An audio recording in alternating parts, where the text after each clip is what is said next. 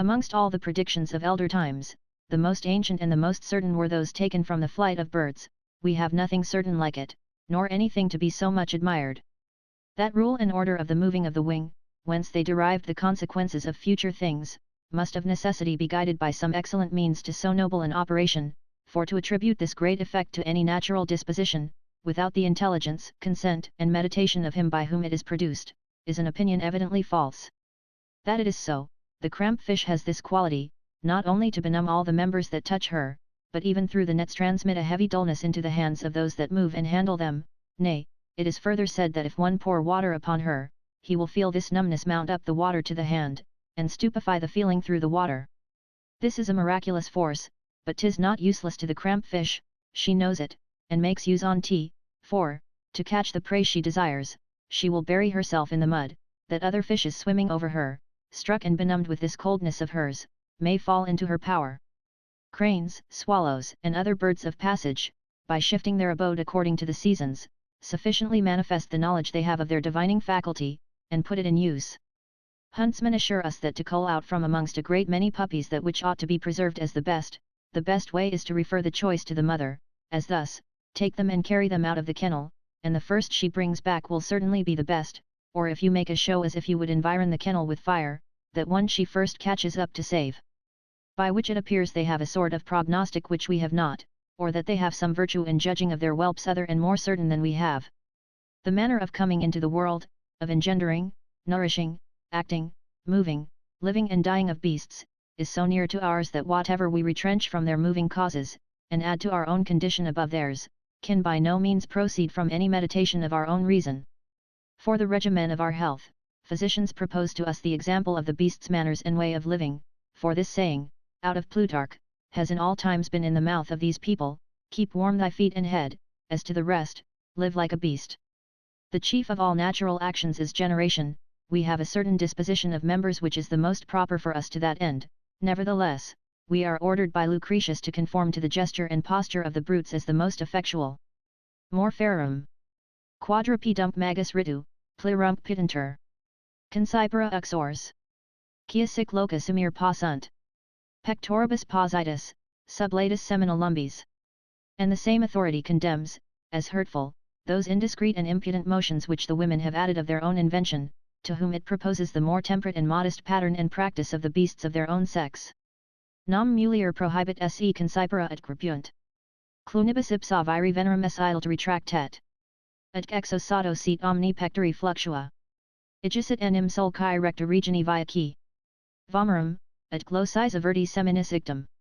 If it be justice to render to every one their due, the beasts that serve, love, and defend their benefactors, and that pursue and fall upon strangers and those who offend them, do in this represent a certain air of our justice, as also in observing a very equitable equality in the distribution of what they have to their young. And as to friendship, they have it without comparison more lively and constant than men have. King Lysimachus's dog, Hyrcanus, master being dead, lay on his bed, obstinately refusing either to eat or drink, and, the day that his body was burnt, he took a run and leaped into the fire, where he was consumed, as also did the dog of one Pyrrhus, for he would not stir from off his master's bed from the time he died, and when they carried him away let himself be carried with him, and at last leaped into the pile where they burnt his master's body. There are inclinations of affection which sometimes spring in us, without the consultation of reason, and by a fortuitous temerity, which others call sympathy, of which beasts are as capable as we.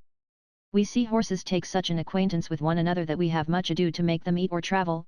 When separated, we observe them to fancy a particular color in those of their own kind, and, where they meet it, run to it with great joy and demonstrations of good will, and have a dislike and hatred for some other color. Animals have choice, as well as we, in their amours, and cull out their mistresses, neither are they exempt from our jealousies and implacable malice. Desires are either natural and necessary, as to eat and drink, or natural and not necessary, as the coupling with females, or neither natural nor necessary, of which last sort are almost all the desires of men. They are all superfluous and artificial. For 'tis marvellous how little will satisfy nature, how little she has left us to desire. Our ragouts and kickshaws are not of her ordering. The Stoics say that a man may live on an olive a day. The delicacy of our wines is no part of her instruction, nor the refinements we introduce into the indulgence of our amorous appetites. Nec Ilia. Magno prognatum deposit console cunum. Nature, in her pursuit of love, disclaims the pride of titles, and the pomp of names. These irregular desires, that the ignorance of good and a false opinion have infused into us, are so many that they almost exclude all the natural, just as if there were so great a number of strangers in the city as to thrust out the natural inhabitants, or, usurping upon their ancient rights and privileges, should extinguish their authority and introduce new laws and customs of their own. Animals are much more regular than we, and keep themselves with greater moderation within the limits nature has prescribed, but yet not so exactly that they have not sometimes an analogy with our debauches. And as there have been furious desires that have impelled men to the love of beasts, so there have been examples of beasts that have fallen in love with us, and been seized with monstrous affection betwixt kinds. Witness the elephant who was rival to Aristophanes the grammarian in the love of a young herb wench in the city of Alexandria, who was nothing behind him in all the offices of a very passionate suitor, for going through the market where they sold fruit, he would take some in his trunk, and carry them to her. He would as much as possible keep her always in his sight, and would sometimes put his trunk under her handkerchief into her bosom, to feel her breasts. They tell also of a dragon in love with a girl, and of a goose enamoured of a child, of a ram that was suitor to the minstreless Glaucia, in the town of Asopus, and we see not unfrequently baboons furiously in love with women. We see also certain male animals that are fond of the males of their own kind. Oppian and others give us some examples of the reverence that beasts have to their kindred in their copulations, but experience often shows us the contrary. Nec habiter turpi juven. Fair patrem tergo, fit equo sua filia conjux. Quasque crevit, init picuds caper, ipsici cujus. Semine concepta est, ex illo concipit ales. The heifer thinks it not ashamed to take her lusty sire upon her willing back. The horse his daughter leaps, goats scruple not. Increase the herd by those they have begot. And birds of all sorts do in common live. And by the seed they have conceived conceive. And for subtle cunning, can there be a more pregnant example than in the philosopher Thales's mule? Who, fording a river, laden with salt, and by accident stumbling there, so that the sacks he carried were all wet, perceiving that by the melting of the salt his burden was something lighter, he never failed, so oft as he came to any river, to lie down with his load, till his master, discovering the knavery, ordered that he should be laden with wood. Wherein, finding himself mistaken, he ceased to practice that device.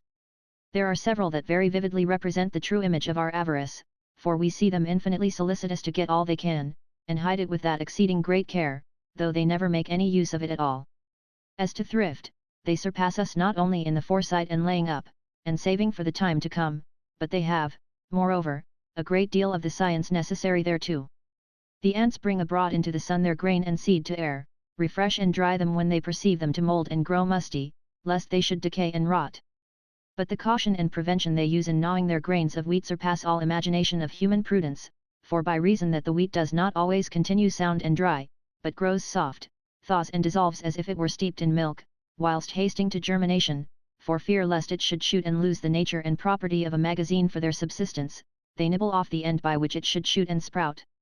As to what concerns war, which is the greatest and most magnificent of human actions, I would very fain know whether we would use it for an argument of some prerogative or, on contrary, for a testimony of our weakness and imperfection, as, in truth, the science of undoing and killing one another, and of ruining and destroying our own kind, has nothing in it so tempting as to make it be coveted by beasts who have it not. Quando leoni fortior irripuit vitam leo? Quo nemeri unquam? Experavit aper majoris dentibus apri? No lion drinks a weaker lion's gore. No boar expires beneath a stronger boar. Yet are they not universally exempt? Witness the furious encounters of bees, and the enterprises of the princes of the contrary armies. Spe duobus regibus incessit magno discordia motu. Continuo conimos vulgi et trepidantia bello. Gorda licet long per Cicera. But if contending factions arm the hive, when rival kings in doubtful battle strive, tumultuous crowds the dread event prepare, and palpitating hearts that beat to war. I never read this divine description but that, methinks, I there see human folly and vanity represented in their true and lively colours. For these warlike movements, that so ravish us with their astounding noise and horror, this rattle of guns, drums, and cries. Fulgur ibi ad caelum est bullet, totaque circum. Rerenedescit tellus, subterque verm 6. Ixiter pedibus sanitas, clamorc montes. Icti rejectant voces ad citerum mundi. When burnished arms to heaven dart their rays. And many a steely beam ith sunlight plays. When trampled is the earth by horse and man. Until the very center groans again. And that the rocks, struck by the various cries, reverberate the sound unto the skies. In the dreadful embattling of so many thousands of armed men, and so great fury, ardor, and courage, 'tis pleasant to consider by what idle occasions they are excited, and by how light ones appeased. Parades proter narrator amorum. Greci barbari diro colissa duello. Of wanton Paris the illicit love. Did Greece and Troy to 10 years' warfare move. All Asia was ruined and destroyed for the lust of Paris, the envy of one single man, a despite, a pleasure, a domestic jealousy, causes that ought not to set 2 oyster wenches by the ears, is the mover of all this mighty bustle. Shall we believe those very men who are themselves the principal authors of these mischiefs? Let us then hear the greatest, the most powerful, the most victorious emperor that ever was, turning into a jest, very pleasantly and ingeniously, several battles fought both by sea and land, the blood and lives of 500,000 men that followed his fortune, and the strength and riches of 2 parts of the world drained for the expense of his expeditions. Quod futuit Glapharoun Antonius, hanc me ponam.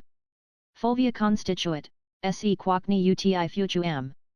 Fulvium ego ut futuam. Quid, si me menius orit. Podicem, faciam. Non puto, si sapium.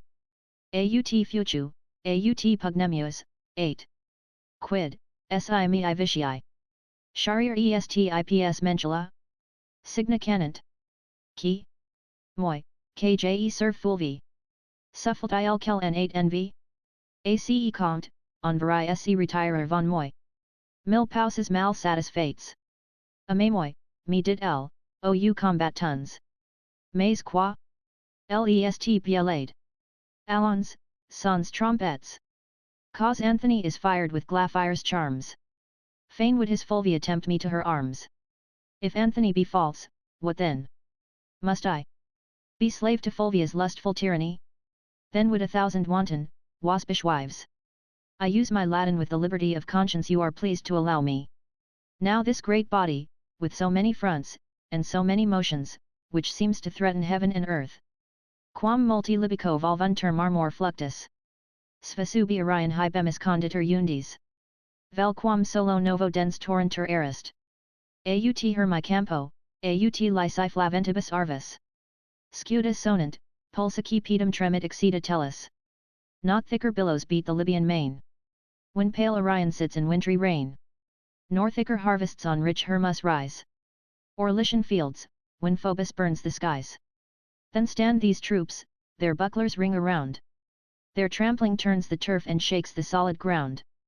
This furious monster, with so many heads and arms, is yet man feeble, calamitous, and miserable man. 'Tis but an anthill disturbed and provoked. Id nigrum campis agmen. The black troop marches to the field. A contrary blast, the croaking of a flight of ravens, the stumble of a horse, the casual passage of an eagle, a dream, a voice, a sign, a morning mist, are any one of them sufficient to beat down and overturn him? Dart but a sunbeam in his face, he is melted and vanished. Blow but a little dust in his eyes, as our poet says of the bees, and all our ensigns and legions, with the great Pompey himself at the head of them, are rooted and crushed to pieces, for it was he, as I take it, that Sertorius beat in Spain with those fine arms, which also served Eumenes against Antigonus, and Surina against Crassus. Swarm to my bed like bees into their hives. Declare for love, or war, she said, and frowned. No love I'll grant, to arms bid trumpets sound. Hi motus animorum, ad hoc cert aminitanta. Pulveris exegi jactia compressa quiescent. Yet at thy will these dreadful conflicts cease. Throw but a little dust and all is peace. Let us but slip our flies after them, and they will have the force and courage to defeat them. Of fresh memory, the Portuguese having besieged the city of Tamli, in the territory of Ziatine, the inhabitants of the place brought a great many hives, of which are great plenty in that place, upon the wall, and with fire drove the bees so furiously upon the enemy that they gave over the enterprise, not being able to stand their attacks and endure their stings, and so the citizens, by this new sort of relief, gained liberty and the victory with so wonderful a fortune, that at the return of their defenders from the battle they found they had not lost so much as one. The souls of emperors and cobblers are cast in the same mould, the weight and importance of the actions of princes considered, we persuade ourselves that they must be produced by some as weighty and important causes, but we are deceived, for they are pushed on, and pulled back in their motions, by the same springs that we are in our little undertakings. The same reason that makes us wrangle with a neighbor causes a war betwixt princes, the same reason that makes us whip a lackey, falling into the hands of a king makes him ruin a whole province. They are as lightly moved as we, but they are able to do more. In a gnat and an elephant the passion is the same. As to fidelity, there is no animal in the world so treacherous as man. Our histories have recorded the violent pursuits that dogs have made after the murderers of their masters. King Pyrrhus, observing a dog that watched a dead man's body, and understanding that he had for 3 days together performed that office, commanded that the body should be buried, and took the dog along with him. One day, as he was at a general muster of his army, this dog, seeing his master's murderers, with great barking and extreme signs of anger flew upon them, and by this first accusation awakened the revenge of this murder, which was soon after perfected by form of justice. As much was done by the dog of the wise Hesiod, who convicted the sons of Ganactor of Naupactus of the murder committed on the person of his master. Another dog being to guard a temple at Athens, having spied a sacrilegious thief carrying away the finest jewels, fell to barking at him with all his force, but the warders not awaking at the noise, he followed him, and day being broke, kept off at a little distance, without losing sight of him. If he offered him anything to eat he would not take it, but would wag his tail at all the passengers he met, and took whatever they gave him, and if the thief laid down to sleep, he likewise stayed upon the same place. The news of this dog being come to the warders of the temple, they put themselves upon the pursuit, inquiring of the colour of the dog, and at last found him in the city of Crommyon, and the thief also, whom they brought back to Athens, where he got his reward, and the judges, in consideration of this good office, ordered a certain measure of corn for the dog's daily sustenance, at the public charge, and the priests to take care of it. Plutarch delivers this story for a certain truth, and that it happened in the age wherein he lived. As to gratitude, for I think we need bring this word into a little repute, this one example, which Appian reports himself to have been an eyewitness of, shall suffice. One day, says he, at Rome, they entertained the people with the sight of the fighting of several strange beasts, and principally of lions of an unusual size. There was one amongst the rest who, by his furious deportment, by the strength and largeness of his limbs, and by his loud and dreadful roaring, attracted the eyes of all the spectators. Amongst other slaves that were presented to the people in this combat of beasts there was one Androtus, of Dacia, belonging to a Roman lord of consular dignity. This lion, having seen him at a distance, first made a sudden stop, as it were in a wondering posture, and then softly approached nearer in a gentle and peaceable manner, as if it were to enter into acquaintance with him. This being done, and being now assured of what he sought for, he began to wag his tail, as dogs do when they flatter their masters, and to kiss and lick the hands and thighs of the poor wretch, who was beside himself, and almost dead with fear. Androtus, being by this kindness of the lion a little come to himself, and having taken so much heart as to consider and know him, it was a singular pleasure to see the joy and caresses that passed betwixt them. At which the people, breaking into loud acclamations of joy, the emperor caused the slave to be called, to know from him the cause of so strange an event, who thereupon told him a new and a very strange story. My master, said he, being proconsul in Africa, I was constrained, by his severity and cruel usage, being daily beaten, to steal from him and run away, and, to hide myself secretly from a person of so great authority in the province, I thought it my best way to fly to the solitudes, sands, and uninhabitable parts of that country, resolving that in case the means of supporting life should chance to fail me, to make some shift or other to kill myself. The sun being excessively hot at noon, and the heat intolerable, I lit upon a private and almost inaccessible cave, and went into it. Soon after there came into me this lion, with one foot wounded and bloody, complaining and groaning with the pain he endured. At his coming I was exceeding afraid, but he, having spied me hid in the corner of his den, came gently to me, holding out and showing me his wounded foot, as if he demanded my assistance in his distress. I then drew out a great splinter he had got there, and, growing a little more familiar with him, squeezing the wound, thrust out the matter, dirt and gravel which was got into it, and wiped and cleansed it the best I could. He, finding himself something better, and much eased of his pain, laid him down to rest, and presently fell asleep with his foot in my hand. From that time forward he and I lived together in this cave 3 whole years upon one and the same diet, for of the beasts that he killed in hunting he always brought me the best pieces, which I roasted in the sun for want of fire, and so ate it. At last, growing weary of this wild and brutish life, the lion being one day gone abroad to hunt for our ordinary provision, I departed thence, and the third day after was taken by the soldiers, who brought me from Africa to this city to my master, who presently condemned me to die, and to be thus exposed to the wild beasts. Now, by what I see, this lion was also taken soon after, who has now sought to recompense me for the benefit and cure that he received at my hands. This is the story that Androdas told the emperor, which he also conveyed from hand to the people, wherefore, at the general request, he was absolved from his sentence and set at liberty, and the lion was, by order of the people, presented to him. We afterwards saw, says Appian, Androdas leading this lion, in nothing but a small leash, from tavern to tavern at Rome, and receiving what money everybody would give him, the lion being so gentle as to suffer himself to be covered with the flowers that the people threw upon him, every one that met him saying, "There goes the lion that entertained the man, there goes the man that cured the lion." We often lament the loss of beasts we love, and so do they the loss of us. Post, bellator equus, pausitus insignibus, thon. It lacrimans, gutisque humect grandibus ora. To close the pomp, thon, the steed of state, is led, the funral of his lord to wait. Stripped of his trappings, with a sullen pace he walks, and the big tears run rolling down his face. As some nations have their wives in common, and some others have every one his own, is not the same seen among beasts, and marriage is better kept than ours? As to the society and confederation they make amongst themselves, to league together and to give one another mutual assistance, is it not known that oxen, hogs, and other animals, at the cry of any of their kind that we offend, all the herd run to his aid and embody for his defence? The fish scarus, when he has swallowed the angler's hook, his fellows all crowd about him and gnaw the line in pieces, and if, by chance, one be got into the bow net, the others present him their tails on the outside, which he holding fast with his teeth, they after that manner disengage and draw him out. Mullets, when one of their companions is engaged, cross the line over their back, and, with a fin they have there, indented like a saw, cut and saw it asunder. As to the particular offices that we receive from one another for the service of life, there are several like examples amongst them.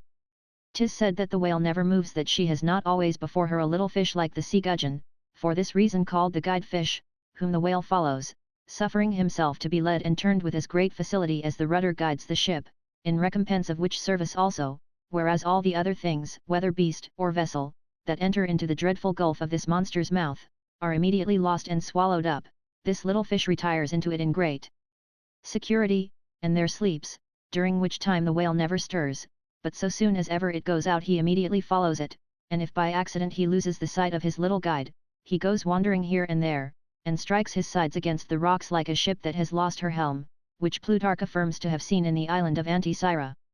There is a like society betwixt the little bird called the wren and the crocodile. The wren serves for a sentinel over this great animal, and if the ichneumon, his mortal enemy, approach to fight him, this little bird, for fear lest he should surprise him asleep, both with his voice and bill rouses him and gives him notice of his danger. He feeds of this monster's leavings, who receives him familiarly into his mouth, suffering him to peck in his jaws and betwixt his teeth, and thence to pick out the bits of flesh that remain, and when he has a mind to shut his mouth, he first gives the bird warning to go out by closing it by little and little, and without bruising or doing it any harm at all. The shellfish called the nacre, lives in the same intelligence with the shrimp, a little sort of animal of the lobster kind, which serves him in the nature of a porter, sitting at the opening of the shell, which the nacre keeps always gaping and open till the shrimp sees some little fish, proper for their prey, within the hollow of the shell, where she enters too, and pinches the nacre so to the quick that she is forced to close her shell, where they two together devour the prey they have trapped in their fort. In the manner of living of the tunnies we observe a singular knowledge of the three parts of mathematics. As to astrology, they teach it men, for they stay in the place where they are surprised by the brumal solstice, and never stir thence till the next equinox, for which reason Aristotle himself attributes to them this science. As to geometry and arithmetic, they always form their numbers in the figure of a cube, every way square, and make up the body of a battalion, solid, close, and environed round with 6 equal sides, and swim in this square order, as large behind as before, so that whoever in seeing them can count one rank may easily number the whole troop, by reason that the depth is equal to the breadth, and the breadth to the length. As to magnanimity, it will be hard to exhibit a better instance of it than in the example of the great dog sent to Alexander the Great from the Indies. They first brought him a stag to encounter, next a boar, and after that a bear, all which he slighted, and disdained to stir from his place, but when he saw a lion he then immediately roused himself, evidently manifesting that he declared that alone worthy to enter the lists with him. Touching repentance and the acknowledgement of faults, 'tis reported of an elephant that, having in the impetuosity of his rage killed his keeper, he fell into so extreme a sorrow that he would never after eat, but starved himself to death. And as to clemency, 'tis said of a tiger, the most cruel of all beasts, that a kid having been put into him, he suffered a 2 days' hunger rather than hurt it, and the third broke the grate he was shut up in, to seek elsewhere for prey, so unwilling he was to fall upon the kid, his familiar and his guest. And as to the laws of familiarity and agreement, formed by conversation, it ordinarily happens that we bring up cats, dogs, and hares, tame together. But that which seamen by experience know, and particularly in the Sicilian Sea, of the quality of the halcyons, surpasses all human thought. Of what kind of animal has nature even so much honoured the birth? The poets indeed say that one only island, Delos, which was before a floating island, was fixed for the service of Latona's lying in, but God has ordered that the whole ocean should be stayed, made stable and smooth, without waves, without winds or rain, whilst the halcyon produces her young, which is just about the solstice, the shortest day of the year, so that by her privilege we have 7 days and 7 nights in the very heart of winter wherein we may sail without danger. Their females never have to do with any other male but their own, whom they serve and assist all their lives, without ever forsaking him. If he becomes weak and broken with age, they take him upon their shoulders and carry him from place to place, and serve him till death. But the most inquisitive into the secrets of nature could never yet arrive at the knowledge of the wonderful fabric wherewith the halcyon builds her nest for her little ones, nor guess at the materials. Plutarch, who has seen and handled many of them, thinks it is the bones of some fish which she joins and binds together, interlacing them, some lengthwise and others across, and adding ribs and hoops in such manner that she forms at last a round vessel fit to launch, which being done, and the building finished, she carries it to the beach, where the sea beating gently against it shows where she is to mend what is not well jointed and knit, and where better to fortify the seams that are leaky. That open at the beating of the waves, and, on the contrary, what is well built and has had the due finishing, the beating of the waves does so close and bind together that it is not to be broken or cracked by blows either of stone or iron without very much ado. And that which is more to be admired is the proportion and figure of the cavity within, which is composed and proportioned after such a manner as not to receive or admit any other thing than the bird that built it, for to anything else it is so impenetrable, close, and shut, nothing can enter, not so much as the water of the sea. This is a very dear description of this building, and borrowed from a very good hand, and yet methinks it does not give us sufficient light into the difficulty of this architecture. Now from what vanity can it proceed to despise and look down upon, and disdainfully to interpret, effects that we can neither imitate nor comprehend? To pursue a little further this equality and correspondence betwixt us and beasts, the privilege our soul so much glorifies herself upon, of things she conceives to her own law, of striping all things that come to her of their mortal and corporeal qualities, of ordering and placing things she conceives worthy her taking notice of, stripping and divesting them of their corruptible qualities, and making them to lay aside length, breadth, depth, weight, color, smell, roughness, smoothness, hardness, softness, and all sensible accidents, as mean and superfluous vestments, to accommodate them to her own immortal and spiritual condition, as Rome and Paris, for example, that I have in my fancy, Paris that I imagine and comprehend it without greatness and without place, without stone, without plaster, and without wood.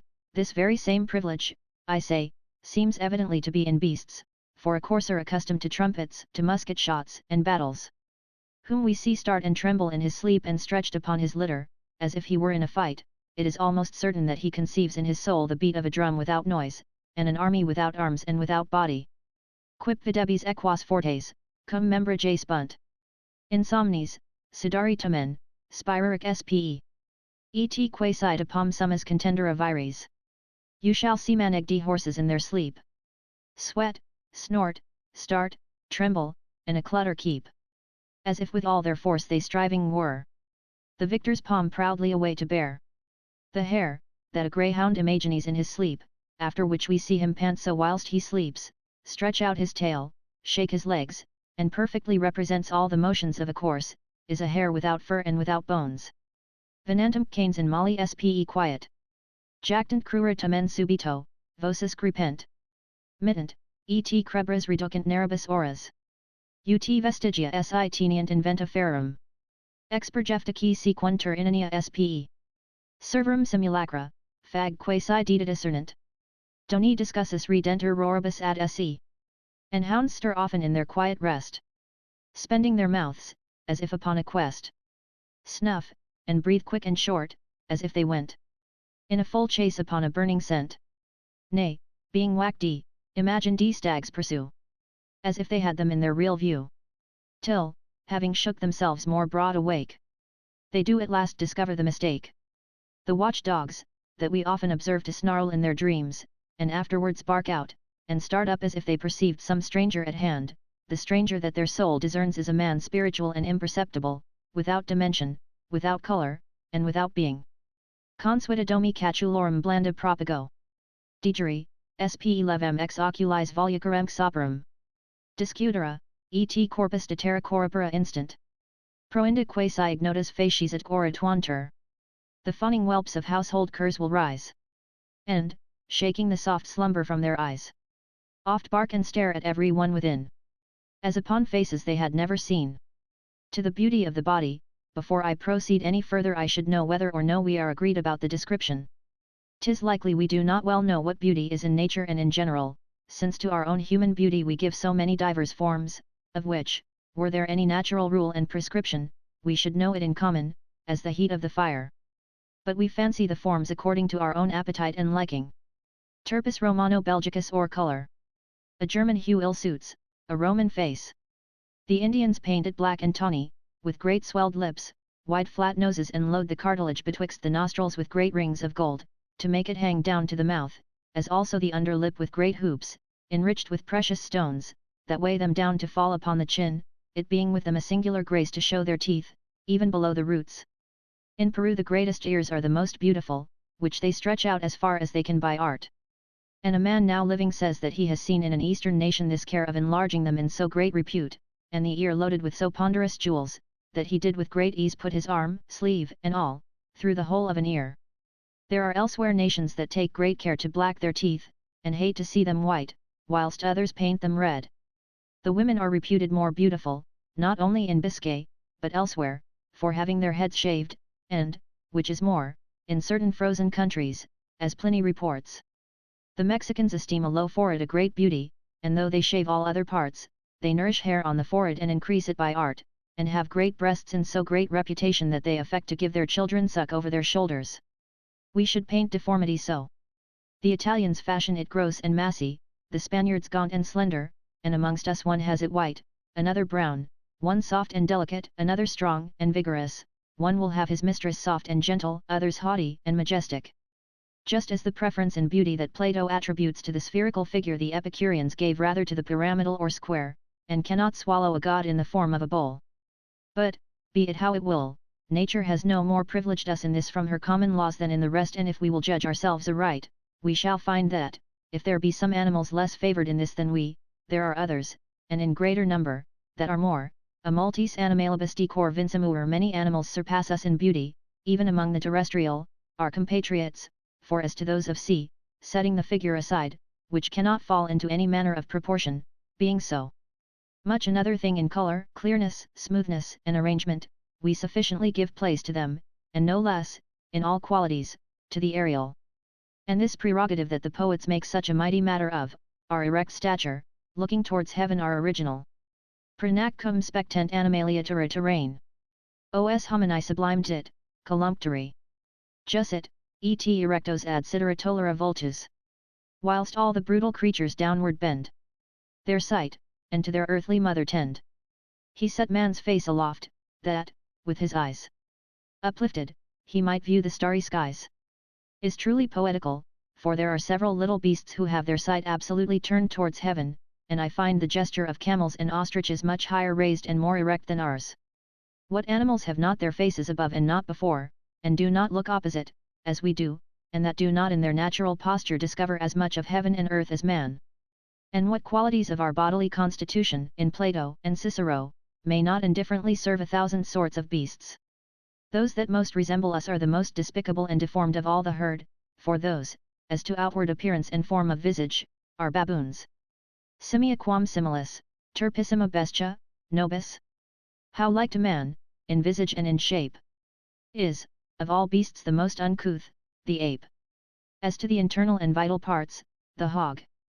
In earnest, when I consider man stark naked, even in that sex which seems to have greatest share of beauty, his defects, natural subjection, and imperfections, I find that we have more reason than any other animal, to cover ourselves, and are to be excused from borrowing of those to whom nature has in this been kinder than to us, to trick ourselves out with their beauties, and hide ourselves under their spoils, their wool, feathers, hair, and silk.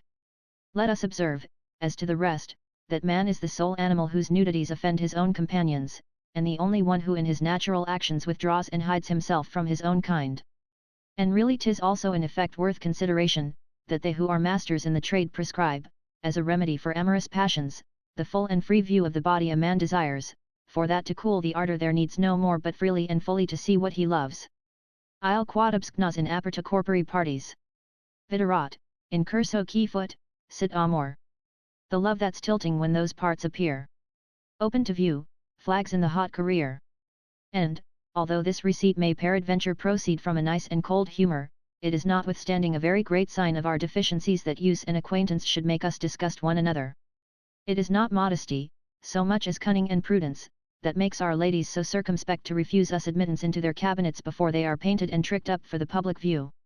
Nec veneres nostras hoc fallit, quo magis ips. Omnia summapera hos vit post senia sellant. Quos retinere volant, ad stricto esse in amor. Of this our ladies are full well aware. Which make them, with such privacy and care, behind the scene all those defects remove, likely to check the flame of those they love. Whereas, in several animals there is nothing that we do not love, and that does not please our senses, so that from their very excrements we do not only extract wherewith to heighten our sauces, but also our richest ornaments and perfumes.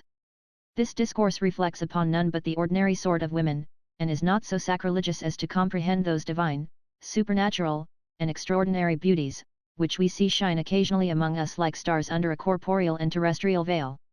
As to the rest, the very share that we allow to beasts of the bounty of nature, by our own confession, is very much to their advantage. We attribute to ourselves imaginary and fantastic good, future and absent good, for which human capacity cannot of herself be responsible, or good, that we falsely attribute to ourselves by the license of opinion, as reason, knowledge, and honor, and leave to them for their dividend, essential, durable, and palpable good, as peace, repose, security, innocence, and health, I say, the fairest and richest present that nature can make us. Insomuch that philosophy, even the Stoic, is so bold as to say, that Heraclitus and Pherecydes, could they have trucked their wisdom for health, and have delivered themselves, the one of his dropsy, and the other of the lousy disease that tormented him, they had done well. By which they set a greater value upon wisdom, comparing and putting it into the balance with health, than they do with this other proposition, which is also theirs. They say that if Circe had presented Ulysses with the two potions, the one to make a fool become a wise man, and the other to make a wise man become a fool, that Ulysses ought rather to have chosen the last, than consent to that by which Circe changed his human figure into that of a beast, and say that wisdom itself would have spoke to him after this manner, forsake me, let me alone, rather than lodge me under the body and figure of an ass. How? The philosophers, then will abandon this great and divine wisdom for this corporeal and terrestrial covering? It is then no more by reason, by discourse, and by the soul, that we excel beasts, 'tis by our beauty, our fair complexion, and our fine symmetry of parts, for which we must quit our intelligence, our prudence, and all the rest. Well, I accept this open and free confession. Certainly they knew that those parts, upon which we so much value ourselves, are no other than vain fancy. If beasts then had all the virtue, knowledge, wisdom, and stoical perfection, they would still be beasts, and would not be comparable to man, miserable, wicked, mad, man. For, in short, whatever is not as we are is nothing worth, and God, to procure himself an esteem among us, must put himself into that shape, as we shall show anon. By which it appears that it is not upon any true ground of reason, but by a foolish pride and vain opinion, that we prefer ourselves before other animals, and separate ourselves from their society and condition. But to return to what I was upon before, we have for our part inconstancy, irresolution, incertitude, sorrow, superstition, solicitude of things to come, even after we shall be no more, ambition, avarice, jealousy, envy, irregular, frantic, and untamed appetites, war, lying, disloyalty, detraction, and curiosity. Doubtless, we have strangely overpaid this fine reason, upon which we so much glorify ourselves, and this capacity of judging and knowing, if we have bought it at the price of this infinite number of passions to which we are eternally subject. Unless we shall also think fit, as even Socrates does, to add to the counterpoise that notable prerogative above beasts, that whereas nature has prescribed them certain seasons and limits for the delights of Venus, she has given us the reins at all hours and all seasons. Ut vinum agrotis, quia prodest rar, nocit sopissime, melius est non ad hiber amino, quam, spe dubio salutis, in apertum pernicium incurrir, sic, hauditio and melius fuerit humano generi modum istum cellarum cogitationis, acumen, solertium, quam rationem vocamus, quanium pestifer sint multis, ad magem passus salui area, non deri amino, quam tam munius et tam large deri? As it falls out that wine often hurting the sick, and very rarely doing them good, it is better not to give them any at all than to run into an apparent danger out of hope of an uncertain benefit, so I know not whether it had not been better for mankind that this quick motion, this penetration, this subtlety that we call reason, had not been given to man at all, considering how pestiferous it is to many, and useful but to few, than to have been conferred in so abundant manner, and with so liberal a hand. Of what advantage can we conceive the knowledge of so many things was to Hiero and Aristotle? Did it exempt them from human inconveniences? Were they by it freed from the accidents that lay heavy upon the shoulders of a porter? Did they extract from their logic any consolation for the gout? Or, for knowing how this humour is lodged in the joints, did they feel it the less? Did they enter into composition with death by knowing that some nations rejoice at his approach, or with cuckoldry, by knowing that in some parts of the world wives are in common? On the contrary, having been reputed the greatest men for knowledge, the one amongst the Romans and the other amongst the Greeks, and in a time when learning did most flourish, we have not heard, nevertheless, that they had any particular excellence in their lives, nay, the Greek had enough to do to clear himself from some notable blemishes in his. Have we observed that pleasure and health have a better relish with him that understands astrology and grammar than with others? Illiterati number minus nervi regent? Illiterate ploughman is as fit for Venus' service as the wit, or shame and poverty less troublesome to the first than to the last. Silicet et morbis et debilitate cerbis. Et luctum et curam effuges, et tempora vit. Longa tibi post hc fatto meliori dabuntur.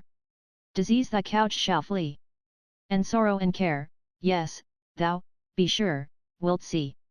Long years of happiness, till now unknown.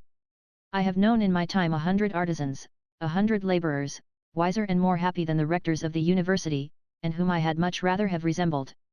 Learning, methinks, has its place amongst the necessary things of life, as glory, nobility, dignity, or at the most, as beauty, riches, and such other qualities, which indeed are useful to it, but remotely, and more by opinion than by nature.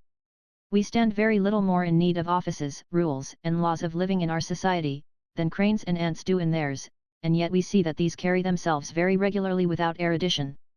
If man was wise, he would take the true value of everything according as it was useful and proper to his life. Whoever will number us by our actions and deportments will find many more excellent men amongst the ignorant than among the learned, in all sorts of virtue. Old Rome seems to me to have been of much greater value, both for peace and war, than that learned Rome that ruined itself.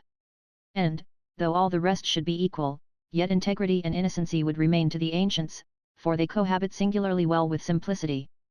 But I will leave this discourse, that would lead me farther than I am willing to follow, and shall only say this further: 'tis only humility and submission that can make a complete good man. We are not to leave the knowledge of his duty to every man's own judgment, we are to prescribe it to him, and not suffer him to choose it at his own discretion, otherwise, according to the imbecility, and infinite variety of our reasons and opinions, we should at large forge ourselves duties that would, as Epicurus says, enjoin us to eat one another. The first law that ever God gave to man was a law of pure obedience, it was a commandment naked and simple, wherein man had nothing to inquire after, nor to dispute, forasmuch as to obey is the proper office of a rational soul, acknowledging a heavenly superior and benefactor. From obedience and submission spring all other virtues, as all sin does from self-opinion. And, on the contrary, the first temptation that by the devil was offered to human nature, its first poison insinuated itself into us by the promise made us of knowledge and wisdom, iritus sicut di, sciens bonum et malum. Ye shall be as gods, knowing good and evil. And the sirens, in Homer, to allure Ulysses, and draw him within the danger of their snares, offered to give him knowledge. The plague of man is the opinion of wisdom, and for this reason it is that ignorance is so recommended to us, by our religion, as proper to faith and obedience, cavet neques vos decipiat per philosophiam et inanes seductions, secundum elementum mundi. Take heed, lest any man deceive you by philosophy and vain deceit, after the tradition of men, and the rudiments of the world. There is in this a general consent amongst all sorts of philosophers, that the sovereign good consists in the tranquillity of the soul and body, but where shall we find it? Ad summum, sapiens uno minor est Jove, dives. Liber, honoratus, pulcher, rex denicni rigum. Percipu sanus, nisi cum pituita molesta est. In short, the wise is only less than Jove. Rich, free, and handsome, nay, a king above all earthly kings, with health supremely blessed. Excepting when a cold disturbs his rest. It seems, in truth, that nature, for the consolation of our miserable and wretched state, has only given us presumption for our inheritance. 'Tis as Epictetus says, that man has nothing properly his own, but the use of his opinion, we have nothing but wind and smoke for our portion. The gods have health in essence, says philosophy, and sickness in intelligence. Man, on the contrary, possesses his goods by fancy, his ills in essence. We have reason to magnify the power of our imagination, for all our goods are only in dream. Hear this poor calamitous animal huff. There is nothing, says Cicero, so charming as the employment of letters, I say, by means whereof the infinity of things, the immense grandeur of nature, the heavens even in this world, the earth and the seas are discovered to us. 'Tis they that have taught us religion, moderation, and the grandeur of courage, and that have rescued our souls from darkness, to make her see all things, high, low, first, last, and middling. 'Tis they that furnish us wherewith to live happily and well, and conduct us to pass over our lives without displeasure, and without offence. Does not this man seem to speak of the condition of the ever-living and almighty God? But as to effects, 1,000 little countrywomen have lived lives more equal, more sweet, and constant than his. Dies il foot, dies, inclite memi. Qui princeps vit rationem invenit urn, chu. Nunc appellator sapientia, quique per artem. Fluctibus tantis vitam, tantisque tenebris. In tam tranquilla et tam clara luz locavit. That God, great Memus, was a God no doubt. Who, Prince of Life, first found that reason out. Now wisdom called, and by his art, who did that life in tempests tossed, and darkness hid. Place in so great a calm, and clear a light. Here are brave ranting words, but a very slight accident put this man's understanding in a worse condition than that of the meanest shepherd, notwithstanding this instructing God, this divine wisdom. Of the same stamp and impudence is the promise of Democritus's book, I am going to speak of all things, and that foolish title that Aristotle prefixes to one of his, order only afforded him a few lucid intervals which he employed in composing his book, and at last made him kill himself Eusebius's Chronicon. Of the mortal gods, and the judgment of Chrysippus, that Dion was as virtuous as God, and my Seneca himself says, that God had given him life, but that to live well was his own, conformably to this other, in virtute vir gloriamur, quod non contieng erit, siid donum Deo, non nobis haberemus, we truly glory in our virtue, which would not be, if it was given us of God, and not by ourselves. This is also Seneca's saying, that the wise man hath fortitude equal with God, but that his is in spite of human frailty, wherein therefore he more than equals God. There is nothing so ordinary as to meet with sallies of the like temerity. There is none of us, who take so much offence to see himself equalled with God, as he does to see himself undervalued by being ranked with other creatures, so much more are we jealous of our own interest than that of our Creator. But we must trample underfoot this foolish vanity, and briskly and boldly shake the ridiculous foundation upon which these false opinions are founded. So long as man shall believe he has any means and power of himself, he will never acknowledge what he owes to his Maker. His eggs shall always be chickens, as the saying is, we must therefore strip him to his shirt. Let us see some notable examples of the effects of his philosophy. Posidonius, being tormented with a disease so painful as made him writhe his arms and gnash his teeth, thought he sufficiently scorned the dolour, by crying out against it, Thou mayst do thy worst, I will not confess that thou art an evil. He was as sensible of the pain as my footman, but he made a bravado of bridling his tongue, at least, and restraining it within the laws of his sect, re succumere non portabat, verbis gloriantum. It did not become him, that spoke so big, to confess his frailty when he came to the test. Our Silas being ill of the gout, and Carneades, who had come to see him, Going away troubled at his condition, he called him back, and showing him his feet and breast, "There is nothing comes thence hither," said he. "This has something a better grace, for he feels himself in pain, and would be disengaged from it, but his heart, notwithstanding, is not conquered nor subdued by it. The other stands more obstinately to his point, but, I fear, rather verbally than really."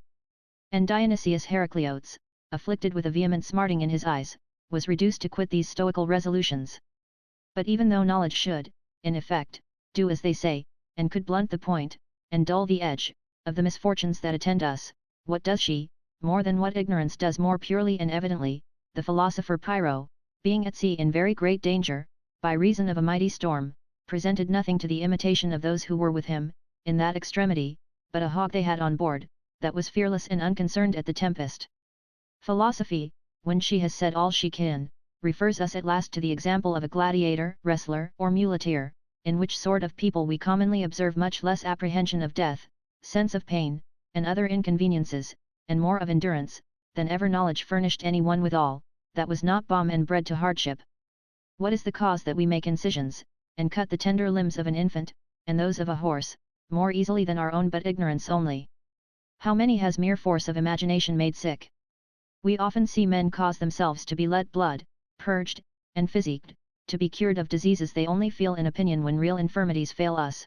Knowledge lends us hers, that colour, that complexion, portends some catarrhous defluxion, this hot season threatens us with a fever, this breach in the lifeline of your left hand gives you notice of some near and dangerous indisposition, and at last she roundly attacks health itself, saying, this sprightliness and vigour of youth cannot continue in this posture, there must be blood taken, and the heat abated, lest it turn against yourself. Compare the life of a man subjected to such imaginations, to that of a labourer that suffers himself to be led by his natural appetite, measuring things only by the present sense, without knowledge and without prognostic, that feels no pain or sickness, but when he is really ill. Whereas the other has the stone in his soul, before he has it in his bladder, as if it were not time enough to suffer the evil when it shall come, he must anticipate it by fancy, and run to meet it. What I say of physic may generally serve an example for all other sciences. Thence is derived that ancient opinion of the philosophers that placed the sovereign good in the discovery of the weakness of our judgment. My ignorance affords me as much occasion of hope as of fear, and having no other rule for my health than that of the examples of others, and of events I see elsewhere upon the like occasion, I find of all sorts, and rely upon those which by comparison are most favourable to me.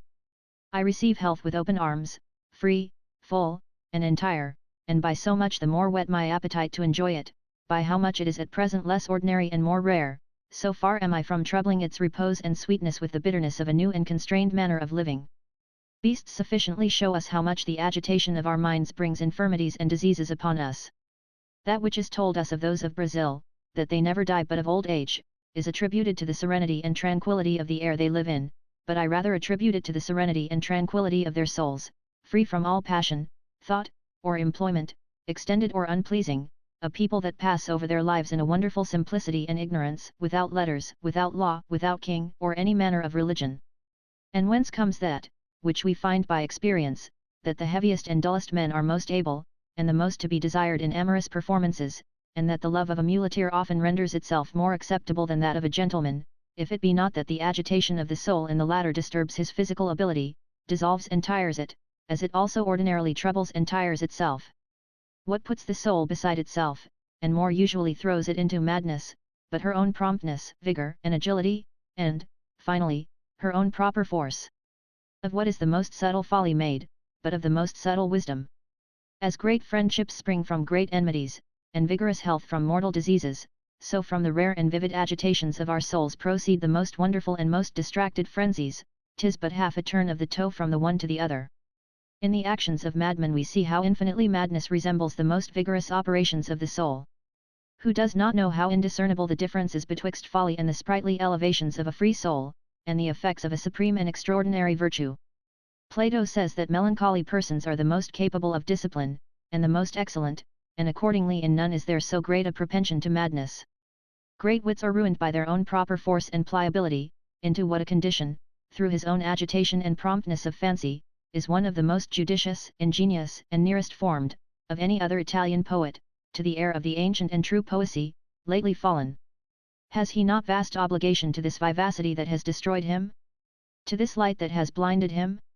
To this exact and subtle apprehension of reason that has put him beside his own? To this curious and laborious search after sciences, that has reduced him to imbecility? And to this rare aptitude to the exercises of the soul, that has rendered him without exercise and without soul? I was more angry, if possible, than compassionate, to see him at Ferrara in so pitiful a condition, surviving himself, forgetting both himself and his works, which, without his knowledge, though before his face, have been published unformed and incorrect. Would you have a man healthy, would you have him regular, and in a steady and secure posture? Muffle him up in the shades of stupidity and sloth. We must be made beasts to be made wise, and hoodwinked before we are fit to be led. And if one shall tell me that the advantage of having a cold and dull sense of pain and other evils, brings this disadvantage along with it, to render us consequently less sensible also in the fruition of good and pleasure, this is true, but the misery of our condition is such that we have not so much to enjoy as to avoid, and that the extremest pleasure does not affect us to the degree that a light grief does, sanius homines bona quam mala sentiunt. We are not so sensible of the most perfect health as we are of the least sickness. Pungit. Incute vix sum ma violatum plagula corpus. Quando valir nihil quemquam movet. Hoc juvat unum. Quat me non torque latus, autps. Terraquis quam vix quit aut sanum sisi, aut sentire valentum. The body with a little sting is grieved. When the most perfect health is not perceived. This only pleases me, that spleen nor gout neither offend my side nor wring my foot. Excepting these, scarce any one can tell. Or e'er observes, when he's in health and well. Our well-being is nothing but the not being ill. Which is the reason why that sect of philosophers, which sets the greatest value upon pleasure, has yet fixed it chiefly in unconsciousness of pain. To be freed from ill is the greatest good that man can hope for or desire, as Ennius says. Nimium boni est, cui nihil est mali. For that every tickling and sting which are in certain pleasures, and that seem to raise us above simple health and passiveness, that active, moving, and, I know not how, itching, and biting pleasure, even that very pleasure itself aims at nothing but insensibility as its mark. The appetite that carries us headlong to women's embraces has no other end but only to cure the torment of our ardent and furious desires, and only requires to be glutted and laid at rest, and delivered from the fever. And so of the rest. I say, then, that if simplicity conducts us to a state free from evil, she leads us to a very happy one according to our condition.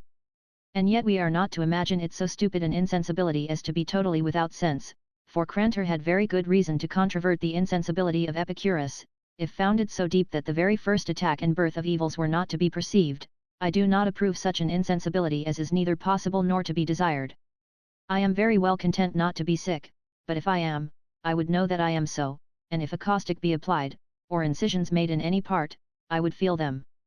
In truth, whoever would take away the knowledge and sense of evil, would at the same time eradicate the sense of pleasure, and finally annihilate man himself.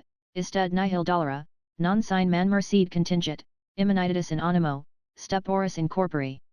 An insensibility that is not to be purchased but at the price of inhumanity in the soul, and of stupidity of the body. Evil appertains to man of course. Neither is pain always to be avoided, nor pleasure always pursued. 'Tis a great advantage to the honor of ignorance that knowledge itself throws us into its arms.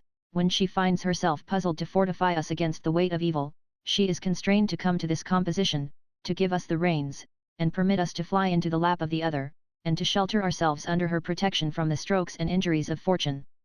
For what else is her meaning when she instructs us to divert our thoughts from the ills that press upon us, and entertain them with the meditation of pleasures past and gone, to comfort ourselves in present afflictions with the remembrance of fled delights, and to call to our succor a vanished satisfaction, to oppose it to the discomfort that lies heavy upon us. Levitiones gratitudinem in evocatione accogitand molesti, et revocation ad contemplandas voluptates, ponit. He directs us to alleviate our grief and pains by rejecting unpleasant thoughts, and recalling agreeable ideas, if it be not that where her power fails she would supply it with policy, and make use of sleight of hand where force of limbs will not serve her turn? For not only to a philosopher, but to any man in his right wits, when he has upon him the thirst of a burning fever, what satisfaction can it be to him to remember the pleasure he took in drinking Greek wine a month ago? It would rather only make matters worse to him. Che risardarcil bendopi la noia. The thinking of pleasure doubles trouble. Of the same stamp is this other counsel that philosophy gives, only to remember the happiness that is past, and to forget the misadventures we have undergone, as if we had the science of oblivion in our own power, and counsel, wherein we are yet no more to seek. Suavis labrum est perduratorum memoria. Sweet is the memory of bygone pain. How does philosophy, that should arm me to contend with fortune, and steel my courage to trample all human adversities underfoot, arrive to this degree of cowardice to make me hide my head at this rate, and save myself by these pitiful and ridiculous shifts? For the memory represents to us not what we choose, but what she pleases, nay, there is nothing that so much imprints anything in our memory as a desire to forget it. And 'tis a good way to retain and keep anything safe in the soul to solicit her to lose it. And this is false, est situm in nobis, ut et adversa quasi perpetua oblivion obruimus, et secunda jucund et suaviter meminimus. It is in our power to bury, as it were, in a perpetual oblivion, all adverse accidents, and to retain a pleasant and delightful memory of our successes, and this is true, memini entium quo nullo, oblivici non possum quo volo. I do also remember what I would not, but I cannot forget what I would. And whose counsel is this?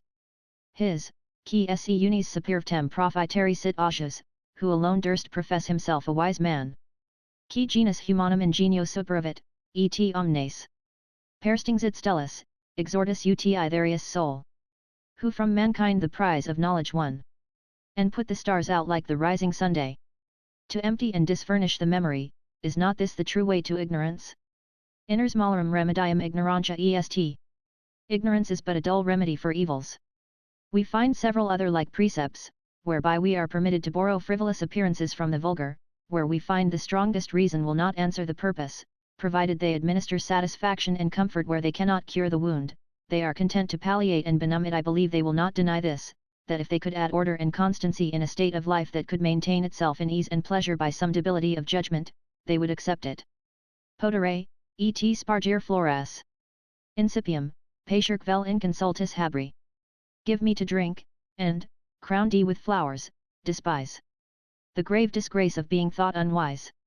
There would be a great many philosophers of Lycus's mind. This man, being otherwise of very regular manners, living quietly and contentedly in his family, and not failing in any office of his duty, either towards his own or strangers, and very carefully preserving himself from hurtful things, became, nevertheless, by some distemper in his brain, possessed with a conceit that he was perpetually in the theatre, a spectator of the finest sights and the best comedies in the world, and being cured by the physicians of his frenzy, was hardly prevented from endeavouring by suit to compel them to restore him again to his pleasing imagination.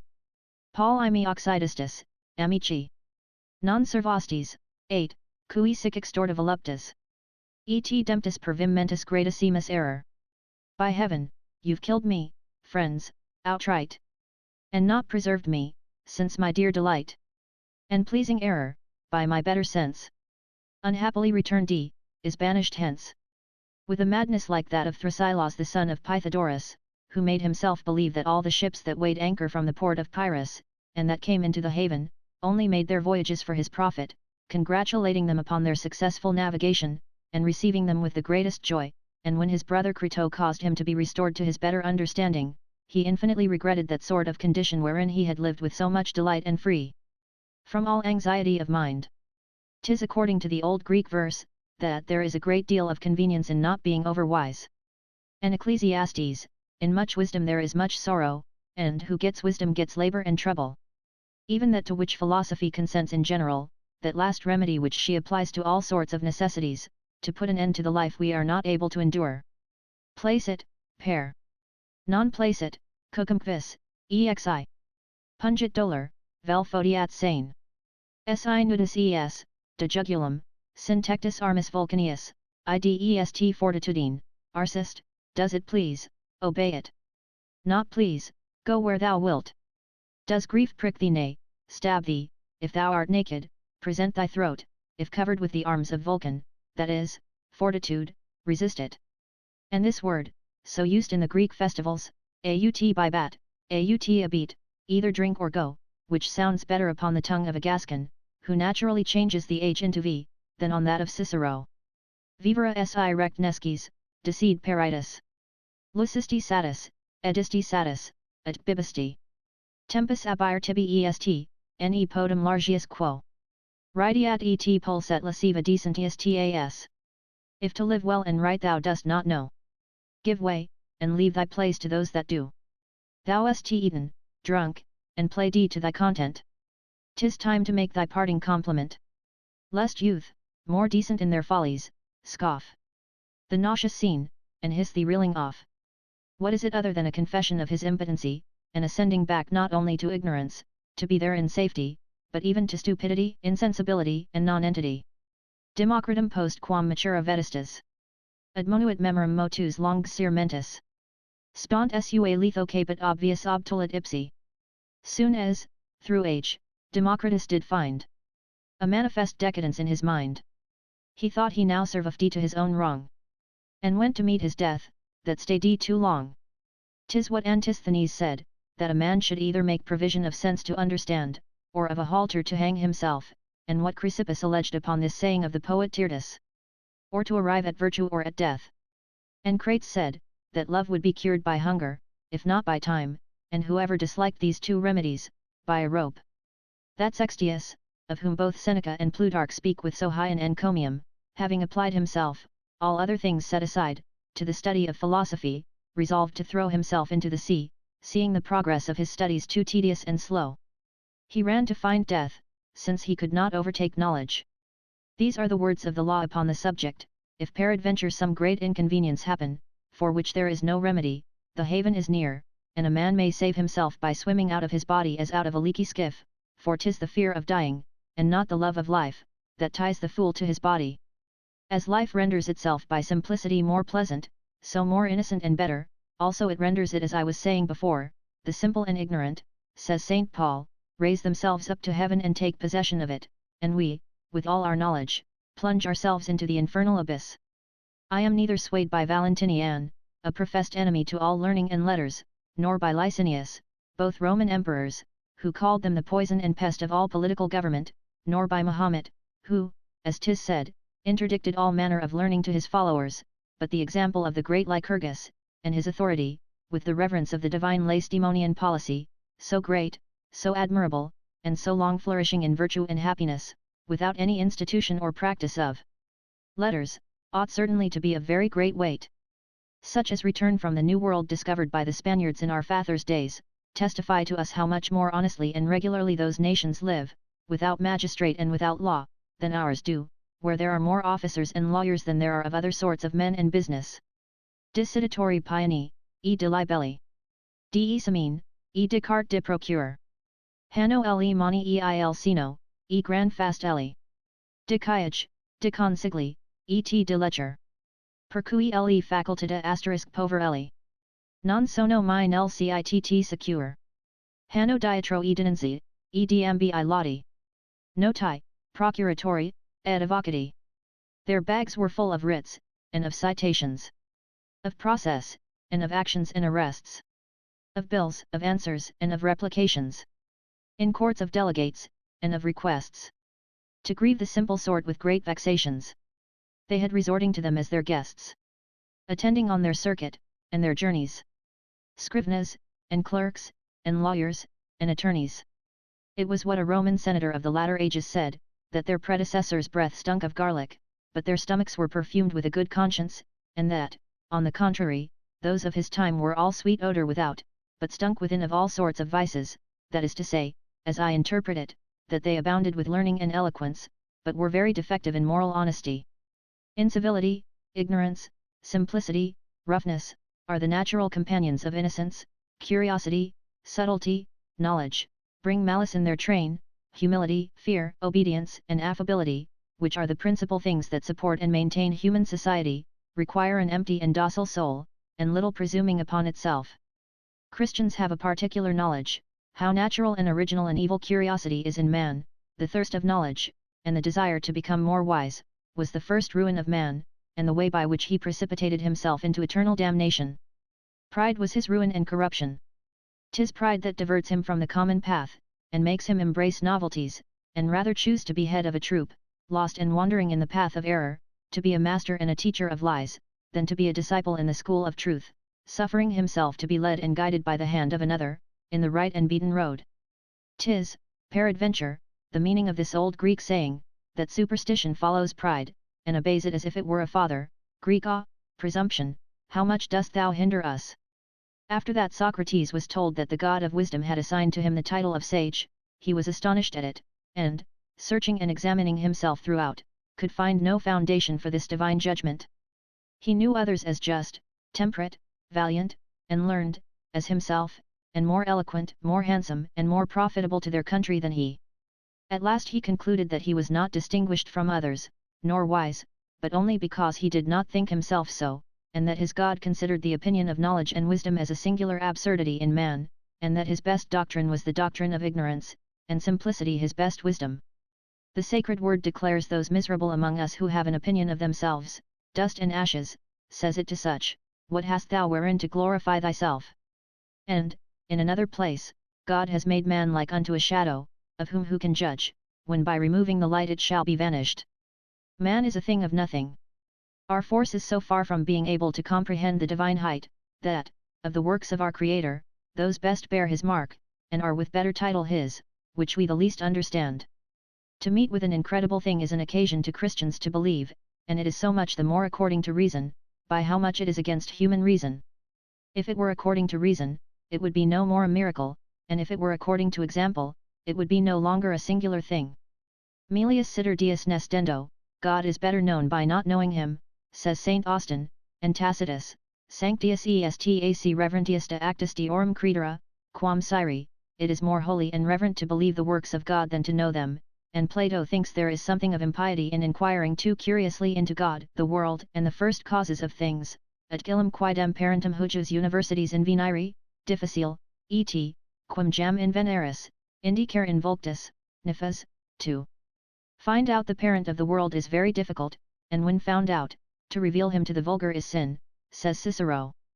We talk indeed of power, truth, justice, which are words that signify some great thing, but that thing we neither see nor conceive at all. We say that God fears, that God is angry, that God loves. Immortalia mortali sermon notans. Giving to things immortal mortal names.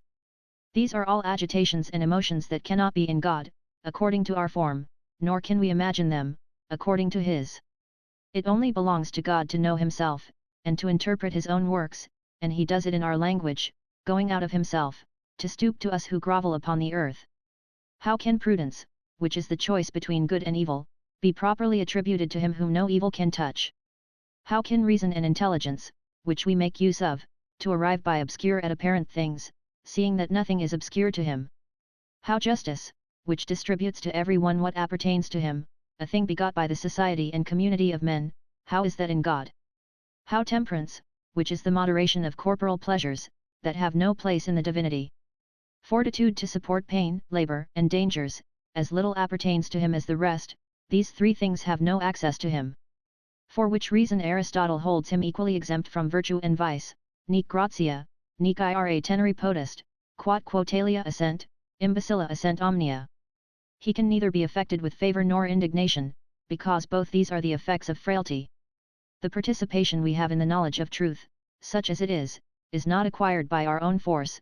God has sufficiently given us to understand that, by the witnesses He has chosen out of the common people, simple and ignorant men, that He has been pleased to employ to instruct us in His admirable secrets. Our faith is not of our own acquiring, 'tis purely the gift of another's bounty, 'tis not by meditation, or by virtue of our own understanding, that we have acquired our religion, but by foreign authority and command, wherein the imbecility of our own judgment does more assist us than any force of it, and our blindness more than our clearness of sight. 'Tis more by _the mediation of our ignorance than of our knowledge that we know anything of the divine wisdom. 'Tis no wonder if our natural and earthly parts cannot conceive that supernatural and heavenly knowledge. Let us bring nothing of our own, but obedience and subjection, for, as it is written, I will destroy the wisdom of the wise, and will bring to nothing the understanding of the prudent. Where is the wise? Where is the scribe? Where is the disputer of this world? Hath not God made foolish the wisdom of this world? For after that, in the wisdom of God, the world knew not God, it pleased God by the foolishness of preaching to save them that believe. Finally, should I examine whether it be in the power of man to find out that which he seeks, and if that quest, wherein he has busied himself so many ages, has enriched him with any new force, or any solid truth, I believe he will confess, if he speaks from his conscience, that all he has got by so long inquiry is only to have learned to know his own weakness. We have only by a long study confirmed and verified the natural ignorance we were in before. The same has fallen out to men truly wise, which befalls the ears of corn, they shoot and raise their heads high and pert, whilst empty, but when full and swelled with grain and maturity, begin to flag and droop. So men, having tried and sounded all things, and having found in that mass of knowledge, and provision of so many various things, nothing solid and firm, and nothing but vanity, have quitted their presumption, and acknowledged their natural condition. 'Tis what Valius reproaches Cato withal and Cicero, that they had learned of Philo, that they had learned nothing. Pherecydes, one of the 7 sages, writing to Thales upon his death-bed, I have, said he, given order to my people, after my interment, to carry my writings to thee. If they please thee and the other sages, publish, if not, suppress them. They contain no certainty with which I myself am satisfied. Neither do I pretend to know the truth, or to attain to it. I rather open than discover things. The wisest man that ever was, being asked what he knew, made answer, he knew this, that he knew nothing. By which he verified what has been said, that the greatest part of what we know is the least of what we do not, that is to say, that even what we think we know is but a piece, and a very little one, of our ignorance. We know things in dreams, says Plato, and are ignorant of them in truth. Orms pene veters nihil conosci, nihil percipi, nihil seri posse dixerunt, angustos sensus, imbeciles animos, brevia curricula vito. Almost all the ancients have declared that there is nothing to be known, nothing to be perceived or understood, the senses are too limited, men's minds too weak, and the course of life too short. And of Cicero himself, who stood indebted to his learning for all he was worth, Valerius says, that he began to disrelish letters in his old age, and when at his studies, it was with great independency upon any one party, following what he thought probable, now in one sect, and then in another, evermore wavering under the doubts of the academy. Dicendum est, sed ita ut nihil affirment, cusaram omnia, dubitans plirumque, et mei diffidens. Something I must say, but so as to affirm nothing, I inquire into all things, but for the most part in doubt and distrust of myself. I should have too fair a game should I consider man in his common way of living and in gross, yet I might do it by his own rule, who judges truth not by weight, but by the number of votes. Let us set the people aside. Qui vigilans sturdi. Mortua cui vita est prope jam vivo et videnti. Half of his life by lazy sleeps possessed d. And when awake his soul but nods at best. Who neither feel nor judge, and let most of their natural faculties lie idle, I will take man in his highest ground. Let us consider him in that little number of men, excellent and culled out from the rest, who, having been endowed with a remarkable and particular natural force, have moreover hardened and whetted it by care, study, and art, and raised it to the highest pitch of wisdom to which it can possibly arrive. They have adjusted their souls to all ways and all biases, have propped and supported them with all foreign helps proper for them, and enriched and adorned them with all they could borrow for their advantage, both within and without the world. 'Tis in these is placed the utmost and most supreme height to which human nature can attain. They have regulated the world with policies and laws. They have instructed it with arts and sciences, and by the example of their admirable manners. I shall make account of none but such men as these, their testimony and experience. Let us examine how far they have proceeded, and where they stopped. The errors and defects that we shall find amongst these men the world may boldly avow as their own. Whoever goes in search of anything must come to this, either to say that he has found it, or that it is not to be found, or that he is yet upon the search. All philosophy is divided into these 3 kinds, her design is to seek out truth, knowledge, and certainty. The Peripatetics, Epicureans, Stoics, and others, have thought they have found it. These established the sciences we have, and have treated of them as of certain knowledge.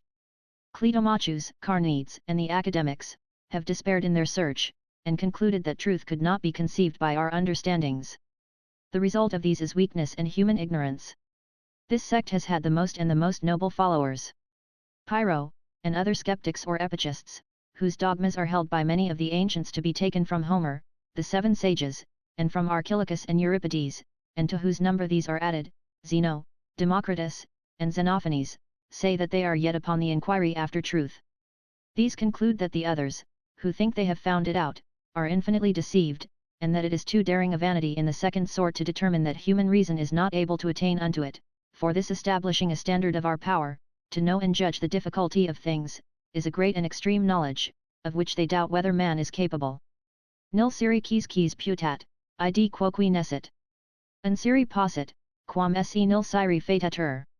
He that says nothing can be known, o'erthrows his own opinion, for he nothing knows. So knows not that. The ignorance that knows itself, judges and condemns itself, is not an absolute ignorance. To be such, it must be ignorant of itself, so that the profession of the Pyrrhonians is to waver, doubt, and inquire, not to make themselves sure of, or responsible to themselves for anything. Of the three actions of the soul, imaginative, appetitive, and consentive, they receive the two first, the last they kept ambiguous, without inclination or approbation, either of one thing or another, so light as it is.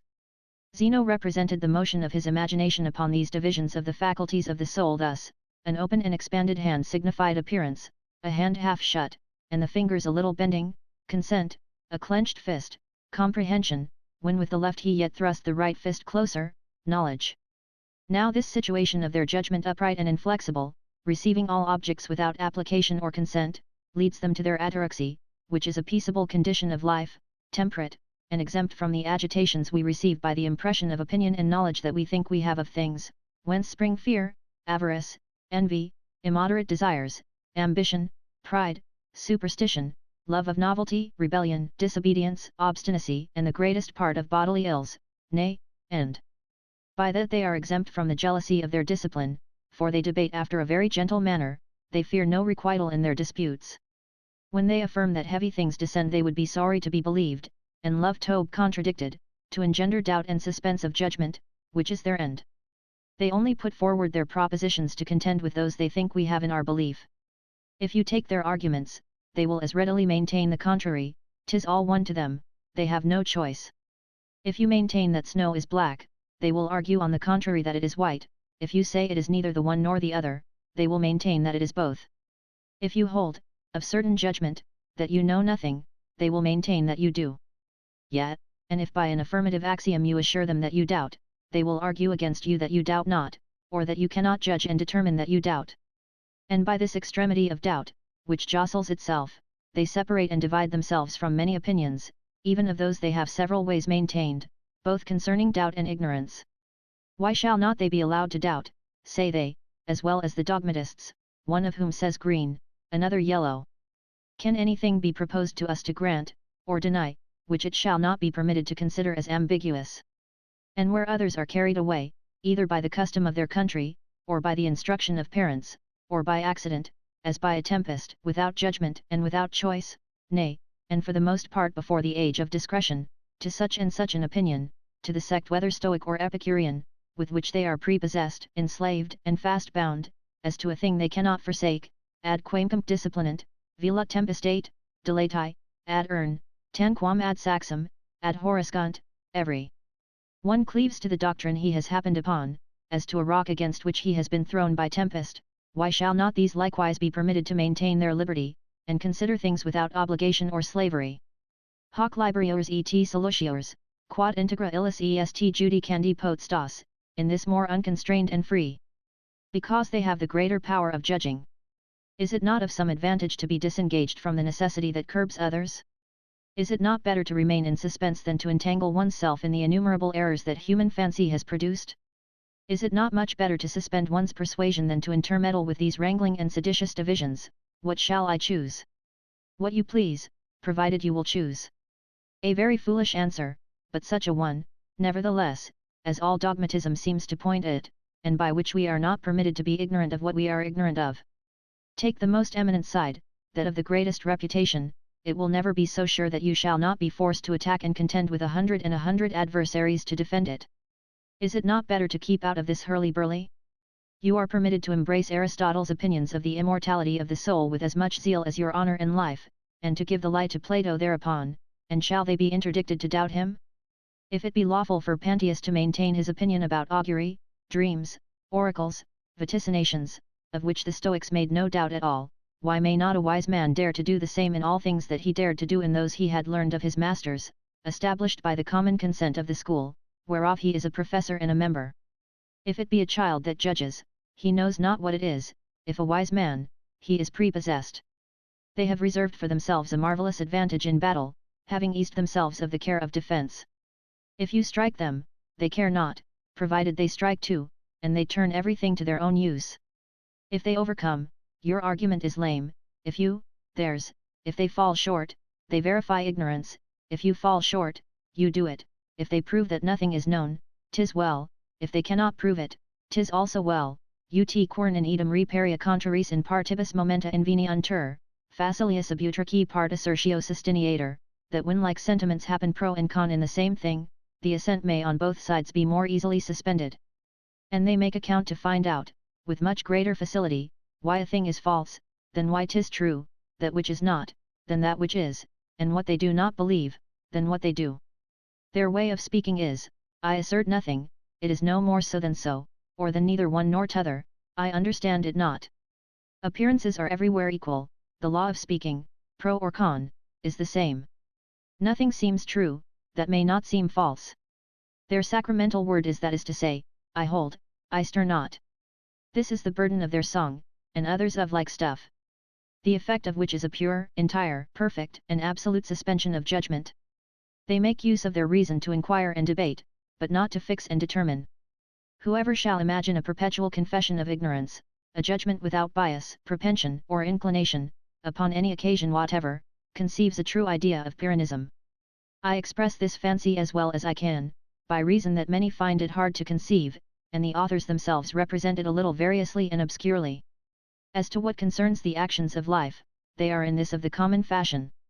They yield and give up themselves to their natural inclinations, to the power and impulse of passions, to the constitution of laws and customs, and to the tradition of arts. Non enim nos dies ista Syri, sed tantum modo uti, volut. For God would not have us know, but only use those things. They suffer their ordinary actions to be guided by those things, without any dispute or judgment. For which reason I cannot consent to what is said of Pyrrho, by those who represent him heavy and immovable, leading a kind of savage and unsociable life, standing the jostle of carts, going upon the edge of precipices, and refusing to accommodate himself to the laws.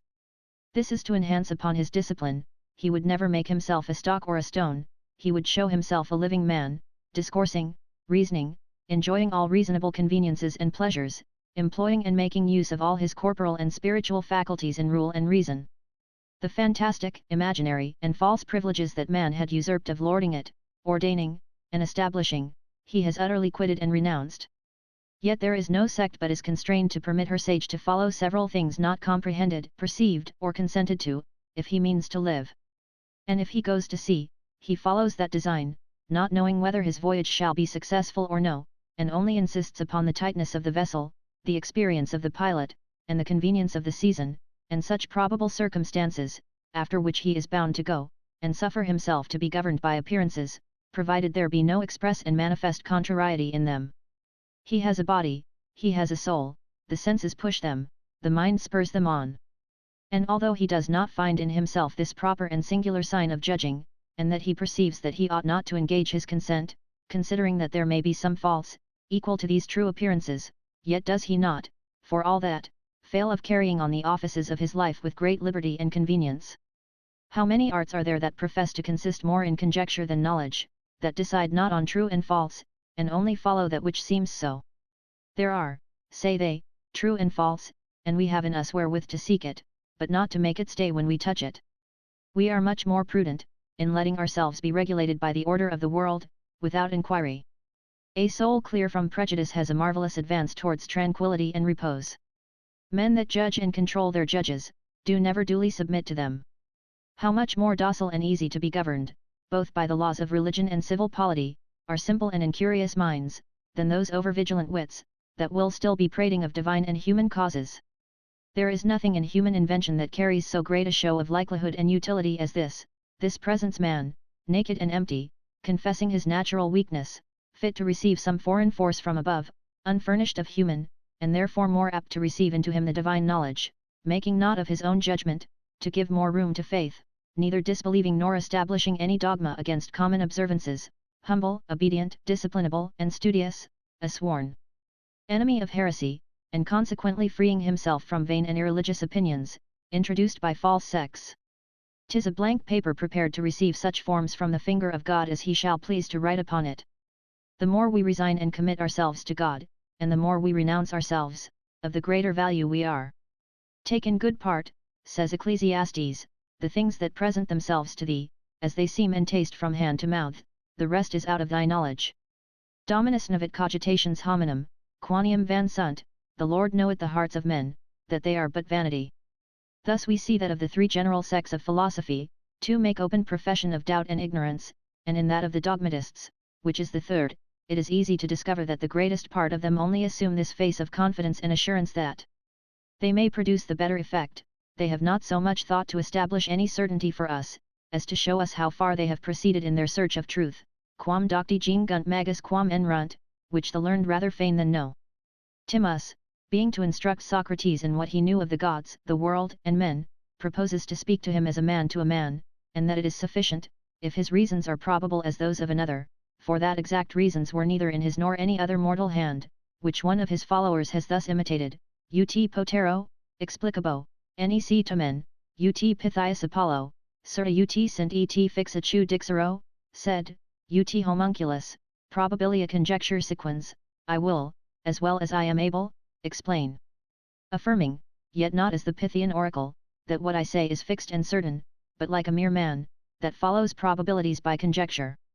And this, upon the natural and common subject of the contempt of death, he has elsewhere translated from the very words of Plato. Si forte, de deorum natur ortoque mundi disrant, minus id quod habima is in animo consequimur, haudit erit mirum, oquam est enim meminissa, et me, qui disaram, hominum esse, et vos, qui judicatis, ut, si probabilia dicenter, nihil ultra requiritus. If perchance, when we discourse of the nature of God, and the world's original, we cannot do it as we desire, it will be no great wonder.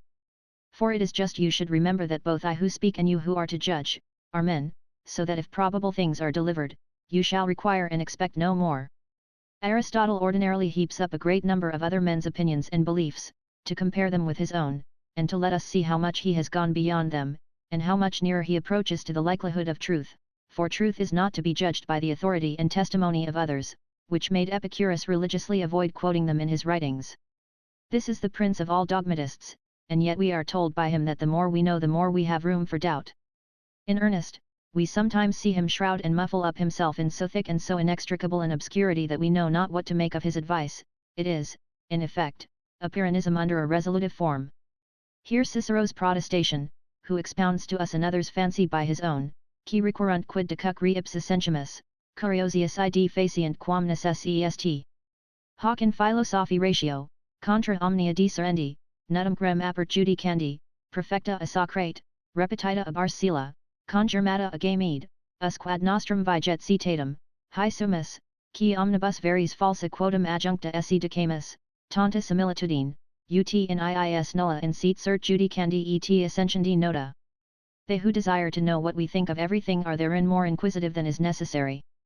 This practice in philosophy of disputing against everything, and of absolutely concluding nothing, begun by Socrates, repeated by Arcesilaus, and confirmed by Chamaides, has continued in use even to our own times.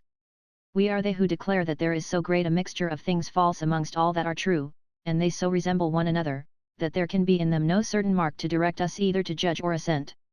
Why hath not Aristotle only, but most of the philosophers, affected difficulty, if not to set a greater value upon the vanity of the subject, and amuse the curiosity of our minds by giving them this hollow and fleshless bone to pick? Cletomachus affirmed that he could never discover by Carneades' writings what opinion he was of. This was it that made Epicurus affect to be abstruse, and that procured Heraclitus the epithet of Greek difficulty is a coin the learned make use of, like jugglers, to conceal the vanity of their art, and which human sottishness easily takes for current pay. Claras, obi obscurum linguam, magus intermanes. Omnia enim stolidi magus admiranturament. In versus chu sub verbis latitantia semunt. Bombast and riddle best do puppies please. For fools admire and love such things as these. And a dull quibble, wrapped in dubious phrase, up to the height doth their wise wonder raise. Cicero reprehends some of his friends for giving more of their time to the study of astrology, logic, and geometry, than they were really worth, saying that they were by these diverted from the duties of life, and more profitable and proper studies. The Cyrenaic philosophers, in like manner, despised physics and logic. Zeno, in the very beginning of the books of the Commonwealth, declared all the liberal arts of no use. Chrysippus said that what Plato and Aristotle had writ, concerning logic, they had only done in sport, and by way of exercise, and could not believe that they spoke in earnest of so vain a thing. Plutarch says the same of metaphysics. And Epicurus would have said as much of rhetoric, grammar, poetry, mathematics, and natural philosophy excepted, of all the sciences, and Socrates of them all, excepting that which treats of manners and of life. Whatever any one required to be instructed in, by him, he would ever, in the first place, demand an account of the conditions of his life present and past, which he examined and judged, esteeming all other learning subsequent to that and supernumerary, param mei placent illitero quo ad virtutem doctoribus nihil profuerunt. That learning is in small repute with me which nothing profited the teachers themselves to virtue. Most of the arts have been in like manner decried by the same knowledge, but they did not consider that it was from the purpose to exercise their wits in those very matters wherein there was no solid advantage. As to the rest, some have looked upon Plato as a dogmatist, others as a doubter, others in some things the one, and in other things the other. Socrates, the conductor of his dialogues, is eternally upon questions and stirring up disputes, never determining, never satisfying, and professes to have no other science but that of opposing himself. Homer, their author, has equally laid the foundations of all the sects of philosophy, to show how indifferent it was which way we should choose. 'Tis said that 10 several sects sprung from Plato, yet, in my opinion, never did any instruction halt and stumble, if his does not.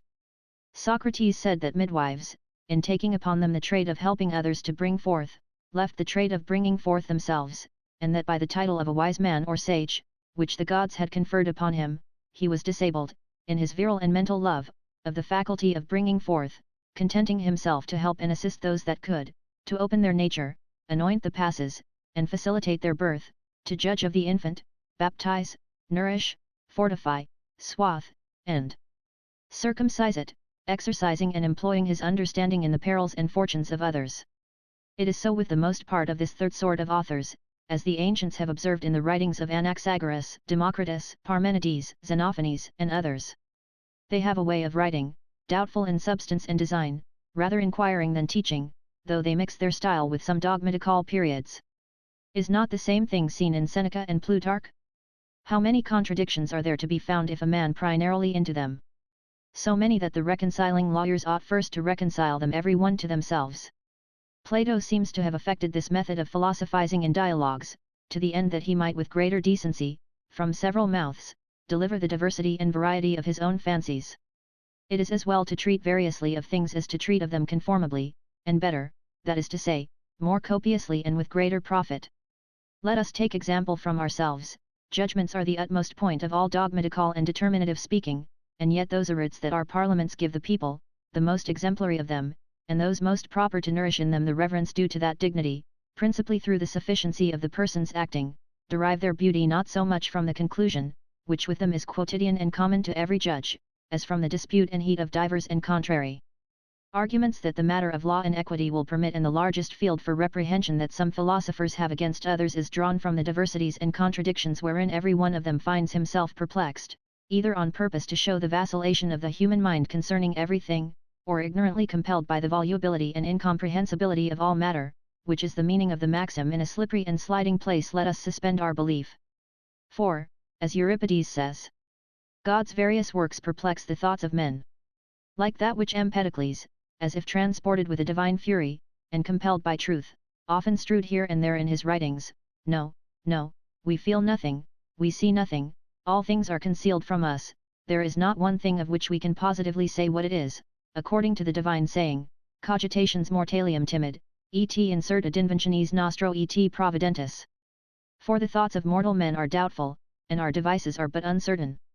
It is not to be thought strange if men, despairing to overtake what they hunt after, have not however lost the pleasure of the chase, study being of itself so pleasant an employment, and so pleasant that amongst the pleasures, the Stoics forbid that also which proceeds from the exercise of the mind, will have it curbed, and find a kind of intemperance in too much knowledge.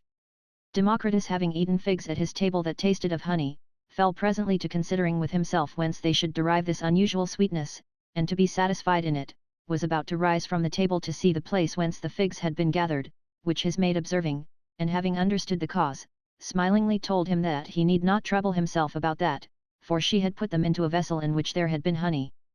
He was vexed at this discovery, and that she had deprived him of the occasion of this inquiry, and robbed his curiosity of matter to work upon.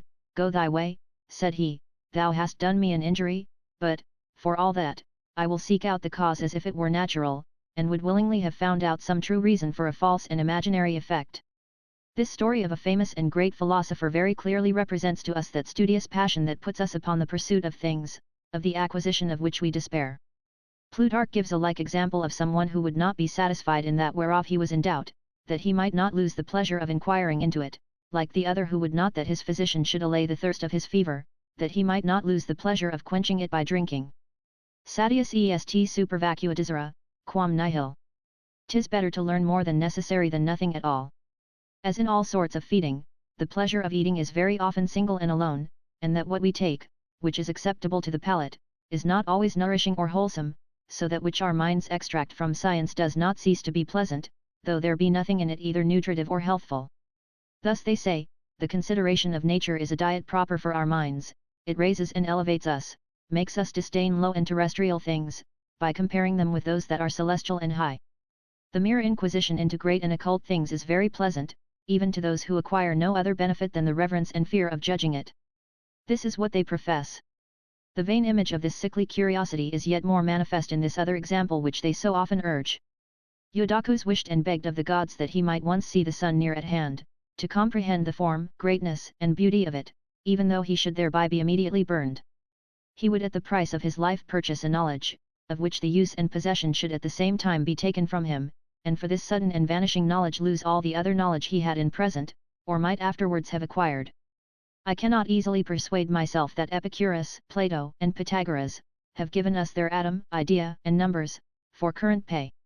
They were too wise to establish their articles of faith upon things so disputable and uncertain. But in that obscurity and ignorance in which the world then was, every one of these great men endeavoured to present some kind of image or reflection of light, and worked their brains for inventions that might have a pleasant and subtle appearance, provided that, though false, they might make good their ground against those that would oppose them. Unicuque ista pro ingenio finguntur, non ex scienti 6. These things every one fancies according to his wit, and not by any power of knowledge.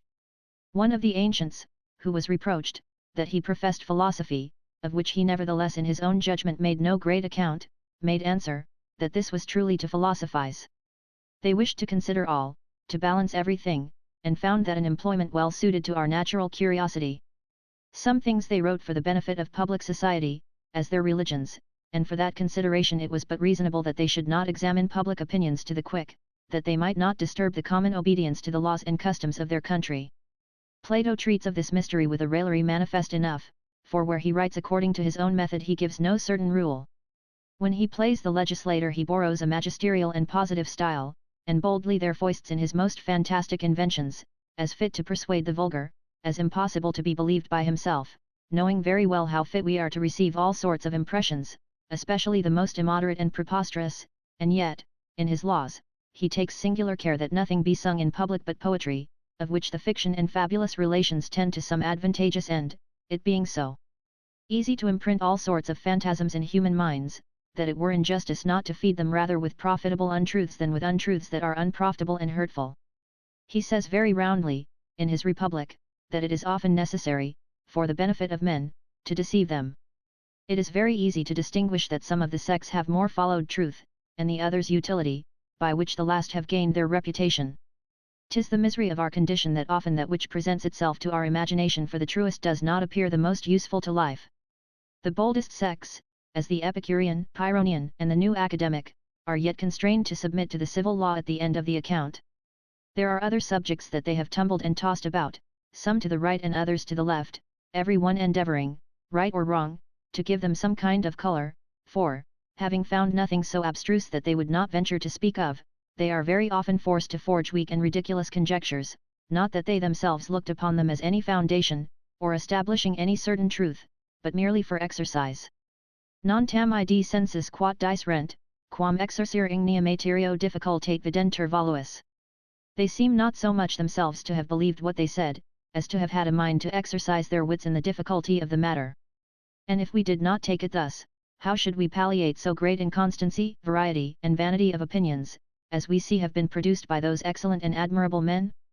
As, for example, what can be more vain than to imagine, to guess at God, by our analogies and conjectures?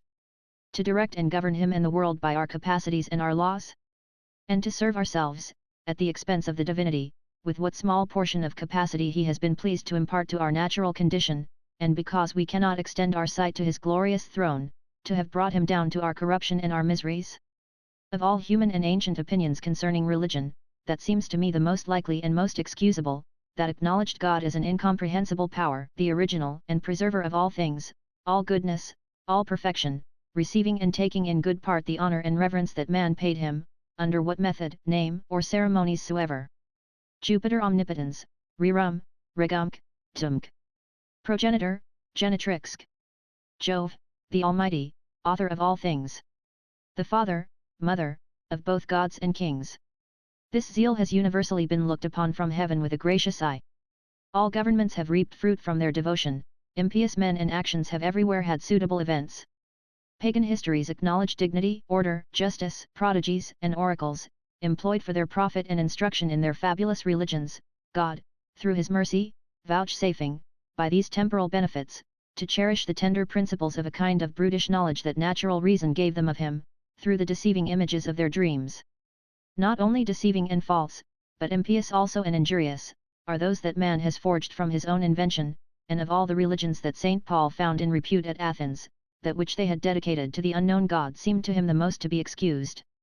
Pythagoras shadowed the truth a little more closely, judging that the knowledge of this first cause and being of beings ought to be indefinite, without limitation, without declaration, that it was nothing else than the extreme effort of our imagination towards perfection, every one amplifying the idea according to the talent of his capacity.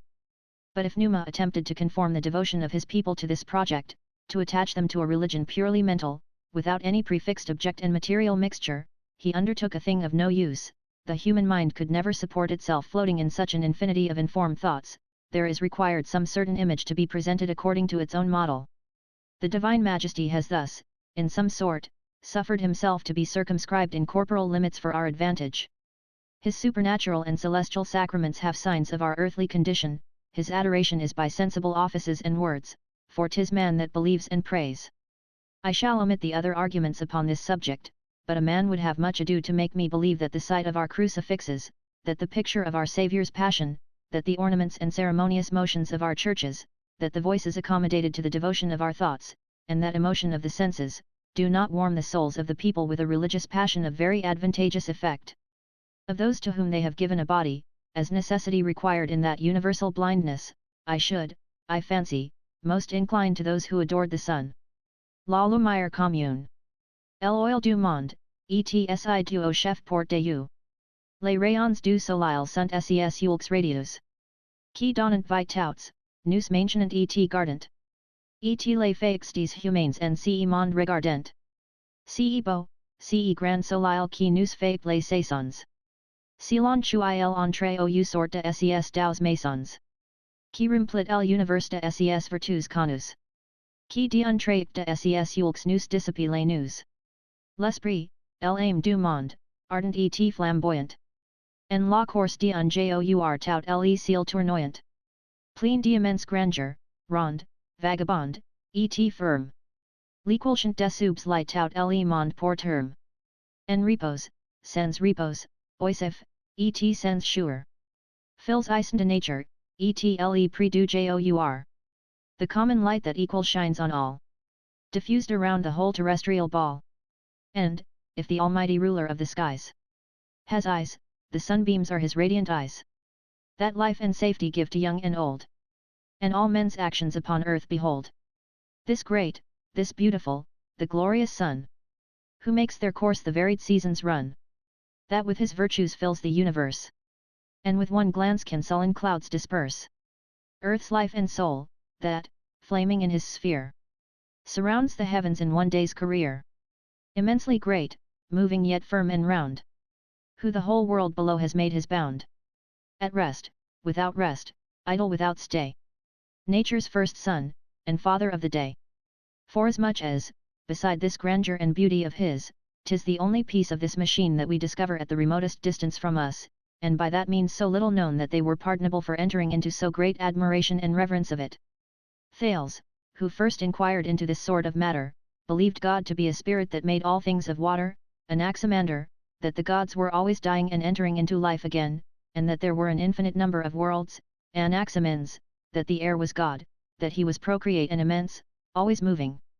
Anaxagoras I was of opinion that the description and manner of all things were conducted by the power and reason of an infinite spirit. Alcman gave divinity to the sun, moon, and stars, and to the soul. Pythagoras made God a spirit, spread over the nature of all things, whence our souls are extracted, Parmenides, a circle surrounding the heaven, and supporting the world by the ardour of light. Empedocles pronounced the four elements, of which all things are composed, to be gods. Protagoras had nothing to say, whether they were or were not, or what they were. Democritus was one while of opinion that the images and their circuit ions were gods, another while, the nature that darts out those images, and then, our science and intelligence. Plato divides his belief into several opinions. He says, in his Timaeus, that the Father of the world cannot be named, in his Laws, that men are not to inquire into his being, and elsewhere, in the very same books, he makes the world, the heavens, the stars, the earth, and our souls, gods, admitting, moreover, those which have been received by ancient institution in every republic. Xenophon reports a like perplexity in Socrates' doctrine, one while that men are not to inquire into the form of God, and presently makes him maintain that the Son is God, and the soul God, that there is but one God, and then that there are many. Speusippus, the nephew of Plato, makes God a certain power governing all things, and that he has a soul. Aristotle one while says it is the spirit, and another the world, one while he gives the world another master, and another while makes God the heat of heaven. Xenocrates makes 5 named amongst the planets, the 6th composed of all the fixed stars, as of so many members, the 7th and 8th, the sun and moon. Heraclides Ponticus does nothing but float in his opinion, and finally deprives God of sense, and makes him shift from one form to another, and at last says that it is heaven and earth. Theophrastus wanders in the same irresolution amongst his fancies, attributing the superintendency of the world one while to the understanding, another while to heaven, and then to the stars. Strato says that 'tis nature, she having the power of generation, augmentation, and diminution, without form and sentiment. Zeno says 'tis the law of nature, commanding good and prohibiting evil, which law is an animal, and takes away the accustomed gods, Jupiter, Juno, and Vesta. Diogenes Apolloniates, that 'tis air. Xenophans makes God round, seeing and hearing, not breathing, and having nothing in common with human nature. Aristo thinks the form of God to be incomprehensible, deprives him of sense, and knows not whether he be an animal or something else. Cleanthes, one while supposes it to be reason, another while the world, another the soul of nature, and then the supreme heat rolling about, and environing all. Perseus, Zeno's disciple, was of opinion that men have given the title of gods to such as have been useful, and have added any notable advantage to human life, and even to profitable things themselves. Chrysippus made a confused heap of all the preceding theories, and reckons, amongst 1,000 forms of gods that he makes, the men also that have been deified. Diagramoras and Theodoras flatly denied that there were any gods at all. Epicurus makes the gods shining, transparent, and perfable, lodged as betwixt two forts, betwixt two worlds, secure from blows, clothed in a human figure, and with such members as we have, which members are to them of no use. Ego deum genus esse semper duxi, et decem collatum. Sed eos non curari opiner quid agit humanum genus. I ever thought that gods above there were. But do not think they care what men do here. Trust to your philosophy, my masters, and brag that you have found the bean in the cake when you see what a rattle is here with so many philosophical heads. The perplexity of so many worldly forms has gained this over me, that manners and opinions contrary to mine do not so much displease as instruct me, nor so much make me proud as they humble me, in comparing them. And all other choice than what comes from the express and immediate hand of God seems to me a choice of very little privilege. The policies of the world are no less opposite upon this subject than the schools, by which we may understand that fortune itself is not more variable and inconstant, nor more blind and inconsiderate, than our reason.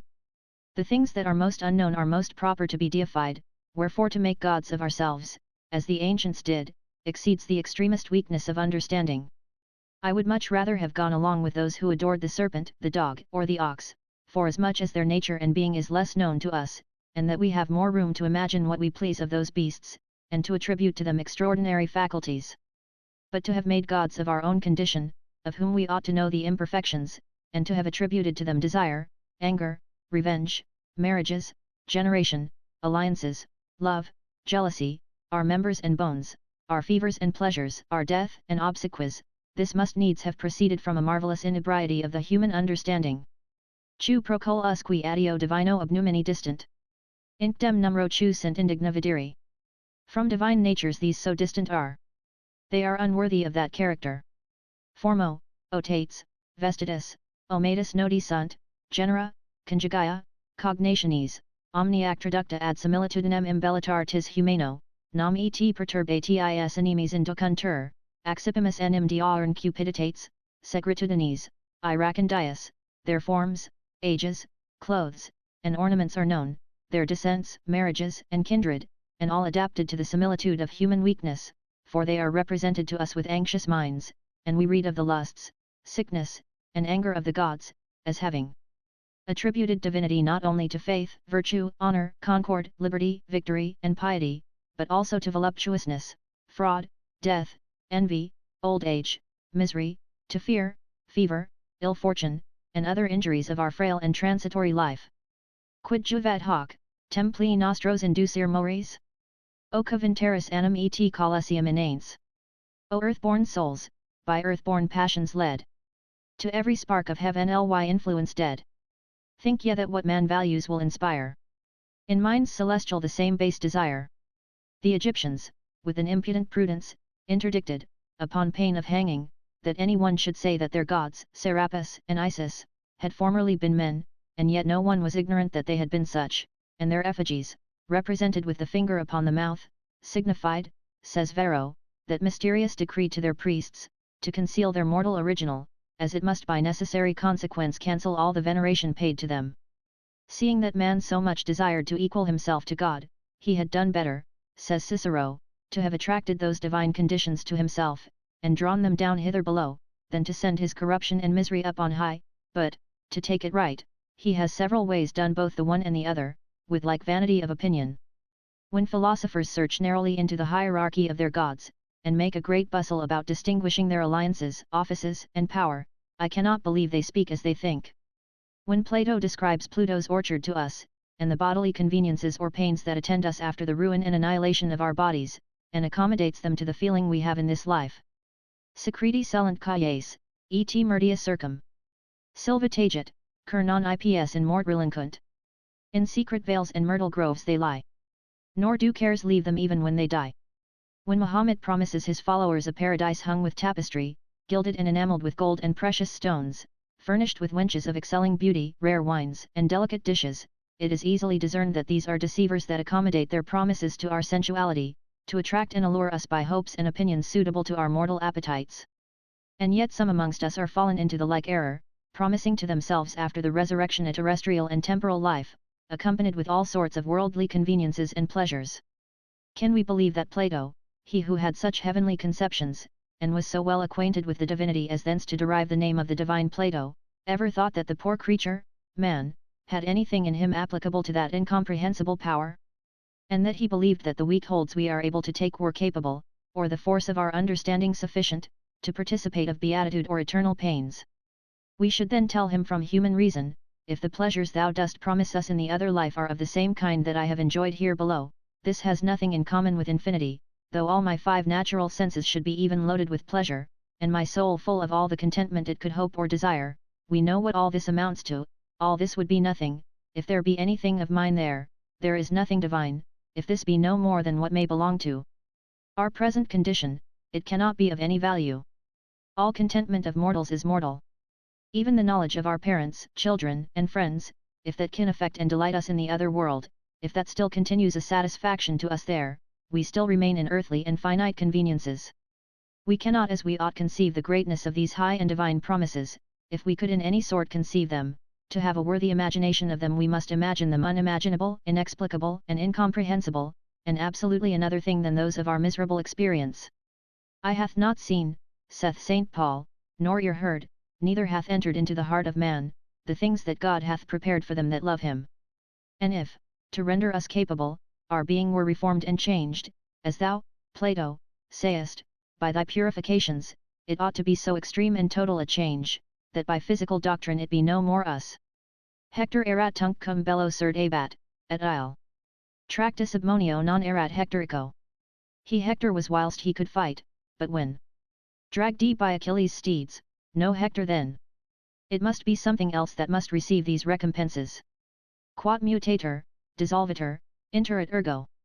Tragitiuntur enim partes, et gordon migrant. Things changed dissolved are, and therefore die. Their parts are mixed and from their order fly. For in Pythagoras' metempsychosis, and the change of habitation that he imagined in souls, can we believe that the lion, in whom the soul of Xar is enclosed, does espouse Xar's passions, or that the lion is he? For if it was still Xar, they would be in the right who, controverting this opinion with Plato, reproach him that the son might be seen to ride his mother transformed into a mule, and the like absurdities. And can we believe that in the mutations that are made of the bodies of animals into others of the same kind, the newcomers are not other than their predecessors? From the ashes of a phoenix, a worm, they say, is engendered, and from that another phoenix. Who can imagine that this second phoenix is no other than the first? We see our silkworms, as it were, die and wither, and from this withered body a butterfly is produced, and from that another worm. How ridiculous would it be to imagine that this was still the first? That which once has ceased to be is no more. Nec, si materiam nostrum collegerit tas. Post obitum, rarsum gredigerit, ut sit nunc est. Et giterum nobis fuerint data lumina vit. Pertinit quid quam tamen ad nosid quoque factum. Interrupta semel cum sit repetentio nostra. Neither though time should gather and restore our matter to the form it was before, and give again new light to see withal. Would that new figure us concern at all? Or we again ever the same be seen? Our being having interrupted been. And, Plato, when thou sayest in another place that it shall be the spiritual part of man that will be concerned in the fruition of the recompense of another life, thou tellest us a thing wherein there is as little appearance of truth. Silicet, avalsis redicibus, ut nequit olam. Dispicera ipsa oculus rem, sursum corpori toto.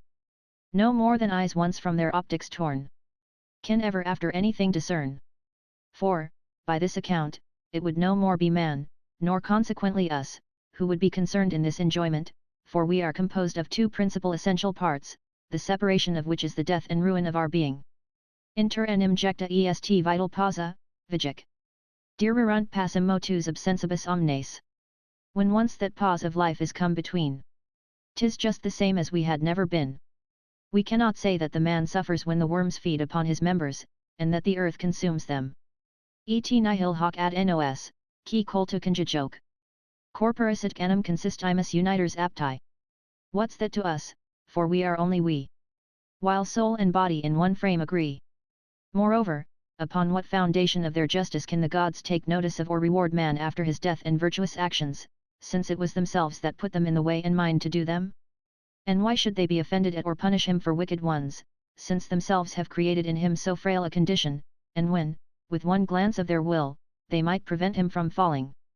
Might not Epicurus, with great colour of human reason, object this to Plato? Did he not often save himself with this sentence, that it is impossible to establish anything certain of the immortal nature by the mortal? She does nothing but err throughout, but especially when she meddles with divine things.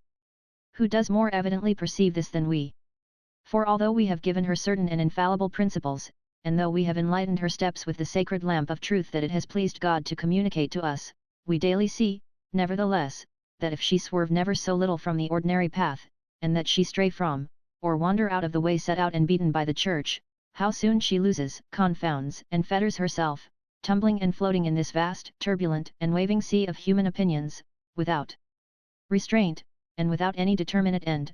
So soon as she loses that great and common road, she enters into a labyrinth of 1,000 several paths. Man cannot be anything but what he is, nor imagine beyond the reach of his capacity. 'Tis a greater presumption, says Plutarch, in them who are but men to attempt to speak and discourse of the gods and demigods than it is in a man utterly ignorant of music to give an opinion of singing, or in a man who never saw a camp to dispute about arms and martial affairs, presuming by some light conjecture to understand the effects of an art he is totally a stranger to. Antiquity, I believe, thought to put a compliment upon, and to add something to, the divine grandeur in assimilating it to man, investing it with his faculties, and adorning it with his ugly humours and most shameful necessities, offering it our aliments to eat, presenting it with our dances, mummeries, and farces, to divert it, with our vestments to cover it, and our houses to inhabit, coaxing it with the odor of incense and the sounds of music, with festoons and nosegays, and to accommodate it to our vicious passions, flattering its justice with inhuman vengeance. And with the ruin and dissipation of things by it created and preserved, as Tiberius Sempronius, who burnt the rich spoils and arms he had gained from the enemy in Sardinia for a sacrifice to Vulcan, and Paulus Milius, those of Macedonia, to Mars and Minerva, and Alexander, arriving at the Indian Ocean, threw several great vessels of gold into the sea, in honor of Thetis, and moreover loading her altars with a slaughter not of innocent beasts only, but of men also, as several nations, and ours among the rest, were commonly used to do, and I believe there is no nation under the sun that has not done the same. Sulmon creatos. Quaetu or hc juvens, totidem quos educat ufens. Viventes rapit, inferias quos emolet umbras. 4 sons of Sulmo, for whom Ufens bred. He took in flight, and living victims led. To please the ghost of Pallas, and expire in sacrifice before his funeral pyre. The get hold themselves to be immortal, and that their death is nothing but a journey to their gods Amalses. Every 5 years they dispatch some one among them to him, to entreat of him such necessaries as they stand in need of. This envoy is chosen by lot, and the form of dispatching him, after he has been instructed by word of mouth what he is to deliver, is that of the assistants, 3 hold up as many javelins, upon which the rest throw his body with all their force. If he happen to be wounded in a mortal part, and that he immediately dies, 'tis held a certain argument of divine favour, but if he escapes, he is looked upon as a wicked and execrable wretch, and another is dismissed after the same manner in his stead. Ames Tries, the mother of Xerxes, being grown old, caused at once 14 young men, of the best families of Persia, to be buried alive, according to the religion of the country, to gratify some infernal deity.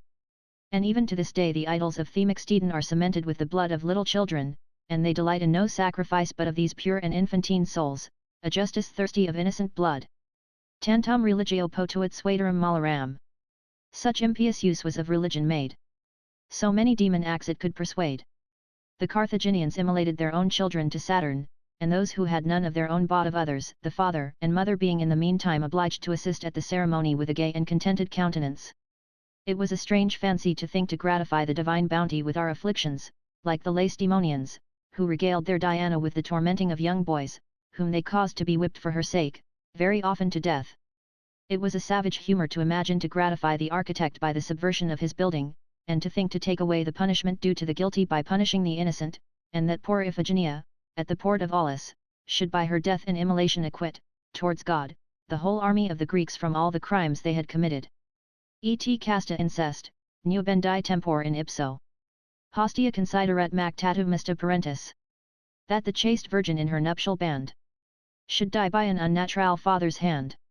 And that the 2 noble and generous souls of the 2 Decii, the Father and the Son, to incline the favour of the gods to be propitious to the affairs of Rome, should throw themselves headlong into the thickest of the enemy, quo fut tanta diorum iniquitas, ut placari populo Romano non possent, nisi tales viri occidescent? How great an injustice in the gods was it that they could not be reconciled to the people of Rome unless such men perished. To which may be added, that it is not for the criminal to cause himself to be scourged according to his own measure nor at his own time, but that it purely belongs to the judge, who considers nothing as chastisements but the penalty that he appoints, and cannot call that punishment which proceeds from the consent of him that suffers. The divine vengeance presupposes an absolute descent in us, both for its justice and for our own penalty. And therefore it was a ridiculous humour of Polycrates, tyrant of Samos, who, to interrupt the continued course of his good fortune, and to balance it, went and threw the dearest and most precious jewel he had into the sea, believing that by this voluntary and antedated mishap he bribed and satisfied the revolution and vicissitude of fortune, and she, to mock his folly, ordered it so that the same jewel came again into his hands, found in the belly of a fish. And then to what end were those tearings and dismemberments of the Corybants, the Menads, and, in our times, of the Mahometans, who slash their faces, bosoms, and limbs, to gratify their profit, seeing that the offence lies in the will, not in the breast, eyes, genitals, roundness of form, the shoulders, or the throat. Tantus est perturbdo mentis, et sedibus suis pilso, furor, ut sic di placenter, quamad magem eni homines quidem soviant. So great is the fury and madness of troubled minds when once displaced from the seat of reason, as if the gods should be appeased with what even men are not so cruel as to approve. The use of this natural contexture has not only respect to us, but also to the service of God and other men. 'Tis as unjust for us voluntarily to wound or hurt it as to kill ourselves upon any pretence whatever. It seems to be great cowardice and treason to exercise cruelty upon, and to destroy, the functions of the body that are stupid and servile, to spare the soul the solicitude of governing them according to reason. Ubi iratos Deos timent, qui sic propitios haberum morenter? In regi libidinus voluptatem castrati sunt quidem, sed nemo sibi, ne vir esset, jubent domino, mantis incelit. Where are they so afraid of the anger of the gods as to merit their favour at that rate? Some, indeed, have been made eunuchs for the lust of princes, but no man at his master's command has put his own hand to unman himself.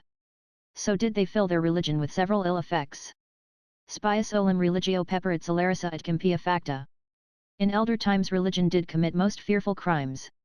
Now nothing of ours can in any sort be compared or likened unto the divine nature, which will not blemish and stain it with much imperfection.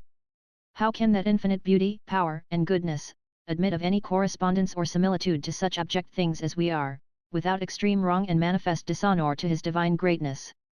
Infirmum dei fortius est hominibus, et stultum dei sapientius est hominibus. For the foolishness of God is wiser than men, and the weakness of God is stronger than men. Stilpo, the philosopher, being asked, whether the gods were delighted with our adorations and sacrifices. You are indiscreet, answered he, let us withdraw apart, if you would talk of such things. Nevertheless, we prescribe him bounds, we keep his power besieged by our reasons. I call our ravings and dreams reason, with the dispensation of philosophy, which says, that the wicked man, and even the fool, go mad by reason, but a particular form of reason, we would subject him to the vain and feeble appearances of our understandings, him who has made both us and our knowledge. Because that nothing is made of nothing, God therefore could not make the world without matter. What? Has God put into our hands the keys and most secret springs of his power? Is he obliged not to exceed the limits of our knowledge?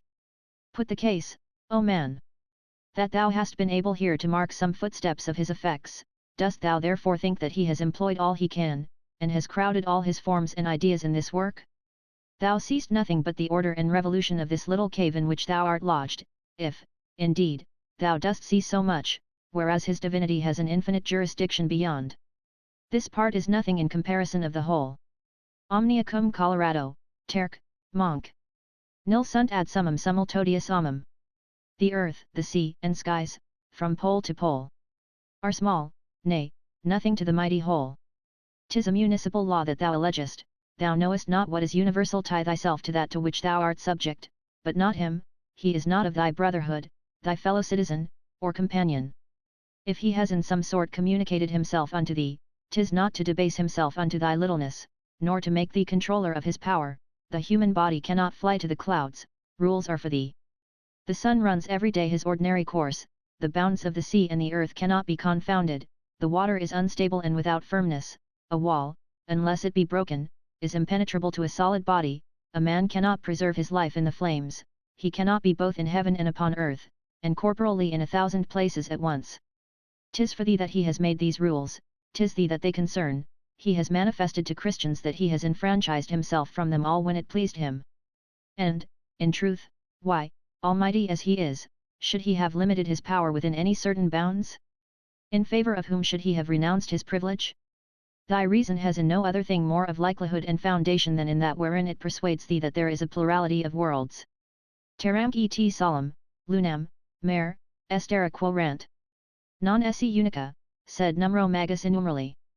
That earth, sun, moon, sea, and the rest that are not single, but innumerable were. The most eminent minds of elder times believed it, and some of this age of ours, compelled by the appearances of human reason, do the same, forasmuch as in this fabric that we behold there is nothing single and one. Cum in sum residential nulla sit una. Unica quo ignitur, et unica salate crescat. Since nothing single in this mighty place, that can alone beget, alone increase. And that all the kinds are multiplied in some number, by which it seems not to be likely that God should have made this work only without a companion, and that the matter of this form should have been totally drained in this individual. Quer entiam et entiam tales fatir necesse est. Esse alios alibi congresses materiali. Qualis hic est, avido complexu quem tenet there. Wherefore 'tis necessary to confess that there must elsewhere be the like congress of the like matter, which the airy space holds fast within its infinite embrace. Especially if it be a living creature, which its motions render so credible that Plato affirms it, and that many of our people do either confirm, or dare not deny it, no more than that ancient opinion that the heavens, the stars, and other members of the world, are creatures composed of body and soul, mortal in respect of their composition, but immortal by the determination of the Creator. Now if there be many worlds, as Democritus, Epicurus, and almost all philosophy has believed, what do we know that the principles and rules of this of ours in like manner concern the rest? They may peradventure have another form and another polity. Epicurus supposes them either like or unlike. We see in this world an infinite difference and variety, only by distance of places, neither calm, wine, nor any of our animals are to be seen in that newcomer of the world discovered by our fathers, 'tis all there another thing, and in times past, do but consider in how many parts of the world they had no knowledge either of Bacchus or Ceres. If Pliny and Herodotus are to be believed, there are in certain places kinds of men very little resembling us, mongrel and ambiguous forms, betwixt the human and brutal natures. There are countries where men are bomb without heads, having their mouth and eyes in their breast, where they are all hermaphrodites, where they go on all four, where they have but one eye in the forehead, and a head more like a dog than like ours, where they are half fish the lower part, and live in the water, where they women bear at 5 years old, and live but 8, where the head and the skin of the forehead is so hard that a sword will not touch it, but rebounds again, where men have no beards, nations that know not the use of fire, others that eject seed of a black color. What shall we say of those that naturally change themselves into wolves, colts, and then into men again? And if it be true, as Plutarch says, that in some place of the Indies there are men without mouths, who nourish themselves with the smell of certain odors, how many of our descriptions are false? He is no longer risible, nor, perhaps, capable of reason and society. The disposition and cause of our internal composition would then for the most part be to no purpose, and of no use. Moreover, how many things are there in our own knowledge that oppose those fine rules we have cut out for and prescribed to nature? And yet we must undertake to circumscribe thereto God Himself. How many things do we call miraculous, and contrary to nature? This is done by every nation and by every man, according to the proportion of his ignorance. How many occult properties and quintessences do we daily discover? For us to go according to nature, is no more but to go according to our understanding, as far as that is able to follow, and as far as we are able to see into it, all beyond that is, forsooth, monstrous and irregular. Now, by this account, all things shall be monstrous to the wisest and most understanding men, for human reason has persuaded them that there was no manner of ground nor foundation, not so much as to be assured that snow is white, and Anaxagoras affirmed it to be black, if there be anything, or if there be nothing, if there be knowledge or ignorance, which Metrodorus of Chios denied that man was able to determine, or whether we live, as Euripides doubts whether the life we live is life, or whether that we call death be not life, Greek and not without some appearance. For why do we derive the title of being from this instant, which is but a flash in the infinite course of an eternal night, and so short an interruption of our perpetual and natural condition, death possessing all the before and after this moment, and also a good part of the moment itself? Others swear there is no motion at all, as followers of Melissus, and that nothing stirs. For if there be but one, neither can that spherical motion be of any use to him, nor motion from one place to another, as Plato proves, that there is neither generation nor corruption in nature. Protagoras says that there is nothing in nature but doubt, that a man may equally dispute of all things, and even of this, whether a man can equally dispute of all things, Nausiphanes, that of things which seem to be, nothing is more than it is not, that there is nothing certain but uncertainty, Parmenides, that of that which seems, there is no one thing in general, that there is but one thing, Zeno, that one same is not, and that there is nothing, if there were one thing, it would either be in another or in itself, if it be in another, they are two, if it be in itself, they are yet two, the comprehending, and the comprehended. According to these doctrines the nature of things is no other than a shadow, either false or vain. This way of speaking in a Christian man has ever seemed to me very indiscreet and irreverent. God cannot die, God cannot contradict himself, God cannot do this or that. I do not like to have the divine power so limited by the laws of men's mouths, and the idea which presents itself to us in those propositions ought to be more religiously and reverently expressed. Our speaking has its failings and defects, as well as all the rest. Most of the occasions of disturbance in the world are grammatical ones, our suits only spring from disputes as to the interpretation of laws, and most wars proceed from the inability of ministers clearly to express the conventions and treaties of amity of princes. How many quarrels, and of how great importance, has the doubt of the meaning of this syllable, hoc asterisk, created in the world? Let us take the clearest conclusion that logic itself. Asterisk Montaigne here refers to the controversies between the Catholics and Protestants about transubstantiation. Presents us with all, if you say, it is fine weather, and that you say true, it is then fine weather. Is not this a very certain form of speaking? And yet it will deceive us, that it will do so. Let us follow the example. If you say, I lie, if you say true, you do lie. The art, the reason, and force of the conclusion of this, are the same with the other, and yet we are gravelled. The Pyrrhonian philosophers, I see, cannot express their general conception in any kind of speaking, for they would require a new language on purpose. Ours is all formed of affirmative propositions, which are totally antarctic to them, insomuch that when they say I doubt, they are presently taken by the throat, to make them confess that at least they know and are assured that they do doubt. By which means they have been compelled to shelter themselves under this medical comparison, without which their humour would be inexplicable.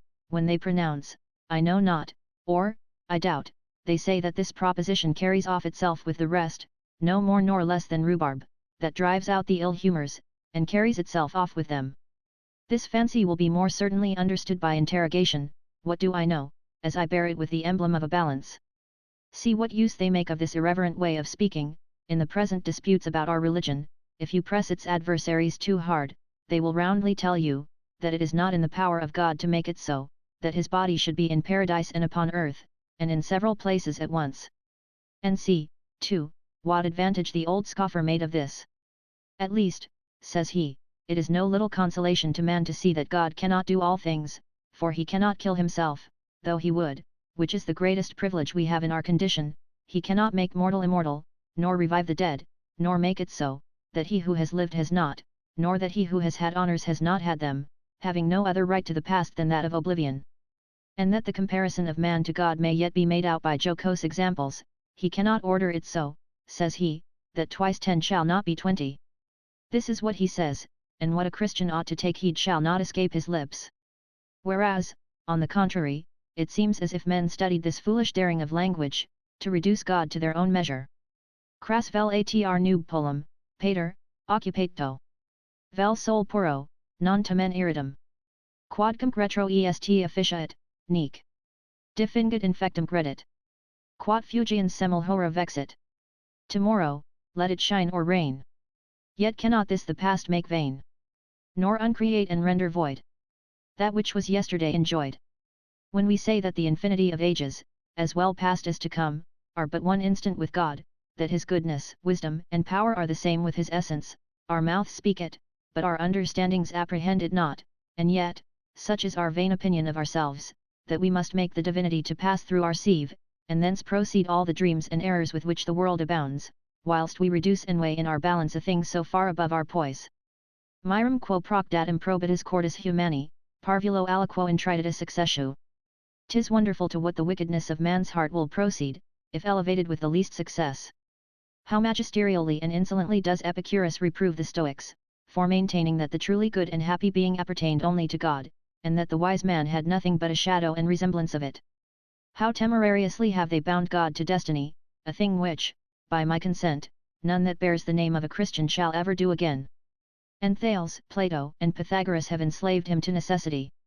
This arrogance of attempting to discover God with our eyes has been the cause that an eminent person among us has attributed to the divinity a corporal form, and is the reason of what happens to us every day, of attributing to God important events, by a particular assignment. Because they weigh with us, they conclude that they also weigh with him, and that he has a more intent and vigilant regard to them than to others of less moment to us or of ordinary course. Magna Dei curant, parva negligunt. The gods are concerned at great matters, but slight the small. Listen to him, he will clear this to you by his reason. Nec in regnis quidem regis omnia minima curant, neither indeed do kings in their administration take notice of all the least concerns. As if to that King of kings it were more or less to subvert a kingdom, or to move the leaf of a tree, or as if his providence acted after another manner in inclining the event of a battle than in the leap of a flea. The hand of his government is laid upon everything after the same manner, with the same power and order. Our interest does nothing towards it, our inclinations and measures sway nothing with him. Dies ita artifex magnus in magnis, ut minor non sit in parvis, God is so great an artificer in great things, that he is no less in the least. Our arrogancy sets this blasphemous comparison ever before us. Because our employments are a burden to us, Strato has courteously been pleased to exempt the gods from all offices, as their priests are. He makes nature produce and support all things, and with her weights and motions make up the several parts of the world, discharging human nature from the awe of divine judgments. Quod beatum terunc sit, id nec haberin egotai quic quam, nec exhibere alteri, what is blessed and eternal has neither any business itself nor gives any to another. Nature will that in like things there should be a like relation. The infinite number of mortals, therefore, concludes a like number of immortals. The infinite things that kill and destroy presupposes as many that preserve and profit.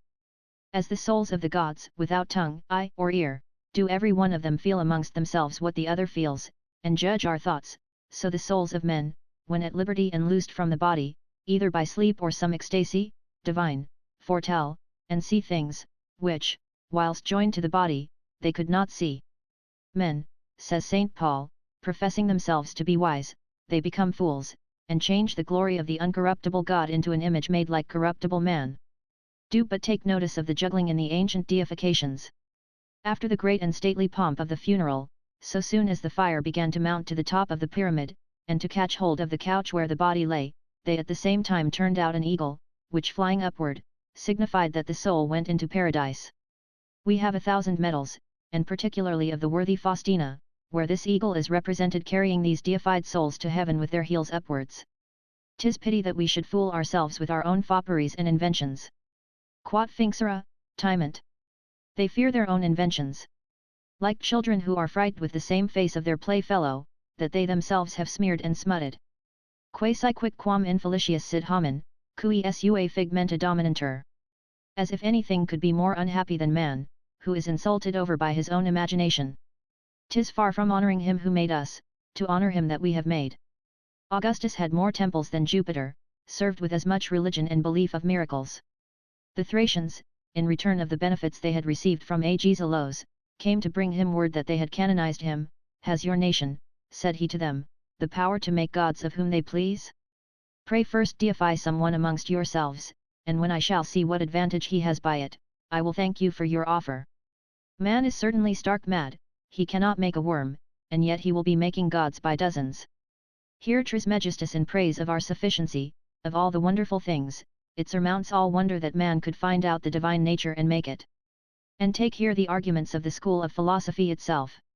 Nasi cui divos et coli muninis soli. Aut soli nescire, datum. To whom to know the deities of heaven? Or know he knows them not, alone 'tis given. If there is a God, he is a living creature, if he be a living creature, he has sense, and if he has sense, he is subject to corruption. If he be without a body he is without a soul, and consequently without action, and if he has a body, it is perishable. Is not here a triumph? We are incapable of having made the world, there must then be some more excellent nature that has put a hand to the work. It were a foolish and ridiculous arrogance to esteem ourselves the most perfect thing of the universe.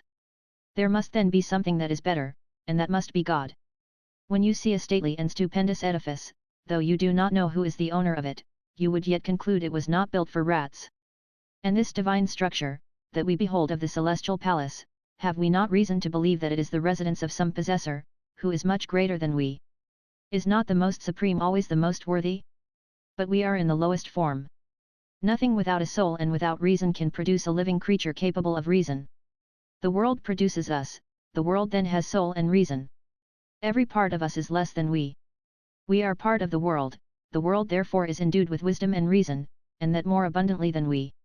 'Tis a fine thing to have a great government, the government of the world then appertains to some happy nature. The stars do us no harm, they are then full of goodness. We have need of nourishment, then so have the gods also, and feed upon the vapours of the earth. Worldly goods are not goods to God, therefore they are not goods to us. Offending and being offended are equally testimonies of imbecility, 'tis therefore folly to fear God. God is good by his nature, man by his industry, which is more. The divine and human wisdom have no other distinction, but that the first is eternal, but duration is no accession to wisdom, therefore we are companions. We have life, reason, and liberty, we esteem goodness, charity, and justice, these qualities are then in him. In conclusion, building and destroying, the conditions of the divinity, are forged by man, according as they relate to himself. What a pattern, and what a model! Let us stretch, let us raise and swell human qualities as much as we please, puff up thyself, poor man, yet more and more, and more. Non, si tu ruperis, inquit. Not if thou burst, said he. Profecto non deum, quern cogitare non possunt, sed semitip pro illo cogitantes, non ilium, sed sipsos, non illi, sed sibi comparent. Certainly they do not imagine God, whom they cannot imagine, but they imagine themselves in his stead, they do not compare him, but themselves, not to him, but to themselves. In natural things the effects do but half relate to their causes. What's this to the purpose? His condition is above the order of nature, too elevated, too remote, and too mighty, to permit itself to be bound and fettered by our conclusions. 'Tis not through ourselves that we arrive at that place, our ways lie too low. We are no nearer heaven on the top of Mount Cenis than at the bottom of the sea, take the distance with your astrolabe. They debase God even to the carnal knowledge of women, to so many times, and so many generations. Paulina, the wife of Saturninus, a matron of great reputation at Rome, thinking she lay with the god Serapis, found herself in the arms of an amoroso of hers, through the panderism of the priests of his temple. Varro, the most subtle and most learned of all the Latin authors, in his book of theology, writes, that the sexton of Hercules's temple, throwing dice with one hand for himself, and with the other for Hercules, played after that manner with him for a supper and a wench, if he won, at the expense of the offerings, if he lost, at his own. The sexton lost, and paid the supper and the wench. Her name was Laurentina, who saw by night this god in her arms, who moreover told her, that the first she met the next day, should give her a heavenly reward, which proved to be Terentius, a rich young man, who took her home to his house, and in time left her his inheritrix. She, in her turn, thinking to do a thing that would be pleasing to the god, left the people of Rome heirs to her, and therefore had divine honours attributed to her. As if it had not been sufficient that Plato was originally descended from the gods by a double line, and that he had Neptune for the common father of his race, it was certainly believed at Athens, that Aristo, having a mind to enjoy the fair Perictione, could not, and was warned by the god Apollo, in a dream, to leave her unpolluted and untouched, till she should first be brought to bed. These were the father and mother of Plato. How many ridiculous stories are there of like cuckoldings, committed by the gods against poor mortal men? And how many husbands injuriously scandaled in favour of the children? In the Mahometan religion there are Merlins enough found by the belief of the people, that is to say, children without fathers, spiritual, divinely conceived in the wombs of virgins, and carry names that signify so much in their language. We are to observe that to everything nothing is more dear and estimable than its being, the lion, the eagle, the dolphin, prize nothing above their own kind, and that everything assimilates the qualities of all other things to its own proper qualities, which we may indeed extend or contract, but that's all, for beyond that relation and principle our imagination cannot go, can guess at nothing else, nor possibly go out thence, nor stretch beyond it, whence spring these ancient conclusions, of all forms the most beautiful is that of man, therefore God must be of that form. No one can be happy without virtue, nor virtue be without reason, and reason cannot inhabit anywhere but in a human shape, God is therefore clothed in a human figure. Ita est informatum et anticipatum mentibus nostris, ut homini, quum de Deo cogitet, forma occurrit humana. It is so imprinted in our minds, and the fancy is so prepossessed with it, that when a man thinks of God, a human figure ever presents itself to the imagination. Therefore it was that Xenophanes pleasantly said, that if beasts frame any gods to themselves, as 'tis likely they do, they make them certainly such as themselves are, and glorify themselves in it, as we do. For why may not a goose say thus, all the parts of the universe I have an interest in, the earth serves me to walk upon, the sun to light me, the stars have their influence upon me, I have such an advantage by the winds and such by the waters, there is nothing that yon heavenly roof looks upon so favourably as me, I am the darling of nature. Is it not man that keeps, lodges, and serves me? 'Tis for me that he both sows and grinds, if he eats me he does the same by his fellow men, and so do I the worms that kill and devour him. As much might be said by a crane, and with greater confidence, upon the account of the liberty of his flight, and the possession of that high and beautiful region. Tam blanda conciliatrix, et tam sui est lena ipsa natura. So flattering and wheedling a bawd is nature to herself. Now by the same consequence, the destinies are then for us the world, it shines, it thunders for us, creator and creatures, all are for us, 'tis the mark and point to which the universality of things aims. Look into the records that philosophy has kept for 2000 years and more, of the affairs of heaven, the gods all that while have neither acted nor spoken but for man. She does not allow them any other consultation or occupation. See them here against us in war. Domitos Hercule Manu. Tel Juris Juvens, unde periculum. Fulgens contrum muit domus.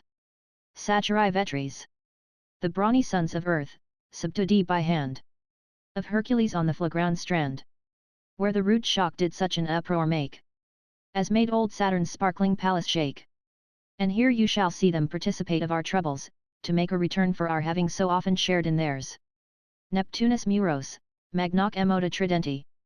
Fundamenta quaedi, totem xidibus urbum. Emit, high Junoscus sphisima portus prima tenet. Amidst that smother Neptune holds his place. Below the wall's foundation drives his mace, and heaves the city from its solid base. See where in arms the cruel Juno stands, full in the skin gate. The Conians, jealous of the authority of their own proper gods, armed themselves on the days of their devotion, and through the whole of their precincts ran cutting and slashing the air with their swords, by that means to drive away and banish all foreign gods out of their territory. Their powers are limited according that the plague, that the scurf, that the tisic, one cures one sort of itch, another, addio minimis entium rebus per religio inserit deos. At such a rate does false religion create gods for the most contemptible uses.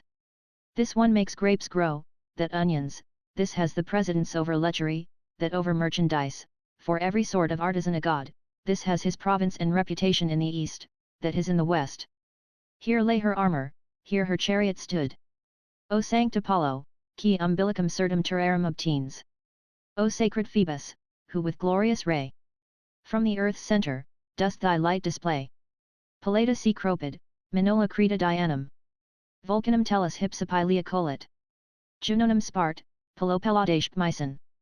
Pinigerum foninalis ora capit. Mars latio venerandus. Th Athenians Pallas, Cynthia Crete adore. Vulcan is worshipped on the Lemnian shore.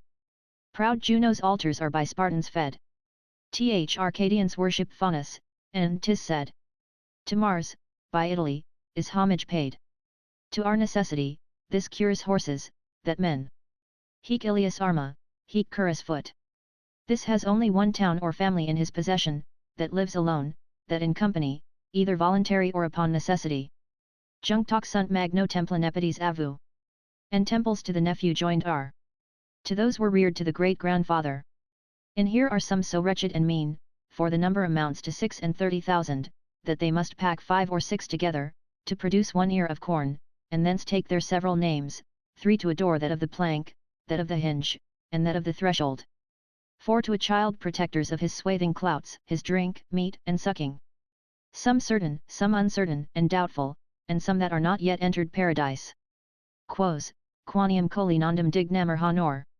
Quas didymus serd terras habitaris in anras. Whom, since we yet not worthy think of heaven, we suffer to possess the earth we've given. There are amongst them physicians, poets, and civilians. Some of a mean betwixt the divine and human nature, mediators betwixt God and us, adorned with a certain second and diminutive sort of adoration, infinite in titles and offices, some good, others ill, some old and decrepit, and some that are mortal. For Chrysippus was of opinion that in the last conflagration of the world all the gods were to die but Jupiter. Man makes 1,000 pretty societies betwixt God and him, is he not his countryman? Jovis incunabula Cretan. Crete, the cradle of Jupiter. And this is the excuse that, upon consideration of this subject, Scaevola, a high priest, and Varro, a great theologian in their times, make us, that it is necessary that the people should be ignorant of many things that are true, and believe many things that are false. Quem veritatem qua liberitur inquirat credator ei expedire quat follitur. Seeing he inquires into the truth, by which he would be made free, 'tis fit he should be deceived. Human eyes cannot perceive things but by the forms they know, and we do not remember what a leap Miserabilton took for attempting to guide his father's horses with a mortal hand. The mind of man falls into as great a depth, and is after the same manner bruised and shattered by his own rashness. If you ask a philosophy of what matter the heavens and the sun are, what answer will she return, if not that it is iron, or, with Anaxagoras, stone, or some other matter that she makes use of? If a man inquire of Zeno what nature is? A fire, says he, an artisan, proper for generation, and regularly proceeding. Archimedes, master of that science which attributes to itself the precedency before all others for truth and certainty, the sun, says he, is a god of red-hot iron. Was not this a fine imagination, extracted from the inevitable necessity of geometrical demonstrations? Yet not so inevitable and useful but that Socrates thought it was enough to know so much of geometry only as to measure the land a man bought or sold, and that Paulinus, who had been a great and famous doctor in it, despised it, as full of falsity and manifest vanity, after he had once tasted the delicate fruits of the Lazelli gardens of Epicurus. Socrates and Xenophon, concerning this affair, says of Anaxagoras, reputed by antiquity learned above all others in celestial and divine matters, that he had cracked his brain, as all other men do who too immoderately search into knowledges which nothing belonged to them. When he made the sun to be a burning stone, he did not consider that a stone does not shine in the fire, and, which is worse, that it will there consume, and in making the sun and fire one, that fire does not turn the complexions black in shining upon them, that we are able to look fixedly upon fire, and that fire kills herbs and plants. 'Tis Socrates' opinion, and mine too, that the best judging of heaven is not to judge of it at all. Plato having occasion, in his Timaeus, to speak of the demons, this undertaking, says he, exceeds my ability. We are therefore to believe those ancients who said they were begotten by them. 'Tis against all reason to refuse a man's faith to the children of the gods, though what they say should not be proved by any necessary or probable reasons, seeing they engage to speak of domestic and familiar things. Let us see if we have a little more light in the knowledge of human and natural things. Is it not a ridiculous attempt for us to forge for those to whom, by our own confession, our knowledge is not able to attain, another body, and to lend a false form of our own invention, as is manifest in this motion of the planets, to which, seeing our wits cannot possibly arrive, nor conceive their natural conduct, we lend them material, heavy, and substantial springs of our own by which to move. Tema aureus, aurea sum. Cavatura rot, rotiorum argenteus ordo. Gold was the axle, and the beam was gold. The wheels with silver spokes on golden circles rolled. You would say that we had had coachmakers, carpenters, and painters, that went up on high to make engines of various motions, and to range the wheelwork and interfacings of the heavenly bodies of differing colors about the axis of necessity, according to Plato. Mundus domus est maxima rerum. Quam quinque altitone fragmines on. Singunt, per quam limbus pictus bis sex sinus. Stellum acantibus, altus in obliquo there, lun. Bigus acceptat. The world's a mansion that doth all things hold. Which thundering zones, in number 5, enfold. Through which a girdle, painted with 12 signs. And that with sparkling constellations, shines. In heaven's arch marks the diurnal course. For the sun's chariot and his fiery horse. These are all dreams and fanatic follies. Why will not nature please for once to lay open her bosom to us, and plainly discover to us the means and conduct of her movements, and prepare our eyes to see them? Good God, what abuse, what mistakes should we discover in our poor science? I am mistaken if that weak knowledge of ours holds any one thing as it really is, and I shall depart hence more ignorant of all other things than my own ignorance. Have I not read in Plato this divine saying, that nature is nothing but enigmatic poesy? As if a man might perhaps see a veiled and shady picture, breaking out here and there with an infinite variety of false lights to puzzle our conjectures, latent ista omnia crassus occulta et circumfusa tenebris, ut nulla aces humani ingenii tanta sit, chu penetrer in caelum, terram intrer, possit. All those things lie concealed and involved in so dark an obscurity that no point of human wit can be so sharp as to pierce heaven or penetrate the earth. And certainly philosophy is no other than sophisticated poetry. Whence do the ancient writers extract their authorities but from the poets?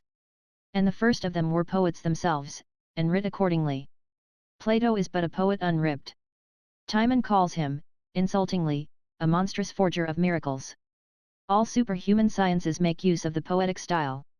Just as women make use of teeth of ivory where the natural are wanting, and instead of their true complexion make one of some artificial matter, as they stuff themselves out with cotton to appear plump, and in the sight of every one do paint, patch, and trick up themselves with a false and borrowed beauty, so does science, and even our law itself has, they say, legitimate fictions, whereon it builds the truth of its justice.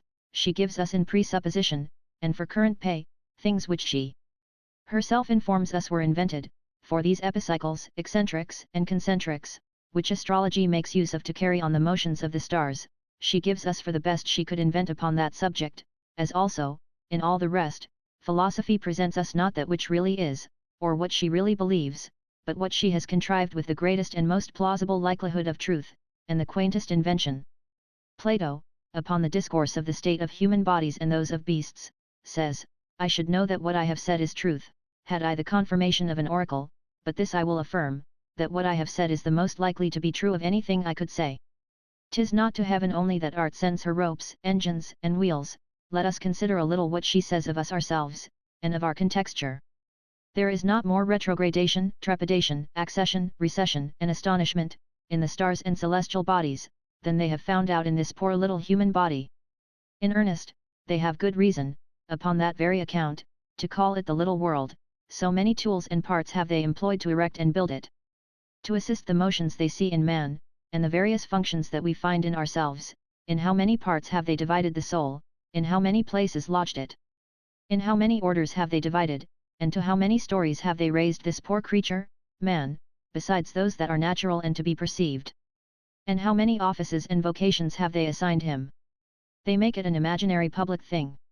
'Tis a subject that they hold and handle, and they have full power granted to them to rip, place, displace, piece, and stuff it, every one according to his own fancy, and yet they possess it not, they cannot, not in reality only, but even in dreams, so govern it that there will not be some cadence or sound that will escape their architecture, as enormous as it is, and botched with 1,000 false and fantastic patches.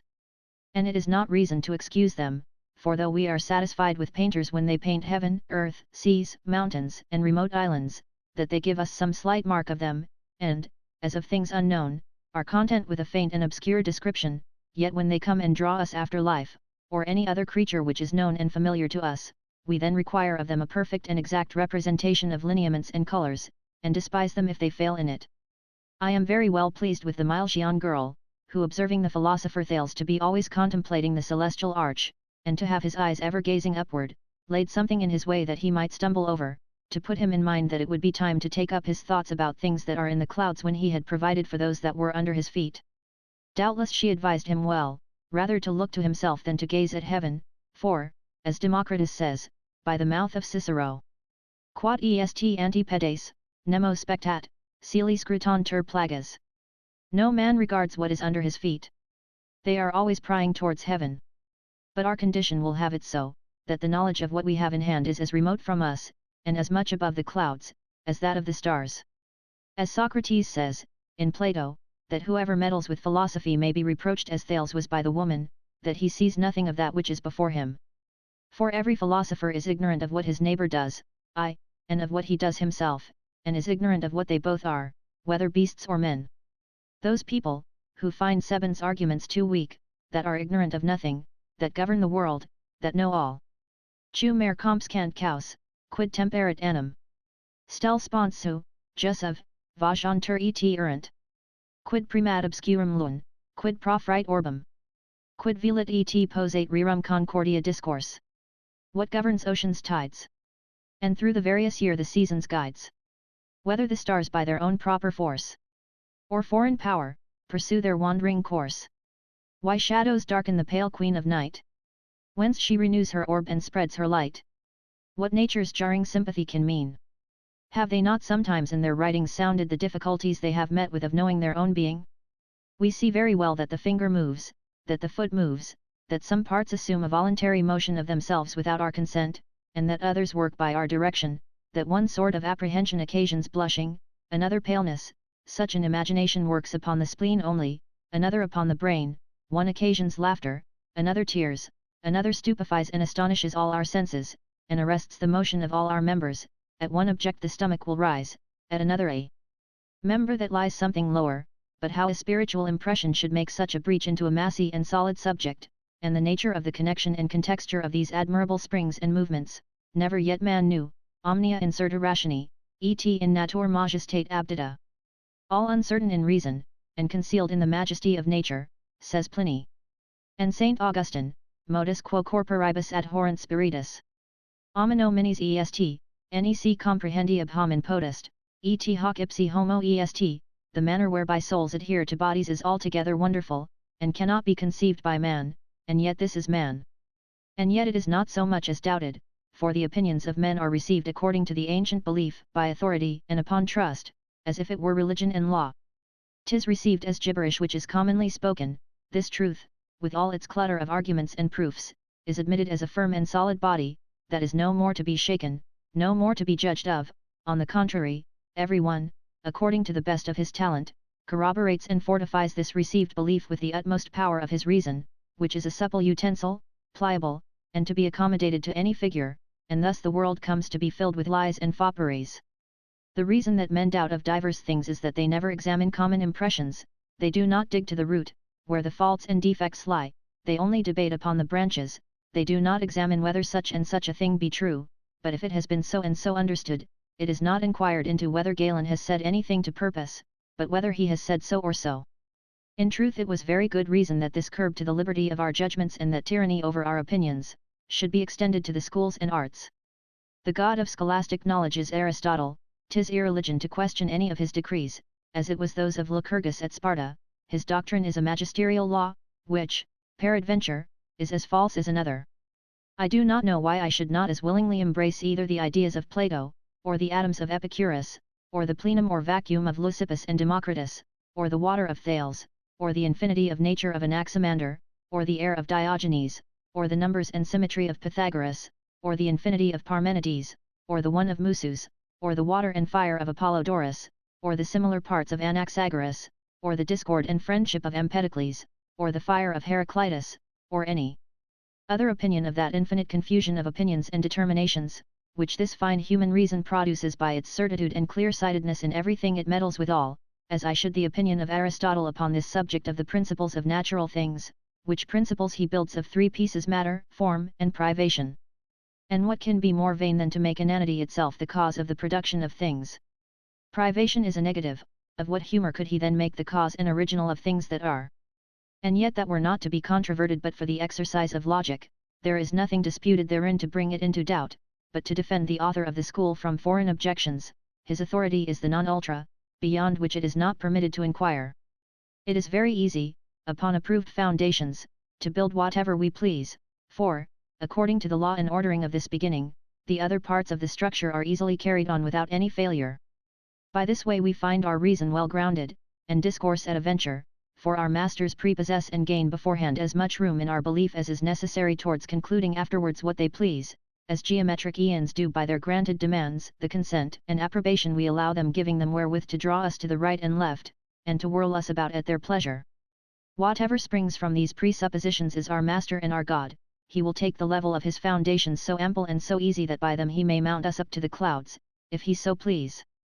In this practice and negotiation of science we have taken the saying of Pythagoras, that every expert person ought to be believed in his own art for current pay. The logician refers the signification of words to the grammarians, the rhetorician borrows the state of arguments from the logician, the poet his measure from the musician, the geometrician his proportions from the arithmetician, and the metaphysicians take physical conjectures for their foundations. For every science has its principle presupposed, by which human judgment is everywhere kept in check. If you come to rush against the bar where the principal error lies, they have presently this sentence in their mouths, that there is no disputing with persons who deny principles.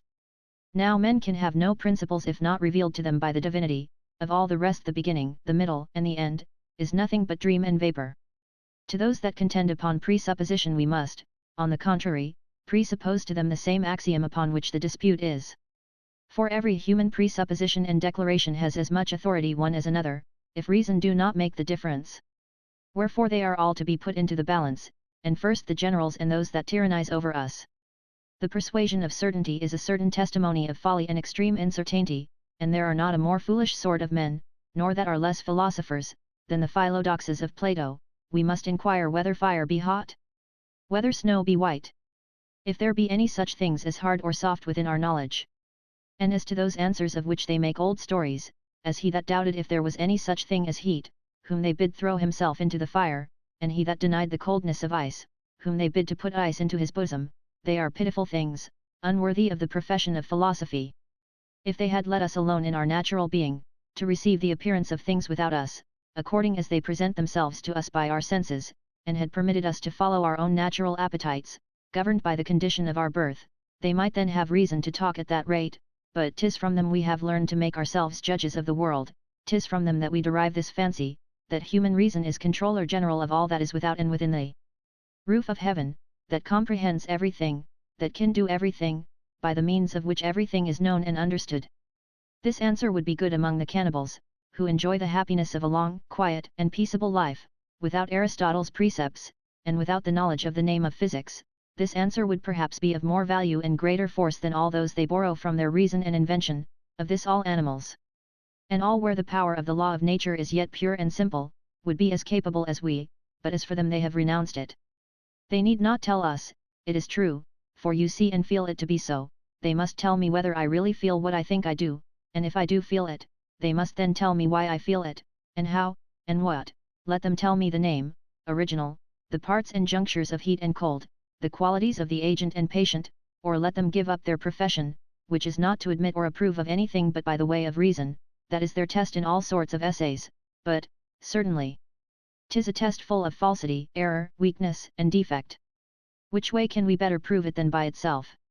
If we are not to believe her when speaking of herself, she can hardly be thought fit to judge of foreign things. If she know anything, it must at least be her own being and abode. She is in the soul, and either a part or an effect of it, for true and essential reason, from which we by a false colour borrow the name, is lodged in the bosom of the Almighty, there is her habitation and recess, 'tis thence that she imparts her rays, when God is pleased to impart any beam of it to mankind, as Balias issued from her father's head, to communicate herself to the world. Now let us see what human reason tells us of herself and of the soul, not of the soul in general, of which almost all philosophy makes the celestial and first bodies participants, nor of that which Thales attributed to things which themselves are reputed inanimate, lead thereto by the consideration of the lodestone, but of that which appertains to us, and that we ought the best to know. Ignoritur enim, chu sit natura animi. Nada sit, an, contra, nascentibus insinutur. Et simul interiat nobiscum mort dirempta. An tenebras orsi visat, vast asc lacunas. An picuds alias divinituns insinuit esse. For none the nature of the soul doth know. Whether that it be born with us, or no. Or be infused into us at our birth. And dies with us when we return to earth. Or then descends to the black shades below. Or into other animals does go. Crates and Descartes were of opinion that there was no soul at all, but that the body thus stirs by a natural motion, Plato, that it was a substance moving of itself, Thales, a nature without repose, Oedipus, an exercising of the senses, Hesiod and Anaximander, a thing composed of earth and water, Parmenides, of earth and fire, Empedocles, of blood. Sanguinium vomitile animam. He vomits up his bloody soul. Posidonius, Cleanthes, and Galen, that it was heat or a hot complexion. Ignus est allus vigor, et colstes origo. Their vigor of fire and of heavenly race. Hippocrates, a spirit diffused all over the body, vero, that it was an air received at the mouth, heated in the lungs, moistened in the heart, and diffused throughout the whole body. Zeno, the quintessence of the four elements, Heraclides Ponticus, that it was the light, Xenocrates and the Egyptians, a mobile number, the Chaldeans, a virtue without any determinate form. Habitum quemdum vitalum corporis esse. Harmonium graeci quam decunt. A certain vital habit in man's frame. Which harmony the Grecian sages name. Let us not forget Aristotle, who held the soul to be that which naturally causes the body to move, which he calls entelecheia, with as cold an invention as any of the rest, for he neither speaks of the essence, nor of the original, nor of the nature of the soul, but only takes notice of the effect. Lactantius, Seneca, and most of the dogmatists, have confessed that it was a thing they did not understand. After all this enumeration of opinions, harum sententiarum quo vera sit, dies aliquis viter writ. Of these opinions which is the true, let some God determine, says Cicero. I know by myself, says Saint Bernard, how incomprehensible God is, seeing I cannot comprehend the parts of my own being. Heraclitus, who was of opinion that every being was full of souls and demons, did nevertheless maintain that no one could advance so far towards the knowledge of the soul as ever to arrive at it, so profound was the essence of it. Neither is there less controversy and debate about seating of it. Hippocrates and Hierophilus place it in the ventricle of the brain, Democritus and Aristotle throughout the whole body. Ut bona spe vel tudocum dissiter esse. Corporis, et non est tamen hc parzula ralentis. As when the body's health they do it call. When of a sound man, that's no part at all. Epicurus in the stomach. Hic exsultat enim paver ac metis. Hc loca circumultid emulsant. For this the seat of horror is and fear. And joys in turn do likewise triumph here. The Stoics, about and within the heart, Erasistratus, adjoining the membrane of the epicranium, Empedocles, in the blood, as also Moses, which was the reason why he interdicted eating the blood of beasts, because the soul is there seated. Galen thought that every part of the body had its soul. Strato has placed it betwixt the eyebrows, chu facie quidem sit animus, aut ubi habitat, ne quarendum quidem est, what figure the soul is of, or what part it inhabits, is not to be inquired into, says Cicero. I very willingly deliver this author to you in his own words, for should I alter eloquence itself? Besides, it were but a poor price to steal the matter of his inventions, they are neither very frequent, nor of any great weight, and sufficiently known. But the reason why Chrysippus argues it to be about the heart, as all the rest of that sect do, is not to be omitted. It is, says he, because when we would affirm any things we lay our hand upon our breasts, and when we would pronounce y, which signifies I, we let the lower jaw fall towards the stomach. This place ought not to be passed over without a remark upon the vanity of so great a man, for besides that these considerations are infinitely light in themselves, the last is only a proof to the Greeks that they have their souls lodged in that part. No human judgment is so sprightly and vigilant that it does not sometimes sleep. Why do we fear to say? The Stoics, the fathers of human prudence, think that the soul of a man, crushed under a ruin, long labors and strives to get out, like a mouse caught in a trap, before it can disengage itself from the burden. Some hold that the world was made to give bodies, by way of punishment, to the spirits fallen, by their own fault, from the purity wherein they had been created, the first creation having been incorporeal, and that, according as they are more or less depraved from their spirituality, so are they more or less jocundly or dully incorporated, and that thence proceeds all the variety of so much created matter. But the spirit that for his punishment was invested with the body of the Son must certainly have a very rare and particular measure of change. The extremities of our perquisition do all fall into astonishment and blindness, as Plutarch says of the testimony of histories, that, according to charts and maps, the utmost bounds of known our countries are taken up with marshes, impenetrable forests, deserts, and uninhabitable places. This is the reason why the most gross and childish ravings were most found in those authors who treat of the most elevated subjects, and proceed the furthest in them, losing themselves in their own curiosity and presumption. The beginning and end of knowledge are equally foolish. Observe to what a pitch Plato flies in his poetic clouds, do but take notice there of the gibberish of the gods. But what did he dream of when he defined a man to be a two-legged animal without feathers, giving those who had a mind to deride him a pleasant occasion, for, having pulled a capon alive, they went about calling it the man of Plato. And what did the Epicureans think of? Out of what simplicity did they first imagine that their atoms that they said were bodies having some weight, and a natural motion downwards, had made the world, till they were put in mind, by their adversaries, that, according to this description, it was impossible they should unite and join to one another, their fall being so direct and perpendicular, and making so many parallel lines throughout. Wherefore there was a necessity that they should since add a fortuitous and sideways motion, and that they should moreover accoutre their atoms with hooked tails, by which they might unite and cling to one another. And even then do not those that attack them upon this second consideration put them hardly to it. If the atoms have by chance formed so many sorts of figures, why did it never fall out that they made a house or a shoe? Why at the same rate should we not believe that an infinite number of Greek letters, strewed all over a certain place, might fall into the contexture of the Iliad? Whatever is capable of reason, says Zeno, is better than that which is not capable. There is nothing better than the world is therefore capable of reason. Cotta, by this way of argumentation, makes the world a mathematician, and 'tis also made a musician and an organist by this other argumentation of Zeno. The whole is more than a part, we are capable of wisdom, and are part of the world, therefore the world is wise.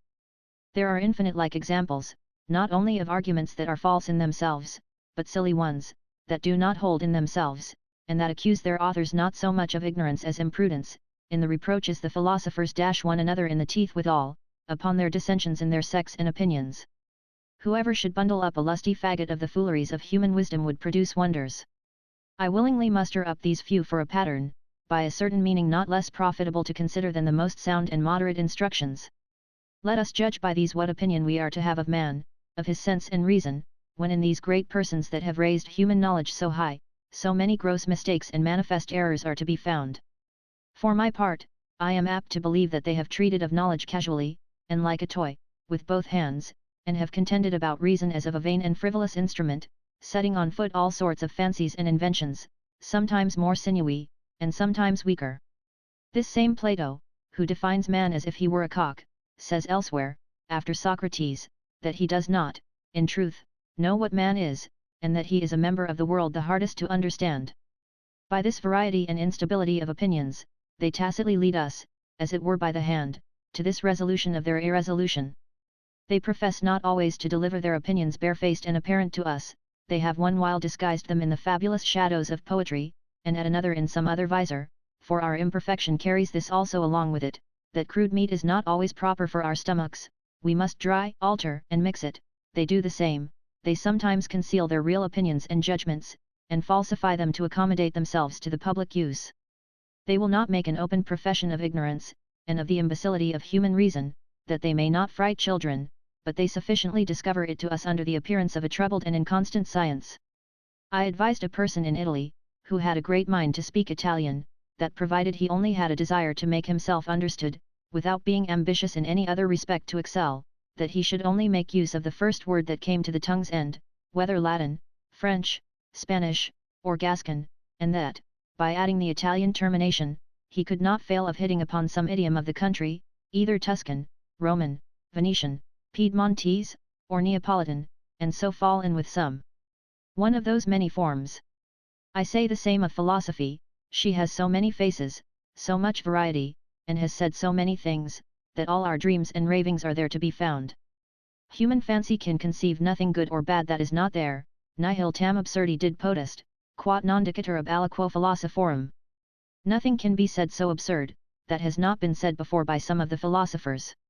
And I am the more willing to expose my whimsies to the public, forasmuch as, though they are spun out of myself, and without any pattern, I know they will be found related to some ancient humour, and some will not stick to say, see whence he took it.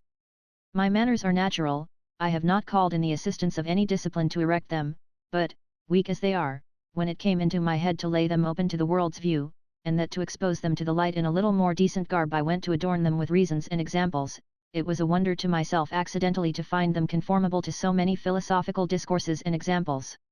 I never knew what regimen my life was of till it was near worn out and spent, a new figure an unpremeditated and accidental philosopher. But to return to the soul. Inasmuch as Plato has placed reason in the brain, anger in the heart, and concupiscence in the liver, 'tis likely that it was rather an interpretation of the movements of the soul, than that he intended a division and separation of it, as of a body, into several members.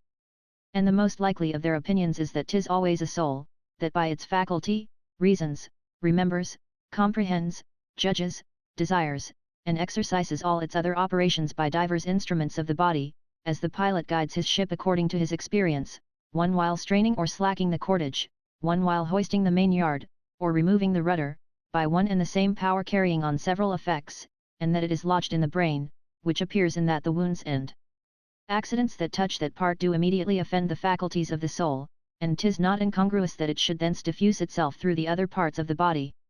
Medium non deserit unquam.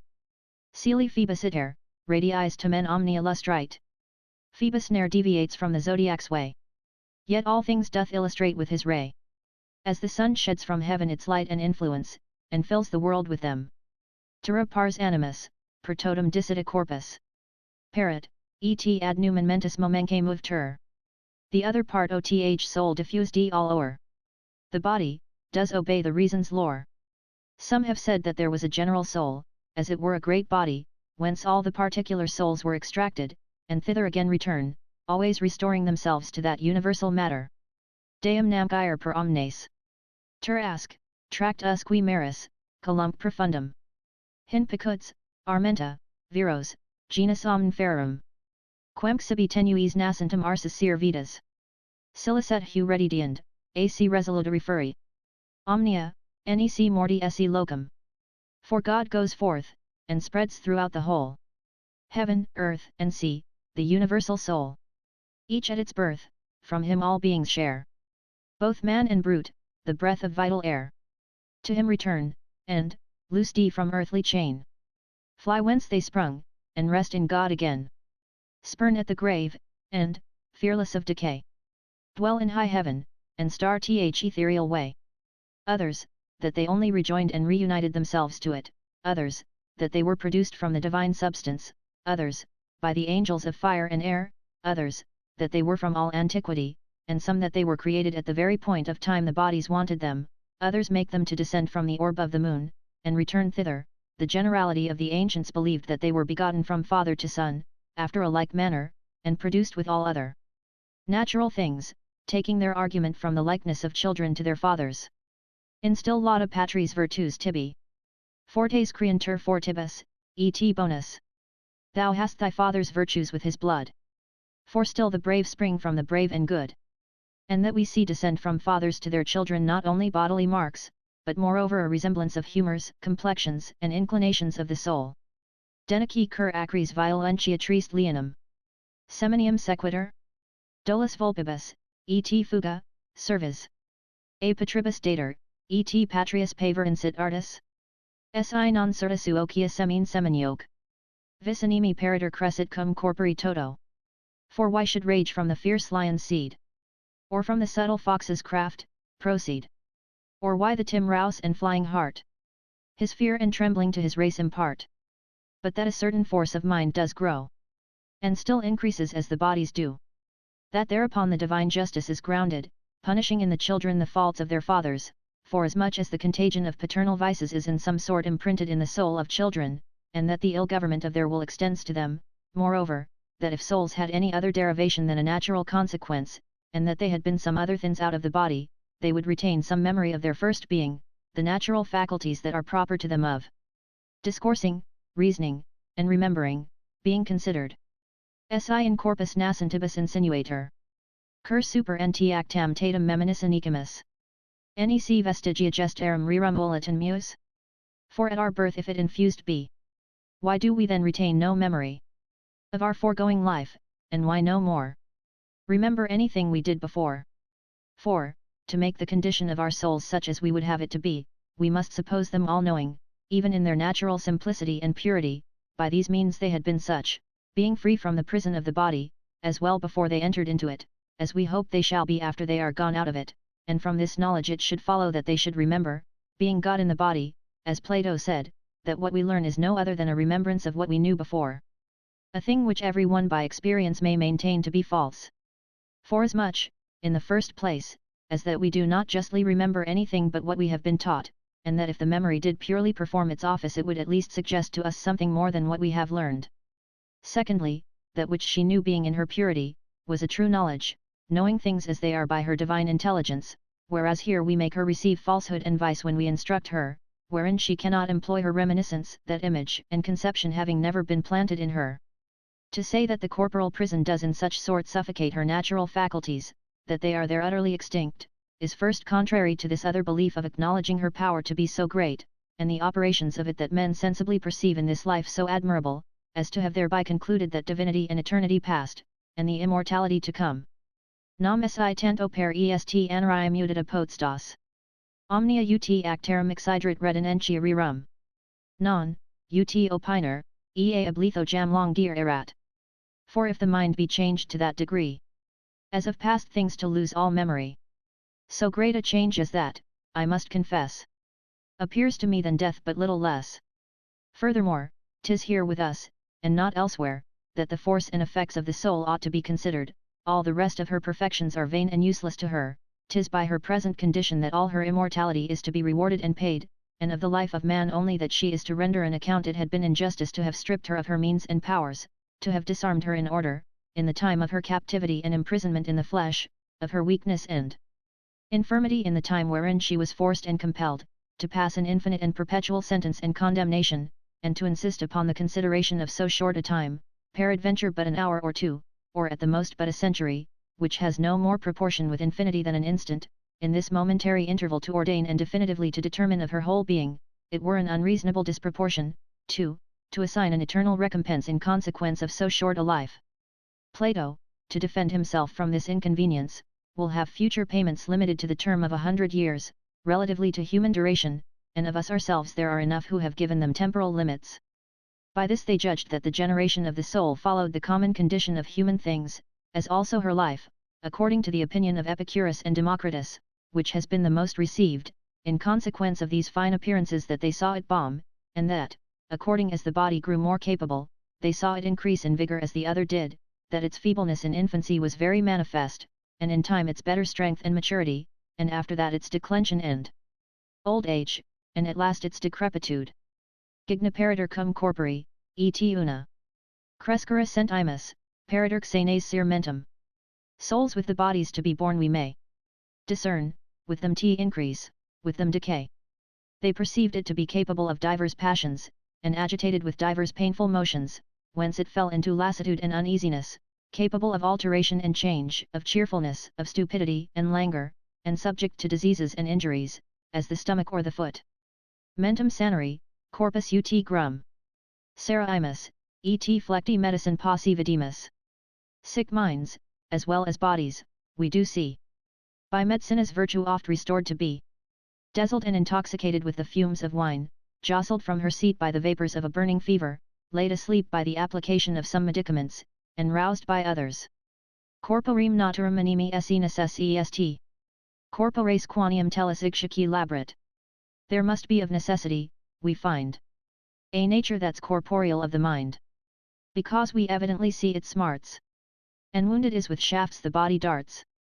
They saw it astonished and overthrown in all its faculties through the mere bite of a mad dog, and in that condition to have no stability of reason, no sufficiency, no virtue, no philosophical resolution, no resistance that could exempt it from the subjection of such accidents, the slaver of a contemptible cur shed upon the hand of Socrates, to shake all his wisdom and all his great and regulated imaginations, and so to annihilate them, add that there remained no trace of his former knowledge. Viscount, animal conturbator, et. Divisusum. Disjectator, eadem illo distracta veneno. The power of the soul's disturbed, and when that once is but sequestered from her, then by the same poison 'tis dispersed abroad. And this poison to find no more resistance in that great soul than in an infant of 4 years old, a poison sufficient to make all philosophy, if it were incarnate, become furious and mad, insomuch that Cato, who ever disdained death and fortune, could not endure the sight of a looking glass, or of water, overwhelmed with horror and affright at the thought of falling, by the contagion of a mad dog, into the disease called by physicians hydrophobia. Vis morbi distracta per artis. Turbit agens animam, spumantes quor salso. Ventorum ut vilities ferviscunt viribus uendi. Throughout the limbs diffused, the fierce disease disturbs the soul, as in the briny seas. The foaming waves to swell and boil we see, stirred by the wind's impetuosity. Now, as to this particular, philosophy has sufficiently armed man to encounter all other accidents either with patience, or, if the search of that costs too dear, by an infallible defeat, in totally depriving himself of all sentiment, but these are expedients that are only of use to a soul being itself, and in its full power, capable of reason and deliberation, but not at all proper for this inconvenience, where, in a philosopher, the soul becomes the soul of a madman, troubled, overturned, and lost, which many occasions may produce, as a too vehement agitation that any violent passion of the soul may beget in itself, or a wound in a certain part of the person, or vapours from the stomach, any of which may stupefy the understanding and turn the brain. Morbus in corpora savius erat. Spe animus, dementi enim, delirac fater. Interdump gravi lethargo furter in altum. Turnumc soperum, oculis me tu cadenti. For when the body's sick, and ill at ease, the mind doth often share in the disease. Wonders, grows wild, and raves, and sometimes by a heavy and a stupid lethargy is overcome and cast into a deep, a most profound and everlasting sleep. The philosophers, methinks, have not much touched this string, no more than another of equal importance. They have this dilemma continually in their mouths, to console our mortal condition: the soul is either mortal or immortal. If mortal, it will suffer no pain; if immortal, it will change for the better. They never touch the other branch. What if she change for the worse, and leave to the poets the menaces of future torments? But thereby they make themselves a good game. These are two omissions that I often meet with in their discourses. I return to the first. This soul loses the use of the sovereign stoical good, so constant and so firm. Our fine human wisdom must here yield, and give up her arms. As to the rest, they also considered, by the vanity of human reason, that the mixture and association of two so contrary things as the mortal and the immortal, was unimaginable. Quipit immortali terra o jungeri, et una. Cons entire pudere, et fungi mutua posse. Desi per est. Quid enim diversus esse putandum est. Aut magus inter esse disjunctum discrepitansc. Quam, mortali quod est, immerte liet perenni. Junctum, in concilio, sphes rare procls. The mortal and th eternal, then, to blend. And think they can pursue one common end. Is madness, for what things more different are distinct in nature, and disposed to jar? How can it then be thought that these should bear, when thus conjoined, of harms an equal share? Moreover, they perceived the soul tending towards death as well as the body. Simul ovo fessa fataci. Fatigued together with the weight of years. Which, according to Zeno, the image of sleep does sufficiently demonstrate to us, for he looks upon it as a fainting and fall of the soul, as well as of the body contra he animum et quasi labi putatit decidere, and, what they perceived in sum, that the soul maintained its force and vigor to the last gasp of life, they attributed to the variety of diseases, as it is observable in men at the last extremity, that some retain one sense, and some another, one the hearing, and another the smell, without any manner of defect or alteration, and that there is not so universal a deprivation that some parts do not remain vigorous and entire. Non alio pacto, quam esse, pes cum dolet gri. In nullo caput interia sit forte dolor. So, often of the gout a man complains, whose head is, at the same time, free from pains. The sight of our judgment is, to truth, the same that the owl's eyes are to the splendor of the sun, says Aristotle. By what can we better convince him, than by so gross blindness and so apparent a light? For the contrary opinion of the immortality of the soul, which, Cicero says, was first introduced, according to the testimony of books at least, by Pherecydes. Sirius, in the time of King Tullus, though some attribute it to Thales, and others to others, 'tis the part of human science that is treated of with the greatest doubt and reservation. The most positive dogmatists are fain, in this point principally, to fly to the refuge of the Academy.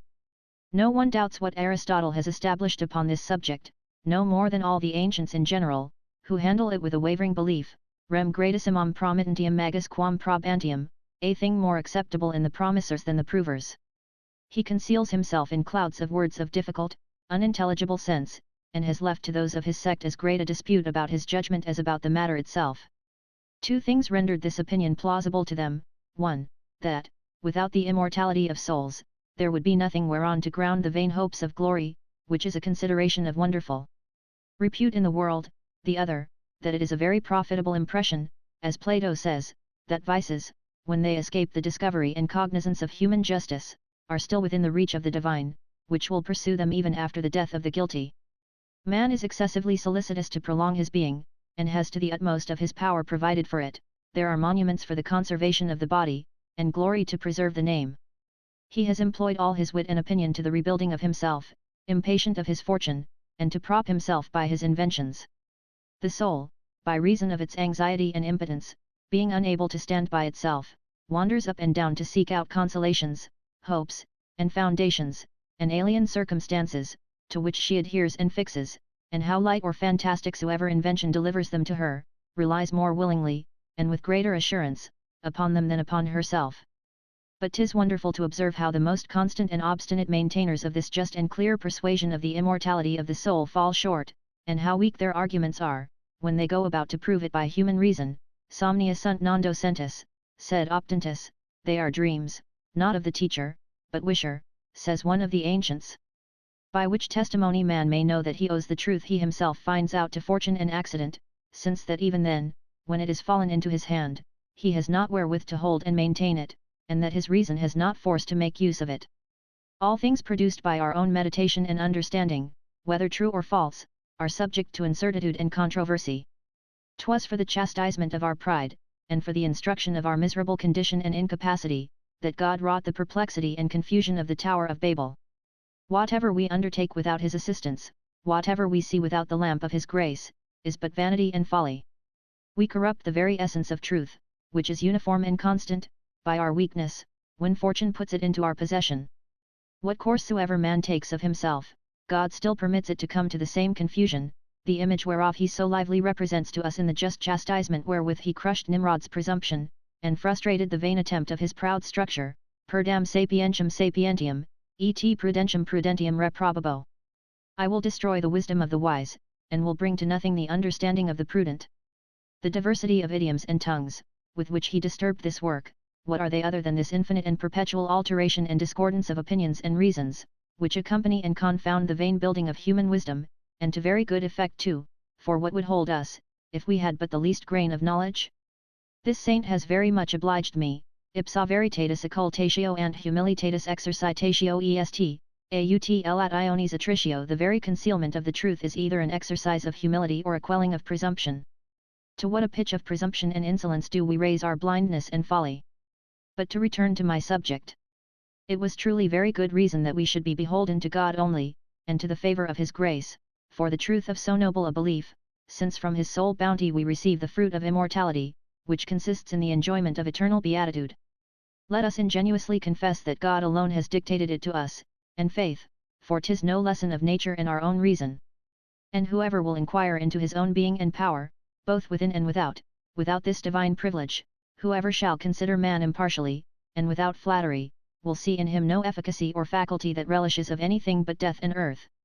The more we give and confess to owe and render to God, we do it with the greater Christianity. That which this Stoic philosopher says he holds from the fortuitous consent of the popular voice, had it not been better that he had held it from God.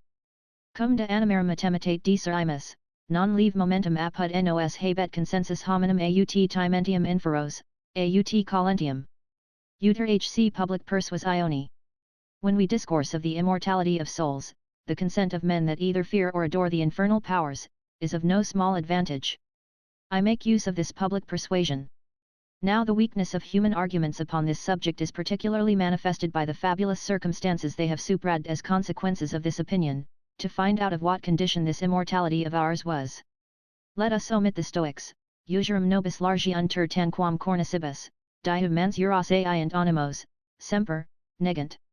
They give us a long life, as also they do to crows, they say our soul shall continue long, but that it shall continue always they deny, who give to souls a life after this, but finite.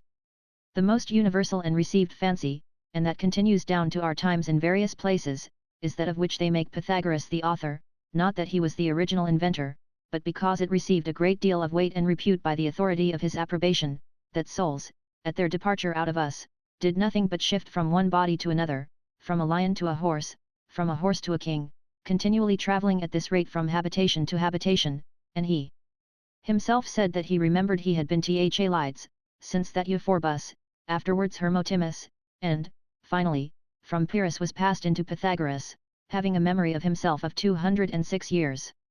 And some have added that these very souls sometimes mount up to heaven, and come down again. O Pater, a me aliquas ad colum hin ire putandum est. Sublimes animus, iterunc ad tarda reverti. Corpora? Chu lucus miseris tam dira cupido? Oh, Father, is it then to be conceived that any of these spirits, so sublime, should hence to the celestial regions climb, and thence return to earth to reassume their sluggish bodies rotting in a tomb? For wretched life whence does such fondness come? Origen makes them eternally to go and come from a better to a worse estate. The opinion that Varro mentions is that, after 440 years' revolution, they should be reunited to their first bodies. Chrysippus held that this would happen after a certain space of time unknown and unlimited.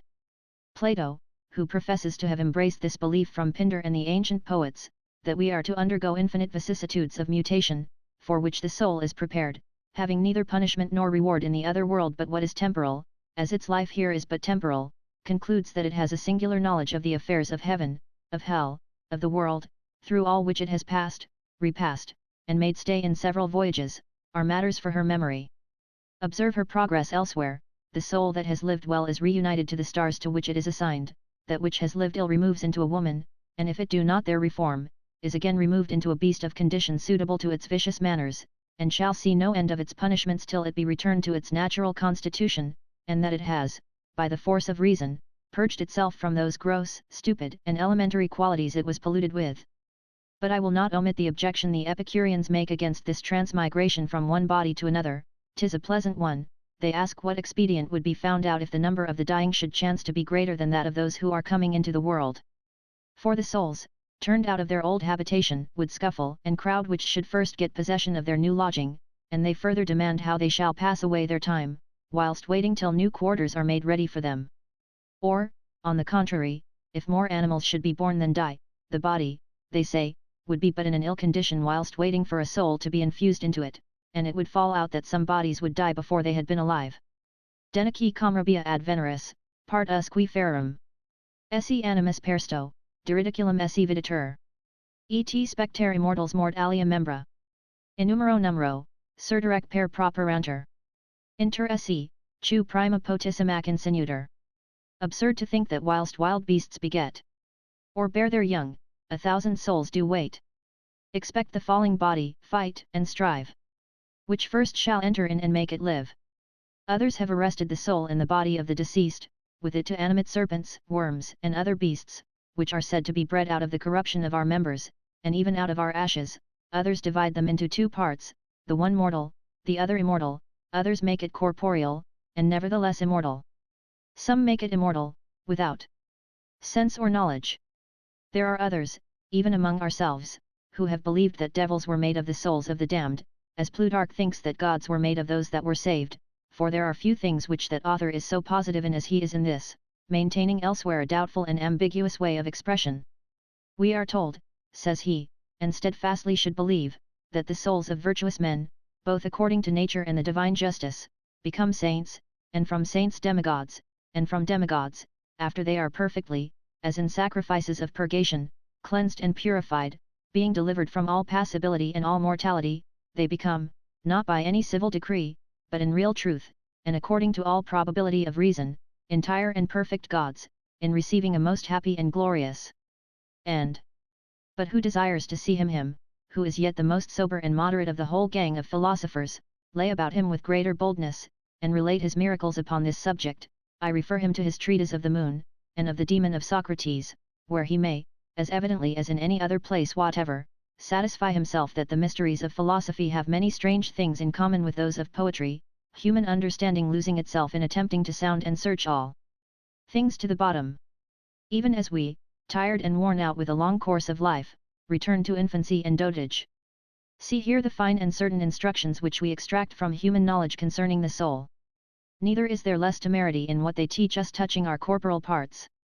Let us choose out one or two examples, for otherwise we should lose ourselves in this vast and troubled ocean of medical errors.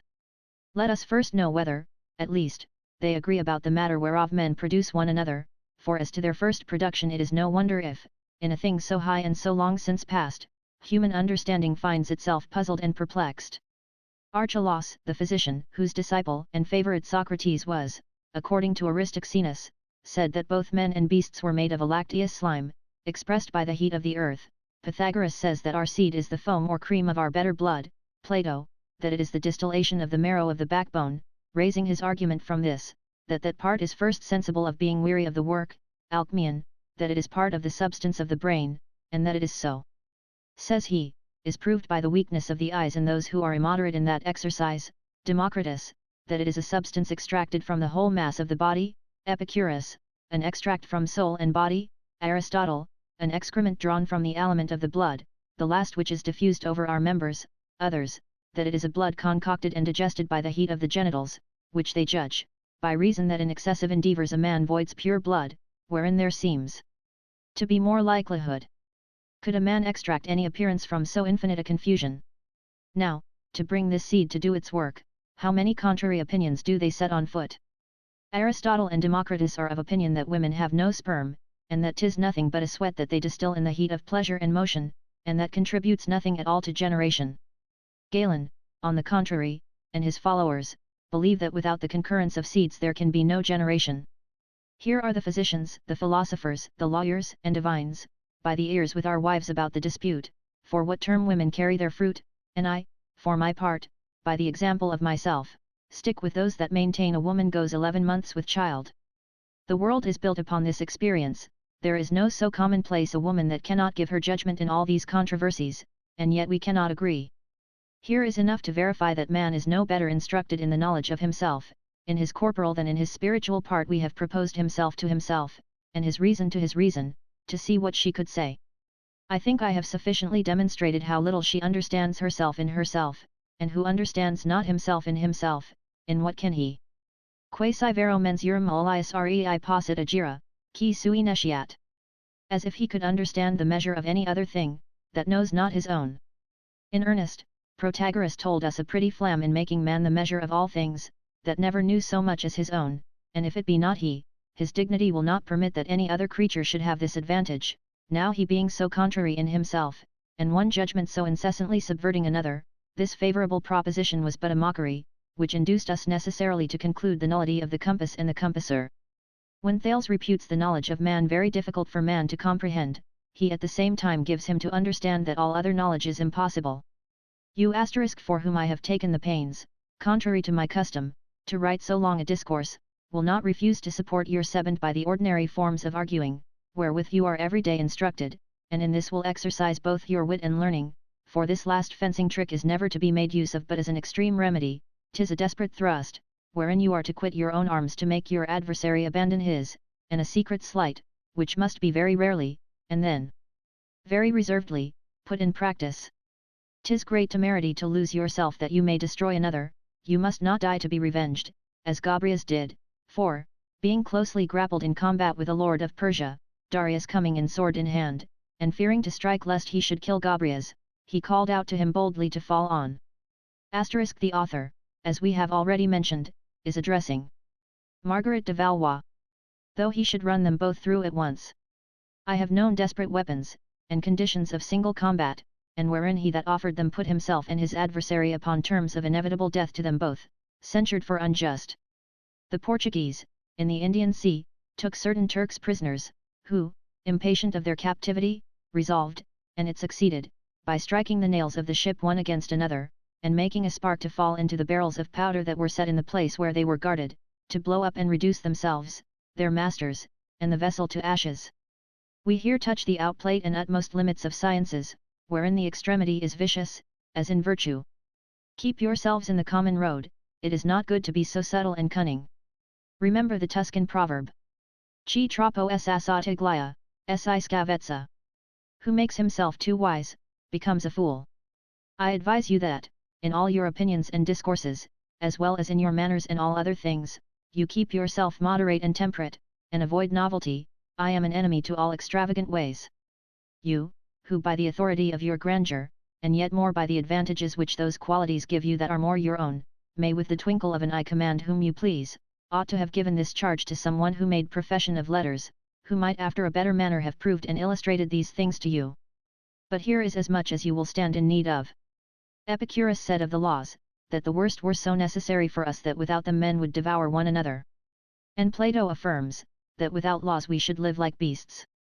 Our wit is a wandering, dangerous, and temerarious utensil, it is hard to couple any order or measure to it, in those of our own time, who are endued with any rare excellence above others, or any extraordinary vivacity of understanding, we see them almost all lash out into licentiousness of opinions and manners, and 'tis almost a miracle to find one temperate and sociable. 'Tis all the reason in the world to limit human wit within the strictest limits imaginable. In study, as in all the rest, we ought to have its steps and advances numbered and fixed, and that the limits of its inquisition be bounded by art. It is curbed and fettered by religions, laws, customs, sciences, precepts, mortal and immortal penalties. And yet we see that it escapes from all these bonds by its volubility and dissolution. 'Tis a vain body which has nothing to lay hold on or to seize, a various and difform body, incapable of being either bound or held. In earnest, there are few souls so regular, firm, and well descended, as are to be trusted with their own conduct, and that can with moderation, and without temerity, sail in the liberty of their own judgments, beyond the common and received opinions. 'Tis more expedient to put them under pupilage. Wit is a dangerous weapon, even to the possessor, if he knows not how to use it discreetly, and there is not a beast to whom a headboard is more justly to be given, to keep his looks down and before his feet, and to hinder him from wandering here and there out of the tracks which custom and the laws have laid before him. And therefore it will be better for you to keep yourself in the beaten path, let it be what it will, than to fly out at a venture with this unbridled liberty. But if any of these new doctors will pretend to be ingenious in your presence, at the expense both of your soul and his own, to avoid this dangerous plague, which is every day laid in your way to infect you, this preservative, in the extremest necessity, will prevent the danger and hinder the contagion of this poison from offending either you or your company. The liberty, then, and frolic forwardness of these ancient wits produced in philosophy and human sciences several sects of different opinions, every one undertaking to judge and make choice of what he would stick to and maintain. But now that men go all one way, qui certis quibusdam destinatus sententius addicti et consecrati sunt, ut entium, chu non probant, cogontur defendera, who are so tied and obliged to certain opinions that they are bound to defend even those they do not approve, and that we receive the arts by civil authority and decree, so that the schools have but one pattern, and a like circumscribed institution and discipline, we no more take notice what the coin weighs, and is really worth, but every one receives it according to the estimate that common approbation and use puts upon it. The alloy is not questioned, but how much it is current for. In like manner all things pass, we take physic as we do geometry, and tricks of hocus pocus, enchantments, and love spells, the correspondence of the souls of the dead, prognostications, domifications, and even this ridiculous pursuit of the philosopher's stone, all things pass for current pay, without any manner of scruple or contradiction. We need to know no more but that Mars' house is in the middle of the triangle of the hand, that of Venus in the thumb, and that of Mercury in the little finger, that when the table line cuts the tubercle of the forefinger 'tis a sign of cruelty, that when it falls short of the middle finger, and that the natural median line makes an angle with the vital in the same side, 'tis a sign of a miserable death, that if in a woman the natural line be open, and does not close the angle with the vital, this denotes that she shall not be very chaste. I leave you to judge whether a man qualified with such knowledge may not pass with reputation and esteem in all companies. Theophrastus said that human knowledge, guided by the senses, might judge of the causes of things to a certain degree, but that being arrived to first and extreme causes, it must stop short and retire, by reason either of its own infirmity or the difficulty of things. 'Tis a moderate and gentle opinion, that our own understandings may conduct us to the knowledge of some things, and that it has certain measures of power, beyond which 'tis temerity to employ it. This opinion is plausible, and introduced by men of well-composed minds, but 'tis hard to limit our wit, which is curious and greedy, and will no more stop at 1,000 than at 50 paces, having experimentally found that, wherein one has failed, the other has hit, and that what was unknown to one the age following has explained, and that arts and sciences are not cast in a mould, but are formed and perfected by degrees, by often handling and polishing, as bears leisurely lick their cubs into form. What my force cannot discover, I do not yet desist to sound and to try, and by handling and kneading this new matter over and over again, by turning and heating it, I lay open to him that shall succeed me, a kind of facility to enjoy it more at his ease, and make it more maniable and supple for him. Ut hi media sol. Sarah remolescit, tractatoc polis multas. Vertitur in facies, ipsoque fit utilis usu. As wax doth softer in the sun become, and, tempered twixt the finger and the thumb, will variance forms, and several shapes admit, till for the present use 'tis rendered fit. As much will the second do for the third, which is the cause that the difficulty ought not to make me despair, and my own incapacity as little, for 'tis nothing but my own. Man is as capable of all things as of some, and if he confesses, as Theophrastus says, the ignorance of first causes, let him at once surrender all the rest of his knowledge. If he is defective in foundation, his reason is aground, disputation and inquiry have no other aim nor stop but principles. If this aim do not stop his career, he runs into an infinite irresolution. Non potest aliud alio magus minus comprehendi, quaniam omnium reramuna est degenitio comprehendendi. One thing can no more or less be comprehended than another, because the definition of comprehending all things is the same. Now 'tis very likely that, if the soul knew anything, it would in the first place know itself, and if it knew anything out of itself, it would be its own body and case, before anything else.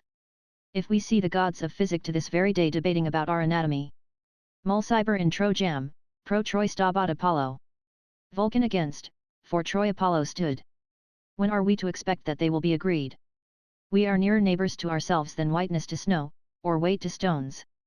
If man do not know himself, how should he know his force and functions? It is not, perhaps, that we have not some real knowledge in us, but 'tis by chance, forasmuch as errors are received into our soul by the same way, after the same manner, and by the same conduct, it has not wherewithal to distinguish them, nor wherewithal to choose the truth from falsehood. The academics admitted a certain partiality of judgment, and thought it too crude to say that it was not more likely to say that snow was white than black, and that we were no more assured of the motion of a stone, thrown by the hand, than of that of the eighth sphere. And to avoid this difficulty and strangeness, that can in truth hardly lodge in our imagination, though they concluded that we were in no sort capable of knowledge, and that truth is engulfed in so profound an abyss as is not to be penetrated by human sight, yet they acknowledged some things to be more likely than others, and received into their judgment this faculty, that they had a power to incline to one appearance more than another, they allowed him this propension, interdicting all resolution. The Pyrrhonian opinion is more bold, and also somewhat more likely, for this academic inclination, and this propension to one proposition rather than another, what is it other than a recognition of some more apparent truth in this than in that? If our understanding be capable of the form, lineaments, port, and face of truth, it might as well see it entire as by halves, springing and imperfect this appearance of likelihood, which makes them rather take the left hand than the right, augments it, multiply this ounce of verisimilitude that turns the scales to 100, to 1,000 ounces, it will happen in the end that the balance will itself end the controversy, and determine one choice, one entire truth. But why do they suffer themselves to incline to and be swayed by verisimilitude, if they know not the truth? How should they know the similitude of that whereof they do not know the essence? Either we can absolutely judge, or absolutely we cannot if our intellectual and sensible faculties are without foot or foundation, if they only pull and drive, 'tis to no purpose that we suffer our judgments to be carried away with any part of their operation, what appearance soever they may seem to present us, and the surest and most happy seat of our understanding would be that where it kept itself temperate, upright, and inflexible, without tottering, or without agitation, inter visa, vera. Aut falsa, ad anemia sensum, nihil interest, amongst things that seem, whether true or false, it signifies nothing to the assent of the mind. That things do not lodge in us in their form and essence, and do not there make their entry by their own force and authority, we sufficiently see, because, if it were so, we should receive them after the same manner. Wine would have the same relish with the sick as with the healthful. He who has his finger chapped or benumbed would find the same hardness in wood or iron that he handles that another does. Foreign subjects then surrender themselves to our mercy, and are seated in us as we please. Now if on our part we received anything without alteration, if human grasp were capable and strong enough to seize on truth by our own means, these means being common to all men, this truth would be conveyed from hand to hand, from one to another, and at least there would be some one thing to be found in the world, amongst so many as there are, that would be believed by men with an universal consent, but this, that there is no one proposition that is not debated and controverted amongst us, or that may not be, makes it very manifest that our natural judgment does not very clearly discern what it embraces, for my judgment cannot make my companions approve of what it approves, which is a sign that I seized it by some other means than by a natural power that is in me and in all other men. Let us lay aside this infinite confusion of opinions, which we see even amongst the philosophers themselves, and this perpetual and universal dispute about the knowledge of things, for this is truly presupposed, that men, I mean the most knowing, the best balm, and of the best parts, are not agreed about any one thing, not that heaven is over our heads, for they that doubt of everything, do also doubt of that, and they who deny that we are able to comprehend anything, say that we have not comprehended that the heaven is over our heads, and these two opinions are, without comparison, the stronger in number. Besides this infinite diversity and division, through the trouble that our judgment gives ourselves, and the uncertainty that every one is sensible of in himself, 'tis easy to perceive that its seat is very unstable and insecure. How variously do we judge of things, how often do we alter our opinions. What I hold and believe today I hold and believe with my whole belief, all my instruments and engines seize and take hold of this opinion, and become responsible to me for it, at least as much as in them lies. I could not embrace nor conserve any truth with greater confidence and assurance than I do this. I am wholly and entirely possessed with it, but has it not befallen me, not only once, but 100, 1,000 times, every day, to have embraced some other thing with all the same instruments, and in the same condition, which I have since judged to be false? A man must at least become wise at his own expense. If I have often found myself betrayed under this colour, if my touch proves commonly false, and my balance unequal and unjust, what assurance can I now have more than at other times? Is it not stupidity and madness to suffer myself to be so often deceived by my guide? Nevertheless, let fortune remove and shift us 500 times from place to place, let her do nothing but incessantly empty and fill into our belief, as into a vessel, other and other opinions, yet still the present and the last is the certain and infallible one. For this we must abandon goods, honor, life, health, and all posterior residential ilia reperta. Per D, et immutat sensus ad pristina compni. The last things we find out are always best, and make us to disrelish all the rest. Whatever is preached to us, and whatever we learn, we should still remember that it is man that gives and man that receives, 'tis a mortal hand that presents it to us, 'tis a mortal hand that accepts it. The things that come to us from heaven have the sole right and authority of persuasion, the sole mark of truth, which also we do not see with our own eyes, nor receive by our own means. That great and sacred image could not abide in so wretched a habitation if God for this end did not prepare it. If God did not by his particular and supernatural grace and favor fortify and reform it. At least our frail and defective condition ought to make us behave ourselves with more reservedness and moderation in our innovations and changes. We ought to remember that, whatever we receive into the understanding, we often receive things that are false, and that it is by the same instruments that so often give themselves the lie and are so often deceived. Now it is no wonder they should so often contradict themselves, being so easy to be turned and swayed by very light occurrences. It is certain that our apprehensions, our judgment, and the faculties of the soul in general, suffer according to the movements and alterations of the body, which alterations are continual. Are not our minds more sprightly, you memories more prompt and quick, and our thoughts more lively, in health than in sickness? Do not joy and gaiety make us receive subjects that present themselves to our souls quite otherwise than care and melancholy? Do you believe that Catullus's verses, or those of Sappho, please an old doting miser as they do a vigorous, amorous young man? Cleomenes, the son of Anaxandridas, being sick, his friends reproached him that he had humours and whimsies that were new and unaccustomed. I believe it, said he, neither am I the same man now as when I am in health, being now another person. My opinions and fancies are also other than they were before. In our courts of justice this word is much in use, which is spoken of criminals when they find the judges in a good humour, gentle, and mild. Gaudiat de bonne fortune, let him rejoice in his good fortune, for it is most certain that men's judgments are sometimes more prone to condemnation, more sharp and severe, and at others more facile, easy, and inclined to excuse. He that carries with him from his house the pain of the gout, jealousy, or theft by his man, having his whole soul possessed with anger, it is not to be doubted but that his judgment will lean this way. That venerable senate of the Areopagites used to hear and determine by night, for fear lest the sight of the parties might corrupt their justice. The very air itself, and the serenity of heaven, will cause some mutation in us, according to these verses in Cicero. Tales sunt hominum mens, quali pater ipsi. Jupiter octifer lustravit lampid terras. Men's minds are influenced by th external air. Dark or serene, as days are foul or fair. 'Tis not only fevers, debauches, and great accidents, that overthrow our judgments. The least things in the world will do it, and we are not to doubt, though we may not be sensible of it, that if a continued fever can overwhelm the soul, a tertian will in some proportionate measure alter it. If an apoplexy can stupefy and totally extinguish the sight of our understanding, we are not to doubt but that a great cold will desolate, and consequently there is hardly one single hour in a man's whole life wherein our judgment is in its due place and right condition, our bodies being subject to so many continual mutations, and stuffed with so many several sorts of springs, that I believe the physicians, that it is hard but that there must be always some one or other out of order. As to what remains, this malady does not very easily discover itself, unless it be extreme and past remedy, forasmuch as reason goes always lame, halting, and that too as well with falsehood as with truth, and therefore 'tis hard to discover her deviations and mistakes. I always call that appearance of meditation which every one forges in himself reason. This reason, of the condition of which there may be 100 contrary ones about one and the same subject, is an instrument of lead and of wax, ductile, pliable, and accommodate to all sorts of biases, and to all measures, so that nothing remains but the art and skill how to turn and mould it. How uprightly soever a judge may mean, if he does not look well to himself, which few care to do, his inclination to friendship, to relationship, to beauty or revenge, and not only things of that weight, but even the fortuitous instinct that makes us favour one thing more than another, and that, without reason's permission, puts the choice upon us in two equal subjects, or some shadow of like vanity, may insensibly insinuate into his judgment the recommendation or disfavour of a cause, and make the balance dip.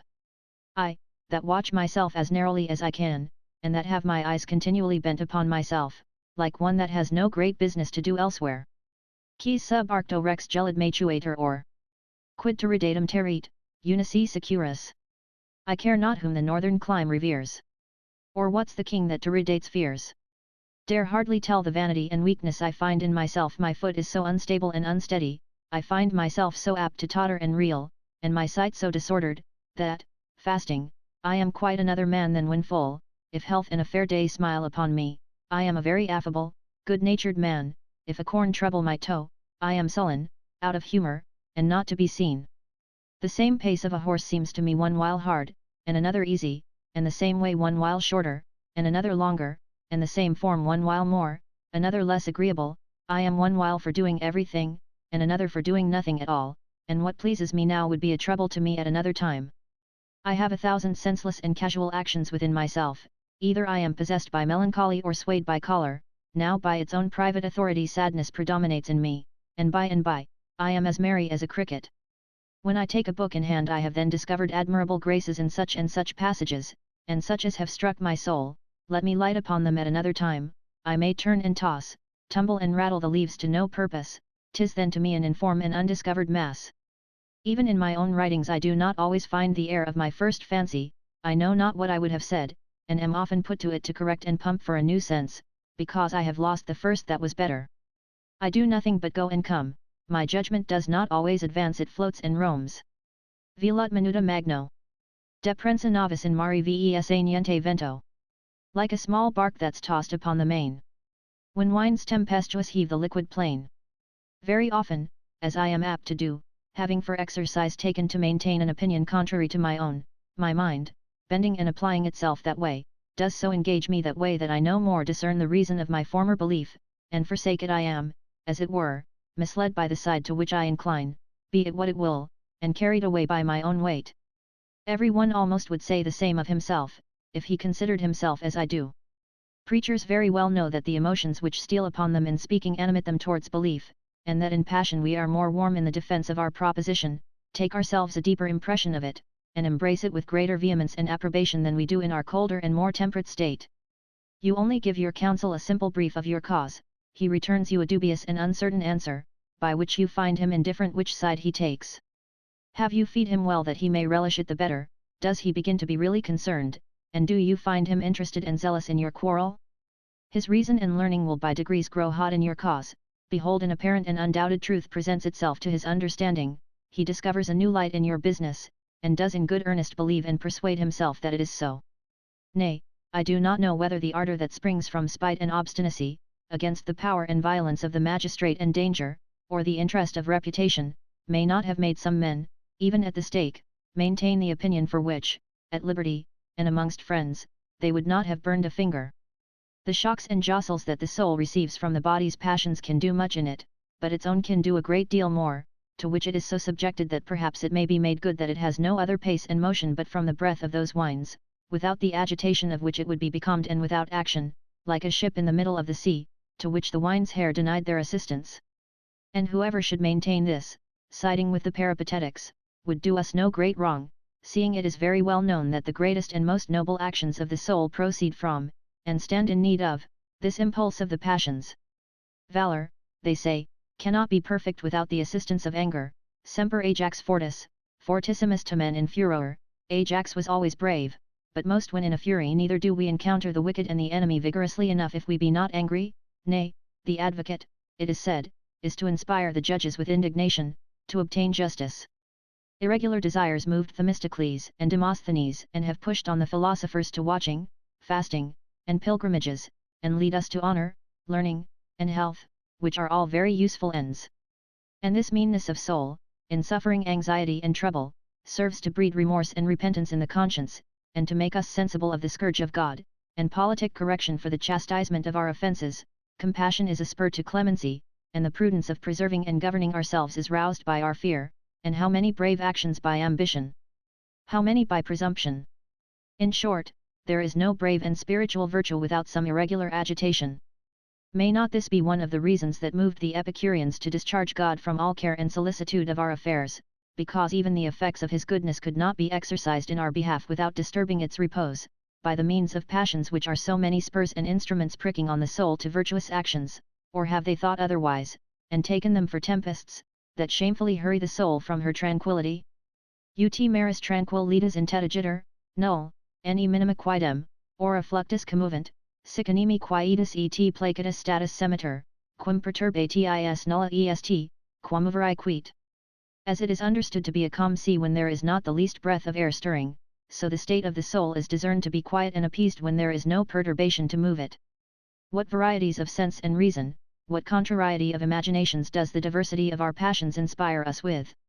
What assurance then can we take of a thing so mobile and unstable, subject by its condition to the dominion of trouble, and never going other than a forced and borrowed pace? If our judgment be in the power even of sickness and perturbation, if it be from folly and rashness that it is to receive the impression of things, what security can we expect from it? Is it not a great boldness in philosophy to believe that men perform the greatest actions, and nearest approaching the divinity, when they are furious, mad, and beside themselves? We better ourselves by the privation of our reason, and drilling it.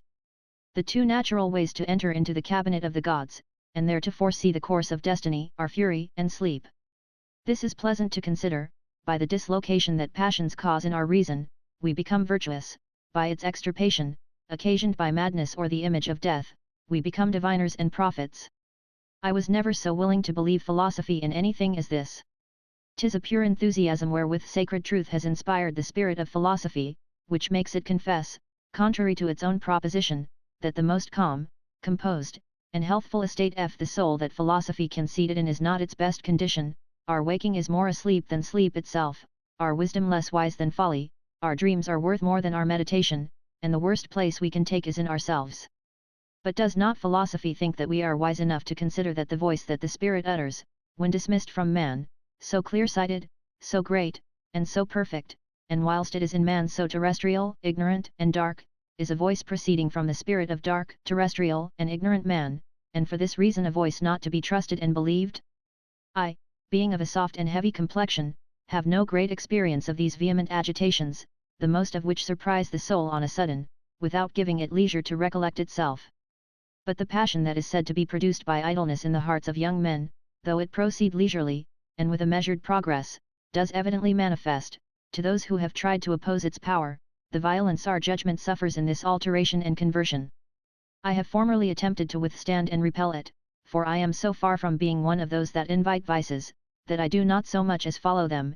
If they do not haul me along, I perceived it to spring, grow, and increase, in spite of my resistance, and at last, living and seeing as I was, wholly to seize and possess me. So that, as if rousing from drunkenness, the images of things began to appear to me quite other than they used to be. I evidently saw the advantages of the object I desired grow and increase, and expand by the influence of my imagination, and the difficulties of my attempt to grow more easy and smooth, and both my reason and conscience to be laid aside. But this fire being evaporated in an instant, as from a flash of lightning, I was aware that my soul resumed another kind of sight, another state, and another judgment. The difficulties of retreat appeared great and invincible, and the same things had quite another taste and aspect than the heat of desire had presented them to me. Which of the two most truly? Pyro knows nothing about it. We are never without sickness. Agues have their hot and cold fits. From the effects of an ardent passion we fall again to shivering. As much as I had advanced, so much I retired. Qualis ubi alterno procurrens gurgite pontus.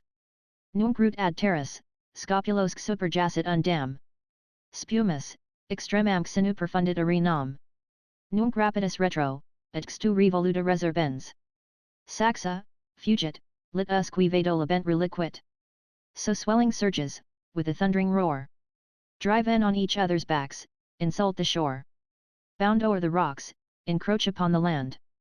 And far upon the beach heave up the sand. Then backward rapidly they take their way. Repulsed from upper ground, and seek the sea. Now, from the knowledge of this volubility of mine, I have accidentally begot in myself a certain constancy of opinions, and have not much altered those that were first and natural in me, for what appearance soever there may be in novelty, I do not easily change, for fear of losing by the bargain, and, as I am not capable of choosing, I take other men's choice, and keep myself in the station wherein God has placed me. I could not otherwise keep myself from perpetual rolling. Thus have I, by the grace of God, preserved myself entire, without anxiety or trouble of conscience, in the ancient faith of our religion, amidst so many sects and divisions as our age has produced. The writings of the ancients, the best authors I mean, being full and solid, tempt and carry me which way almost they will.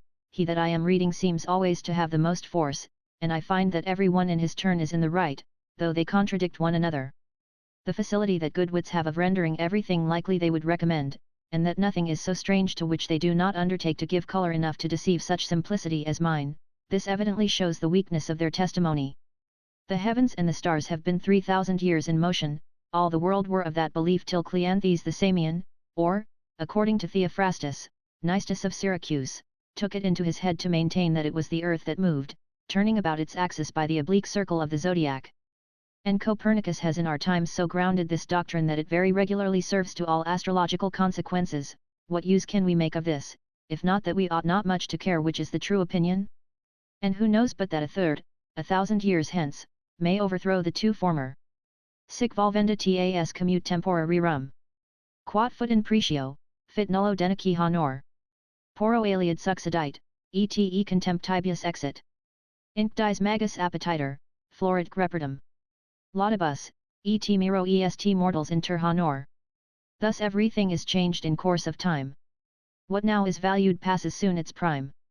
To which some other thing, despised before, succeeds, and grows in vogue still more and more. And once received, too faint all praises seem.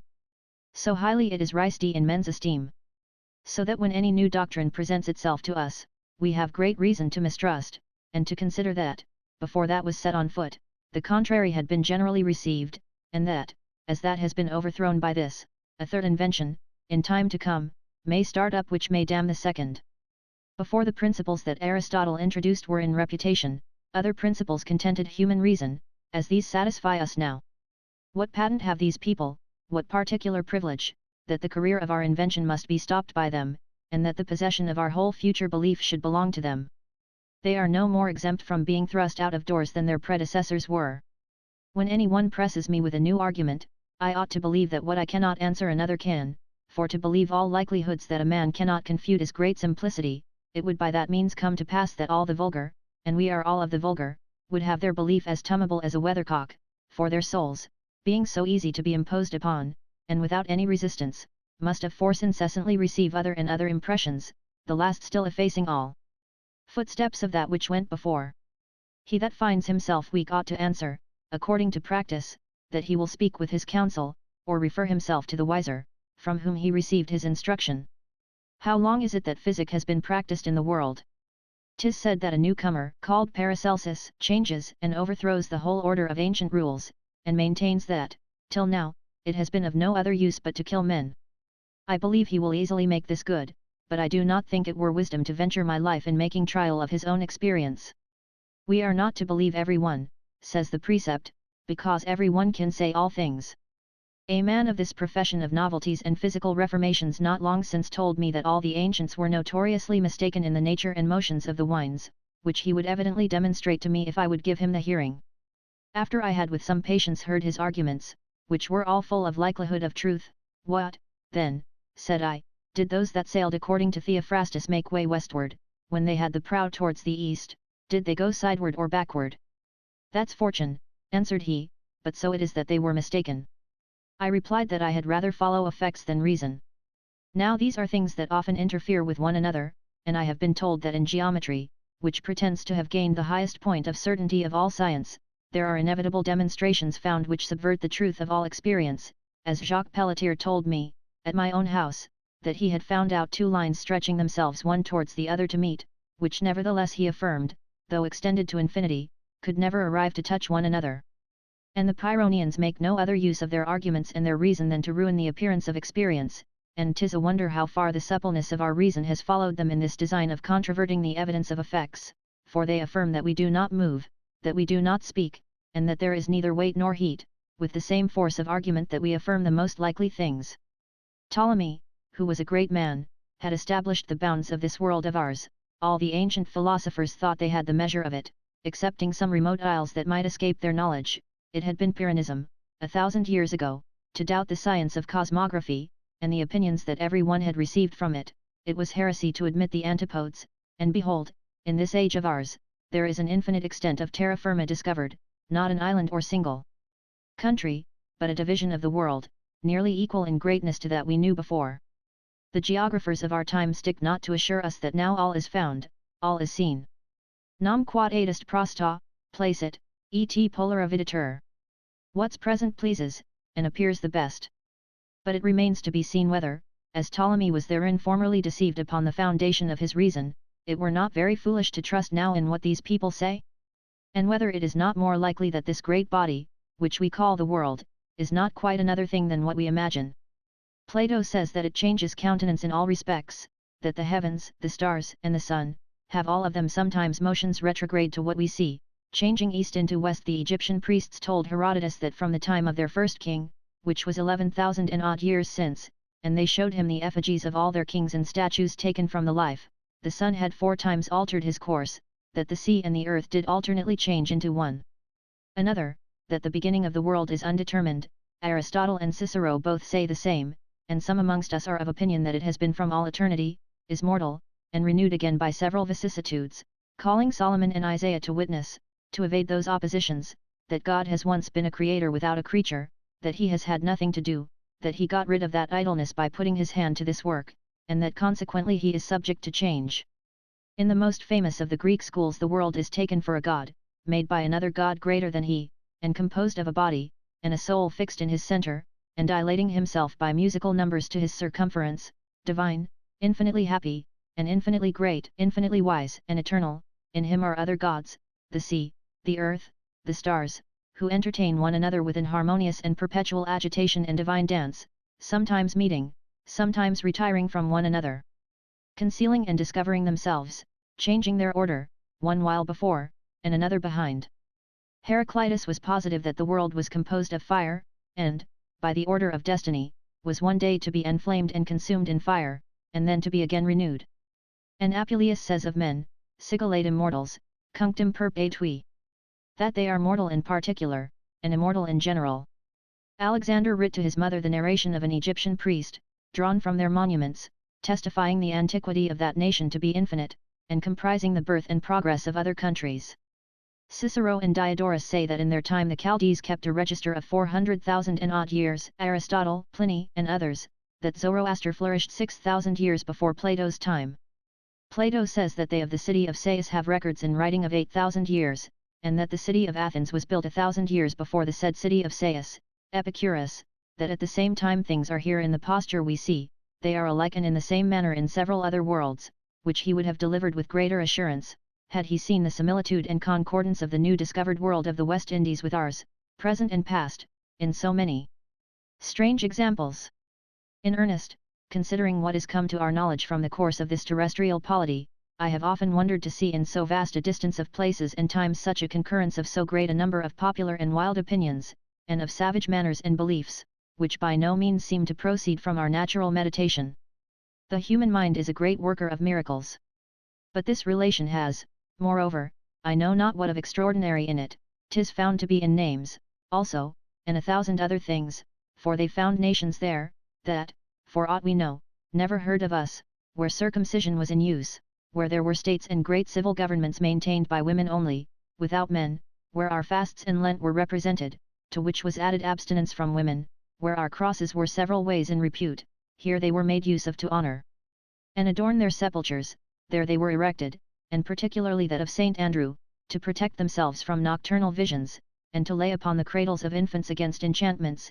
Elsewhere there was found one of wood, of very great height, which was adored for the god of rain, and this a great way in the interior, there was seen an express image of our penance priests, the use of mitres, the celibacy of priests, the art of divination by the entrails of sacrificed beasts, abstinence from all sorts of flesh and fish in their diet, the manner of priests officiating in a particular and not a vulgar language, and this fancy, that the first god was driven away by a second, his younger brother, that they were created with all sorts of necessaries and conveniences, which have since been in a degree taken from them for their sins, their territory changed, and their natural condition made worse, that they were of old overwhelmed by the inundation of water from heaven, that but few families escaped, who retired into caves on high mountains, the mouths of which they stopped so that the waters could not get in, having shut up, together with themselves, several sorts of animals, that when they perceived the rain to cease they sent out dogs, which returning clean and wet, they judged that the water was not much abated, afterwards sending out others,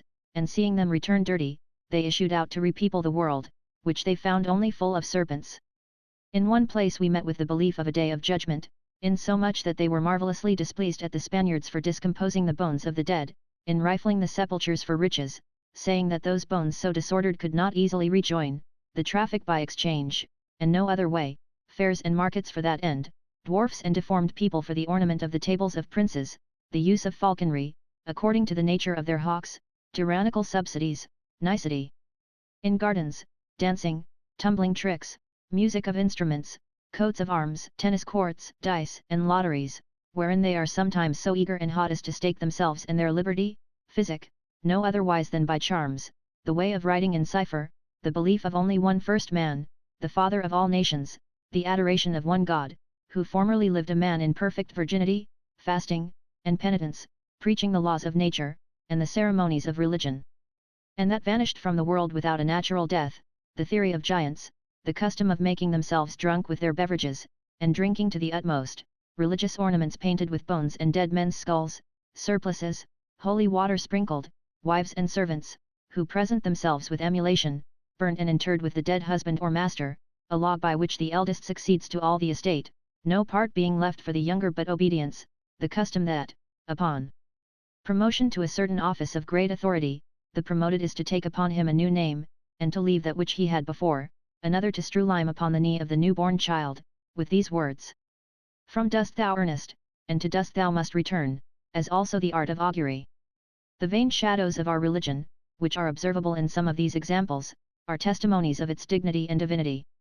It is not only in some sort insinuated into all the infidel nations on this side of the world, by a certain imitation, but in these barbarians also, as by a common and supernatural inspiration, for we find there the belief of purgatory, but of a new form, that which we give to the fire they give to the cold, and imagine that souls are purged and punished by the rigor of an excessive coldness.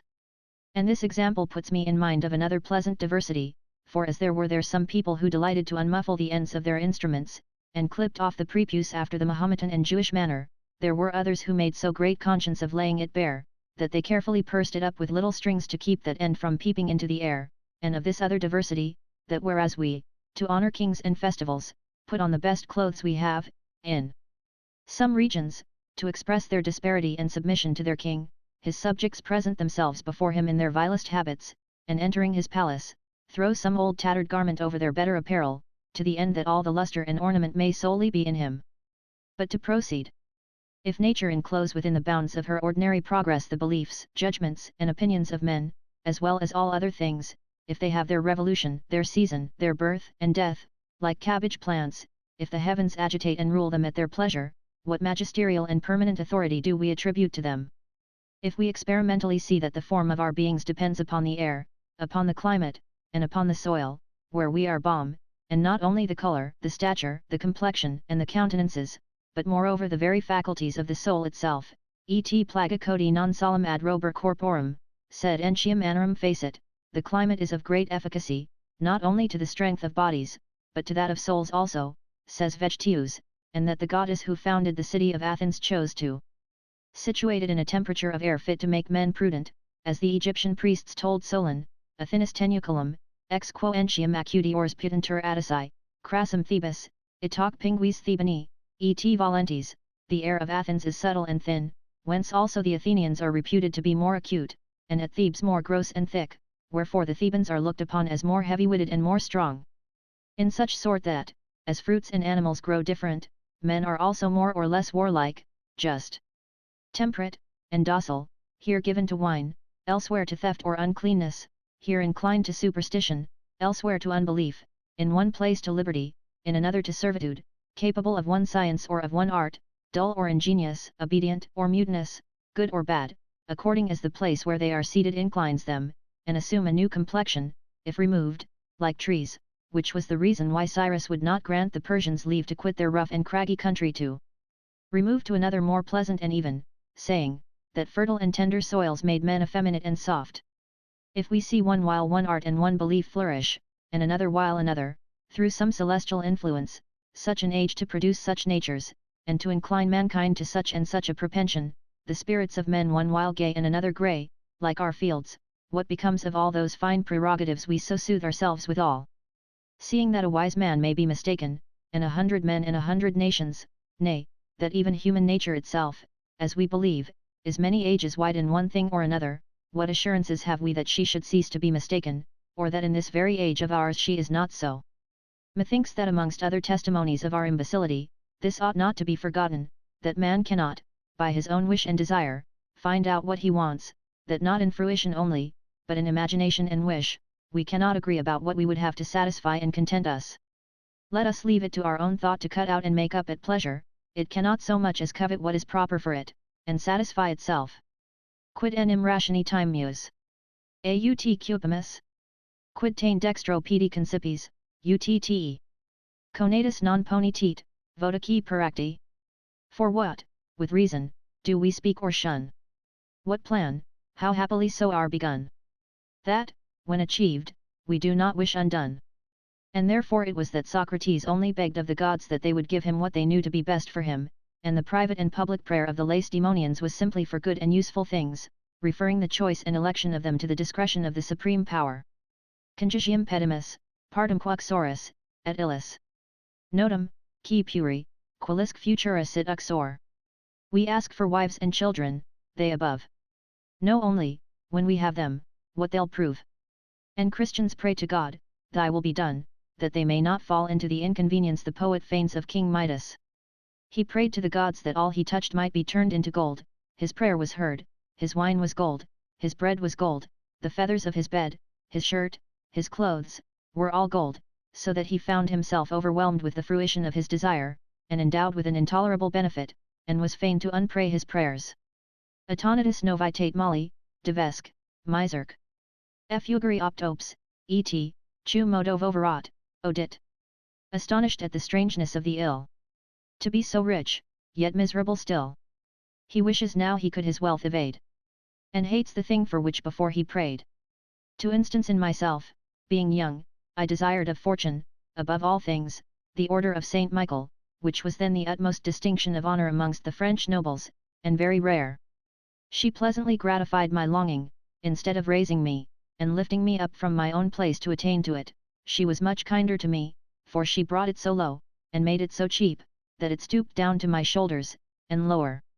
Cleobus and Beto, Trophonius and Agamedes, having requested, the first of their goddess, the last of their god, a recompense worthy of their piety, had death for a reward, so differing from ours are heavenly opinions concerning what is fit for us. God might grant us riches, honours, life, and even health, to our own hurt, for everything that is pleasing to us is not always good for us. If he sends us death, or an increase of sickness, instead of a cure, vergatua et baculus, tuus ipsami consolata sunt. Thy rod and thy staff have comforted me, he does it by the rule of his providence, which better and more certainly discerns what is proper for us than we can do, and we ought to take it in good part, as coming from a wise and most friendly hand. Si cons ilium vis. Permitti ipsis expendere numinibus, quid. Conveniat nobis, rebusc sit util nostris. Carrier est illis homo quam sibi. If thou ltbruld, to th gods thy fortunes trust. Their thoughts are wise, their dispensations just. What best may profit or delight they know. And real good, for fancied bliss, bestow. With eyes of pity, they our frailties scan. More dear to them, than to himself, is man. For to require of him honours and commands, is to require that he may throw you into a battle, set you upon a cast at dice, or something of the like nature, whereof the issue is to you unknown, and the fruit doubtful.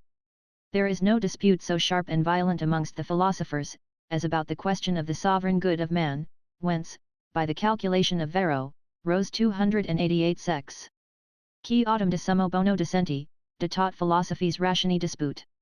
For whoever enters into controversy concerning the supreme good, disputes upon the whole matter of philosophy. Trs mei conviv proc dis entire videnter. Possentis vario mul turn divers appellato. Quid dem? Quid non dem? Renuis tu quat jubet alter. Quat petis, id sane est in visum acidum duobus.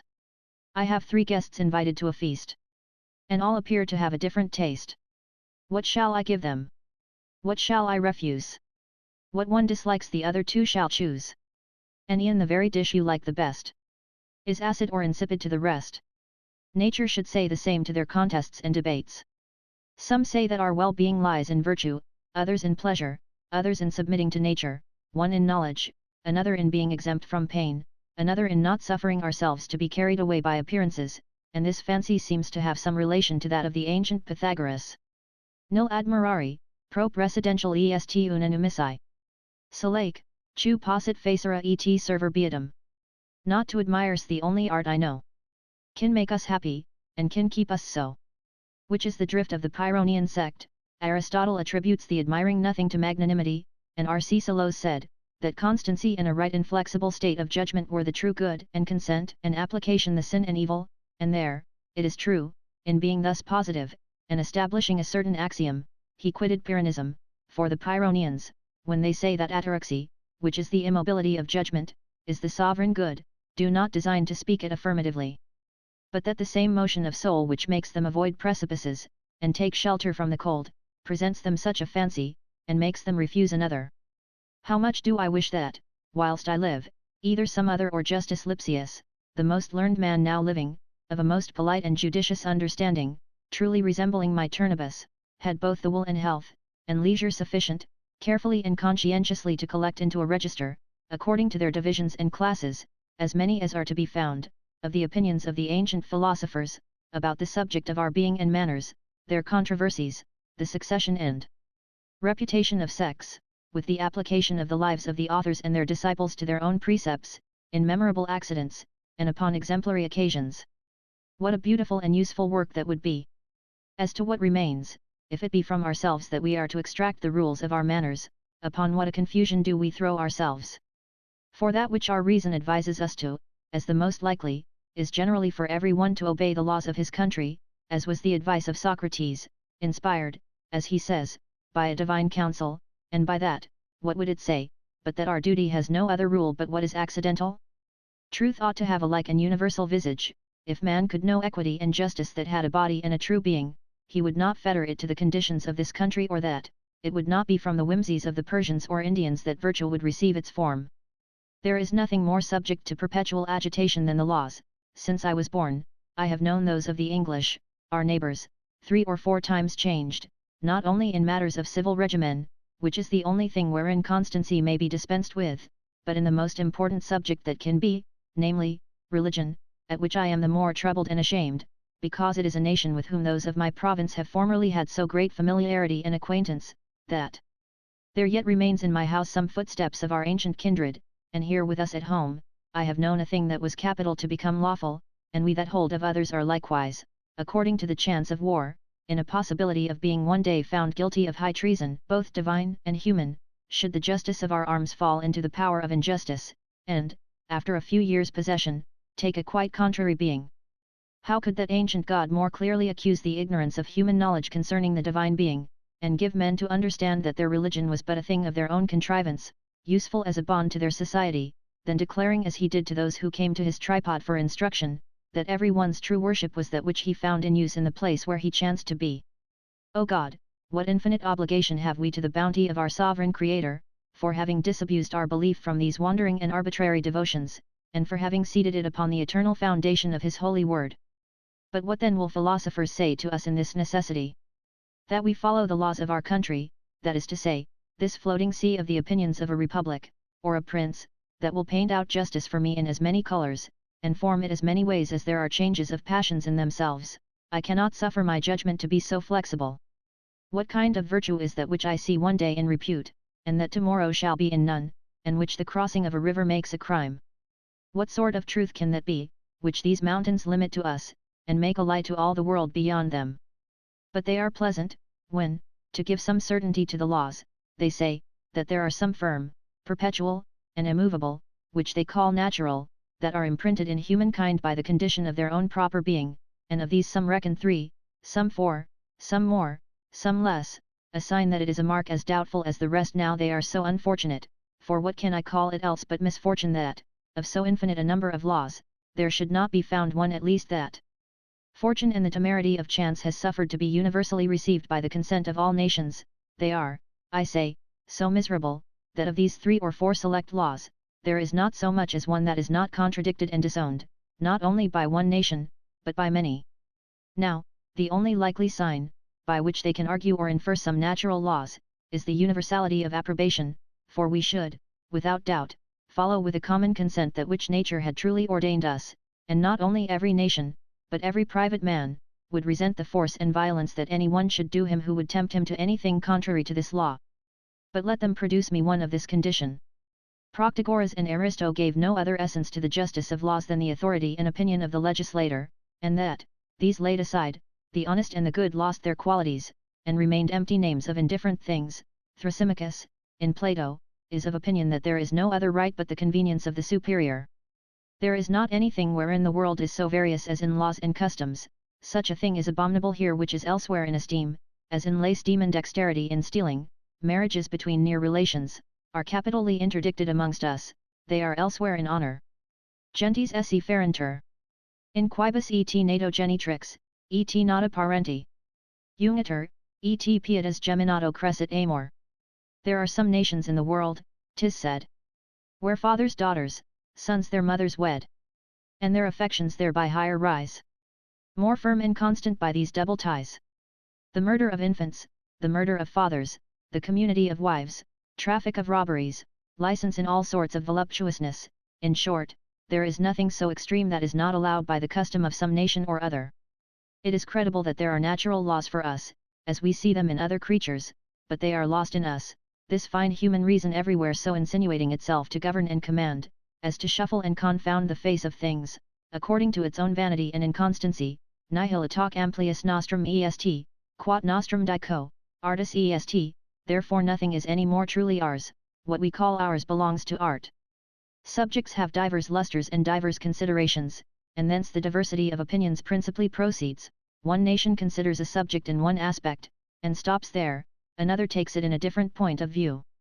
There is nothing of greater horror to be imagined than for a man to eat his father, and yet the people, whose ancient custom it was so to do, looked upon it as a testimony of piety and affection, seeking thereby to give their progenitors the most worthy and honourable sepulture, storing up in themselves, and as it were in their own marrow, the bodies and relics of their fathers, and in some sort regenerating them by transmutation into their living flesh, by means of nourishment and digestion.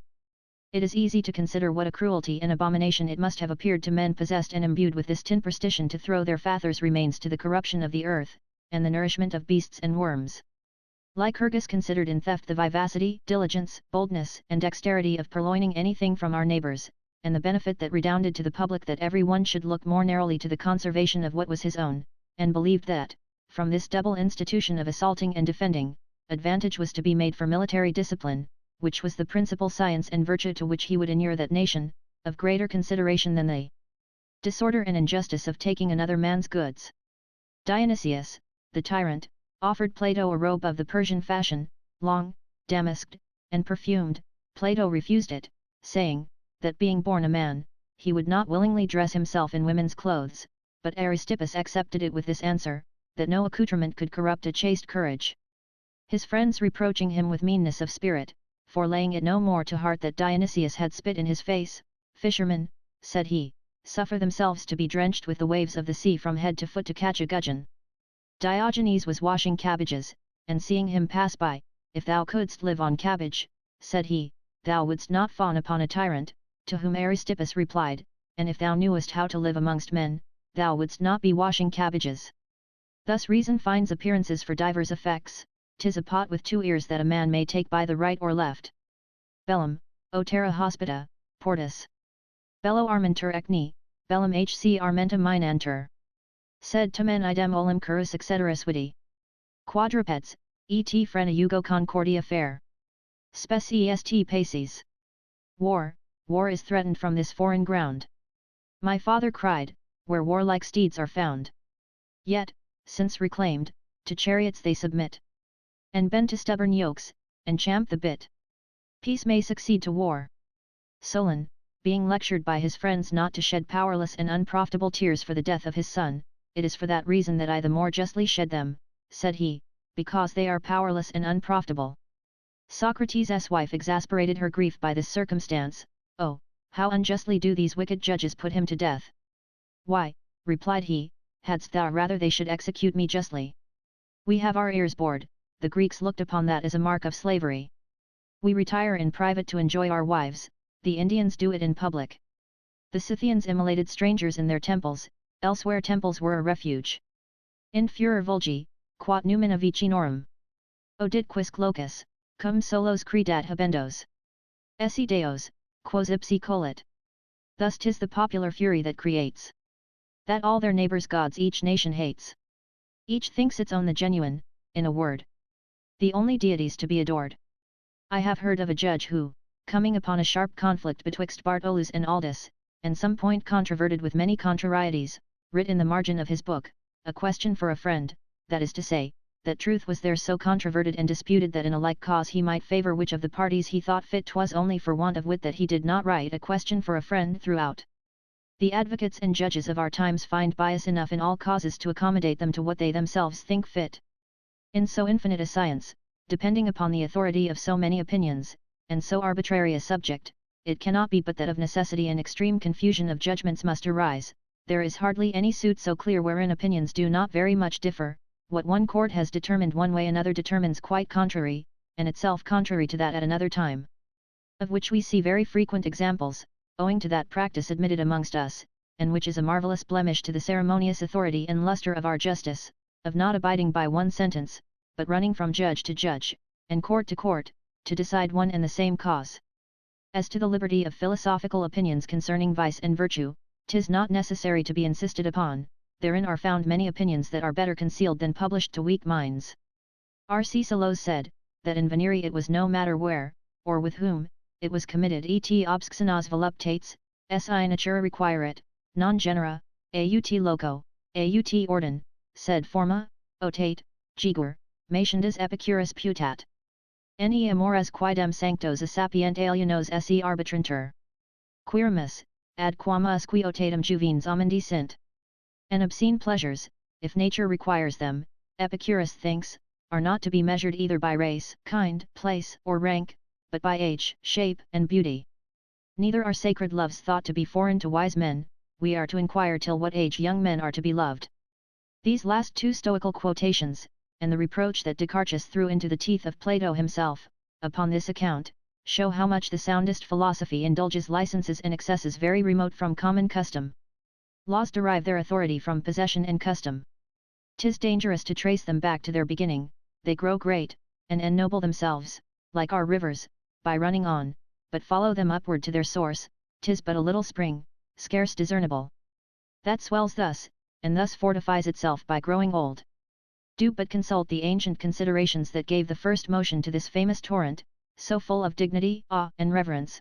You will find them so light and weak that it is no wonder if these people, who weigh and reduce everything to reason, and who admit nothing by authority, or upon trust, have their judgments often very remote, and differing from those of the public. It is no wonder if people, who take their pattern from the first image of nature, should in most of their opinions swerve from the common path, as, for example, few amongst them would have approved of the strict conditions of our marriages, and most of them have been for having wives in common, and without obligation, they would refuse our ceremonies. Chrysippus said, that a philosopher would make a dozen somersaults, and without his breeches, for a dozen of olives. That philosopher would hardly have advised Clisthenes to have refused Hippocleides the fair Agaris to his daughter, for having seen him stand on his head upon a table. Metrocles somewhat indiscreetly broke wind backwards while in disputation, in the presence of a great auditory in his school, and kept himself hid in his own house for shame, till Crates coming to visit him, and adding to his consolations and reasons the example of his own liberty, by falling to try with him who should sound most, cured him of that scruple, and withal drew him to his own stoical sect, more free than that more reserved one of the Peripatetics, of which he had been till then. That which we call decency, not to dare to do that in public which is decent enough to do in private, the Stoics call foppery, and to mince it, and to be so modest as to conceal and disown what nature, custom, and our desires publish and proclaim of our actions, they reputed a vice. The other thought it was to undervalue the mysteries of Venus to draw them out of the private oratory, to expose them to the view of the people, and that to bring them out from behind the curtain was to debase them. Modesty is a thing of weight, secrecy, reservation, and circumspection, are parts of esteem. Pleasure did very ingeniously when, under the mask of virtue, she sued not to be prostituted in the open streets, trodden underfoot, and exposed to the public view, wanting the dignity and convenience of her private cabinets. Hence some say that to put down public stews is not only to disperse fornication into all places, that was confined to one, but moreover, by the difficulty, to incite wild and idle people to this vice. Machus es aufidai, qui vir. Squine, fuisti. Rivalis fuerat qui tuis, il vir est. Carolina placet tibi, chu toi non placet uxor? Numquid securus non potes origere? This experience diversifies itself in 1,000 examples. Nullis in urbi foot tot, qui tenere velit. Uxorum gratis, chilion, tuum. Dum licuit, sed nunc, positus custodibus, ingens. Tubafutiturum est. Ingeniusus homo es. A philosopher being taken in the very act, and asked what he was doing, coldly replied, I am planting man, no more blushing to be so caught than if they had found him planting garlic. It is, I suppose, out of tenderness and respect to the natural modesty of mankind that a great and religious author is of opinion that this act is so necessarily obliged to privacy and shame that he cannot persuade himself there could be any absolute performance in those impudent embraces of the cynics, but that they contented themselves to represent lascivious gestures only, to maintain the impudence of their school's profession, and that, to eject what shame had withheld and restrained, it was afterward necessary for them to withdraw into the shade. But he had not thoroughly examined their debauches, for Diogenes, playing the beast with himself in public, wished, in the presence of all that saw him, that he could fill his belly by that exercise. To those who asked him why he did not find out a more commodious place to eat in than in the open street, he made answer, because I am hungry in the open street. The women philosophers who mixed with their sect, mixed also with their persons, in all places without reservation, and Hipparchia was not received into Crates' society, but upon condition that she should, in all things, follow the practice and customs of his rule. These philosophers set a great price upon virtue, and renounce all other discipline but the moral, and yet, in all their actions, they attributed the sovereign authority to the election of their sage, and above the laws, and gave no other curb to voluptuousness but moderation only, and the conservation of the liberty of others. Heraclitus and Protagoras, forasmuch as wine seemed bitter to the sick, and pleasant to the sound, the rudder crooked in the water, and straight went out, and such like contrary appearances as are found in subjects, argued thence that all subjects had, in themselves, the causes of these appearances, and there was some bitterness in the wine which had some sympathy with the sick man's taste, and the rudder some bending quality sympathizing with him that looks upon it in the water, and so of all the rest, which is to say, that all is in all things, and, consequently, nothing in any one, for, where all is, there is nothing. This opinion put me in mind of the experience we have that there is no sense or aspect of anything, whether bitter or sweet, straight or crooked, that the human mind does not find out in the writings it undertakes to tumble over. Into the cleanest, purest, and most perfect words that can possibly be, how many lies and falsities have we suggested? What heresy has not there found ground and testimony sufficient to make itself embraced and defended? 'Tis for this that the authors of such errors will never depart from proof of the testimony of the interpretation of words.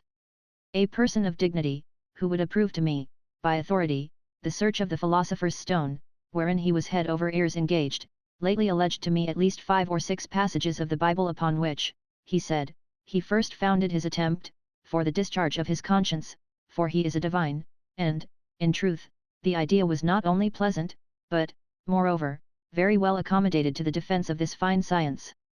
By this way the reputation of divining fables is acquired.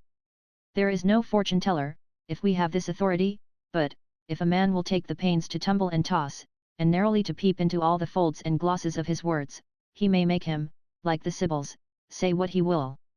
There are so many ways of interpretation that it will be hard but that, either obliquely or in a direct line, an ingenious wit will find out, in every subject, some air that will serve for his purpose, therefore we find a cloudy and ambiguous style in so frequent and ancient use.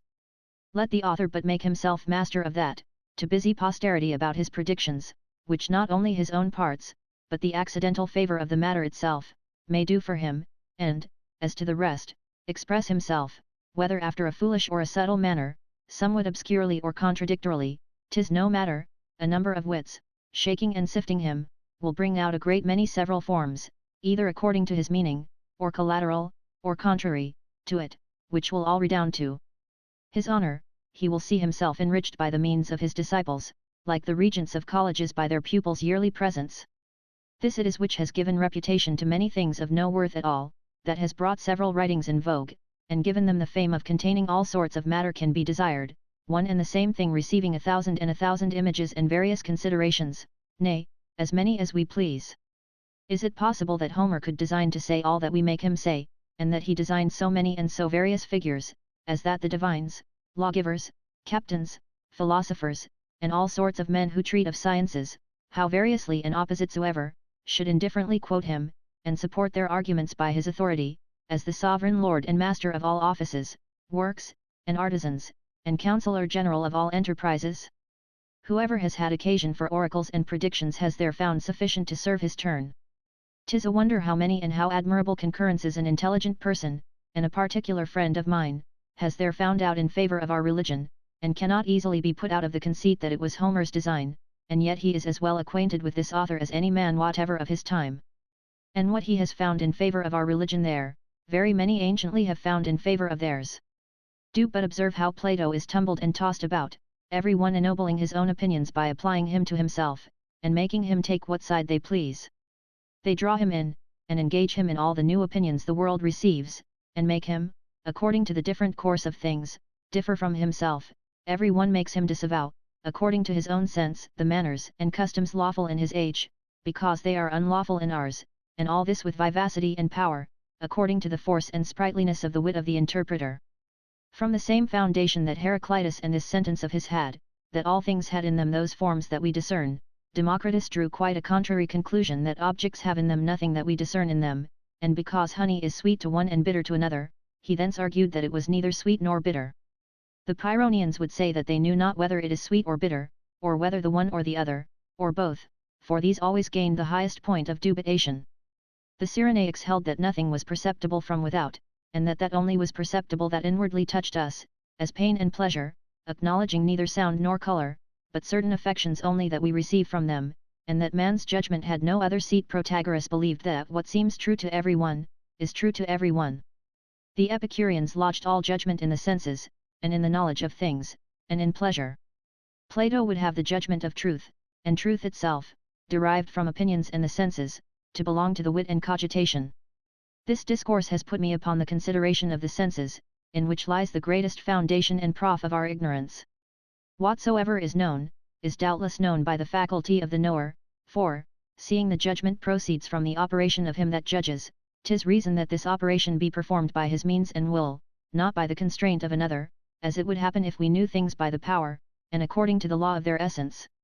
Now all knowledge is conveyed to us by the senses, they are our masters. Via communita fide.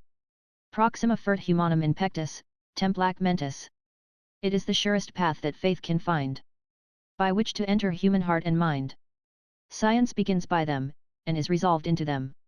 After all, we should know no more than a stone if we did not know there is sound, odour, light, taste, measure, weight, softness, hardness, sharpness, colour, smoothness, breadth, and depth.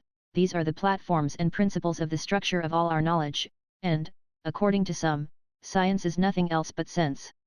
He that could make me contradict the senses, would have me by the throat. He could not make me go further back. The senses are the beginning and the end of human knowledge. Invenis primis absensibens esse creatum. Notitium vale, nec sensus posse refelli. Quid mageri fide poro, quam sensus, habri debet? Of truth, whatever discoveries are made, are by the senses to us first conveyed. Nor will one sense be baffled, for on what can we rely more safely than on that? Let us attribute to them the least we can. We must, however, of necessity grant them this, that it is by their means and mediation that all our instruction is directed. Cicero says, that Chrysippus, having attempted to extenuate the force and virtue of the senses, presented to himself arguments and so vehement oppositions to the contrary that he could not satisfy himself therein, whereupon came Aides, who maintained the contrary side, boasted that he would make use of the very words and arguments of Chrysippus to controvert and confute him, and therefore thus cried out against him, O miserable, thy force has destroyed thee. There can be nothing absurd to a greater degree than to maintain that fire does not warm, that light does not shine, and that there is no weight nor solidity in iron, which are things conveyed to us by the senses. Neither is there belief nor knowledge in man that can be compared to that for certainty. The first consideration I have upon the subject of the senses is that I make a doubt whether or no man be furnished with all natural senses. I see several animals who live an entire and perfect life, some without sight, others without hearing. Who knows whether to us also 1, 2, 3, or many other senses may not be wanting? For if any one be wanting, our examination cannot discover the defect. 'Tis the privilege of the senses to be the utmost limit of our discovery. There is nothing beyond them that can assist us in exploration, not so much as one sense in the discovery of another. An poterunt oculos auras reprehendera? An auras Tactus in hunc poro tactum saper arnet oris? Un confutabunt nares, oculi revincent? Can ears the eyes, the touch the ears, correct? Or is that touch by tasting to be checked? Or th other senses, shall the nose or eyes confute in their peculiar faculties? They all make the extremest limits of our ability. Sursum quique potestas divisa est, sua vis quique est. Each has its power distinctly and alone. And every sense's power is its own. It is impossible to make a man naturally blind conceive that he does not see, impossible to make him desire sight, or to regret his defect, for which reason we ought not to derive any assurance from the soul's being contented and satisfied with those we have, considering that it cannot be sensible herein of its infirmity and imperfection, if there be any such thing. It is impossible to say anything to this blind man, either by reasoning, argument, or similitude, that can possess his imagination with any apprehension of light, color, or sight. There's nothing remains behind that can push on the senses to evidence. Those that are born blind, whom we here wish they could see, it is not that they understand what they desire, they have learned from us that they want something, that there is something to be desired that we have, which they can name indeed and speak of its effect and consequences, but yet they know not what it is, nor apprehend it at all. I have seen a gentleman of a good family who was born blind, or at least blind from such an age that he knows not what sight is, who is so little sensible of his defect that he makes use as we do of words proper for seeing, and applies them after a manner wholly particular and his own.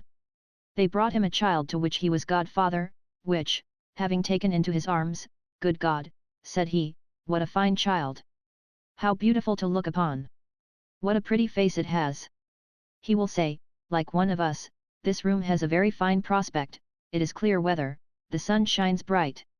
And moreover, being that hunting, tennis, and butts are our exercises, and he has heard so, he has taken a liking to them, will ride hunting, and believes he has as good share of the sport as we have, and will express himself as angry or pleased as the best of us all, and yet knows nothing of it but by the ear. One cries out to him, here's a hare, when he is upon some even plain where he may safely ride, and afterwards, when they tell him, the hare is killed, he will be as overjoyed and proud of it as he hears others say they are.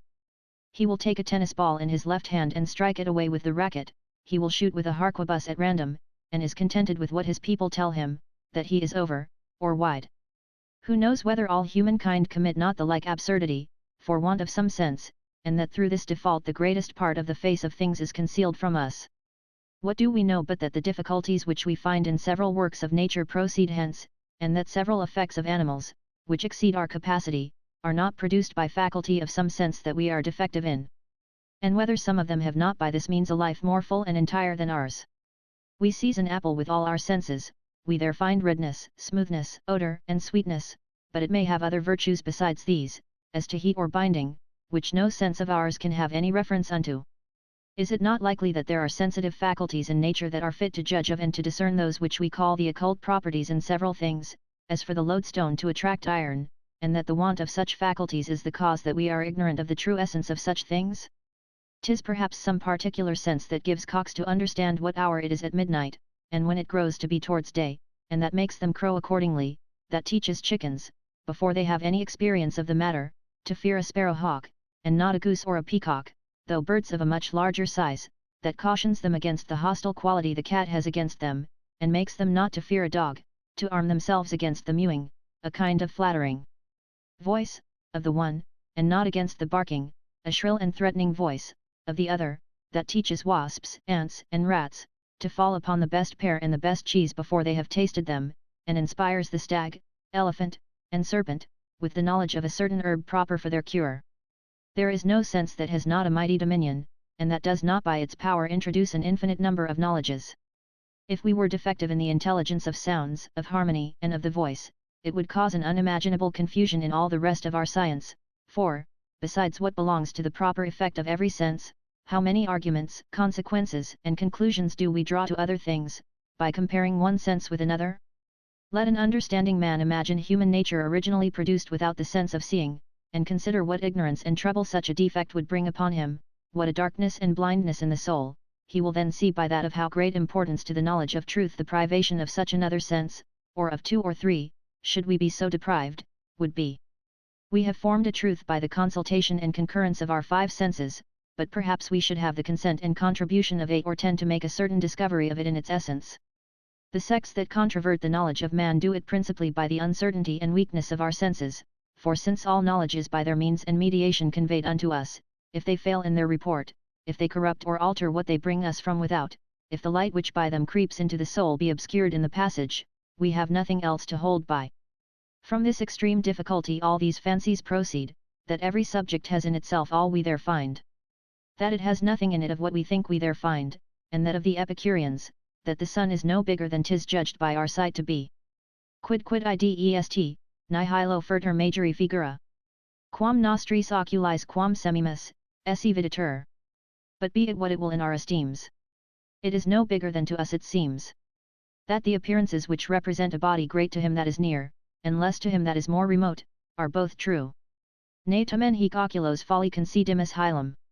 Proinda animi vidium hoc oculis ad fingeri nulli. Yet that the eyes deluded we deny. Charge not the mind's faults, therefore, on the eye.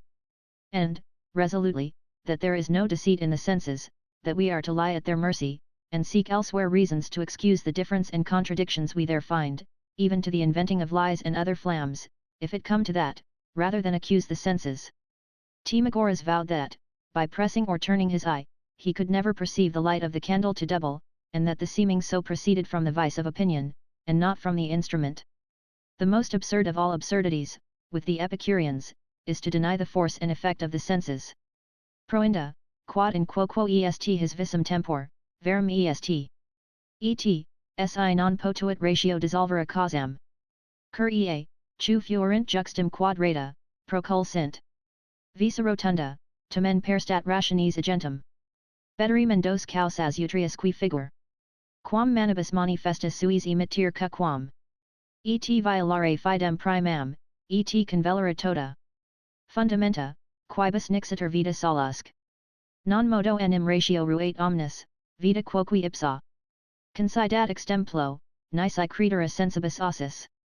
Procipitesque locos videre, et terra, chu sint. In genera hoc fugienda. That what we see exists I will maintain. And if our feeble reason can't explain why things seem square when they are very near, and at a greater distance round appear, 'tis better yet, for him that's at a pause, t assign to either figure a false cause, then shock his faith, and the foundations rend, on which our safety and our life depend. For reason not alone, but life and all, together will with sudden ruin fall, unless we trust our senses, nor despise to shun the various dangers that arise. This so desperate and unphilosophical advice expresses only this, that human knowledge cannot support itself but by reason unreasonable, foolish, and mad, but that it is yet better that man, to set a greater value upon himself, make use of any other remedy, how fantastic soever, than to confess his necessary ignorance a truth so disadvantageous to him. He cannot avoid owning that the senses are the sovereign lords of his knowledge, but they are uncertain, and falsifiable in all circumstances. 'Tis there that he is to fight it out to the last, and if his just forces fail him, as they do, to supply that defect with obstinacy, temerity, and impudence. In case what the Epicureans say be true, viz., that we have no knowledge if the senses' appearances be false, and if that also be true which the Stoics say, that the appearances of the senses are so false that they can furnish us with no manner of knowledge, we shall conclude, to the disadvantage of these two great dogmatical sects, that there is no science at all. As to the error and uncertainty of the operation of the senses, every one may furnish himself with as many examples as he pleases, so ordinary are the faults and tricks they put upon us. In the echo of a valley the sound of a trumpet seems to meet us, which comes from a place behind. Extantisque procul medio digurgite montes. Clas sabus in Turknos liber patet exitus, idem. Apparent, et lunge de valsi licet, ingens. Insula conjunctus tamen ex his anaviditur. Et fugor ad pupim colis campaci videntur. Cnos agims praternavum, velisque volumus. Ubi in medio nobis equus acer obsit. Flamen, equi corpus transversum ferviditur. Vis, et in adversum flumen contrudere raptum. And rocks ithcs that proudly raise their head. Though far disjoined, though royal navies spread their sails between, yet if from distance shown, they seem an island all commindy in one. Thus ships, though driven by a prosperous gale, seem fixed to sailors, those seem under sail, that ride at anchor safe, and all admire, as they row by, to see the rocks retire. Thus, when in rapid streams my horse hath stood. And I looked downward on the rolling flood. Though he stood still, I thought he did divide the headlong streams, and strive against the tide. And all things seemed to move on every side. Take a musket ball under the forefinger, the middle finger being lapped over it, it feels so like two that a man will have much ado to persuade himself there is but one, the end of the two fingers feeling each of them one at the same time, for that the senses are very often masters of our reason, and constrain it to receive impressions which it judges and knows to be false, is frequently seen.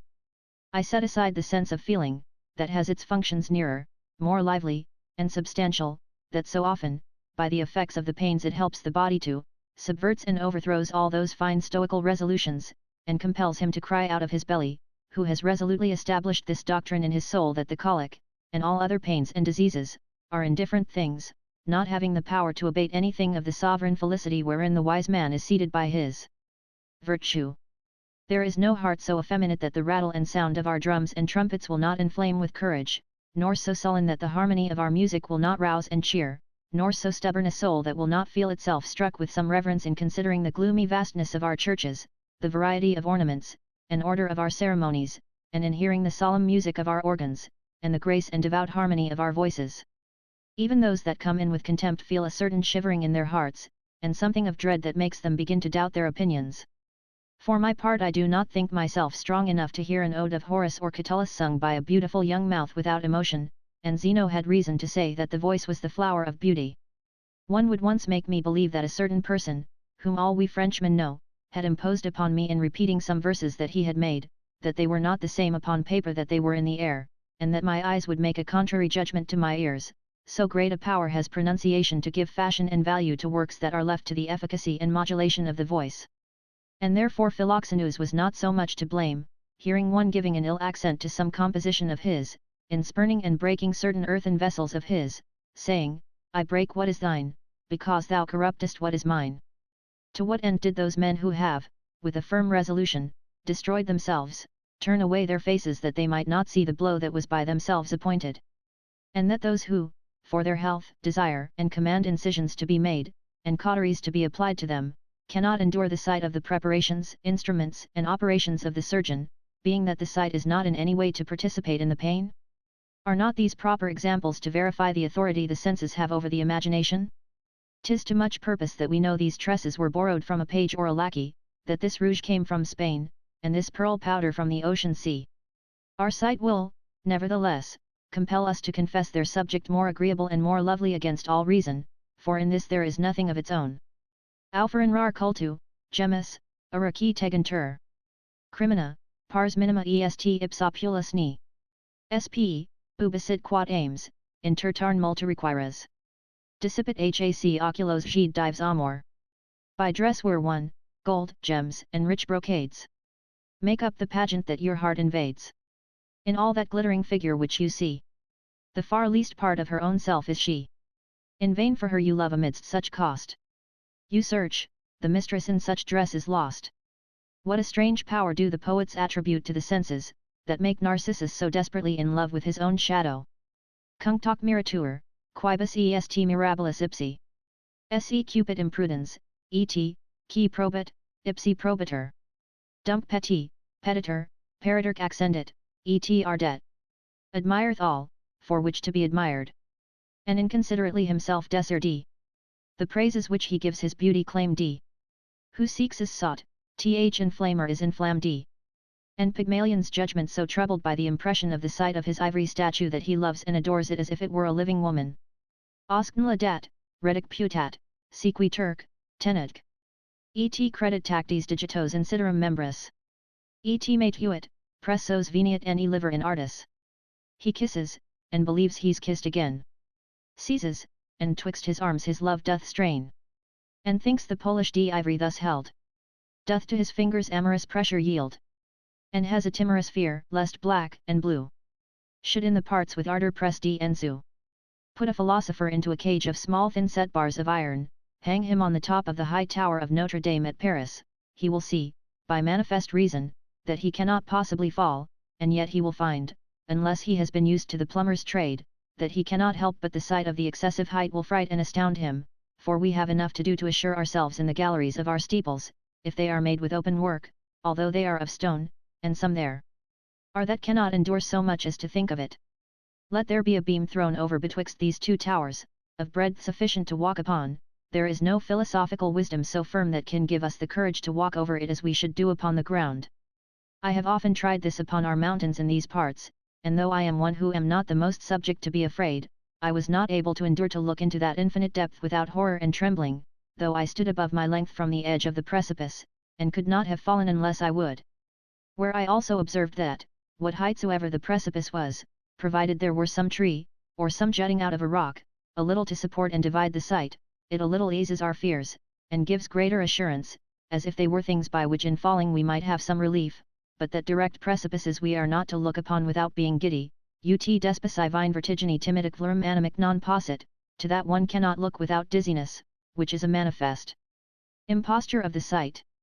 And therefore it was that fine philosopher put out his own eyes, to free the soul from being diverted by them, and that he might philosophize at greater liberty, but, by the same rule, he should have dammed up his ears, that Theophrastus says are the most dangerous instruments about us for receiving violent impressions to alter and disturb us, and, finally, should have deprived himself of all his other senses, that is to say, of his life and being, for they have all the power to command our soul and reason, fit entium soap specie cudum, soap vocum gravitate et cantibus, ut petentur animi vehementius, soap entium cura et timor, for it often falls out that the minds are more vehemently struck by some sight, by the quality and sound of the voice, or by singing, and oft times also by grief and fear. Physicians hold that there are certain complexions that are agitated by the same sounds and instruments even to fury. I have seen some who could not hear a bone gnawed under the table without impatience, and there is scarce any man who is not disturbed at the sharp and shrill noise that the file makes in grating upon the iron, as also to hear chewing near them, or to hear any one speak who has an impediment in the throat or nose, will move some people even to anger and hatred.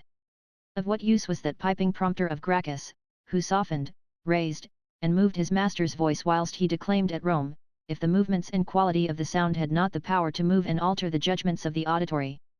In earnest, there is wonderful reason to keep such a clutter about the firmness of this fine piece, that suffers itself to be turned and twined by the motion and accidents of so light a wind. The same cheat that the senses put upon our understanding they have in turn put upon them, the soul also sometimes has its revenge, they lie and contend which should most deceive one another. What we see and hear when we are transported with passion, we neither see nor hear as it is. Et solemn geminum, et duplices se os dear Thebes. Thebes seems two cities, and the sun two suns. The object that we love appears to us more beautiful than it really is. Multimodis agitur pravis terpesque vidimus. Esse in delicious, sumaci in honor vigere. Hence 'tis that ugly things in fancied dress seem gay, look fair to lovers' eyes, and please. And that we hate more ugly, to a discontented and afflicted man the light of the day seems dark and overcast. Our senses are not only depraved, but very often stupefied by the passions of the soul. How many things do we see that we do not take notice of, if the mind be occupied with other thoughts? In rebus quoque apertus nescere passes. Si non advertis animum, proinda esse quasi omni. Tempor semat fuerint, longici remat. Nay, even in plainest things, unless the mind take heed, unless she sets herself to find the thing, no more is seen, no more beloved than if the most obscure and most removed it would appear that the soul retires within, and amuses the powers of the senses. And so both the inside and the outside of man is full of infirmity and falsehood. They who have compared our lives to a dream were, perhaps, more in the right than they were aware of. When we dream, the soul lives, works, and exercises all its faculties, neither more nor less than when awake, but more largely and obscurely, yet not so much, neither, that the difference should be as great as betwixt night and the meridian brightness of the sun, but as betwixt night and shade, there she sleeps, here she slumbers, but, whether more or less, 'tis still dark, and Cimmerian darkness. We wake sleeping, and sleep waking. I do not see so clearly in my sleep, but as to my being awake, I never found it clear enough and free from clouds. Moreover, sleep, when it is profound, sometimes rocks even dreams themselves asleep, but our waking is never so sprightly that it rightly purges and dissipates those whimsies, which are waking dreams, and worse than dreams. Our reason and soul receiving those fancies and opinions that come in dreams, and authorizing the actions of our dreams with the like approbation that they do those of the day, wherefore do we not doubt whether our thought, our action, is not another sort of dreaming, and our waking a certain kind of sleep? If the senses be our first judges, it is not ours that we are alone to consult, for, in this faculty, beasts have as great, or greater, than we. It is certain that some of them have the sense of hearing more quick than man, others that of seeing, others that of feeling, others that of touch and taste. Democritus said, that the gods and brutes had the sensitive faculties more perfect than man.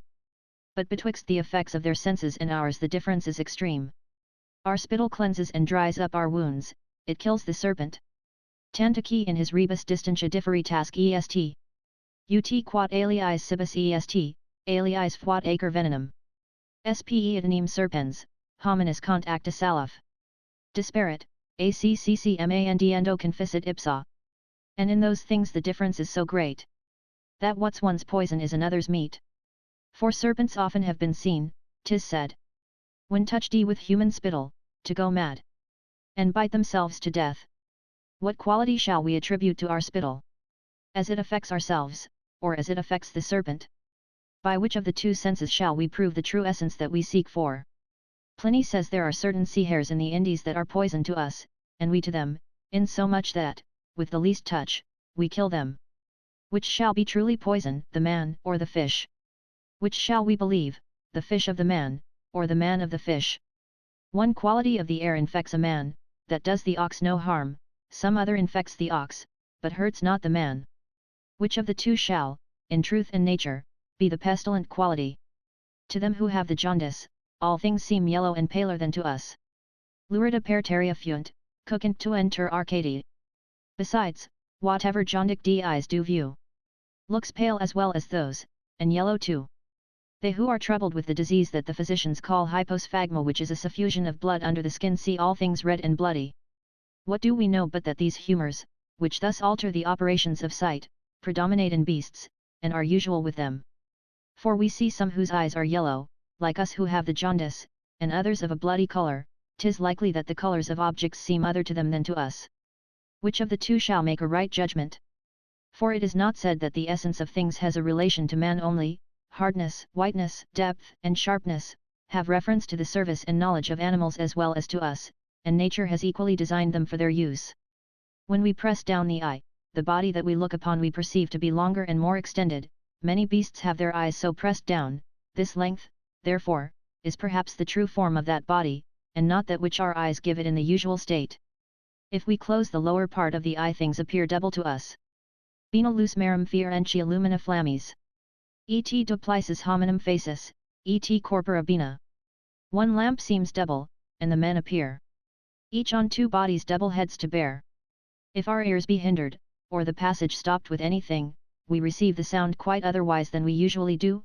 Animals, likewise, who have either the ears hairy, or but a very little hole instead of an ear, do not, consequently, hear as we do, but receive another kind of sound. We see at festivals and theatres that, opposing a painted glass of a certain colour to the light of the flambeaux, all things in the place appear to us green, yellow, or violet. Et vulgo facient I deludia russaci vila. Et ferrugina, cum, magnes intenta theatris. Per malos vulgata trebesc, trementia pendent. Namc ibi concessium cavia subter, et amum. Sine specium, patrum, matramc, deorumc. Infaciunt, cogent xuo volitare color. Thus when pale curtains, or the deeper red, o'er all the spacious theatre are spread, which mighty masts and sturdy pillars bear, and the loose curtains wanton in the air, whole streams of colours from the summit flow. The rays divide them in their passage through, and stain the scenes and men and gods below. 'Tis likely that the eyes of animals, which we see to be of divers colours, produce the appearance of bodies the same with their eyes. We should, therefore, to make a right judgment of the oppositions of the senses, be first agreed with beasts, and secondly amongst ourselves, which we by no means are, but enter into dispute every time that one hears, sees, or tastes something otherwise than another does, and contests, as much as upon any other thing, about the diversity of the images that the senses represent to us. A child, by the ordinary rule of nature, hears, sees, and talks otherwise than a man of 30 years old, and he than one of 60. The senses are, in some, more obscure and dusky, and more open and quick in others. We receive things variously, according as we are, and according as they appear to us. Those rings which are cut out in the form of feathers, which are called endless feathers, no eye can discern their size, or can keep itself from the deception that on one side they enlarge, and on the other contract, and come so a point, even when the ring is being turned round the finger, yet, when you feel them, they seem all of an equal size. Now, our perception being so uncertain and so controverted, it is no more a wonder if we are told that we may declare that snow appears white to us, but that to affirm that it is in its own essence really so is more than we are able to justify, and, this foundation being shaken, all the knowledge in the world must of necessity fall to ruin. What? Do our senses themselves hinder one another? A picture seems raised and embossed to the sight, in the handling it seems flat to the touch. Shall we say that musk, which delights the smell, and is offensive to the taste, is agreeable or no? There are herbs and unguents proper for one part o' the body, that are hurtful to another. Honey is pleasant to the taste, but offensive to the sight. They who, to assist their lust, used in ancient times to make use of magnifying glasses to represent the members they were to employ bigger, by that ocular tumidity to please themselves the more, to which of their senses did they give the prize, whether to the sight, that represented the members as large and great as they would desire, or to the feeling, which represented them little and contemptible? Are they our senses that supply the subject with these different conditions, and have the subjects themselves, nevertheless, but one? As we see in the bread we eat, it is nothing but bread, but, by being eaten, it becomes bones, blood, flesh, hair, and nails. Ut cibus in membra et cardis cum diditur omnes. Disparet, et galium naturum sufficit XSE. As meats, diffused through all the members, lose their former state, and different things compose. The humidity sucked up by the root of a tree becomes trunk, leaf, and fruit, and the air, being but one, is modulated, in a trumpet, to 1,000 sorts of sounds. Are they our senses? I would fain know, that, in like manner, form these subjects into so many divers qualities, or have they them really such in themselves? And upon this doubt what can we determine of their true essence? Moreover, since the accidents of disease, of raving, or sleep, make things appear otherwise to us than they do to the healthful, the wise, and those that are awake, is it not likely that our right posture of health and understanding, and our natural humours, have, also, wherewith to give a being to things that have a relation to their own condition, and accommodate them to themselves, as well as when they are disordered, that health is as capable of giving them an aspect as sickness? Why has not the temperate a certain form of objects relative to it, as well as the intemperate? And why may it not as well stamp it with its own character as the other? He whose mouth is out of taste, says the wine is flat, the healthful man commends its flavour, and the thirsty its briskness. Now, our condition always accommodating things to itself, and transforming them according to its own posture, we cannot know what things truly are in themselves, seeing that nothing comes to us but what is falsified and altered by the senses. Where the compass, the square, and the rule, are crooked, all propositions drawn thence, and all buildings erected by those guides, must, of necessity, be also defective. The uncertainty of our senses renders everything uncertain that they produce. Denici ut in fabric, si prova est regula prima. Normac si fallax rectis regionibus exit. Et libella alique si ex part claudicat hilum. Omnium endos fieri, et gobstopanus essum est. Prova, cuba ntia, prona, supina, et absina tecta. Jam ruera ut cudum vidientux vel, ruintc. Prodida judicius felicibus omnia primis. Sicagitur ratio tibi reram provinus est. Falsici sit, falsis cucincub sensibus orta est. But lastly, as in building, if the line be not exact and straight, the rule decline. Or level false, how vain is the design. Uneven, an ill-shaped and tottering wall must rise, this part must sink, that part must fall. Because the rules were false that fashioned all. Thus reason's rules are false if all commence and rise from failing and from erring sense. As to what remains, who can be fit to judge of and to determine those differences? As we say in controversies of religion that we must have a judge neither inclining to the one side nor the other, free from all choice and affection, which cannot be amongst Christians, just so it falls out in this, for if he be old he cannot judge of the sense of old age, being himself a party in the case. If young, there is the same exception, if healthful, sick, asleep, or awake, he is still the same incompetent judge.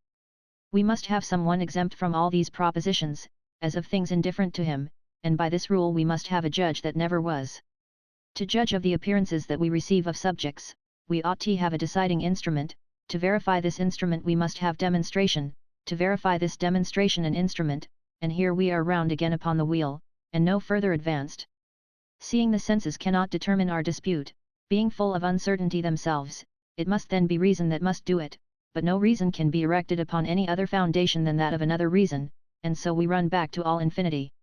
Our fancy does not apply itself to things that are strange, but is conceived by the mediation of the senses, and the senses do not comprehend a foreign subject, but only their own passions, by which means fancy and appearance are no part of the subject, but only of the passion and sufferance of sense, which passion and subject are different things, wherefore whoever judges by appearances judges by another thing than the subject. And to say that the passions of the senses convey to the soul the quality of foreign subjects by resemblance, how can the soul and understanding be assured of this resemblance, having of itself no commerce with foreign subjects? As they who never knew Socrates cannot, when they see his picture, say it is like him. Now, whoever would, notwithstanding, judge by appearances, if it be by all, it is impossible, because they hinder one another by their contrarieties and discrepancies, as we by experience see, shall some select appearances govern the rest. You must verify this select by another select, the second by a third, and thus there will never be any end to it.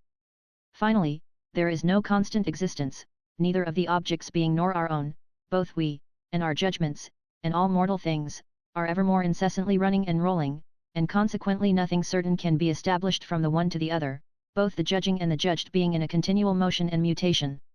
We have no communication with being, by reason that all human nature is always in the middle, betwixt being bomb and dying, giving but an obscure appearance and shadow, a weak and uncertain opinion of itself, and if, perhaps, you fix your thought to apprehend your being, it would be but like grasping water, for the more you clutch your hand to squeeze and hold what is in its own nature flowing, so much more you lose of what you would grasp and hold. So, seeing that all things are subject to pass from one change to another, reason, that there looks for a real substance, finds itself deceived, not being able to apprehend anything that is subsistent and permanent, because that everything is either entering into being, and is not yet arrived at it, or begins to die before it is bomb.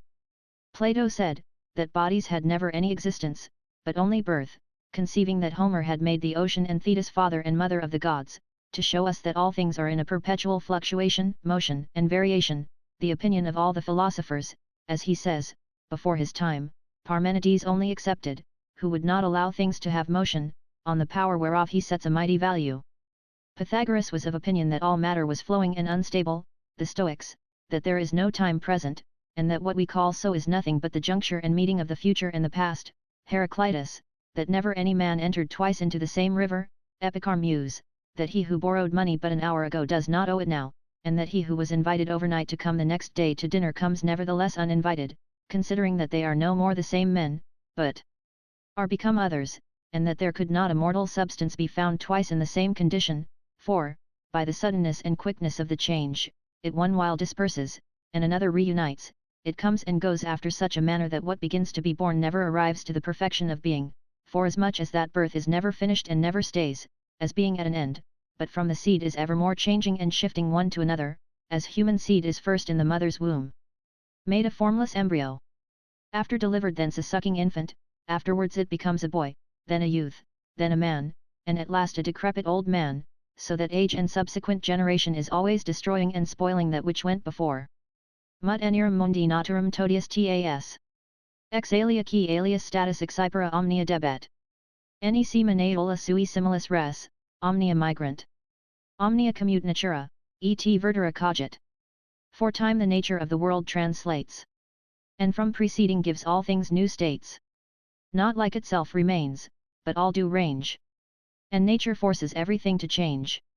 And yet we foolishly fear one kind of death, whereas we have already passed, and do daily pass, so many others, for not only, as Heraclitus said, the death of fire is generation of air, and the death of air generation of water, but, moreover, we may more manifestly discern it in ourselves, manhood dies, and passes away when age comes on, and youth is terminated in the flower of age of a full-grown man, infancy in youth, and the first age dies in infancy, yesterday died in today, and today will die in tomorrow, and there is nothing that remains in the same state, or that is always the same thing. And that it is so, let this be the proof, if we are always one and the same, How comes it to pass that we are now pleased with one thing, and by with another? How comes it to pass that we love or hate contrary things, that we praise or condemn them? How comes it to pass that we have different affections, and no more retain the same sentiment in the same thought? For it is not likely that without mutation we should assume other passions, and, that which suffers mutation does not remain the same, and if it be not the same it is not at all, but the same that the being is does, like it, unknowingly change and alter, becoming evermore another from another thing, and consequently the natural senses abuse and deceive themselves, taking that which seems for that which is, for want of well knowing what that which is. But what is it then that truly is? That which is eternal, that is to say, that never had beginning, nor never shall have ending, and to which time can bring no mutation. For time is a mobile thing, and that appears as in a shadow, with the matter evermore flowing and running, without ever remaining stable and permanent, and to which belong those words, before and after, has been, or shall be, which at the first sight, evidently show that it is not a thing that is, for it were a great folly, and a manifest falsity, to say that that is which is not et being, or that has already ceased to be. And as to these words, present, instant, and now, by which it seems that we principally support and found the intelligence of time, reason, discovering, does presently destroy it, for it immediately divides and splits it into the future and past, being of necessity to consider it divided in two. The same happens to nature, that is measured, as to time that measures it, for she has nothing more subsisting and permanent than the other, but all things are either born, bearing, or dying. So that it were sinful to say of God, who is he only who is, that he was, or that he shall be, for those are terms of declension, transmutation, and vicissitude, of what cannot continue or remain in being, wherefore we are to conclude that God alone is, not according to any measure of time, but according to an immutable and an immovable eternity, not measured by time, nor subject to any declension, before whom nothing was, and after whom nothing shall be, either more new or more recent, but a real being, that with one soul now fills the forever, and that there is nothing that truly is but he alone, without our being able to say, he has been, or shall be, without beginning, and without end. To this so religious conclusion of a pagan I shall only add this testimony of one of the same condition, for the close of this long and tedious discourse, which would furnish me with endless matter. What a vile and abject thing, says he, is man, if he do not raise himself above humanity. 'Tis a good word and a profitable desire, but withal absurd, for to make the handle bigger than the hand, the cubit longer than the arm, and to hope to stride further than our legs can reach, is both impossible and monstrous, or that man should rise above himself and humanity, for he cannot see but with his eyes, nor sees but with his hold. He shall be exalted, if God will lend him an extraordinary hand, he shall exalt himself, by abandoning and renouncing his own proper means, and by suffering himself to be raised and elevated by means purely celestial. It belongs to our Christian faith, and not to the Stoical virtue, to pretend to that divine and miraculous metamorphosis. Chapter 13 of Judging of the Death of Another. When we judge of another's assurance in death, which, without doubt, is the most remarkable action of human life, we are to take heed of one thing, which is that men very hardly believe themselves to have arrived to that period. Few men come to die in the opinion that it is their latest hour, and there is nothing wherein the flattery of hope more deludes us. It never ceases to whisper in our ears, others have been much sicker without dying, your condition is not so desperate as 'tis thought, and, at the worst, God has done other miracles. Which happens by reason that we set too much value upon ourselves. It seems as if the universality of things were in some measure to suffer by our dissolution, and that it commiserates our condition, forasmuch as our disturbed sight represents things to itself erroneously, and that we are of opinion they stand in as much need of us as we do of them, like people at sea, to whom mountains, fields, cities, heaven and earth are tossed at the same rate as they are. Provem reportu, terri curbesque recedunt. We sail out of port, and cities and lands recede. Aeneid, 3. 72.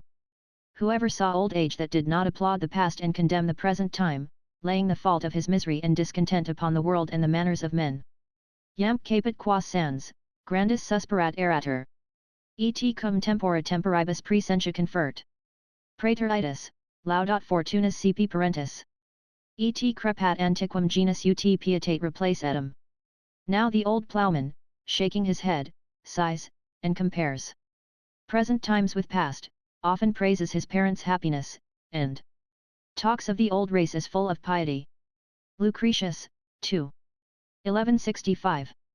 We will make all things go along with us, whence it follows that we consider our death as a very great thing, and that does not so easily pass, nor without the solemn consultation of the stars. Tot circa unum capit tumultuans dens. All the gods to agitation about one man. Seneca, Suasor, I4. And so much the more think it as we more value ourselves. What, shall so much knowledge be lost, with so much damage to the world, without a particular concern of the destinies? Does so rare and exemplary a soul cost no more the killing than one that is common and of no use to the public? This life, that protects so many others, upon which so many other lives depend, that employs so vast a number of men in his service, that fills so many places, shall it drop off like one that hangs but by its own simple thread? None of us lays it enough to heart that he is but one. Thence proceeded those words of Caesar to his pilot, more tumid than the sea that threatened him. Italiam si scylla octari recuses. Me Pete, sola tibi causat est hec justa timoris. Vectorum non nes tuum, parum procellus. Tutela secure mea. If you decline to sail to Italy under the gods' protection, trust to mine. The only just cause you have to fear is, that you do not know your passenger. Sail on, secure in my guardianship. Lucan, v 579. And these credit jam digna pericula Caesar. Fatus esse suis, tantus nevertir, dixit. Me superis labor est, parva quern pupi sedentum. Tam magno petiere mari. Caesar now deemed these dangers worthy of his destiny. What, said he, is it for the gods so great a task to overthrow me, that they must be fain to assail me with great seas in a poor little bark? Lucan, v 653. And that idle fancy of the public, that the sun bore on his face mourning for his death a whole year. Il entium extincto miseratus Caesare Romum. Cum capit obscura nitidem ferrugium texit. Caesar being dead, the sun in morning clouds, pitying Rome, clothed himself. Virgil, George, I 466. And 1,000 of the like, wherewith the world suffers itself to be so easily imposed upon, believing that our interests affect the heavens, and that their infinity is concerned at our ordinary actions. Non tantus aelo societas nobiscum est, ut nostro. Fado mortalis sit il quoque siderum fulgur. There is no such alliance betwixt us and heaven, that the brightness of the stars should be made also mortal by our death. Pliny, Nat. History, 2. 8.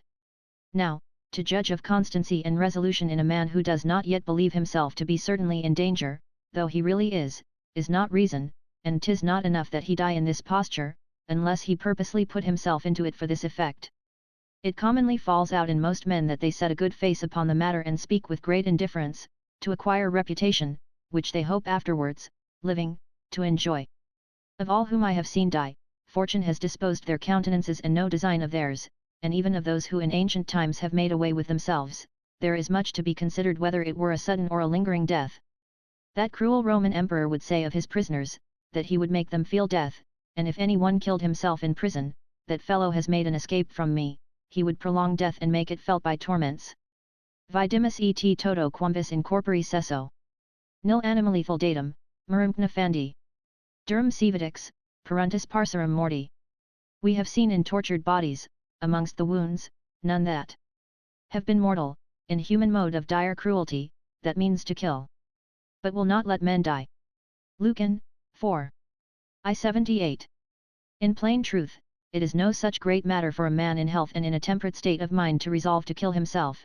It is very easy to play the villain before one comes to the point, insomuch that Heliogabalus, the most effeminate man in the world, amongst his lowest sensualities, could forecast to make himself die delicately, when he should be forced thereto, and that his death might not give the lie to the rest of his life, had purposely built a sumptuous tower, the front and base of which were covered with planks enriched with gold and precious stones, thence to precipitate himself, and also caused cords twisted with gold and crimson silk to be made, wherewith to strangle himself, and a sword with the blade of gold to be hammered out to fall upon, and kept poison in vessels of emerald and topaz wherewith to poison himself according as he should like to choose one of these ways of dying. Impiger. Ad letum et fortis virtud coacta. Resolute and brave in the face of death by a forced courage. Lucan, 4. 798. Yet in respect of this person, the effeminacy of his preparations makes it more likely that he would have thought better on tea, had he been put to the test. But in those who with greater resolution have determined to dispatch themselves, we must examine whether it were with one blow which took away the leisure of feeling the effect, for it is to be questioned whether, perceiving life, by little and little, to steal away the sentiment of the body mixing itself with that of the soul, and the means of repenting being offered, whether, I say, constancy and obstinacy in so dangerous an intention would have been found. In the civil wars of Caesar, Lucius Domitius, being taken in the Abruzzi, and thereupon poisoning himself, afterwards repented. It has happened in our time that a certain person, being resolved to die and not having gone deep enough at the first thrust, the sensibility of the flesh opposing his arm, gave himself 2 or 3 wounds more, but could never prevail upon himself to thrust home. Whilst Plautius Silvanus was upon his trial, Ergulania, his grandmother, sent him a poniard with which, not being able to kill himself, he made his servants cut his veins. Albucilla in Tiberius' time having, to kill himself, struck with too much tenderness, gave his adversaries opportunity to imprison and put him to death their own way. And that great leader, Demosthenes, after his rout in Sicily, did the same, and C. Fimbria, having struck himself too weakly, entreated his servant to dispatch him. On the contrary, Ostorius, who could not make use of his own arm, disdained to employ that of his servant to any other use but only to hold the poniard straight and firm, and bringing his throat to it, thrust himself through. 'Tis, in truth, a morsel that is to be swallowed without chewing, unless a man be thoroughly resolved, and yet Adrian the emperor made his physician mark and encircle on his pap the mortal place wherein he was to stab to whom he had given orders to kill him. For this reason it was that Caesar, being asked what death he thought to be the most desired, made answer, the least premeditated and the shortest. Tacitus, Annals, 1615. If Caesar dared to say it, it is no cowardice in me to believe it. A short death, says Pliny, is the sovereign good hap of human life. People do not much care to recognize it. No one can say that he is resolute for death who fears to deal with it and cannot undergo it with his eyes open. They whom we see in criminal punishments run to their death and hasten and press their execution, do it not out of resolution, but because they will not give themselves leisure to consider it. It does not trouble them to be dead, but to die. Amadi nullo, sed me esse mortem nihil astigmia. I have no mind to die, but I have no objection to be dead. Epicharmus, apud Cicero, Tusc. Quas, I8. 'Tis a degree of constancy to which I have experimented, that I can arrive, like those who plunge into dangers, as into the sea, with their eyes shut. There is nothing, in my opinion, more illustrious in the life of Socrates, than that he had 30 whole days wherein to ruminate upon the sentence of his death, to have digested it all that time with a most assured hope, without care, and without alteration, and with a series of words and actions rather careless and indifferent than any way stirred or discomposed by the weight of such a thought. That Pomponius Atticus, to whom Cicero writes so often, being sick, caused Agrippa, his son-in-law, and 2 or 3 more of his friends, to be called to him, and told them, that having found all means practiced upon him for his recovery to be in vain, and that all he did to prolong his life also prolonged and augmented his pain, he was resolved to put an end both to the one and the other, desiring them to approve of his determination, or at least not to lose their labour in endeavouring to dissuade him. Now, having chosen to destroy himself by abstinence, his disease was thereby cured, the remedy that he had made use of to kill himself restored him to health. His physicians and friends, rejoicing at so happy an event, and coming to congratulate him, found themselves very much deceived, it being impossible for them to make him alter his purpose, he telling them, that as he must one day die, and was now so far on his way, he would save himself the labour of beginning another time. This man, having surveyed death at leisure, was not only not discouraged at its approach, but eagerly sought it, for being content that he had engaged in the combat, he made it a point of bravery to see the end. 'Tis far beyond not fearing death to taste and relish it. The story of the philosopher Cleanthes is very like this. He had his gums swollen and rotten, his physicians advised him to great abstinence. Having fasted 2 days, he was so much better that they pronounced him cured, and permitted him to return to his ordinary course of diet. He, on the contrary, already tasting some sweetness in this faintness of his, would not be persuaded to go back, but resolved to proceed, and to finish what he had so far advanced. Tullius Marcellinus, a young man of Rome, having a mind to anticipate the hour of his destiny, to be rid of a disease that was more trouble to him than he was willing to endure, though his physicians assured him of a certain, though not sudden, cure, called a council of his friends to deliberate about it, of whom some, says Seneca, gave him the counsel that out of unmanliness they would have taken themselves, others, out of flattery, such as they thought he would best like, but a Stoic said, This to him, do not concern thyself, Marcellinus, as if thou didst deliberate of a thing of importance, 'tis no great matter to live, thy servants and beasts live, but it is a great thing to die handsomely, wisely, and firmly. Do but think how long thou hast done the same things, eat, drink, and sleep, drink, sleep, and eat, we incessantly wheel in the same circle. Not only ill and insupportable accidents, but even the satiety of living, inclines a man to desire to die. Marcellinus did not stand in need of a man to advise, but of a man to assist him.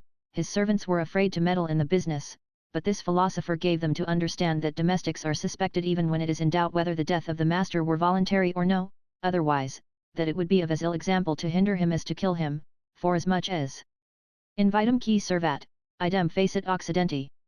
He who makes a man live against his will, 'tis as cruel as to kill him.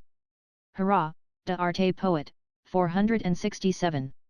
He then told Marcellinus that it would not be unbecoming, as what is left on the tables when we have eaten is given to the attendants, so, life being ended, to distribute something to those who have been our servants. Now Marcellinus was of a free and liberal spirit, he, therefore, divided a certain sum of money amongst his servants, and consoled them. As to the rest, he had no need of steel nor of blood, he resolved to go out of this life and not to run out of it, not to escape from death, but to essay it. And to give himself leisure to deal with it, having forsaken all manner of nourishment, the third day following, after having caused himself to be sprinkled with warm water, he fainted by degrees, and not without some kind of pleasure, as he himself declared. In fact, such as have been acquainted with these faintings, proceeding from weakness, say that they are therein sensible of no manner of pain, but rather feel a kind of delight, as in the passage to sleep and best. These are studied and digested deaths. But to the end that Cato only may furnish out the whole example of virtue, it seems as if his good with which the leisure to confront and struggle with death, reinforcing his destiny had put his ill one into the hand he gave himself the blow, seeing he had courage in the danger, instead of letting it go less. And if I had had to represent him in his supreme station, I should have done it in the posture of tearing out his bloody bowels, rather than with his sword in his hand, as did the statuaries of his time, for this second murder was much more furious than the first. Chapter 14. That our mind hinders itself. 'Tis a pleasant imagination to fancy a mind exactly balanced betwixt two equal desires, for, doubtless, it can never pitch upon either, forasmuch as the choice and application would manifest an inequality of esteem, and were we set betwixt the bottle and the ham, with an equal appetite to drink and eat, there would doubtless be no remedy, but we must die of thirst and hunger. To provide against this inconvenience, the Stoics, when they are asked whence the election in the soul of two indifferent things proceeds, and that makes us, out of a great number of crowns, rather take one than another, they being all alike, and there being no reason to incline us to such a preference, make answer, that this movement of the soul is extraordinary and irregular, entering into us by a foreign, accidental, and fortuitous impulse. It might rather, methinks, he said, that nothing presents itself to us wherein there is not some difference, how little soever, and that, either by the sight or touch, there is always some choice that, though it be imperceptibly, tempts and attracts us, so, whoever shall presuppose a packthread equally strong throughout, it is utterly impossible it should break, for, where will you have the breaking to begin? And that it should break altogether is not in nature. Whoever, also, should hereunto join the geometrical propositions that, by the certainty of their demonstrations, conclude the contained to be greater than the containing, the centre to be as great as its circumference, and that find out two lines incessantly approaching each other, which yet can never meet, and the philosopher's stone, and the quadrature of the circle, where the reason and the effect are so opposite, might, peradventure, find some argument to second this bold saying of Pliny. Solum certum nihil esse certi. Et homin nihil miserius ant superbius. It is only certain that there is nothing certain, and that nothing is more miserable or more proud than man. Nat. History, 2. 7. Chapter 15. That our desires are augmented by difficulty. There is no reason that has not its contrary, say the wisest of the philosophers. I was just now ruminating on the excellent saying one of the ancients alleges for the contempt of life, no good can bring pleasure, unless it be that for the loss of which we are beforehand prepared. In equo est dolor emissi rei, et timor mittendi. The grief of losing a thing, and the fear of losing it, are equal. Seneca, EP, 98.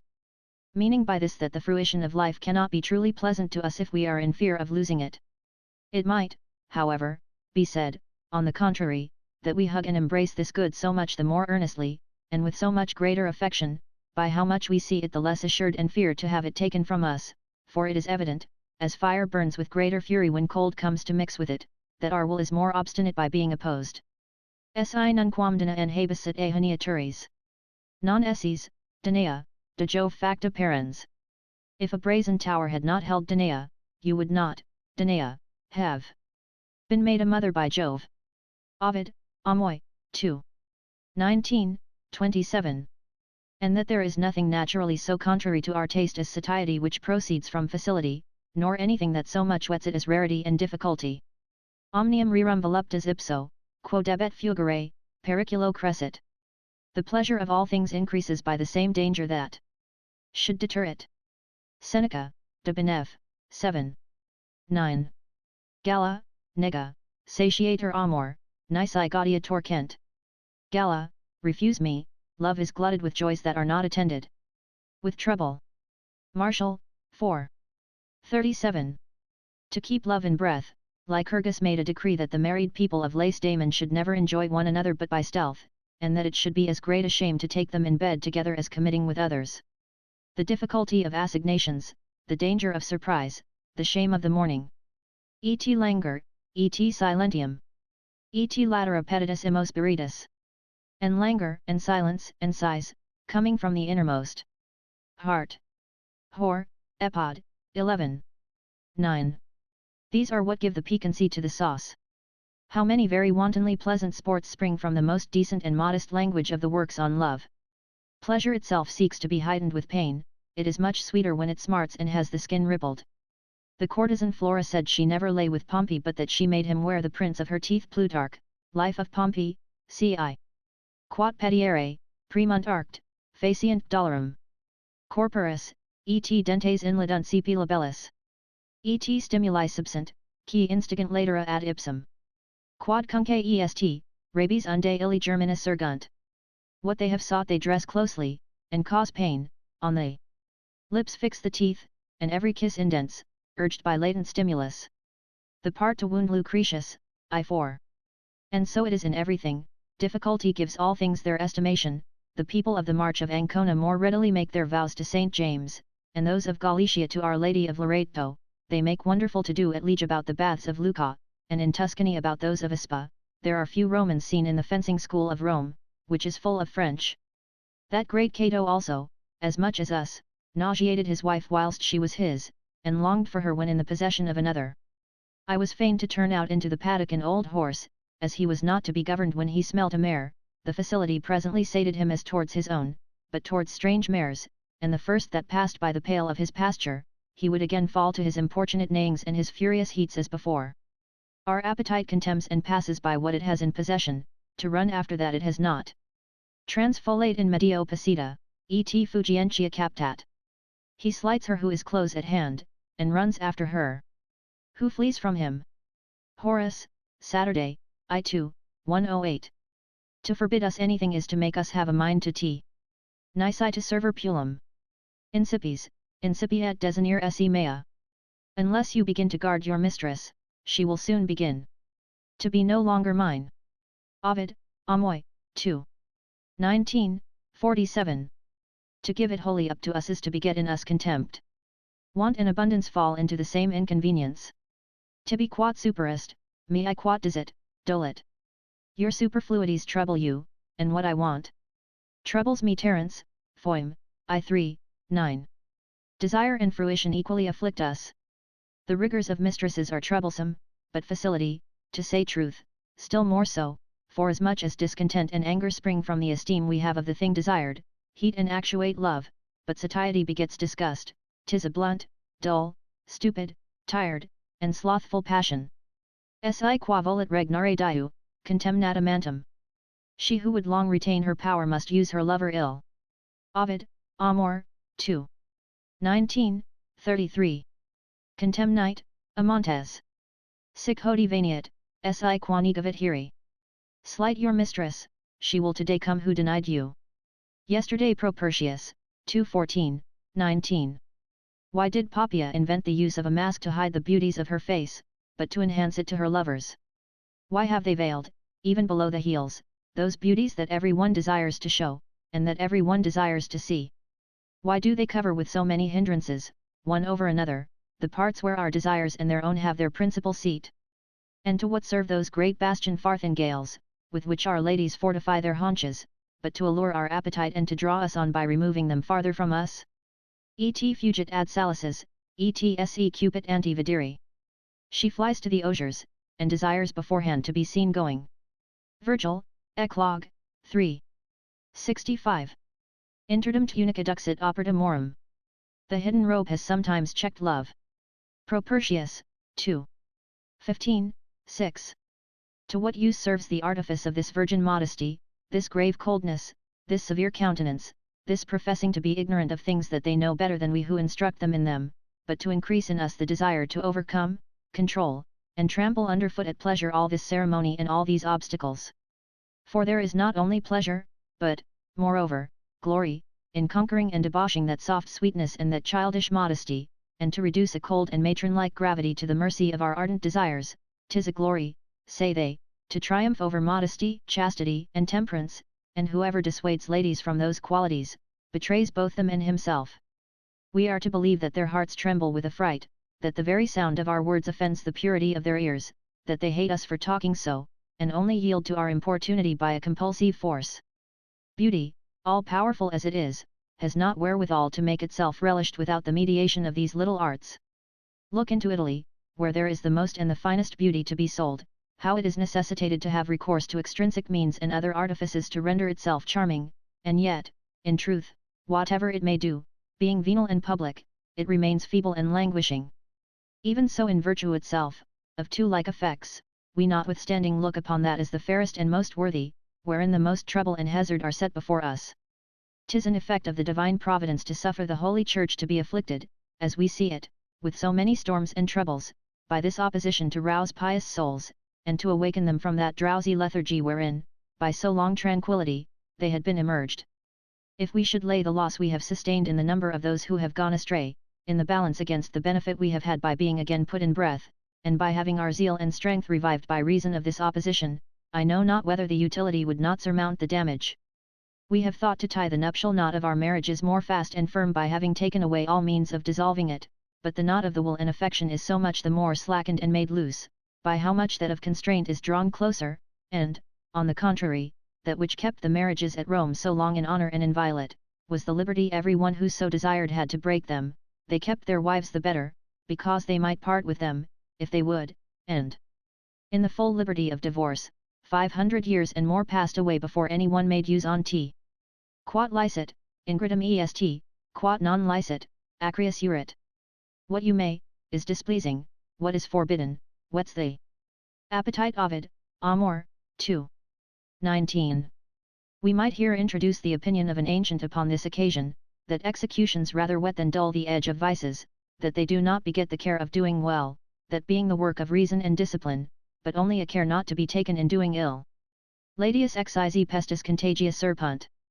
The plague sore being lanced, the infection spreads all the more. Rutilius, Itinerar. 1, 397. I do not know that this is true, but I experimentally know, that never civil government was by that means reformed. The order and regimen of manners depend upon some other expedient.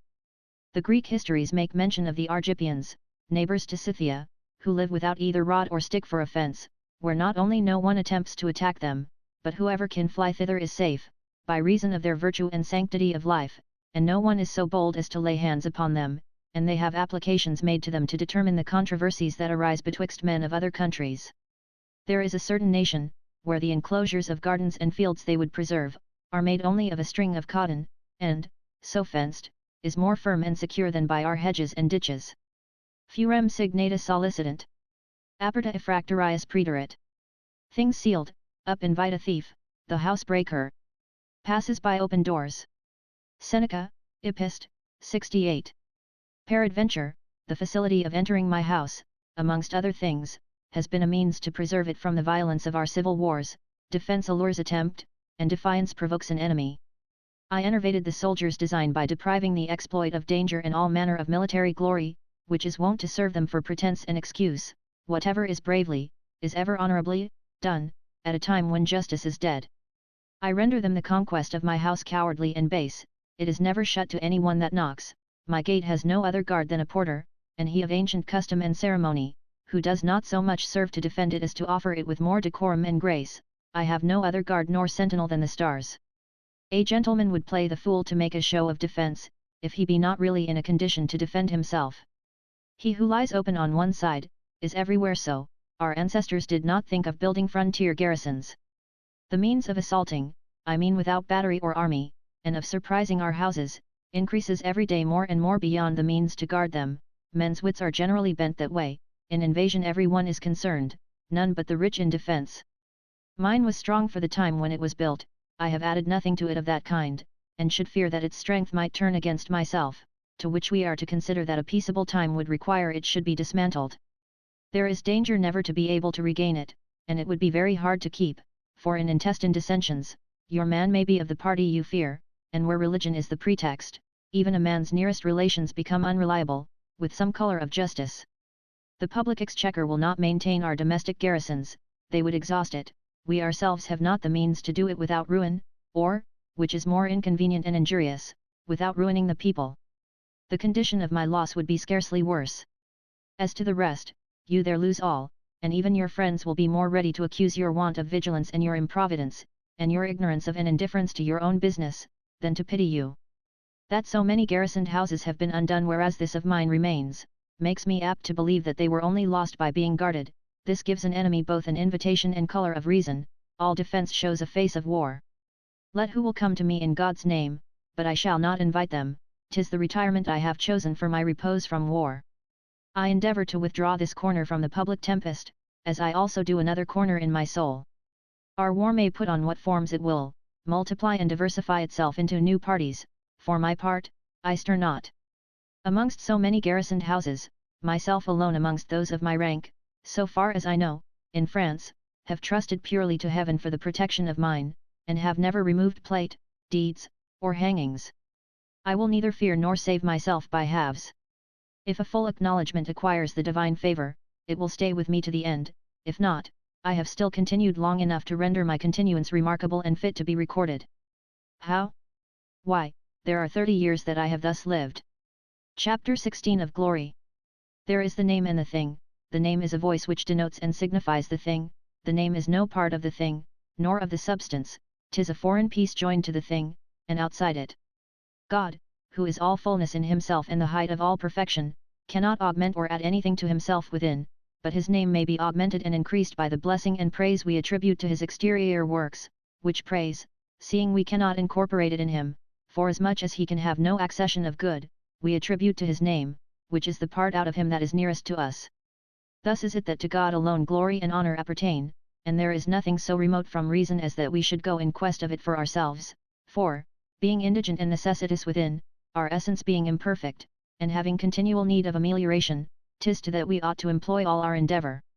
We are all hollow and empty, 'tis not with wind and voice that we are to fill ourselves, we want a more solid substance to repair us. A man starving with hunger would be very simple to seek rather to provide himself with a gay garment than with a good meal. We are to look after that whereof we have most need, as we have it in our ordinary prayers. Gloria in excelsis Deo, et in terra pax hominibus. We are in want of beauty, health, wisdom, virtue, and such like essential qualities.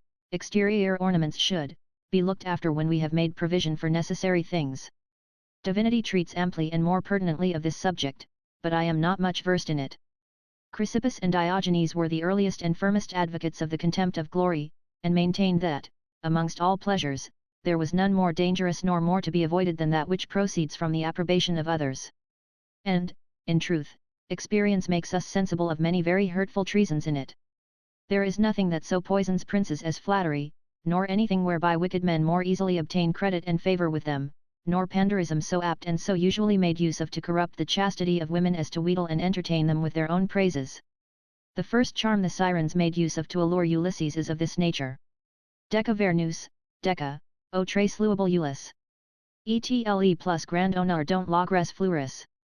Come hither to us, O admirable Ulysses, come hither, thou greatest ornament and pride of Greece.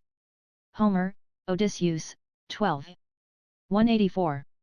These philosophers said, that all the glory of the world was not worth an understanding man's holding out his finger to obtain it. Gloria quam talabet quid erit, si gloria tantum est.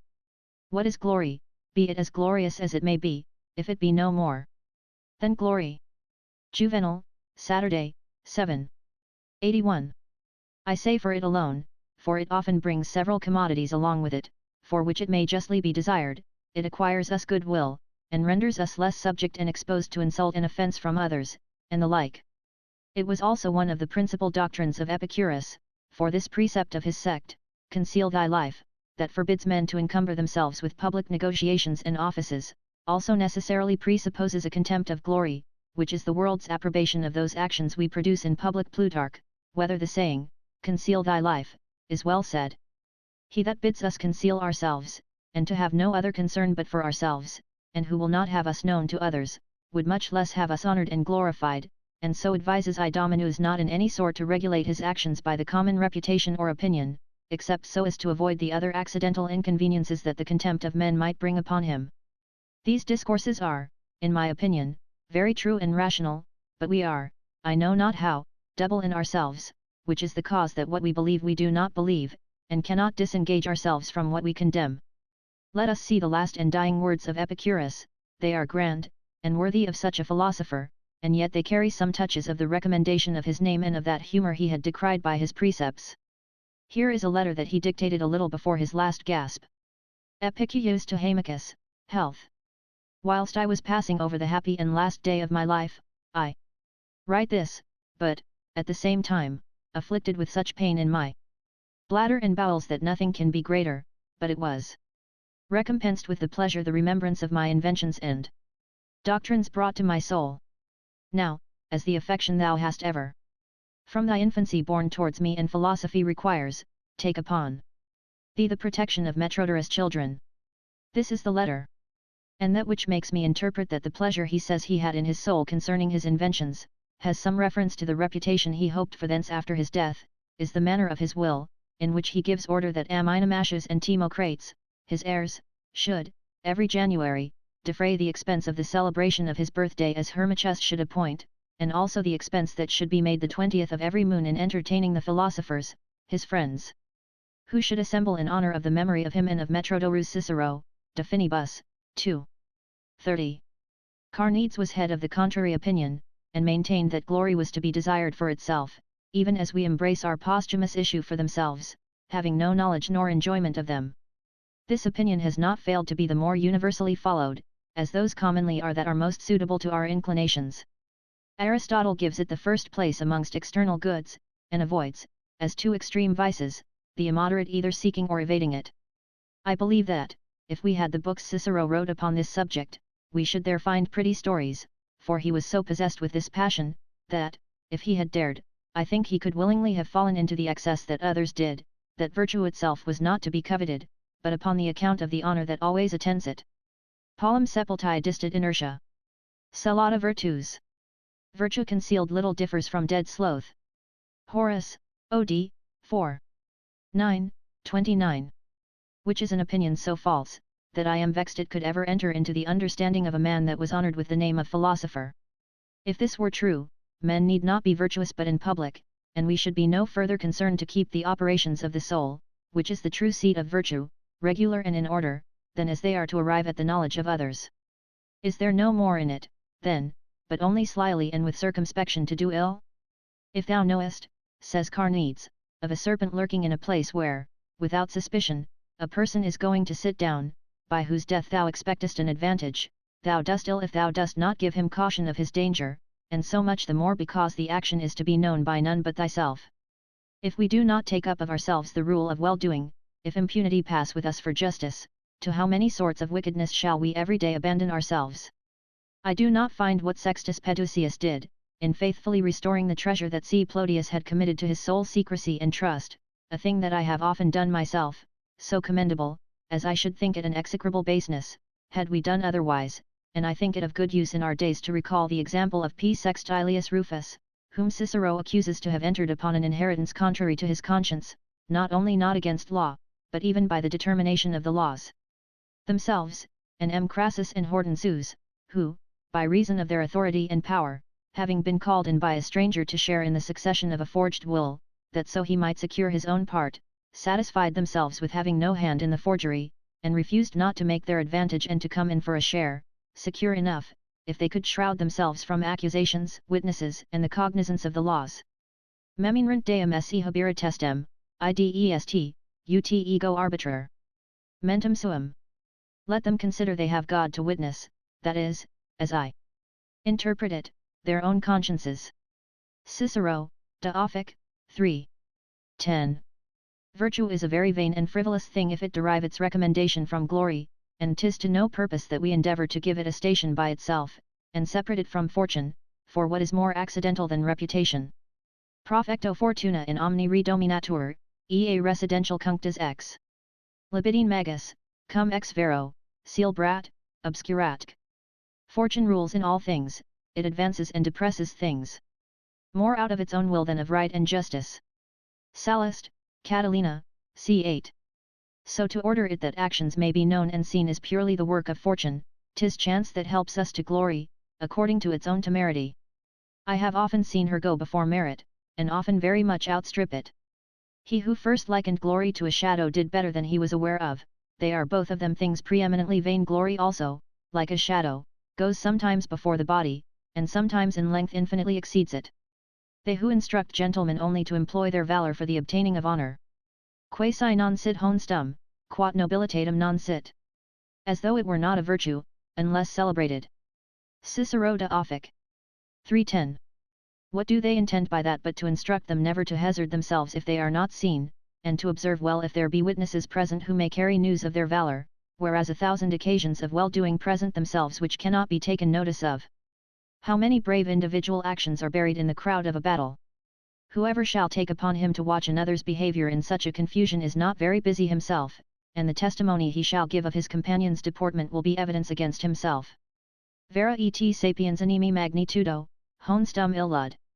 Quod maxime naturam sequitur, in factis positum.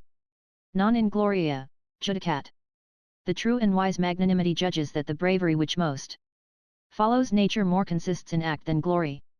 Cicero, De Offic. I-19. All the glory that I pretend to derive from my life is that I have lived it in quiet, not according to Metrodorus, or Arcesilaus, or Aristippus, but according to myself. Foreseeing philosophy has not been able to find out any way to tranquility that is good in common, let every one seek it in particular. To what do Caesar and Alexander owe the infinite grandeur of their renown but to fortune? How many men has she extinguished in the beginning of their progress, of whom we have no knowledge, who brought as much courage to the work as they, if their adverse hap had not cut them off in the first sally of their arms? Amongst so many and so great dangers I do not remember I have anywhere read that Caesar was ever wounded. 1,000 have fallen in less dangers than the least of those he went through. An infinite number of brave actions must be performed without witness and lost, before one turns to account. A man is not always on the top of a breach, or at the head of an army, in the sight of his general, as upon a scaffold. A man is often surprised betwixt the hedge and the ditch. He must run the hazard of his life against a hen roost, he must dislodge 4 rascally musketeers out of a barn, he must prick out single from his party, and alone make some attempts, according as necessity will have it. And whoever will observe will, I believe, find it experimentally true, that occasions of the least lustre are ever the most dangerous, and that in the wars of our own times there have more brave men been lost in occasions of little moment, and in the dispute about some little paltry fort, than in places of greatest importance, and where their valour might have been more honourably employed. Who thinks his death achieved to ill purpose if he do not fall on some signal occasion, instead of illustrating his death, wilfully obscures his life, suffering in the meantime many very just occasions of hazarding himself to slip out of his hands, and every just one is illustrious enough, every man's conscience being a sufficient trumpet to him. Gloria nostra est testimonium conscientia nostri. For our rejoicing is this, the testimony of our conscience. Corinthians, II. He who is only a good man that men may know it, and that he may be the better esteemed when 'tis known, who will not do well but upon condition that his virtue may be known to men, is one from whom much service is not to be expected. Credo chl rest dicul verno, cos. Facistine de tenor ne canto. Ma fer finical tempo si nascos. Che non culpa mia s hornon le canto. Perci Orlando affar el opera virtuos. Piucha nerer le poi semper era pronto. Ne mi fu alcandis voi fatti espresso. Se non quando ebbi I testimoni I apprso. The rest of the winter, I believe, was spent in actions worthy of narration, but they were done so secretly that if I do not tell them, I am not to blame, for Orlando was more bent to do great acts than to boast of them, so that no deeds of his were ever known but those that had witnesses. Ariosto, Orlando Furioso, 1181.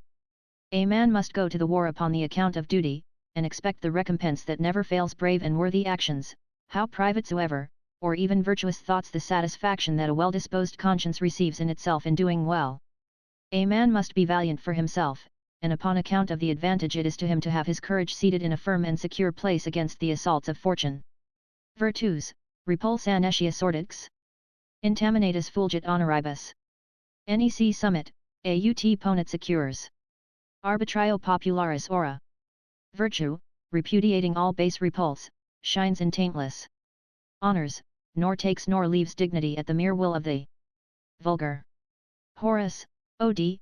3. 2, 17. It is not for outward show that the soul is to play its part, but for ourselves within, where no eyes can pierce but our own, there she defends us from the fear of death, of pain, of shame itself, there she arms us against the loss of our children, friends, and fortunes, and when opportunity presents itself, she leads us on to the hazards of war. Non emolumento aliquo, sed ipsius hone status decor. Not for any profit, but for the honor of honesty itself. Cicero, De Finib, I-10. This profit is of much greater advantage, and more worthy to be coveted and hoped for, than honor and glory, which are no other than a favorable judgment given of us. A dozen men must be called out of a whole nation to judge about an acre of land, and the judgment of our inclinations and actions, the most difficult and most important matter that is, we refer to the voice and determination of the rabble, the mother of ignorance, injustice, and inconstancy. Is it reasonable that the life of a wise man should depend upon the judgment of fools? Unquid quam stultius, quam, quos singulos contemnas. Eos alicid putere esse universes. Can anything be more foolish than to think that those you despise singly, can be anything else in general? Cicero, Tusc. Quas, v. 36. He that makes it his business to please them, will have enough to do and never have done, 'tis a mark that can never be aimed at or hit.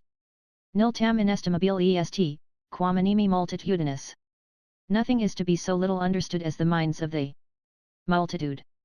Livy, XXXI. 34. Demetrius pleasantly said of the voice of the people, that he made no more account of that which came from above than of that which came from below. He Cicero says more. Ego hoc judico, si quando turpi non sit, tamen non. Si non turpi, quam idea multitudine laudatur. I am of opinion, that though a thing be not foul in itself, yet it cannot but become so when commended by the multitude. Cicero, De Finib, 2. 15. No art, no activity of wit, could conduct our steps so as to follow so wandering and so irregular a guide, in this windy confusion of the noise of vulgar reports and opinions that drive us on, no way worth anything can be chosen. Let us not propose to ourselves so floating and wavering an end, let us follow constantly after reason, let the public approbation follow us there, if it will, and as it wholly depends upon fortune, we have no reason sooner to expect it by any other way than that. Even though I would not follow the right way because it is right, I should, however, follow it as having experimentally found that, at the end of the reckoning, 'tis commonly the most happy and of greatest utility. Dedit hoc providentia hominibus munis. Ut honesta magis juverent. This gift Providence has given to men, that honest things should be the most agreeable. Quintilian, Inst. Orat, I-12. The mariner of old said thus to Neptune, in a great tempest, O God, thou wilt save me if thou wilt, and if thou choosest, thou wilt destroy me, but, however, I will hold my rudder straight. Seneca, EP, 85. I have seen in my time 1,000 men supple, half-bred, ambiguous, whom no one doubted to be more worldly wise than I, lose themselves, where I have saved myself. Risi successus posse carri dolos. I have laughed to see cunning fail of success. Ovid, Heroid, I-18. Paulus A. Emilius, going on the glorious expedition of Macedonia, above all things charged the people of Rome not to speak of his actions during his absence. Oh, the license of judgments is a great disturbance to great affairs. Forasmuch as every one has not the firmness of Fabius against common, adverse, and injurious tongues, who rather suffered his authority to be dissected by the vain fancies of men, than to do less well in his charge with a favourable reputation and the popular applause. There is I know not what natural sweetness in hearing oneself commended, but we are a great deal too fond of it. Laudari metuum, nec enim mihi cornea fibra est. Sed recti finam extremum esse recuso. Iuc tuum, et bell. I should fear to be praised, for my heart is not made of horn. But I deny that excellent admirably done, are the terms and final aim of virtue. Persius, I 47. I care not so much what I am in the opinions of others, as what I am in my own. I would be rich of myself, and not by borrowing. Strangers see nothing but events and outward appearances. Everybody can set a good face on the matter, when they have trembling and terror within, they do not see my heart, they see but my countenance. One is right in decrying the hypocrisy that is in war, for what is more easy to an old soldier than to shift in a time of danger, and to counterfeit the brave when he has no more heart than a chicken?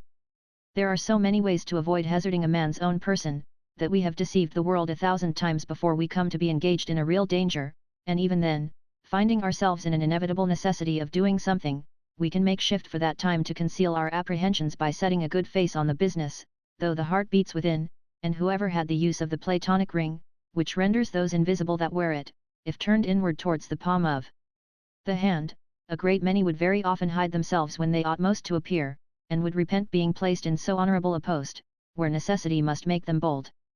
Falsus honor juvat, et mendax infamia terret. Quem nisi mendosum et mendiciem. False honour pleases, and calumny affrights, the guilty and the sick. Horace, Ep. I 16, 89. Thus we see how all the judgments that are founded upon external appearances, are marvellously uncertain and doubtful, and that there is no so certain testimony as every one is to himself. In these, how many soldiers' boys are companions of our glory? He who stands firm in an open trench, what does he in that more than 50 poor pioneers who open to him the way and cover it with their own bodies for 5 pence a day pay, do before him? Non quicquid turbid aroma. Ileves, accetus, examen comprobum in illa. Castigis trutina, nec to qui severis extra. Do not, if turbulent Rome disparage anything, accede, nor correct a false balance by that scale, nor seek anything beyond thyself.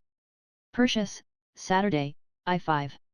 The dispersing and scattering our names into many mouths, we call making them more great, we will have them there well received, and that this increase turn to their advantage, which is all that can be excusable in this design. But the excess of this disease proceeds so far that many covet to have a name, be it what it will. Trogus Pompeius says of Herostratus, and Titus Livius of Manlius Capitolinus, that they were more ambitious of a great reputation than of a good one. This is very common. We are more solicitous that men speak of us, than how they speak, and it is enough for us that our names are often mentioned, be it after what manner it will. It should seem that to be known, is in some sort to have a man's life and its duration in others' keeping. I, for my part, hold that I am not, but in myself, and of that other life of mine which lies in the knowledge of my friends, to consider it naked and simply in itself, I know very well that I am sensible of no fruit nor enjoyment from it but by the vanity of a fantastic opinion, and when I shall be dead, I shall be still and much less sensible of it, and shall, withal, absolutely lose the use of those real advantages that sometimes accidentally follow it. I shall have no more handle whereby to take hold of reputation, neither shall it have any whereby to take hold of or to cleave to me, for to expect that my name should be advanced by it. In the first place, I have no name that is enough my own. Of 2 that I have, one is common to all my race, and indeed to others also. There are 2 families at Paris and Montpellier, whose surname is Montaigne, another in Brittany, and one in Zaine tongue, de la Montaigne. The transposition of 1 syllable only would suffice so to ravel our affairs, that I shall share in their glory, and they peradventure will partake of my discredit, and, moreover, my ancestors have formerly been surnamed, equum was the patronymic. A name wherein a family well known in England is at this day concerned. As to my other name, every one may take it that will, and so, perhaps, I may honour a porter in my own stead. And besides, though I had a particular distinction by myself, what can it distinguish, when I am no more? Can it point out and favour inanity? Non levier sippus nunc imprimit ossa? Laudat post redus. Nunc non e manibus illis. Nunc non a tumulo fortunate favela. Nascent tervioli. Does the tomb press with less weight upon my bones? Do comrades praise? Not from my manes, not from the tomb, not from the ashes. Will violets grow? Persius, Saturday, I-37. But of this I have spoken elsewhere. As to what remains, in a great battle where 10,000 men are maimed or killed, there are not 15 who are taken notice of. It must be some very eminent greatness, or some consequence of great importance that fortune has added to it, that signifies a private action, not of a harquebuser only, but of a great captain, for to kill a man, or two, or 10, to expose a man's self bravely to the utmost peril of death, is indeed something in every one of us, because we there hazard all, but for the world's concern, they are things so ordinary, and so many of them are every day seen, and there must of necessity be so many of the same kind to produce any notable effect, that we cannot expect any particular renown from it. Casus multis hic cognitus, ac jam. Tritus, et amedio fortuni ductus a servo. The accident is known to many, and now trite, and drawn from the midst of fortune's heap. Juvenal, Saturday, 13. 9. Of so many thousands of valiant men who have died within these 1500 years in France with their swords in their hands, not 100 have come to our knowledge. The memory, not of the commanders only, but of battles and victories, is buried and gone. The fortunes of above half of the world, for want of a record, stir not from their place, and vanish without duration. If I had unknown events in my possession, I should think with great ease to outdo those that are recorded, in all sorts of examples. Is it not strange that even of the Greeks and Romans, with so many writers and witnesses, and so many rare and noble exploits, so few are arrived at our knowledge? Ad nos vix tenuis famx per labitur ora. An obscure rumour scarce is hither come. Aeneid, 7. 646. It will be much if, 100 years hence, it be remembered in general that in our times there were civil wars in France. The Lacedaemonians, entering into battle, sacrificed to the Muses, to the end that their actions might be well and worthily written, looking upon it as a divine and no common favour, that brave acts should find witnesses that could give them life and memory. Do we expect that at every musket shot we receive, and at every hazard we run, there must be a register ready to record it? And, besides, 100 registers may enroll them whose commentaries will not last above 3 days, and will never come to the sight of any one. We have not the 1,000th part of ancient writings, 'tis fortune that gives them a shorter or longer life, according to her favour, and 'tis permissible to doubt whether those we have be not the worst, not having seen the rest. Men do not write histories of things of so little moment. A man must have been general in the conquest of an empire or a kingdom, he must have won 52 set battles, and always the weaker in number, as Caesar did. 10,000 brave fellows and many great captains lost their lives valiantly in his service, whose names lasted no longer than their wives and children lived. Quos fama obscura recondit. Whom an obscure reputation conceals. Aeneid, v 302. Even those whom we see behave themselves well, 3 months or 3 years after they have departed hence, are no more mentioned than if they had never been. Whoever will justly consider, and with due proportion, of what kind of men and of what sort of actions the glory sustains itself in the records of history, will find that there are very few actions and very few persons of our times who can there pretend any right. How many worthy men have we known to survive their own reputation, who have seen and suffered the honour and glory most justly acquired in their youth, extinguished in their own presence? And for 3 years of this fantastic and imaginary life we must go and throw away our true and essential life, and engage ourselves in a perpetual death. The sages proposed to themselves a nobler and more just end in so important an enterprise. Rect facti, facis mercis est, officii fructus. Ipsum officium est. The reward of a thing well done is to have done it, the fruit of a good service is the service itself. Seneca, Ep. 8. It were, peradventure, excusable in a painter or other artisan, or in a rhetorician or a grammarian, to endeavour to raise himself a name by his works, but the actions of virtue are too noble in themselves to seek any other reward than from their own value, and especially to seek it in the vanity of human judgments. If this false opinion, nevertheless, be of such use to the public as to keep men in their duty, if the people are thereby stirred up to virtue, if princes are touched to see the world bless the memory of Trajan, and abominate that of Nero, if it moves them to see the name of that great beast, once so terrible and feared, so freely cursed and reviled by every schoolboy, let it by all means increase, and be as much as possible nursed up and cherished amongst us, and Plato, bending his whole endeavor to make his citizens virtuous, also advises them not to despise the good repute and esteem of the people, and says it falls out, by a certain divine inspiration, that even the wicked themselves oft times, as well by word as opinion, can rightly distinguish the virtuous from the wicked. This person and his tutor are both marvelous and bold artificers everywhere to add divine operations and revelations where human force is wanting. Ut tragici poeti confugiunt ad deum. Cum explicare argumenti exitum non possunt. As tragic poets fly to some god when they cannot explain the issue of their argument. Cicero, De Nat. Deor, I-20. And peradventure, for this reason it was that Timon, railing at him, called him the great forger of miracles. Seeing that men, by their insufficiency, cannot pay themselves well enough with current money, let the counterfeit be supradd. 'Tis a way that has been practiced by all the legislators, and there is no government that has not some mixture either of ceremonial vanity or of false opinion, that serves for a curb to keep the people in their duty. 'Tis for this that most of them have their originals and beginnings fabulous, and enriched with supernatural mysteries. 'Tis this that has given credit to bastard religions, and caused them to be countenanced by men of understanding, and for this, that Numa and Sertorius, to possess their men with a better opinion of them, fed them with this foppery, one, that the Nymphageria, the other that his white hind, brought them all their counsels from the gods.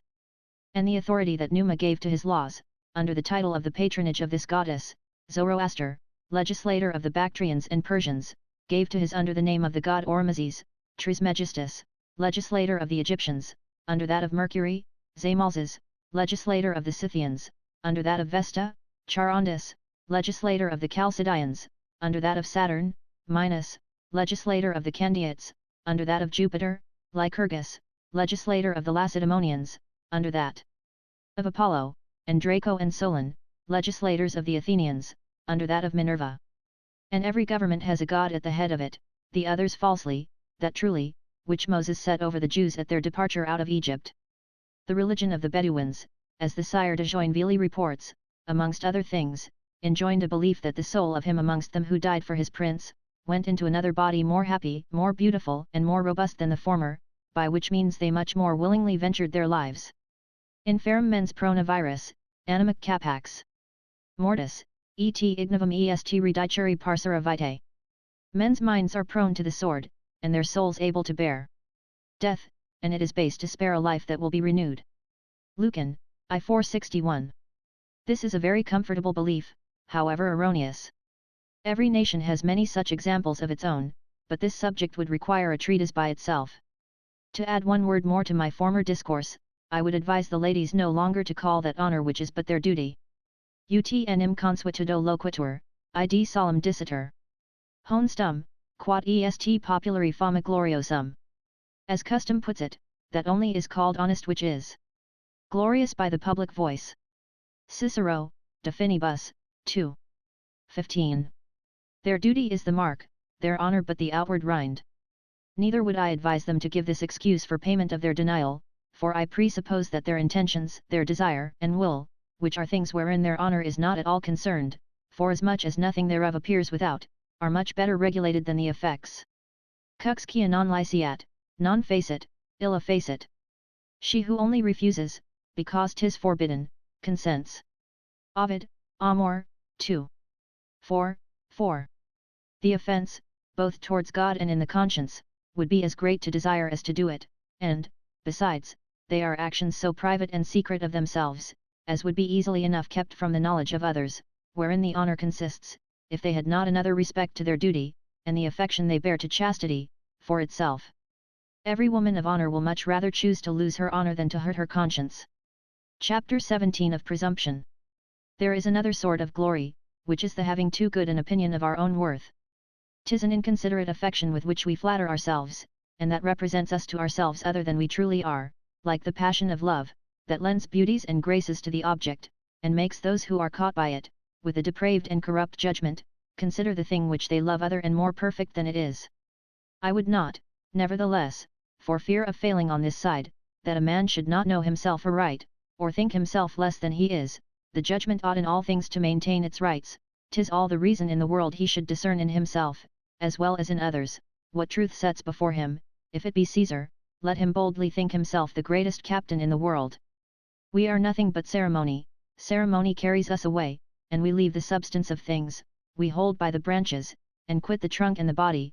We have taught the ladies to blush when they hear that but named which they are not at all afraid to do. We dare not call our members by their right names, yet are not afraid to employ them in all sorts of debauchery. Ceremony forbids us to express by words things that are lawful and natural, and we obey it. Reason forbids us to do things unlawful and ill, and nobody obeys it.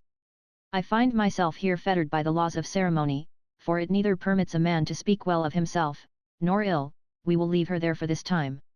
They whom fortune, call it good or ill, has made to pass their lives in some eminent degree, may by their public actions manifest what they are, but they whom she has only employed in the crowd, and of whom nobody will say a word unless they speak themselves, are to be excused if they take the boldness to speak of themselves to such as are interested to know them, by the example of Lucilius. Il velut fides arcana sodalibus olim. Creed bat libris, nec si male cesserat, us quam. Decurrens alio, nec si bani, quo fit, ut omnis. Votiva patet valori descripta tabella. Vita sinus. He formerly confided his secret thoughts to his books, as to tried friends, and for good and evil, resorted not elsewhere. Hence it came to pass, that the old man's life is there all seen as on a votive tablet. Horace, Saturday, 2. I, 30. He always committed to paper his actions and thoughts, and there portrayed himself such as he found himself to be. Necid rutilio et scoro citra fidem, aut abstractationi foot. Nor was this considered a breach of good faith or a disparagement to Rutilius or Scaurus. Tacitus, Agricola, ci. I remember, then, that from my infancy there was observed in me I know not what kind of carriage and behaviour, that seemed to relish of pride and arrogance. I will say this, by the way, that it is not unreasonable to suppose that we have qualities and inclinations so much our own, and so incorporate in us, that we have not the means to feel and recognize them, and of such natural inclinations the body will retain a certain bent, without our knowledge or consent. It was an affectation conformable with his beauty that made Alexander carry his head on one side, and caused Alcibiades to lisp. Julius Caesar scratched his head with one finger, which is the fashion of a man full of troublesome thoughts, and Cicero, as I remember, was wont to pucker up his nose, a sign of a man given to scoffing. Such motions as these may imperceptibly happen in us. There are other artificial ones which I meddle not with, as salutations and congees, by which men acquire, for the most part unjustly, the reputation of being humble and courteous. One may be humble out of pride. I am prodigal enough of my hat, especially in summer, and never am so saluted but that I pay it again from persons of what quality soever, unless they be in my own service. I should make it my request to some princes whom I know, that they would be more sparing of that ceremony, and bestow that courtesy where it is more due, for being so indiscreetly and indifferently conferred on all, it is thrown away to no purpose. If it be without respect of persons, it loses its effect. Amongst irregular deportment, let us not forget that haughty one of the Emperor Constantius, who always in public held his head upright and stiff, without bending or turning on either side, not so much as to look upon those who saluted him on one side, planting his body in a rigid immovable posture, without suffering it to yield to the motion of his coach, not daring so much as to spit, blow his nose, or wipe his face before people.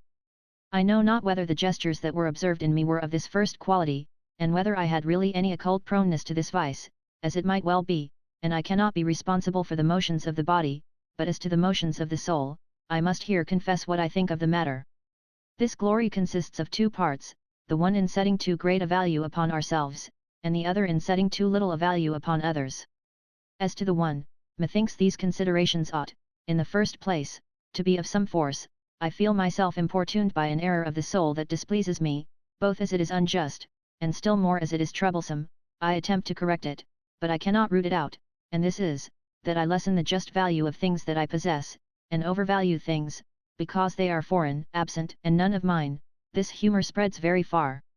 As the prerogative of the authority makes husbands look upon their own wives with a vicious disdain, and many fathers their children, so I, betwixt two equal merits, should always be swayed against my own, not so much that the jealousy of my advancement and bettering troubles my judgment, and hinders me from satisfying myself, as that of its self-possession begets a contempt of what it holds and rules. Foreign governments, manners, and languages insinuate themselves into my esteem, and I am sensible that Latin allures me by the favour of its dignity to value it above its due, as it does with children, and the common sort of people, the domestic government, house, horse, of my neighbor, though no better than my own, I prize above my own, because they are not mine. Besides that I am very ignorant in my own affairs, I am struck by the assurance that every one has of himself, whereas there is scarcely anything that I am sure I know, or that I dare be responsible to myself that I can do. I have not my means of doing anything in condition and ready, and am only instructed therein after the effect, as doubtful of my own force as I am of another's. Whence it comes to pass that if I happen to do anything commendable, I attribute it more to my fortune than industry, forasmuch as I design everything by chance and in fear. I have this, also, in general, that of all the opinions antiquity has held of men in gross, I most willingly embrace and adhere to those that most contemn and undervalue us, and most push us to naught. Methinks, philosophy has never so fair a game to play as when it falls upon our vanity and presumption, when it most lays open our irresolution, weakness, and ignorance. I look upon the too good opinion that man has of himself to be the nursing mother of all the most false opinions, both public and private. Those people who ride astride upon the epicycle of Mercury, who see so far into the heavens, are worse to me than a tooth drawer that comes to draw my teeth, for in my study, the subject of which is man, finding so great a variety of judgments, so profound a labyrinth of difficulties, one upon another, so great diversity and uncertainty, even in the school of wisdom itself, you may judge, seeing these people could not resolve upon the knowledge of themselves and their own condition, which is continually before their eyes, and within them, seeing they do not know how that moves which they themselves move, nor how to give us a description of the springs they themselves govern and make use of, how can I believe them about the ebbing and flowing of the Nile? The curiosity of knowing things has been given to man for a scourge, says the Holy Scripture. But to return to what concerns myself, I think it would be very difficult for any other man to have a meaner opinion of himself, nay, for any other to have a meaner opinion of me than of myself. I look upon myself as one of the common sort, saving in this, that I have no better an opinion of myself, guilty of the meanest and most popular defects, but not disowning or excusing them, and I do not value myself upon any other account than because I know my own value. If there be any vanity in the case, 'tis superficially infused into me by the treachery of my complexion, and has no body that my judgment can discern. I am sprinkled, but not dyed. For in truth, as to the effects of the mind, there is no part of me, be it what it will, with which I am satisfied, and the approbation of others makes me not think the better of myself. My judgment is tender and nice, especially in things that concern myself. I ever repudiate myself, and feel myself float and waver by reason of my weakness. I have nothing of my own that satisfies my judgment. My sight is clear and regular enough, but, at working, it is apt to dazzle, as I most manifestly find in poetry. I love it infinitely, and am able to give a tolerable judgment of other men's works, but, in good earnest, when I apply myself to it, I play the child, and am not able to endure myself. A man may play the fool in everything else, but not in poetry. Mediocribus esse poetis. Non dii, non homines, non consisere calumni. Neither men, nor gods, nor the pillars, on which the poets offered their writings, permit mediocrity in poets. Horace, De Arte Poet, 372. I would to God this sentence was written over the doors of all our printers, to forbid the entrance of so many rhymesters. Verum. Nihil securius est malo poeti. The truth is, that nothing is more confident than a bad poet. Martial, 12. 63, 13. Why have not we such people, as those about to be mentioned? Dionysius the father valued himself upon nothing so much as his poetry. At the Olympic Games, with chariots surpassing all the others in magnificence, he sent also poets and musicians to present his verses, with tent and pavilions royally gilt and hung with tapestry.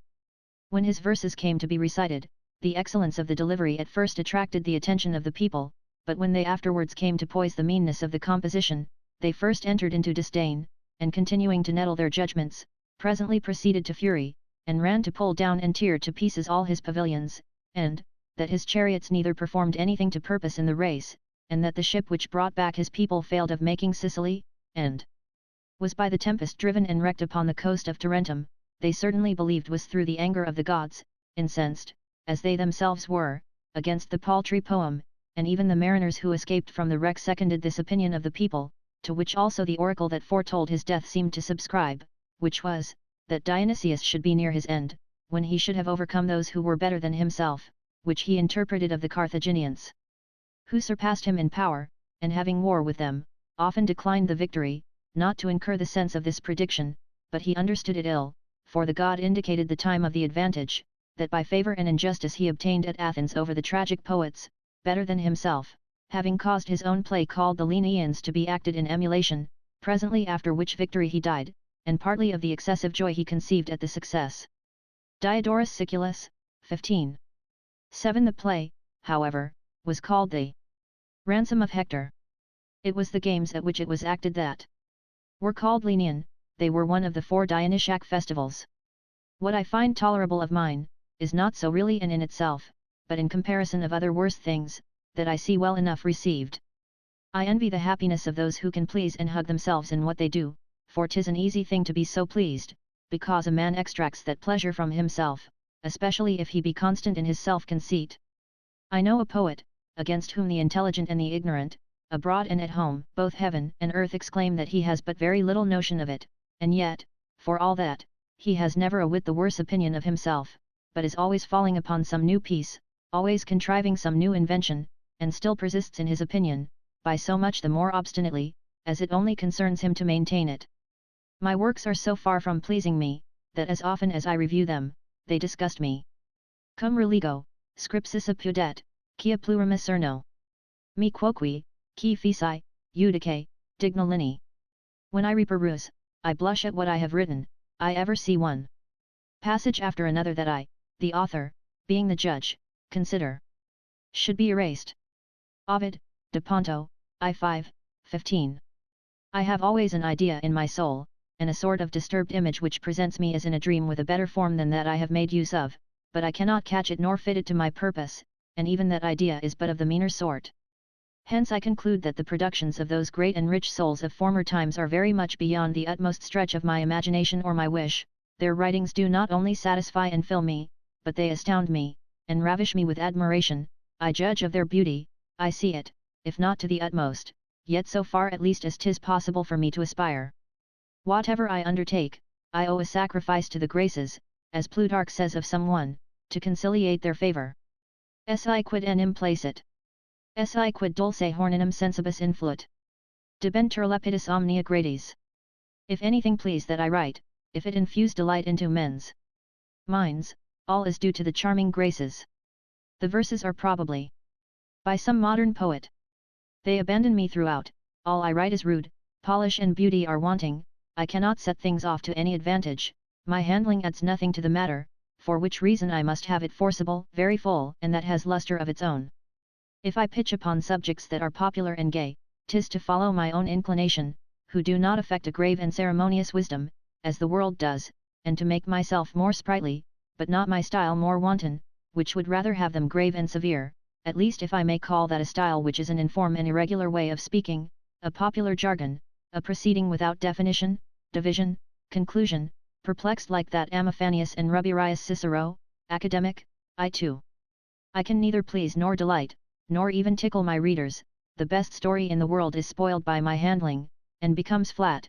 I cannot speak but in rough earnest, and am totally unprovided of that facility which I observe in many of my acquaintance, of entertaining the first comers and keeping a whole company in breath, or taking up the ear of a prince with all sorts of discourse without wearying themselves. They never want matter by reason of the faculty and grace they have in taking hold of the first thing that starts up, and accommodating it to the humour and capacity of those with whom they have to do. Princes do not much affect solid discourses, nor I to tell stories. The first and easiest reasons, which are commonly the best taken, I know not how to employ. I am an ill orator to the common sort. I am apt of everything to say the extremest that I know. Cicero is of opinion that in treatises of philosophy the exordium is the hardest part. If this be true, I am wise in sticking to the conclusion. And yet we are to know how to wind the string to all notes, and the sharpest is that which is the most seldom touched. There is at least as much perfection in elevating an empty as in supporting a weighty thing. A man must sometimes superficially handle things, and sometimes push them home. I know very well that most men keep themselves in this lower form from not conceiving things otherwise than by this outward bark, but I likewise know that the greatest masters, and Xenophon and Plato, are often seen to stoop to this low and popular manner of speaking and treating of things, but supporting it with graces which never fail them. Farther, my language has nothing in it that is facile and polished, 'tis rough, free, and irregular, and as such pleases, if not my judgment, at all events my inclination, but I very well perceive that I sometimes give myself too much rein, and that by endeavouring to avoid art and affectation I fall into the other inconvenience. Brevis esse laboro. Obscurus fio. Endeavouring to be brief, I become obscure. Hor, art. Poet, 25. Plato says, that the long or the short are not properties, that either take away or give value to language. Should I attempt to follow the other more moderate, united, and regular style, I should never attain to it, and though the short round periods of Sallust best suit with my humour, yet I find Caesar much grander and harder to imitate, and though my inclination would rather prompt me to imitate Seneca's way of writing, yet I do nevertheless more esteem that of Plutarch. Both in doing and speaking I simply follow my own natural way, whence, peradventure, it falls out that I am better at speaking than writing. Motion and action animate words, especially in those who lay about them briskly, as I do, and grow hot. The comportment, the countenance, the voice, the robe, the place, will set off some things that of themselves would appear no better than prating. Messalla complains in Tacitus of the straightness of some garments in his time, and of the fashion of the benches where the orators were to declaim, that were a disadvantage to their eloquence. My French tongue is corrupted, both in the pronunciation and otherwise, by the barbarism of my country. I never saw a man who was a native of any of the provinces on this side of the kingdom who had not a twang of his place of birth, and that was not offensive to ears that were purely French. And yet it is not that I am so perfect in my Perigordin, for I can no more speak it than High Dutch, nor do I much care. 'Tis a language, as the rest about me on every side, of Poitou, Zaintung, Angumausen, Limousin, Auvergne, a poor, drawling, scurvy language. There is, indeed, above us towards the mountains a sort of Gascon spoken, that I am mightily taken with, blunt, brief, significant, and in truth a more manly and military language than any other I am acquainted with, as sinewy, powerful, and pertinent as the French is graceful, neat, and luxuriant. As to the Latin, which was given me for my mother tongue, I have by discontinuance lost the use of speaking it, and, indeed, of writing it too, wherein I formerly had a particular reputation, by which you may see how inconsiderable I am on that side. Beauty is a thing of great recommendation in the correspondence amongst men, 'tis the first means of acquiring the favour and good liking of one another, and no man is so barbarous and morose as not to perceive himself in some sort struck with its attraction. The body has a great share in our being, has an eminent place there, and therefore its structure and composition are of very just consideration. They who go about to disunite and separate our two principal parts from one another are to blame. We must, on the contrary, reunite and rejoin them. We must command the soul not to withdraw and entertain itself apart, not to despise and abandon the body, neither can she do it but by some apish counterfeit, but to unite herself close to it, to embrace, cherish, assist, govern, and advise it, and to bring it back and set it into the true way when it wanders, in sum, to espouse and be a husband to it, so that their effects may not appear to be diverse and contrary, but uniform and concurring. Christians have a particular instruction concerning this connection, for they know that the divine justice embraces this society and juncture of body and soul, even to the making the body capable of eternal rewards, and that God has an eye to the whole man's ways, and wills that he receive entire chastisement or reward according to his demerits or merits.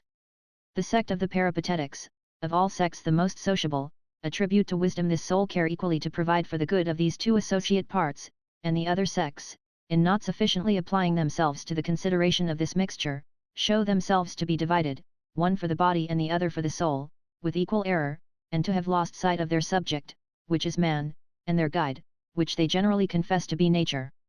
The first distinction that ever was amongst men, and the first consideration that gave some preeminence over others, 'tis likely was the advantage of beauty. Agros divi sirat didera. Pro faci cujusc, et viribus ingeniaci. Nam facies multum valuet, viresque vigebant. They distributed and conferred the lands to every man according to his beauty and strength and understanding, for beauty was much esteemed and strength was in favour. Lucretius, v. 1109. Now I am of something lower than the middle stature, a defect that not only borders upon deformity, but carries withal a great deal of inconvenience along with it, especially for those who are in office and command, for the authority which a graceful presence and a majestic mien beget is wanting. C. Marius did not willingly enlist any soldiers who were not 6 feet high.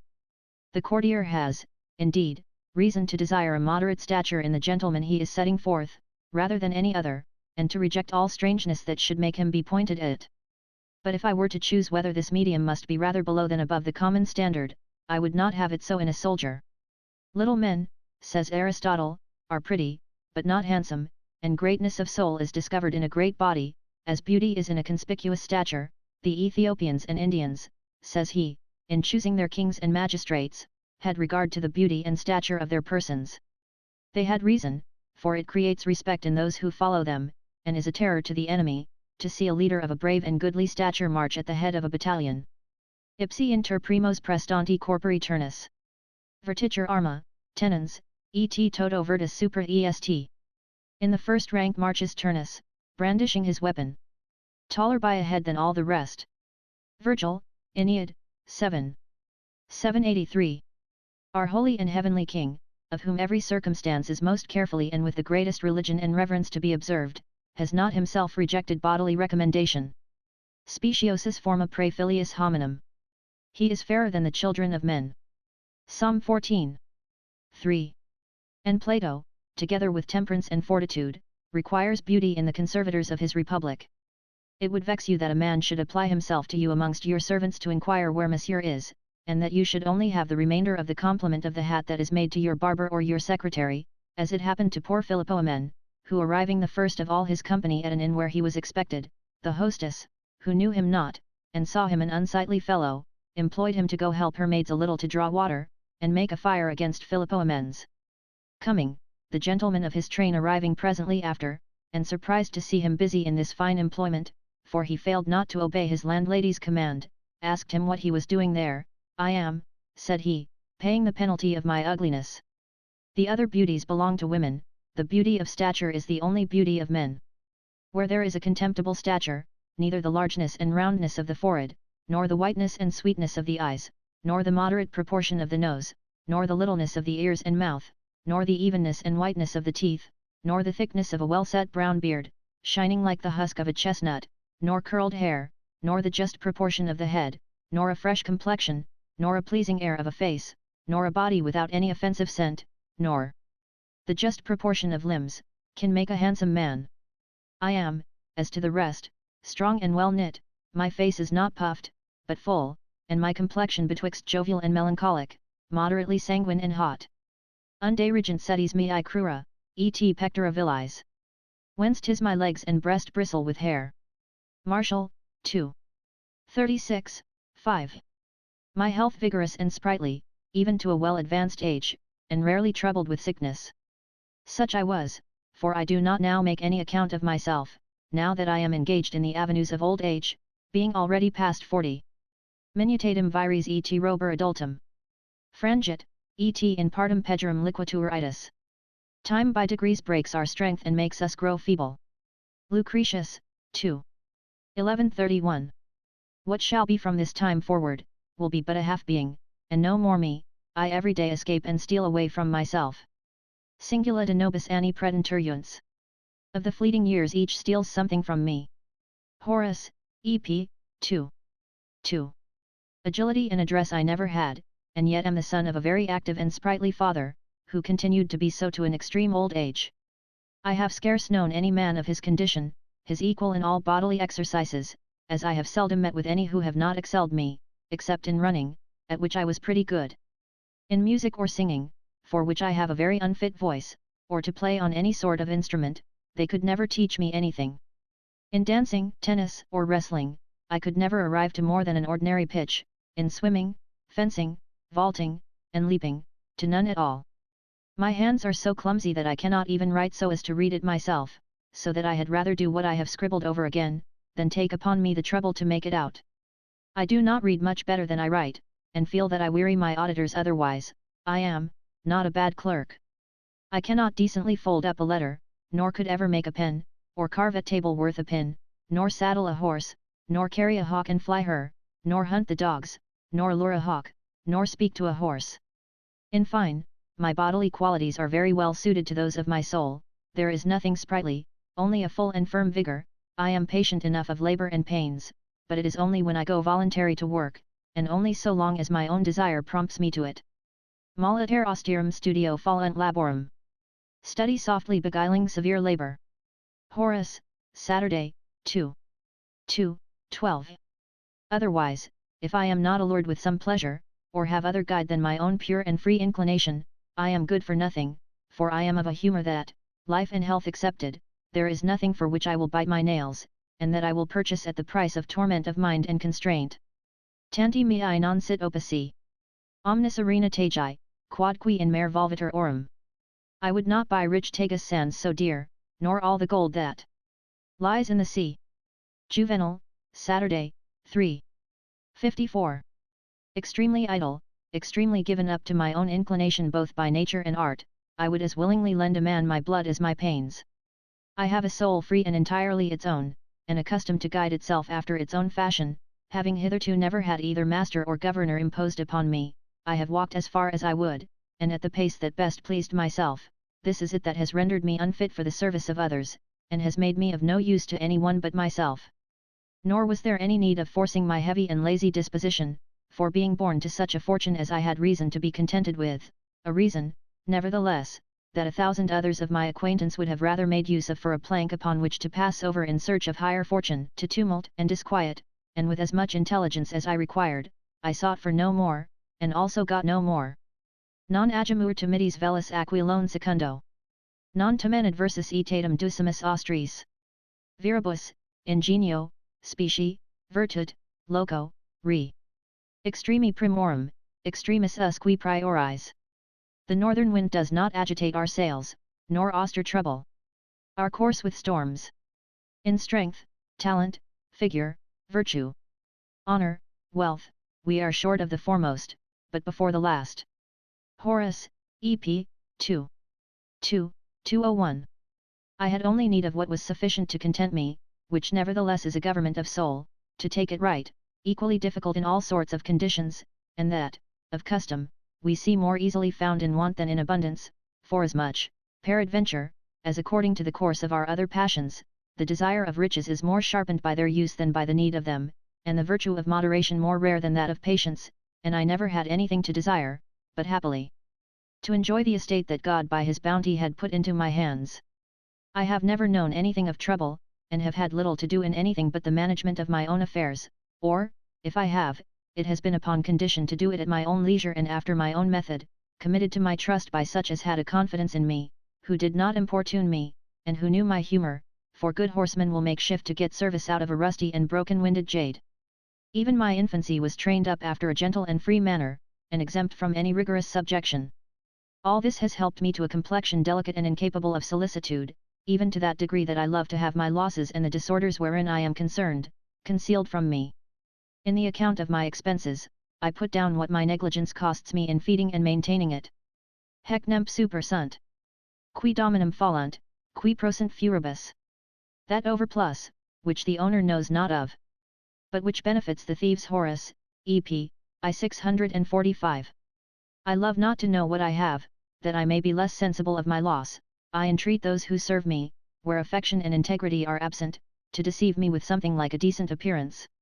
For want of constancy enough to support the shock of adverse accidents to which we are subject, and of patience seriously to apply myself to the management of my affairs, I nourish as much as I can this in myself, wholly leaving all to fortune to take all things at the worst, and to resolve to bear that worst with temper and patience.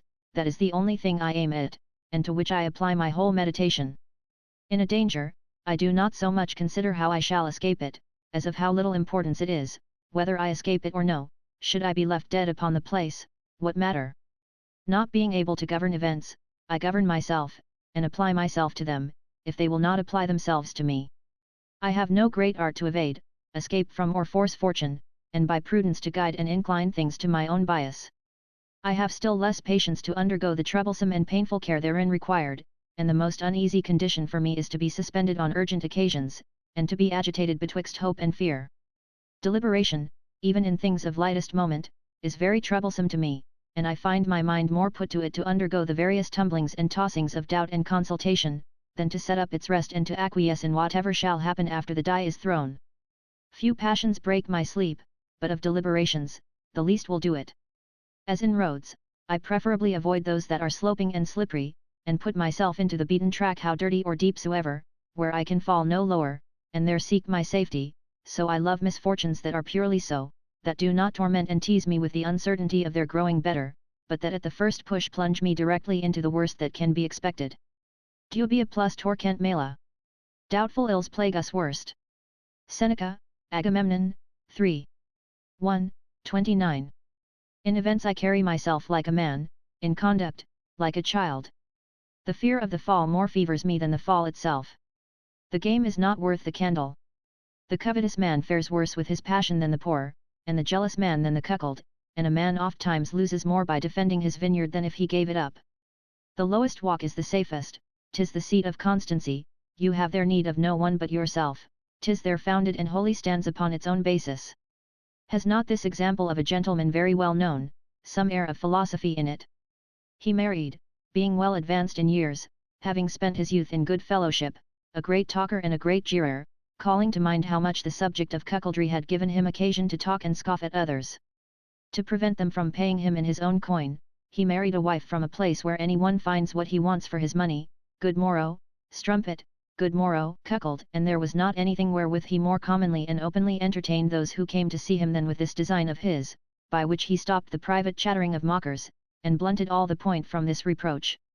As to ambition, which is neighbor, or rather daughter, to presumption, fortune, to advance me, must have come and taken me by the hand, for to trouble myself for an uncertain hope, and to have submitted myself to all the difficulties that accompany those who endeavour to bring themselves into credit in the beginning of their progress, I could never have done it.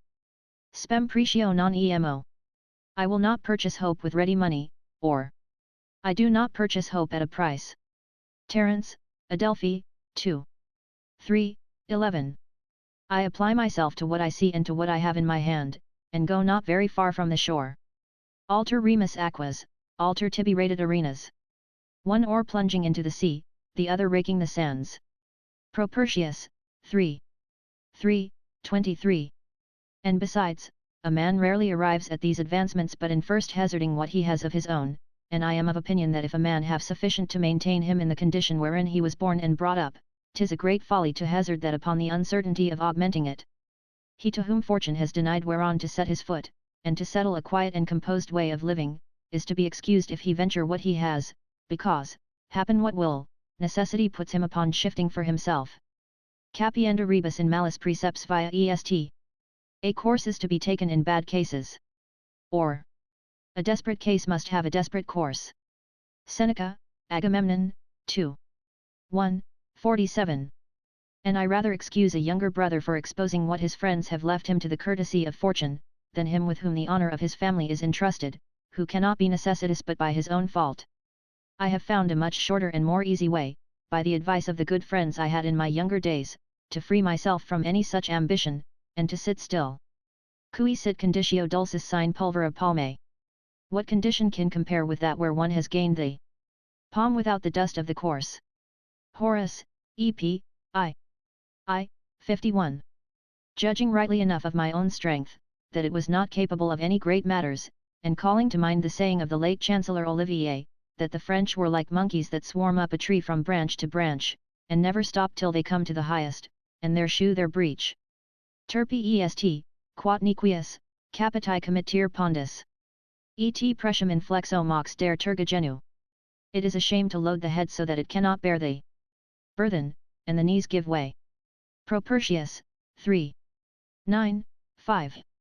I should find the best qualities I have useless in this age, the facility of my manners would have been called weakness and negligence, my faith and conscience, scrupulosity and superstition, my liberty and freedom would have been reputed troublesome, inconsiderate and rash. Ill luck is good for something. It is good to be born in a very depraved age, for so, in comparison of others, you shall be reputed virtuous good cheap. He who in our days is but a parricide and a sacrilegious person is an honest man and a man of honour. Nunc, si depositum non inficiator amicus. Si reddit veterum cum tota erugin fallum. Prodigiosa fides, et tusis digna libellus. Quid coronata lustrari debit agna. Now, if a friend does not deny his trust, but restores the old purse with all its rust, 'tis a prodigious faith, worthy to be enrolled in amongst the Tuscan annals, and a crowned lamb should be sacrificed to such exemplary integrity. Juvenal, Saturday, 13. 611. And never was time or place wherein princes might propose to themselves more assured or greater rewards for virtue and justice. The first who shall make it his business to get himself into favour and esteem by those ways, I am much deceived if he do not and by the best title outstrip his competitors. Force and violence can do something, but not always all. We see merchants, country justices, and artisans go cheek by jowl with the best gentry in valour and military knowledge. They perform honourable actions, both in public engagements and private quarrels. They fight duels, they defend towns in our present wars. A prince stifles his special recommendation, renown, in this crowd. Let him shine bright in humanity, truth, loyalty, temperance, and especially in justice. Marks rare, unknown, and exiled, 'tis by no other means but by the sole goodwill of the people that he can do his business, and no other qualities can attract their goodwill like those, as being of the greatest utility to them. Nil est tam populare, quam bonitas. Nothing is so popular as an agreeable manner, goodness. Cicero, Proligar, c. 12. By this standard I had been great and rare, just as I find myself now pygmy and vulgar by the standard of some past ages, wherein, if no other better qualities concurred, it was ordinary and common to see a man moderate in his revenges, gentle in resenting injuries, religious of his word, neither double nor supple, nor accommodating his faith to the will of others, or the turns of the times. I would rather see all affairs go to wreck and ruin than falsify my faith to secure them. For as to this new virtue of feigning and dissimulation, which is now in so great credit, I mortally hate it, and of all vices find none that evidences so much baseness and meanness of spirit. 'Tis a cowardly and servile humour to hide and disguise a man's self under a visor, and not to dare to show himself what he is. 'Tis by this our servants are trained up to treachery, being brought up to speak what is not true. They make no conscience of a lie. A generous heart ought not to belie its own thoughts, it will make itself seen within, all there is good, or at least human. Aristotle reputes it the office of magnanimity openly and professedly to love and hate, to judge and speak with all freedom, and not to value the approbation or dislike of others in comparison of truth. Apollonius said it was for slaves to lie, and for freemen to speak truth. 'Tis the chief and fundamental part of virtue, we must love it for itself. He who speaks truth because he is obliged so to do, and because it serves him, and who is not afraid to lie when it signifies nothing to anybody, is not sufficiently true. My soul naturally abominates lying, and hates the very thought of it. I have an inward shame and a sharp remorse, if sometimes a lie escapes me, as sometimes it does, being surprised by occasions that allow me no premeditation. A man must not always tell all, for that were folly, but what a man says should be what he thinks, otherwise 'tis knavery. I do not know what advantage men pretend to by eternally counterfeiting and dissembling, if not never to be believed when they speak the truth. It may once or twice pass with men, but to profess the concealing their thought, and to brag, as some of our princes have done, that they would burn their shirts if they knew their true intentions, which was a saying of the ancient Metellus of Macedon, and that they who know not how to dissemble know not how to rule, is to give warning to all who have anything to do with them, that all they say is nothing but lying and deceit. Quoques ver udir et collidir est, hoc invisier et suspectier, detracto opinion probit atis. By how much anyone is more subtle and cunning, by so much is he hated and suspected, the opinion of his integrity being withdrawn. Cicero, De Off, 2. 9. It were a great simplicity in any one to lay any stress either on the countenance or word of a man who has put on a resolution to be always another thing without than he is within, as Tiberius did, and I cannot conceive what part such persons can have in conversation with men, seeing they produce nothing that is received as true. Whoever is disloyal to truth is the same to falsehood also. Those of our time who have considered in the establishment of the duty of a prince the good of his affairs only, and have preferred that to the care of his faith and conscience, might have something to say to a prince whose affairs fortune had put into such a posture that he might forever establish them by only once breaking his word, but it will not go so. They often buy in the same market, they make more than one peace and enter into more than one treaty in their lives. Gain tempts to the first breach of faith, and almost always presents itself, as in all other ill acts, sacrileges, murders, rebellions, treasons, as being undertaken for some kind of advantage, but this first gain has infinite mischievous consequences, throwing this prince out of all correspondence and negotiation, by this example of infidelity. Solomon, of the Ottoman race, a race not very solicitous of keeping their words or compacts, when, in my infancy, he made his army land at Otranto, being informed that Mercurino de Gradinare and the inhabitants of Castro were detained prisoners, after having surrendered the place, contrary to the articles of their capitulation, sent orders to have them set at liberty, saying, that having other great enterprises in hand in those parts, the disloyalty, though it carried a show of present utility, would for the future bring on him a disrepute and distrust of infinite prejudice. Now, for my part, I had rather be troublesome and indiscreet than a flatterer and a dissembler. I confess that there may be some mixture of pride and obstinacy in keeping myself so upright and open as I do, without any consideration of others, and methinks I am a little too free, where I ought least to be so, and that I grow hot by the opposition of respect, and it may be also, that I suffer myself to follow the propension of my own nature for want of art, using the same liberty, speech, and countenance towards great persons, that I bring with me from my own house. I am sensible how much it declines towards incivility and indiscretion, but, besides that I am so bred, I have not a wit supple enough to evade a sudden question, and to escape by some evasion, nor to feign a truth, nor memory enough to retain it so feigned, nor, truly, assurance enough to maintain it, and so play the brave out of weakness. And therefore it is that I abandon myself to candour, always to speak as I think, both by complexion and design, leaving the event to fortune. Aristippus was wont to say, that the principal benefit he had extracted from philosophy was that he spoke freely and openly to all. Memory is a faculty of wonderful use, and without which the judgment can very hardly perform its office. For my part I have none at all. What any one will propound to me, he must do it piecemeal, for to answer a speech consisting of several heads I am not able. I could not receive a commission by word of mouth without a notebook. And when I have a speech of consequence to make, if it be long, I am reduced to the miserable necessity of getting by heart word for word, what I am to say. I should otherwise have neither method nor assurance, being in fear that my memory would play me a slippery trick. But this way is no less difficult to me than the other. I must have 3 hours to learn 3 verses. And besides, in a work of a man's own, the liberty and authority of altering the order, of changing a word, incessantly varying the matter, makes it harder to stick in the memory of the author. The more I mistrust it the worse it is. It serves me best by chance. I must solicit it negligently, for if I press it, 'tis confused, and after it once begins to stagger, the more I sound it, the more it is perplexed. It serves me at its own hour, not at mine. And the same defect I find in my memory, I find also in several other parts. I fly command, obligation, and constraint, that which I can otherwise naturally and easily do. If I impose it upon myself by an express and strict injunction, I cannot do it. Even the members of my body, which have a more particular jurisdiction of their own, sometimes refuse to obey me, if I enjoin them a necessary service at a certain hour.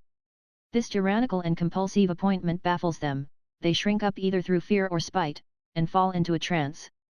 Being once in a place where it is looked upon as barbarous discourtesy not to pledge those who drink to you, though I had there all liberty allowed me, I tried to play the good fellow, out of respect to the ladies who were there, according to the custom of the country, but there was sport enough for this pressure and preparation, to force myself contrary to my custom and inclination, so stopped my throat that I could not swallow one drop, and was deprived of drinking so much as with my meat. I found myself gorged, and my thirst quenched by the quantity of drink that my imagination had swallowed. This effect is most manifest in such as have the most vehement and powerful imagination, but it is natural, notwithstanding, and there is no one who does not in some measure feel it. They offered an excellent archer, condemned to die, to save his life, if he would show some notable proof of his art, but he refused to try, fearing lest the too great contention of his will should make him shoot wide, and that instead of saving his life, he should also lose the reputation he had got of being a good marksman. A man who thinks of something else, will not fail to take over and over again the same number and measure of steps, even to an inch, in the place where he walks, but if he made it his business to measure and count them, he will find that what he did by nature and accident, he cannot so exactly do by design. My library, which is a fine one among those of the village type, is situated in a corner of my house. If anything comes into my head that I have a mind to search or to write, lest I should forget it in but going across the court, I am fain to commit it to the memory of some other. If I venture in speaking to digress never so little from my subject, I am infallibly lost, which is the reason that I keep myself, in discourse, strictly close. I am forced to call the men who serve me either by the names of their offices or their country, for names are very hard for me to remember.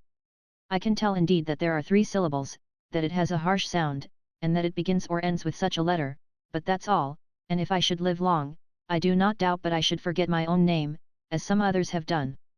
Messala Corvinus was 2 years without any trace of memory, which is also said of Georgius Trapezunttius.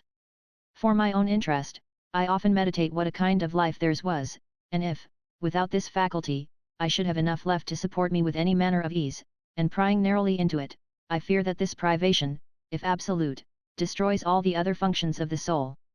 Plenus remerum sum, hac et iliac per fluo. I'm full of chinks, and leak out every way. Ter, Eunuchus, 2. 23. It has befallen me more than once to forget the watchword I had 3 hours before given or received, and to forget where I had hidden my purse. Whatever Cicero is pleased to say, I help myself to lose what I have a particular care to lock safe up. Memoria cert non modo philosophiam sed omnis. Vitae usum, omnesque arts, una maxime continet. It is certain that memory contains not only philosophy, but all the arts and all that appertain to the use of life. Cicero, Academic, 2. 7. Memory is the receptacle and case of science, and therefore mine being so treacherous, if I know little, I cannot much complain. I know, in general, the names of the arts, and of what they treat, but nothing more. I turn over books, I do not study them. What I retain I no longer recognize as another's, 'tis only what my judgment has made its advantage of, the discourses and imaginations in which it has been instructed, the author, place, words, and other circumstances, I immediately forget, and I am so excellent at forgetting, that I no less forget my own writings and compositions than the rest. I am very often quoted to myself, and am not aware of it.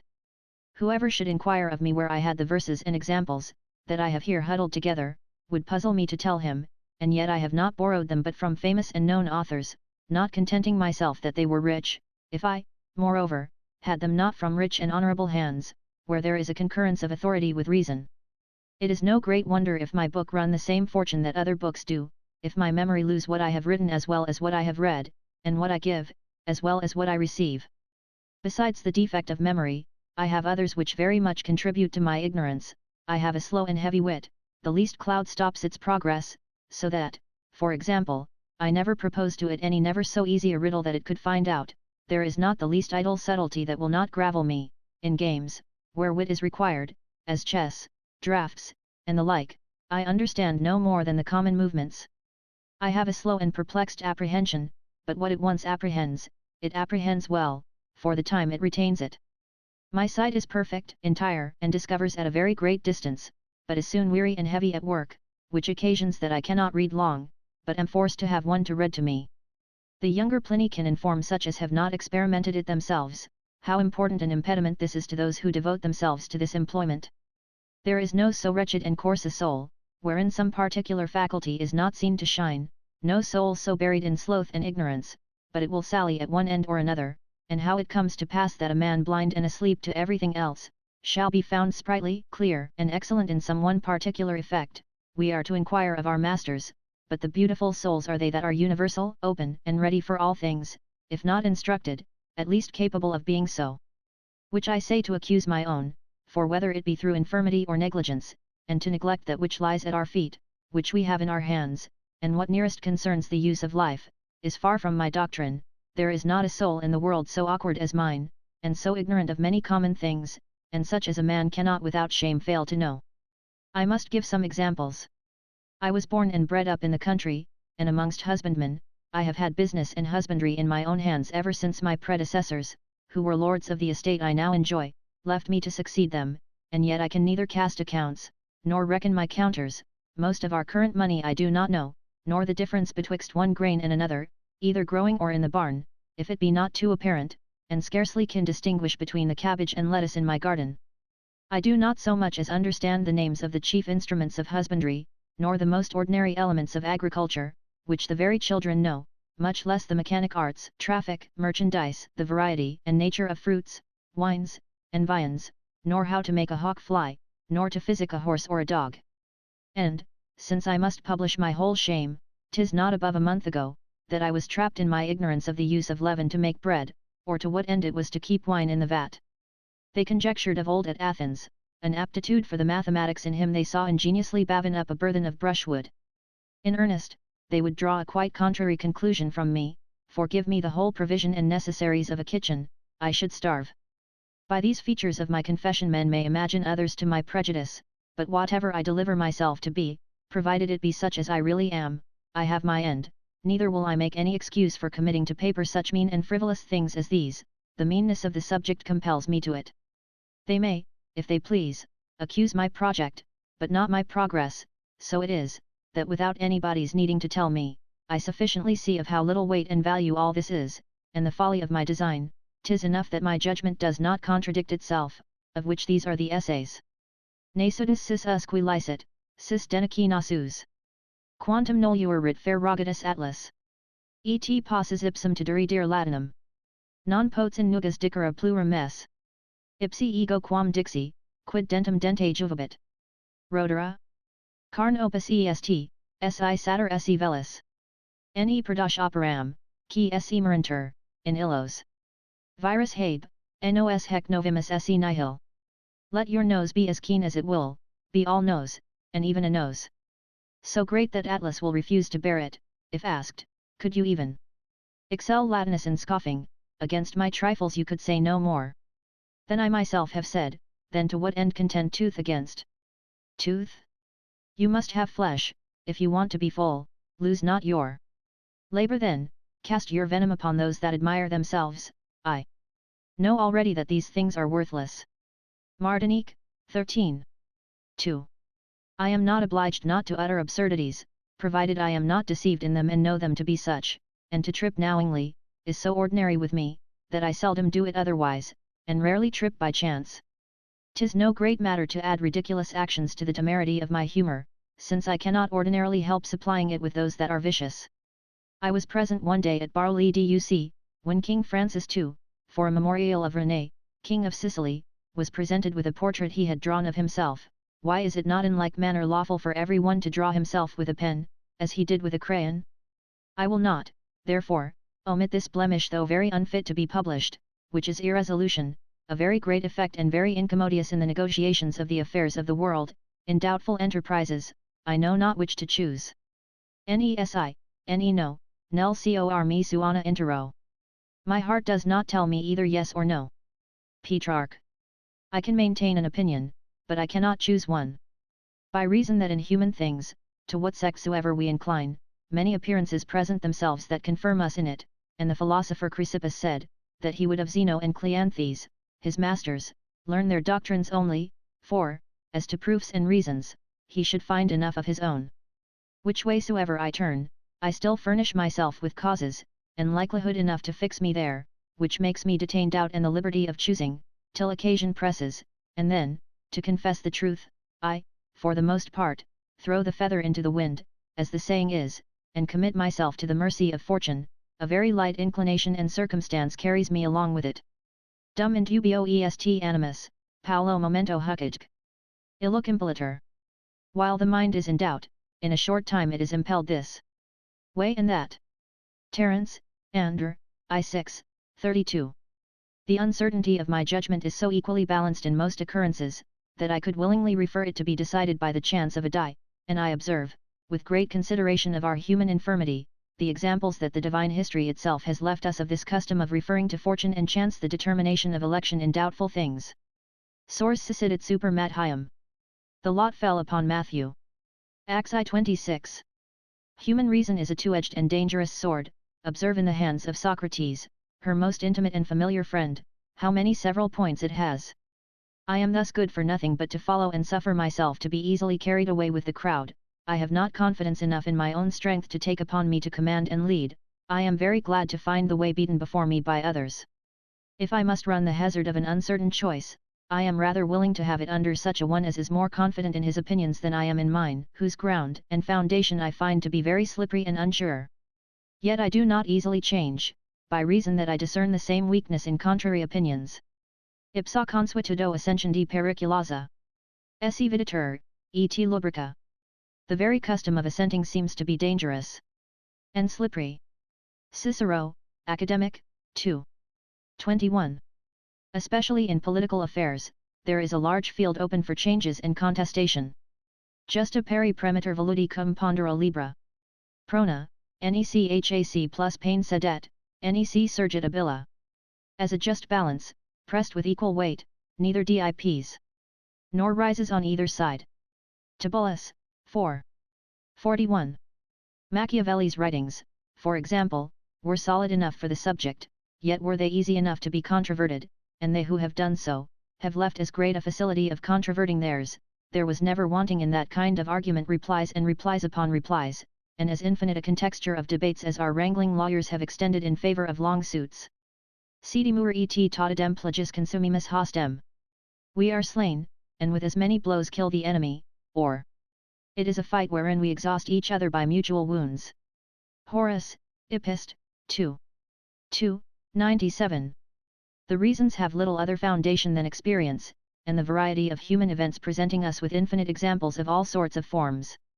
An understanding person of our times says, that whoever would, in contradiction to our almanacs, write cold where they say hot, and wet where they say dry, and always put the contrary to what they foretell, if he were to lay a wager, he would not care which side he took, excepting where no uncertainty could fall out, as to promise excessive heats at Christmas, or extremity of cold at midsummer. I have the same opinion of these political controversies. Be on which side you will, you have as fair a game to play as your adversary, provided you do not proceed so far as to shock principles that are broad and manifest. And yet, in my conceit, in public affairs, there is no government so ill, provided it be ancient and has been constant, that is not better than change and alteration. Our manners are infinitely corrupt, and wonderfully inclined to the worse. Of our laws and customs there are many that are barbarous and monstrous nevertheless, by reason of the difficulty of reformation, and the danger of stirring things. If I could put something under to stop the wheel, and keep it where it is, I would do it with all my heart. Numquam addio fotis, adioque pudendis.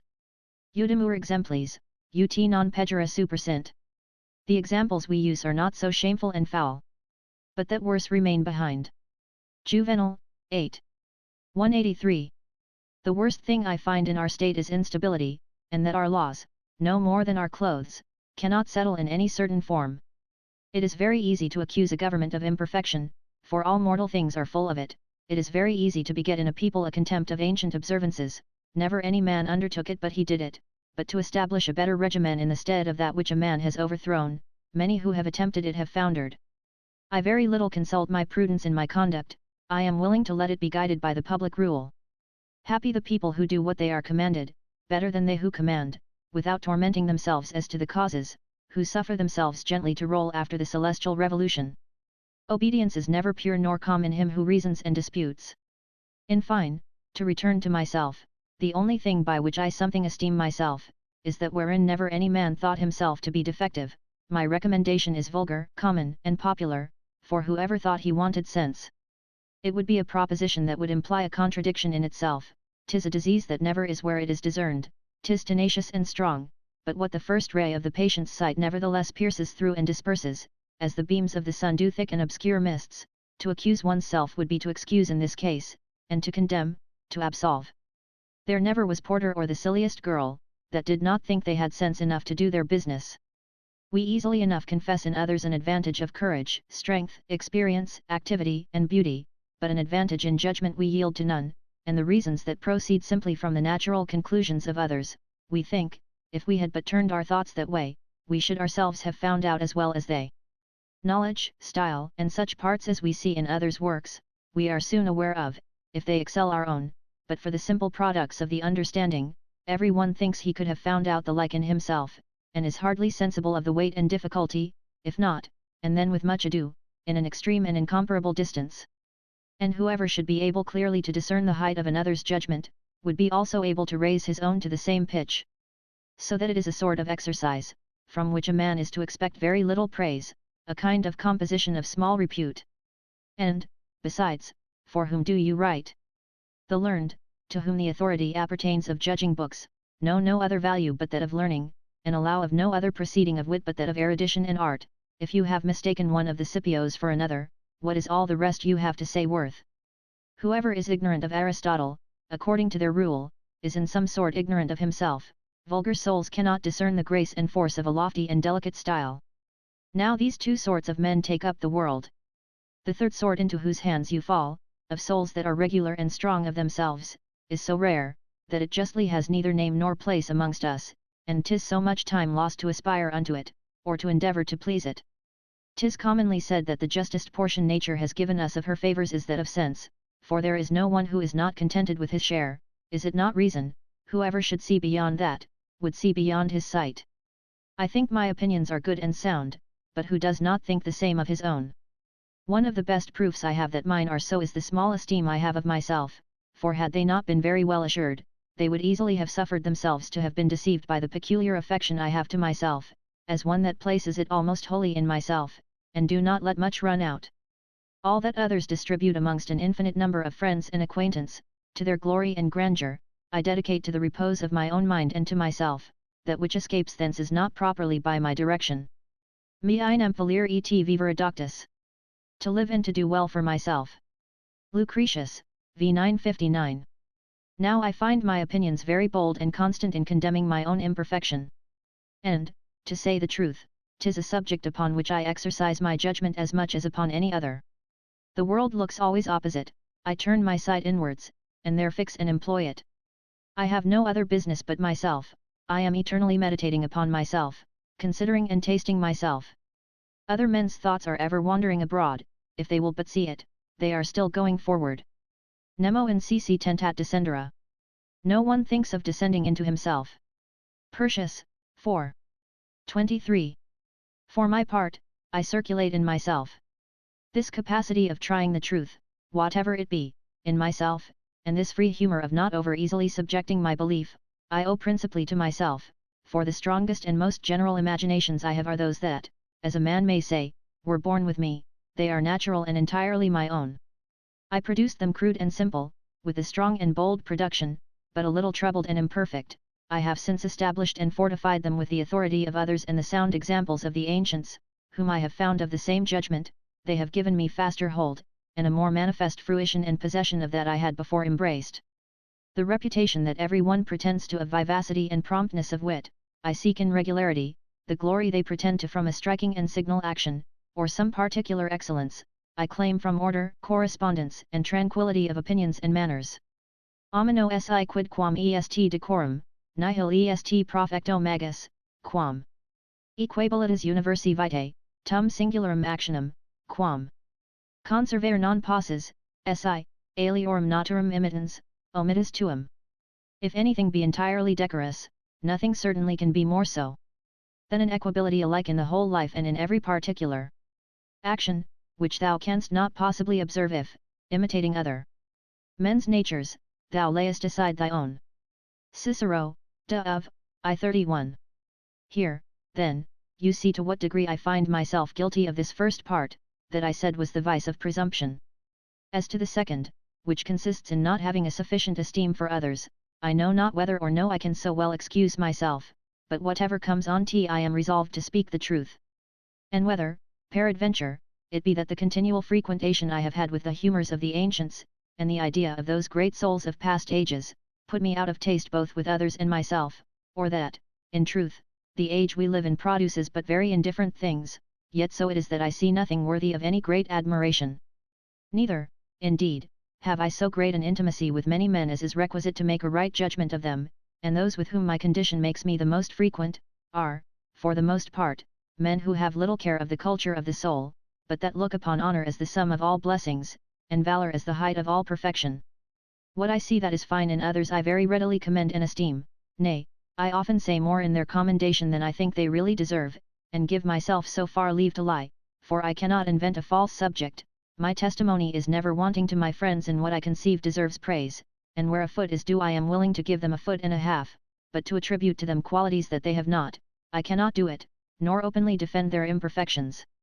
Nay, I frankly give my very enemies their due testimony of honour, my affection alters, my judgment does not, and I never confound my animosity with other circumstances that are foreign to it, and I am so jealous of the liberty of my judgment that I can very hardly part with it for any passion whatever. I do myself a greater injury in lying than I do him of whom I tell a lie. This commendable and generous custom is observed of the Persian nation, that they spoke of their mortal enemies and with whom they were at deadly war, as honourably and justly as their virtues deserved. I know men enough that have several fine parts, one wit, another courage, another address, another conscience, another language, one science, another, but a generally great man, and who has all these brave parts together, or any one of them to such a degree of excellence that we should admire him or compare him with those we honour of times past, my fortune never brought me acquainted with, and the greatest I ever knew, I mean for the natural parts of the soul, was Etienne de la Boëtie. His was a full soul indeed, and that had every way a beautiful aspect, a soul of the old stamp, and that had produced great effects had his fortune been so pleased, having added much to those great natural parts by learning and study. But how it comes to pass I know not, and yet it is certainly so, there is as much vanity and weakness of judgment in those who profess the greatest abilities, who take upon them learned callings and bookish employments as in any other sort of men whatever, either because more is required and expected from them, and that common defects are excusable in them, or because the opinion they have of their own learning makes them more bold to expose and lay themselves too open, by which they lose and betray themselves. As an artificer more manifests his want of skill in a rich matter he has in hand, if he disgrace the work by ill handling and contrary to the rules required, than in a matter of less value, and men are more displeased at a disproportion in a statue of gold than in one of plaster, so do these when they advance things that in themselves and in their place would be good, for they make use of them without discretion, honouring their memories at the expense of their understandings, and making themselves ridiculous by honouring Cicero, Galen, Ulpian, and Saint Jerome alike. I willingly fall again into the discourse of the vanity of our education, the end of which is not to render us good and wise, but learned, and she has obtained it. She has not taught us to follow and embrace virtue and prudence, but she has imprinted in us their derivation and etymology.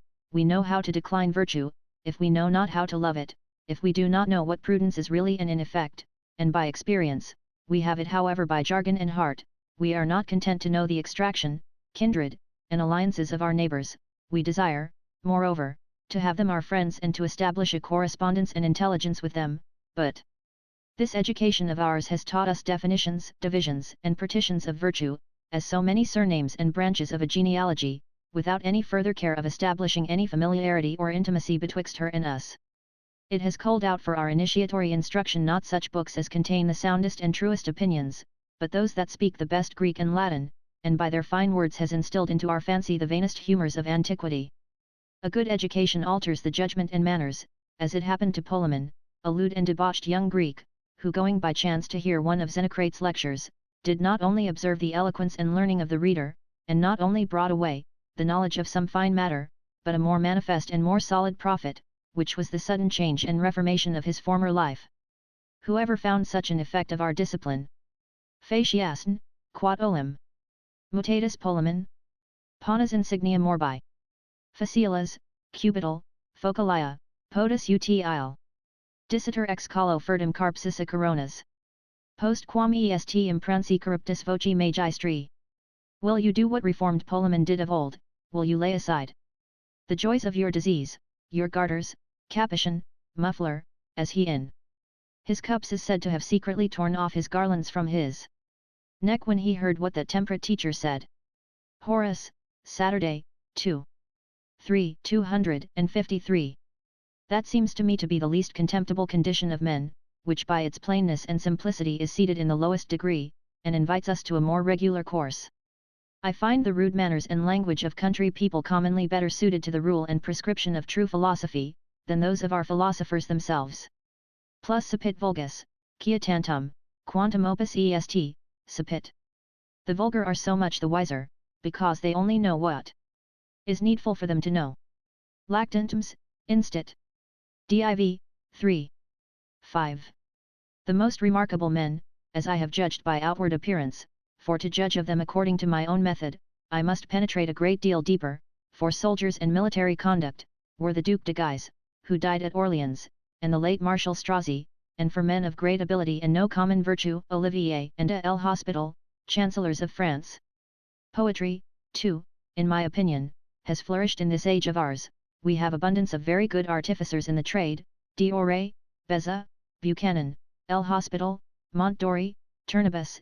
As to the French poets, I believe they raised their art to the highest pitch to which it can ever arrive, and in those parts of it wherein Ronsard and Du Bellay excel, I find them little inferior to the ancient perfection. Adrian Turnebus knew more, and what he did know, better than any man of his time, or long before him. The lives of the last Duke of Alva, and of our Constable de Montmorency, were both of them great and noble, and that had many rare resemblances of fortune, but the beauty and glory of the death of the last, in the sight of Paris and of his king, in their service, against his nearest relations, at the head of an army through his conduct victorious, and by a sudden stroke, in so extreme old age, merits methinks to be recorded amongst the most remarkable events of our times. As also the constant goodness, sweetness of manners, and conscientious facility of Monsieur de la Noue, in so great an injustice of armed parties, the true school of treason, inhumanity, and robbery, wherein he always kept up the reputation of a great and experienced captain. I have taken a delight to publish in several places the hopes I have of Marie de Gournay le Jars. She was adopted by him in 1588. See Léon Fougery's Mademoiselle de Gournay, Études sur sa vie et ses ouvrages. My adopted daughter, and certainly beloved by me more than paternally, and enveloped in my retirement and solitude as one of the best parts of my own being, I have no longer regard to anything in this world but her. And if a man may presage from her youth, her soul will one day be capable of very great things, and amongst others, of the perfection of that sacred friendship, to which we do not read that any of her sex could ever yet arrive. The sincerity and solidity of her manners are already sufficient for it, and her affection towards me more than superabundant, and such, in short, as that there is nothing more to be wished, if not that the apprehension she has of my end, being now 55 years old, might not so much afflict her. The judgment she made of my first essays, being a woman, so young, and in this age, and alone in her own country, and the famous vehemence wherewith she loved me, and desired my acquaintance solely from the esteem she had thence of me, before she ever saw my face, is an incident very worthy of consideration. Other virtues have had little or no credit in this age, but valor is become popular by our civil wars, and in this, we have souls brave even to perfection, and in so great number that the choice is impossible to make. This is all of extraordinary and uncommon grandeur that has hitherto arrived at my knowledge. Chapter 18 of Giving the Lie. Well, but some one will say to me, this design of making a man's self the subject of his writing, were indeed excusable in rare and famous men, who by their reputation had given others a curiosity to be fully informed of them. It is most true, I confess and know very well, that a mechanic will scarce lift his eyes from his work to look at an ordinary man, whereas a man will forsake his business and his shop to stare at an eminent person when he comes into a town. It misbecomes any other to give his own character, but him who has qualities worthy of imitation, and whose life and opinions may serve for example. Caesar and Xenophon had a just and solid foundation whereon to found their narrations, the greatness of their own performances, and were to be wished that we had the journals of Alexander the Great, the commentaries that Augustus, Cato, Sylla, Brutus, and others left of their actions. Of such persons men love and contemplate the very statues even in copper and marble. This remonstrance is very true, but it very little concerns me. Non recedo quicquam, nisi amicis, id coactus. Non ubivis, coram quibus labet, in medioci. Scripta foro recitant, sunt multi, quique levantes. I repeat my poems only to my friends, and when bound to do so. Not before everyone and everywhere, there are plenty of reciters. In the open marketplace and at the baths. Horace, Saturday I 73. I do not here form a statue to erect in the great square of a city, in a church, or any public place. Non equidem hoc studio, bullatisut mihi nugis. Paginator gescat. Secreti loquemur. I study not to make my pages swell with empty trifles. You and I are talking in private. Persius, Saturday, v19. 'Tis for some corner of a library, or to entertain a neighbor, a kinsman, a friend, who has a mind to renew his acquaintance and familiarity with me in this image of myself. Others have been encouraged to speak of themselves, because they found the subject worthy and rich. I, on the contrary, am the bolder, by reason the subject is so poor and sterile that I cannot be suspected of ostentation. I judge freely of the actions of others, I give little of my own to judge of, because they are nothing. I do not find so much good in myself, that I cannot tell it without blushing.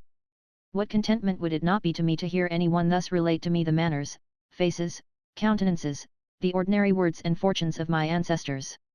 How attentively should I listen to it? In earnest, it would be evil nature to despise so much as the pictures of our friends and predecessors, the fashion of their clothes and arms. I preserve their writing, seal, and a particular sword they wore, and have not thrown the long staves my father used to carry in his hand, out of my closet. Paterna vestis, et annulus, tanto sharir est. Post eris, quanto erga parentes major affectus. A father's garment and ring is by so much dearer to his posterity, as there is the greater affection towards parents. Saint August, de Civat. Dei, I 13. If my posterity, nevertheless, shall be of another mind, I shall be avenged on them, for they cannot care less for me than I shall then do for them. All the traffic that I have in this with the public is, that I borrow their utensils of writing, which are more easy and most at hand, and in recompense shall, peradventure, keep a pound of butter in the market from melting in the sun. Montaigne semi-seriously speculates on the possibility of his mis being used to wrap up butter. Ne toga cordalis, ne pinula dizit olivis.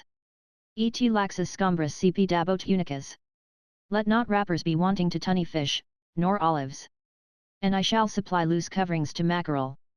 Martial, 13. I. And though nobody should read me, have I wasted time in entertaining myself so many idle hours and so pleasing and useful thoughts? In moulding this figure upon myself, I have been so often constrained to temper and compose myself in a right posture, that the copy is truly taken, and has in some sort formed itself. Painting myself for others, I represent myself in a better colouring than my own natural complexion. I have no more made my book than my book has made me. 'Tis a book consubstantial with the author, of a peculiar design, a parcel of my life, and whose business is not designed for others, as that of all other books is. In giving myself so continual and so exact an account of myself, have I lost my time?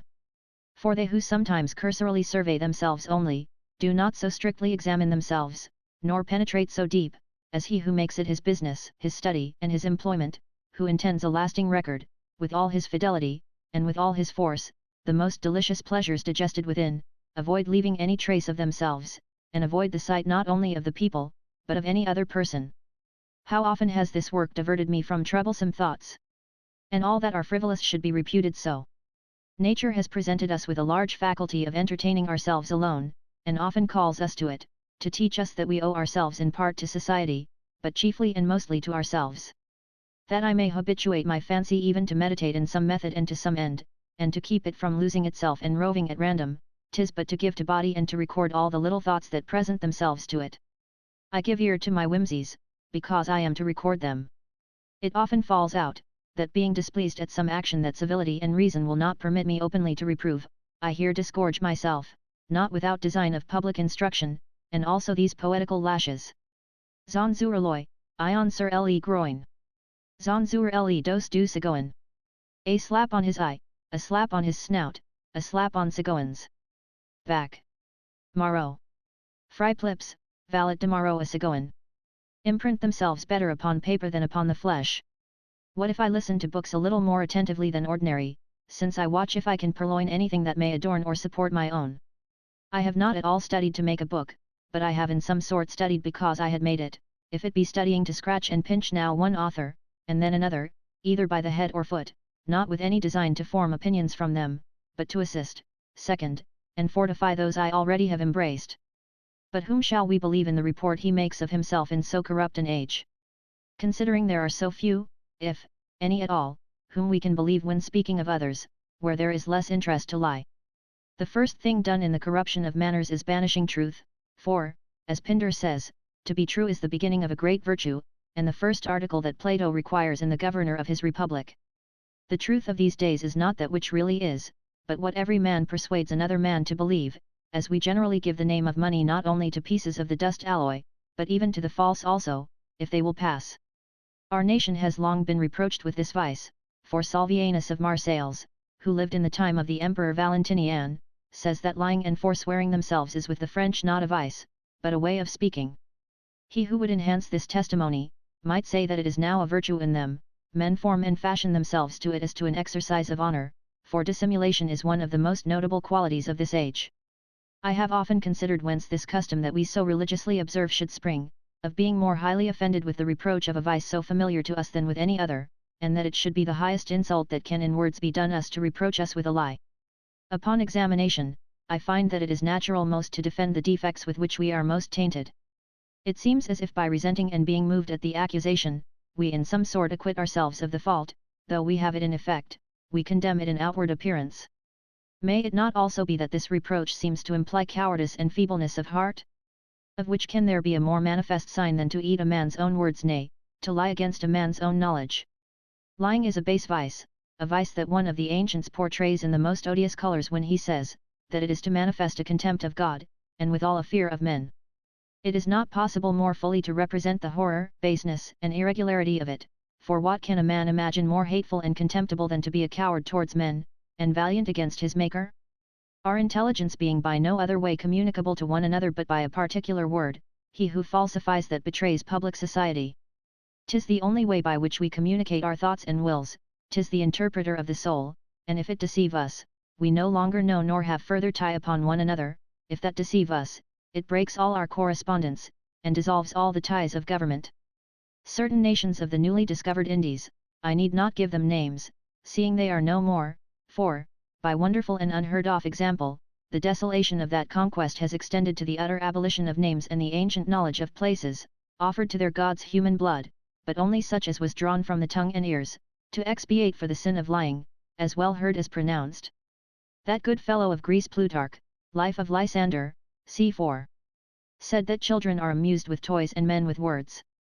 As to our diverse usages of giving the lie, and the laws of honour in that case, and the alteration they have received, I defer saying what I know of them to another time, and shall learn, if I can, in the meanwhile, at what time the custom took beginning of so exactly weighing and measuring words, and of making our honour interested in them, for it is easy to judge that it was not anciently amongst the Romans and Greeks. And it has often seemed to me strange to see them rail at and give one another the lie without any quarrel. Their laws of duty steered some other course than ours. Caesar is sometimes called thief, and sometimes drunkard, to his teeth. We see the liberty of invective they practiced upon one another, I mean the greatest chiefs of war of both nations, where words are only revenged with words, and do not proceed any farther. Chapter 19 of Liberty of Conscience. 'Tis usual to see good intentions, if carried on without moderation, push men on to very vicious effects. In this dispute which has at this time engaged France in a civil war, the better and the soundest cause no doubt is that which maintains the ancient religion and government of the kingdom. Nevertheless, amongst the good men of that party, for I do not speak of those who only make a pretence of it, either to execute their own particular revenges or to gratify their avarice, or to conciliate the favour of princes, but of those who engage in the quarrel out of true zeal to religion and a holy desire to maintain the peace and government of their country, of these, I say, we see many whom passion transports beyond the bounds of reason, and sometimes inspires with counsels that are unjust and violent, and, moreover, rash. It is certain that in those first times, when our religion began to gain authority with the laws, zeal armed many against all sorts of pagan books, by which the learned suffered an exceeding great loss, a disorder that I conceive to have done more prejudice to letters than all the flames of the barbarians. Of this Cornelius Tacitus is a very good testimony, for though the Emperor Tacitus, his kinsman, had, by express order, furnished all the libraries in the world with it, nevertheless one entire copy could not escape the curious examination of those who desired to abolish it for only 5 or 6 idle clauses that were contrary to our belief. They had also the trick easily to lend undue praises to all the emperors who made for us, and universally to condemn all the actions of those who were adversaries, as is evidently manifest in the Emperor Julian, surnamed the Apostate. The character of the Emperor Julian was censured, when Montaigne was at Rome in 1581, by the master of the Sacred Palace, who, however, as Montaigne tells us in his journal, 2:35, referred it to his conscience to alter what he should think in bad taste. This Montaigne did not do, and this chapter supplied Voltaire with the greater part of the praises he bestowed upon the Emperor Leclerc, who was, in truth, a very great and rare man, a man in whose soul philosophy was imprinted in the best characters, by which he professed to govern all his actions, and, in truth, there is no sort of virtue of which he has not left behind him very notable examples. In chastity, of which the whole of his life gave manifest proof, we read the same of him that was said of Alexander and Scipio, that being in the flower of his age, for he was slain by the Parthians at 31, of a great many very beautiful captives, he would not so much as look upon one. As to his justice, he took himself the pains to hear the parties, and although he would out of curiosity inquire what religion they were of, nevertheless, the antipathy he had to ours never gave any counterpoise to the balance. He made himself several good laws, and repealed a great part of the subsidies and taxes levied by his predecessors. We have 2 good historians who were eyewitnesses of his actions, one of whom, Marcel Linus, in several places of his history sharply reproves an edict of his whereby he interdicted all Christian rhetoricians and grammarians to keep school or to teach, and says he could wish that act of his had been buried in silence. It is probable that had he done any more severe thing against us, he, so affectionate as he was to our party, would not have passed it over in silence. He was indeed sharp against us, but yet no cruel enemy, for our own people tell this story of him, that one day, walking about the city of Chalcedon, Maris, bishop of the place, was so bold as to tell him that he was impious, and an enemy to Christ, at which, they say, he was no further moved than to reply, "Go, poor wretch, and lament the loss of thy eyes," to which the bishop replied again, "I thank Jesus Christ for taking away my sight, that I may not see thy impudent visage," affecting in that, they say, a philosophical patience.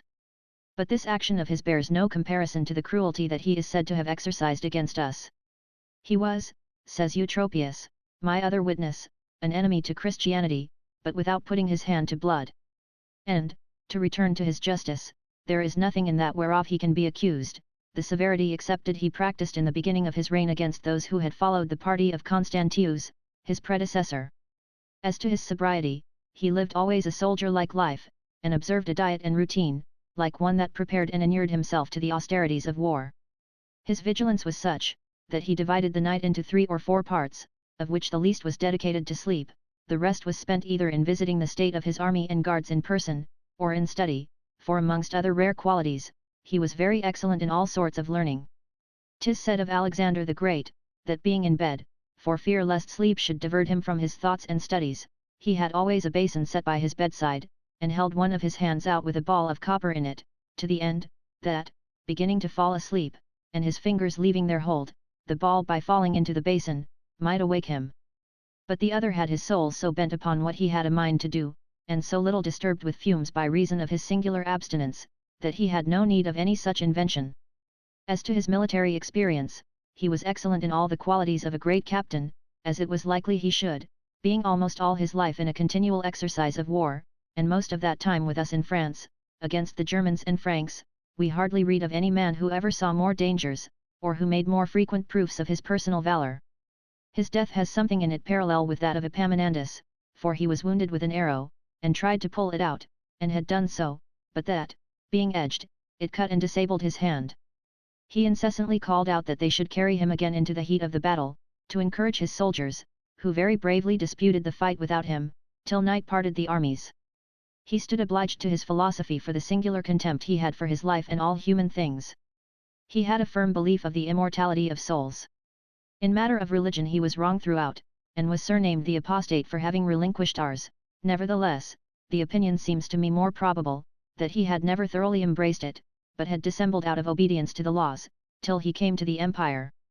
He was in his own so superstitious, that he was laughed at for it by those of his own time, of the same opinion, who jeeringly said, that had he got the victory over the Parthians, he had destroyed the breed of oxen in the world to supply his sacrifices. He was, moreover, besotted with the art of divination, and gave authority to all sorts of predictions. He said, amongst other things at his death, that he was obliged to the gods, and thanked them, in that they would not cut him off by surprise, having long before advertised him of the place and hour of his death, nor by a mean and unmanly death, more becoming lazy and delicate people, nor by a death that was languishing, long, and painful, and that they had thought him worthy to die after that noble manner, in the progress of his victories, in the flower of his glory. He had a vision like that of Marcus Brutus, that first threatened him in Gaul, and afterward appeared to him in Persia just before his death.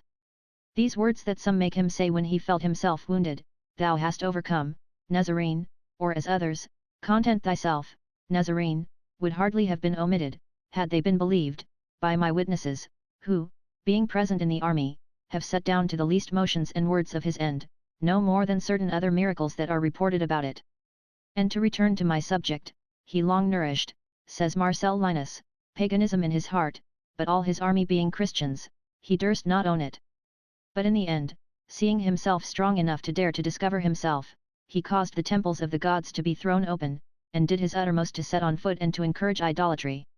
Which the better to effect, having at Constantinople found the people disunited, and also the prelates of the church divided amongst themselves, having convened them all before him, he earnestly admonished them to calm those civil dissensions, and that every one might freely, and without fear, follow his own religion. Which he the more sedulously solicited, in hope that this license would augment the schisms and factions of their division, and hinder the people from reuniting, and consequently fortifying themselves against him by their unanimous intelligence and concord, having experienced by the cruelty of some Christians, that there is no beast in the world so much to be feared by man as man. These are very nearly his words. Wherein this is very worthy of consideration, that the Emperor Julian made use of the same receipt of liberty of conscience to inflame the civil dissensions that our kings do to extinguish them. So that a man may say on one side, that to give the people the reins to entertain every man his own opinion, is to scatter and sow division, and, as it were, to lend a hand to augment it, there being no legal impediment or restraint to stop or hinder their career, but, on the other side, a man may also say, that to give the people the reins to entertain every man his own opinion, is to mollify and appease them by facility and toleration, and to dull the point which is whetted and made sharper by singularity, novelty, and difficulty, and I think it is better for the honour of the devotion of our kings, that not having been able to do what they would, they have made a show of being willing to do what they could. Chapter 20 That we taste nothing pure.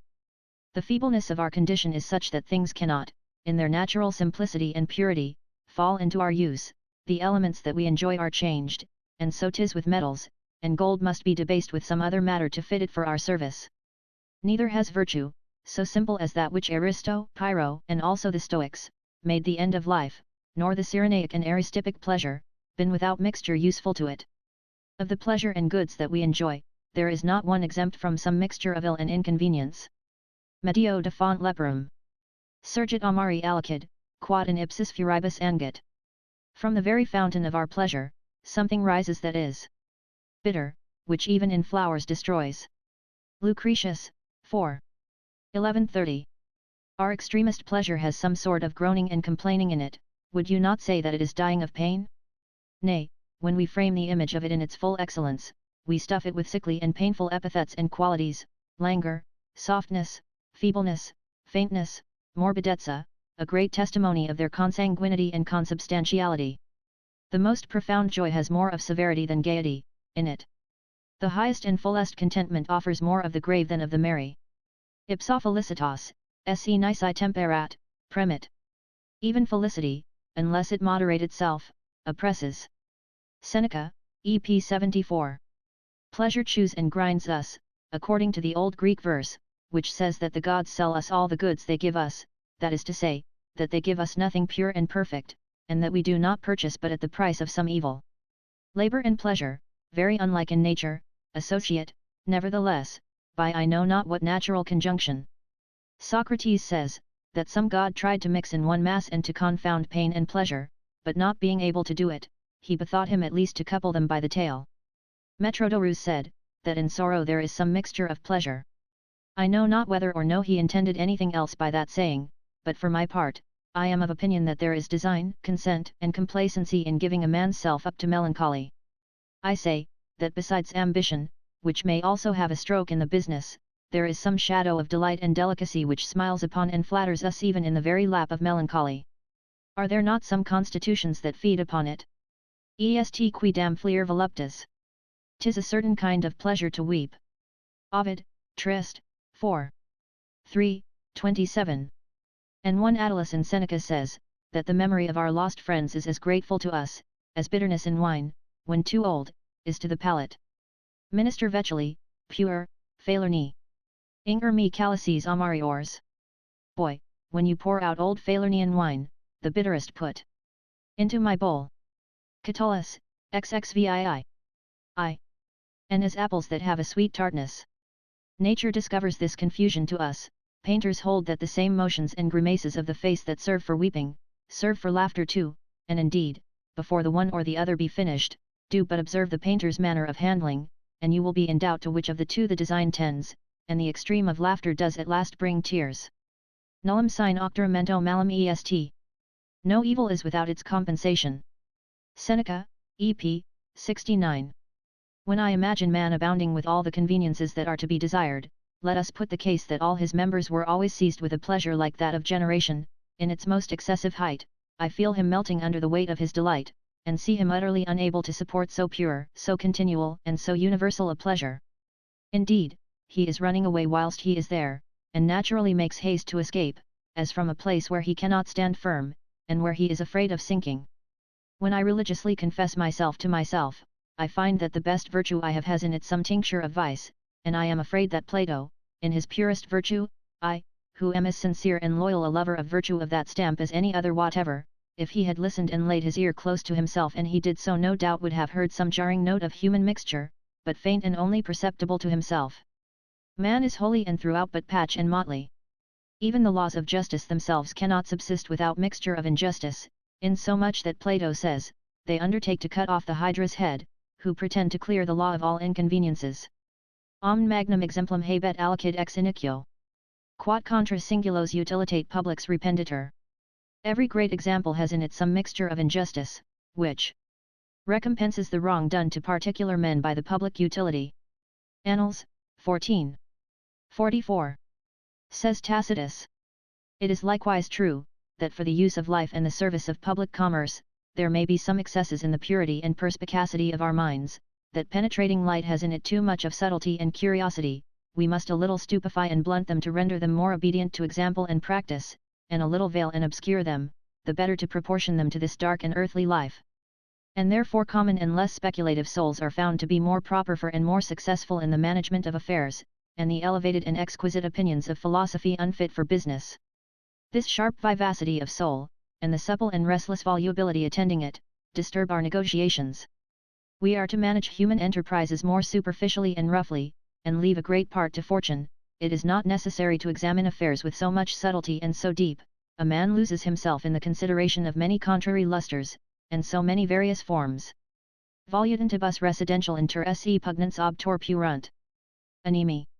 Whilst they considered of things so indifferent in themselves, they were astonished, and knew not what to do. Livy, XXXII. 20. 'Tis what the ancients say of Simonides, that by reason his imagination suggested to him, upon the question King Hiero had put to him what God was Cicero, de Nat. I-22. To answer which he had had many days for thought, several sharp and subtle considerations, whilst he doubted which was the most likely, he totally despaired of the truth. He who dives into and in his inquisition comprehends all circumstances and consequences, hinders his election. A little engine well handled is sufficient for executions, whether of less or greater weight. The best managers are those who can worst give account how they are so, while the greatest talkers, for the most part, do nothing to purpose. I know one of this sort of men, and a most excellent discourser upon all sorts of good husbandry, who has miserably let 100,000 livres yearly revenue slip through his hands. I know another who talks, who better advises than any man of his counsel, and there is not in the world a fairer show of soul and understanding than he has. Nevertheless, when he comes to the test, his servants find him quite another thing, not to make any mention of his misfortunes. Chapter 21 Against Idleness.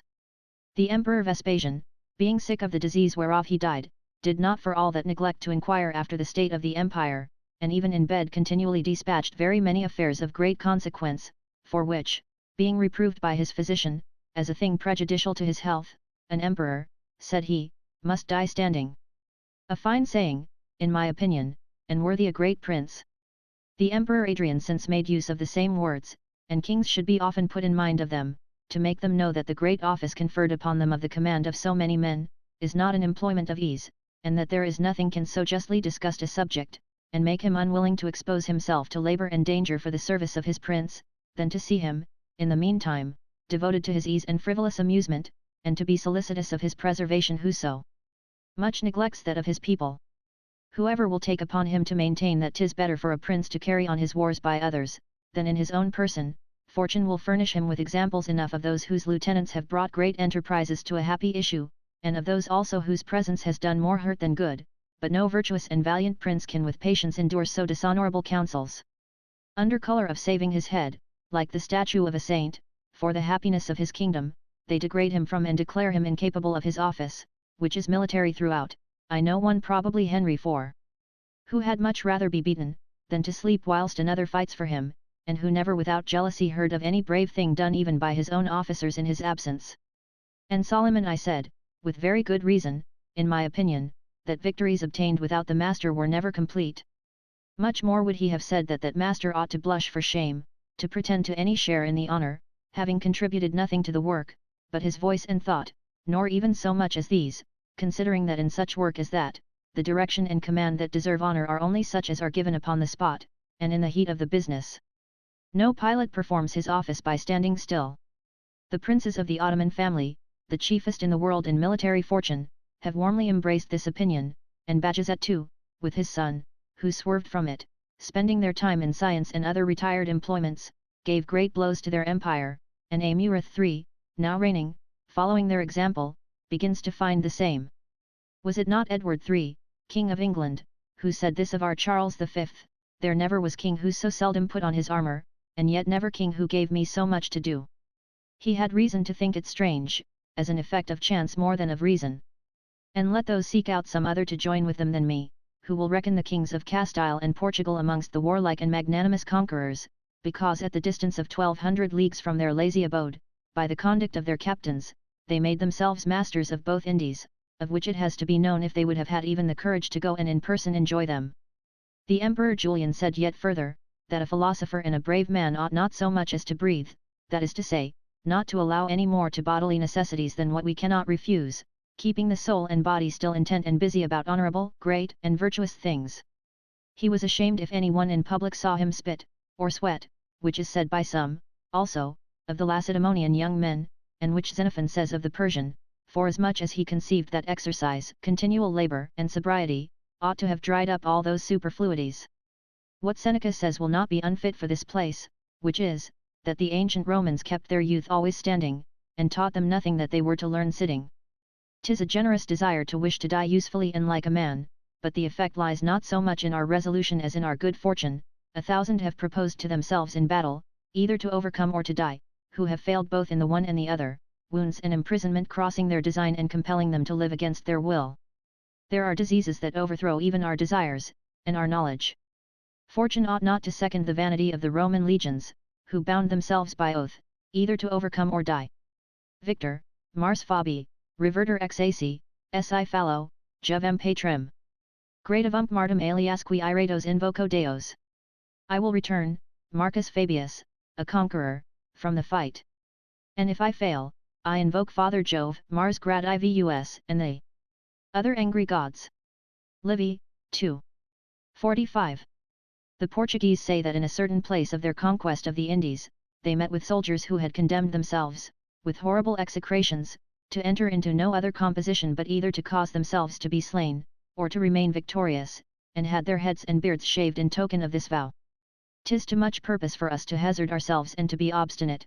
It seems as if blows avoided those who present themselves too briskly to them, and do not willingly fall upon those who too willingly seek them, and so defeat them of their design. Such there have been, who, after having tried all ways, not having been able with all their endeavour to obtain the favour of dying by the hand of the enemy, have been constrained, to make good their resolution of bringing home the honour of victory or of losing their lives, to kill themselves even in the heat of battle. Of which there are other examples, but this is one. Philistus, general of the naval army of Dionysius the Younger against the Syracusans, presented them battle which was sharply disputed, their forces being equal. In this engagement, he had the better at the first, through his own valour, but the Syracusans drawing about his galley to environ him, after having done great things in his own person to disengage himself and hoping for no relief, with his own hand he took away the life he had so liberally, and in vain, exposed to the enemy. Mule Moloch, king of Fez, who lately won against Sebastian, king of Portugal, the battle so famous for the death of 3 kings, and for the transmission of that great kingdom to the crown of Castile, was extremely sick when the Portuguese entered in an hostile manner into his dominions, and from that day forward grew worse and worse, still drawing nearer to and foreseeing his end. Yet never did man better employ his own sufficiency more vigorously and bravely than he did upon this occasion. He found himself too weak to undergo the pomp and ceremony of entering into his camp, which after their manner is very magnificent, and therefore resigned that honour to his brother, but this was all of the office of a general that he resigned, all the rest of greatest utility and necessity he most exactly and gloriously performed in his own person, his body lying upon a couch, but his judgment and courage upright and firm to his last gasp, and in some sort beyond it. He might have wasted his enemy, indiscreetly advanced into his dominions, without striking a blow, and it was a very unhappy occurrence, that for want of a little life or somebody to substitute in the conduct of this war and the affairs of a troubled state, he was compelled to seek a doubtful and bloody victory, having another by a better and surer way already in his hands. Notwithstanding, he wonderfully managed the continuance of his sickness in consuming the enemy, and in drawing them far from the assistance of the navy and the ports they had on the coast of Africa, even till the last day of his life, which he designedly reserved for this great battle. He arranged his battalions in a circular form, environing the Portuguese army on every side, which round circle coming to close in and to draw up close together, not only hindered them in the conflict, which was very sharp through the valour of the young invading king, considering that they had every way to present a front, but prevented their flight after the defeat, so that finding all passages possessed and shut up by the enemy, they were constrained to close up together again. Coasserventurk non solemcide, sed entium fuga. Piled up not only in slaughter but in flight. And there they were slain in heaps upon one another, leaving to the conqueror a very bloody and entire victory. Dying, he caused himself to be carried and hurried from place to place where most need was, and passing along the files, encouraged the captains and soldiers one after another, but a corner of his main battalions being broken, he was not to be held from mounting on horseback with his sword in his hand. He did his utmost to break from those about him, and to rush into the thickest of the battle, they all the while withholding him, some by the bridle, some by his robe, and others by his stirrups. This last effort totally overwhelmed the little life he had left. They again laid him upon his bed, but coming to himself, and starting as it were out of his swoon, all other faculties failing, to give his people notice that they were to conceal his death, the most necessary command he had then to give, that his soldiers might not be discouraged, with the news, he expired with his finger upon his mouth, the ordinary sign of keeping silence. Whoever lived so long and so far into death? Whoever died so erect, or more like a man? The most extreme degree of courageously treating death, and the most natural, is to look upon it not only without astonishment but without care, continuing the wonted course of life even into it, as Cato did, who entertained himself in study, and went to sleep, having a violent and bloody death in his heart, and the weapon in his hand with which he was resolved to dispatch himself. Chapter 22 of Posting. I have been none of the least able in this exercise, which is proper for men of my pitch, well knit and short, but I give it over, it shakes us too much to continue it long. I was at this moment reading, that King Cyrus, the better to have news brought him from all parts of the empire, which was of a vast extent, caused it to be tried how far a horse could go in a day without baiting, and at that distance appointed men, whose business it was to have horses always in readiness, to mount those who were dispatched to him, and some say, that this swift way of posting is equal to that of the flight of cranes. Caesar says, that Lucius Vibullius Rufus, being in great haste to carry intelligence to Pompey, rode night and day, still taking fresh horses for the greater diligence and speed, and he himself, as Suetonius reports, travelled 100 miles a day in a hired coach, but he was a furious courier, for where the rivers stopped his way he passed them by swimming, without turning out of his way to look for either bridge or ford. Tiberius Nero, going to see his brother Drusus, who was sick in Germany, travelled 200 miles in 24 hours, having 3 coaches. In the war of the Romans against King Antiochus, T. Sempronius Gracchus, says Livy, per diis Pocedos equas prop incredibili celeritate. Ab amphissa tertio di pellam pervenit. By prearranged relays of horses, he, with an almost incredible speed, rode in 3 days from Amphissa to Pella. Livy, XXXVII. 7. And it appears that they were established posts, and not horses purposely laid in upon this occasion.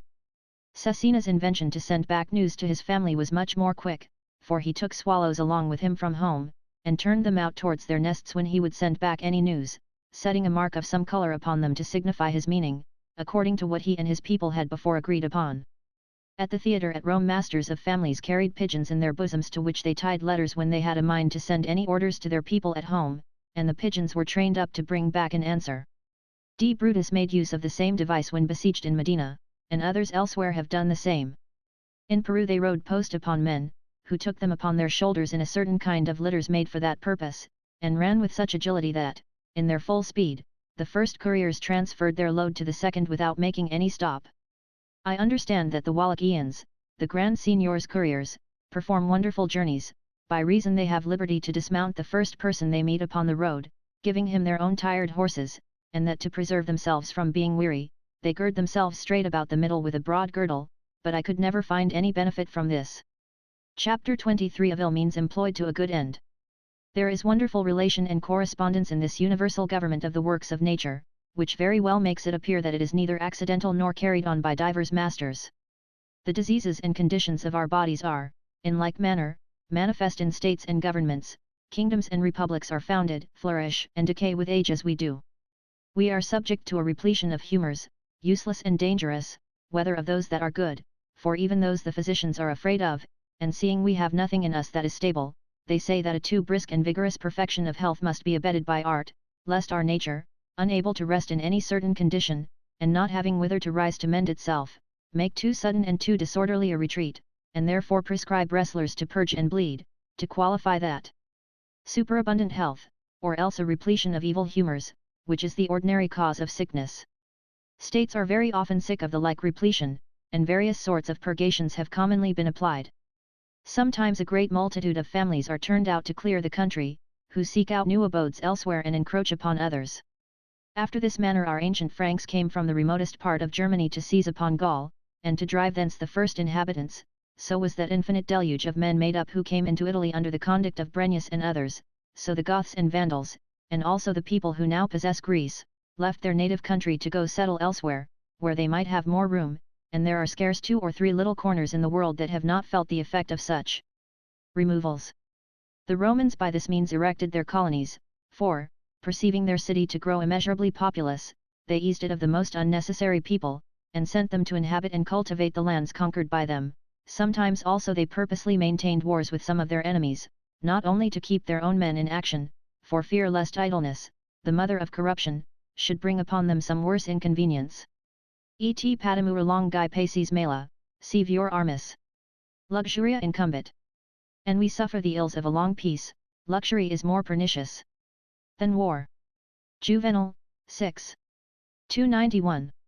But also to serve for a bloodletting to their republic, and a little to evaporate the too vehement heat of their youth, to prune and clear the branches from the stock too luxuriant in wood, and to this end it was that they maintained so long a war with Carthage.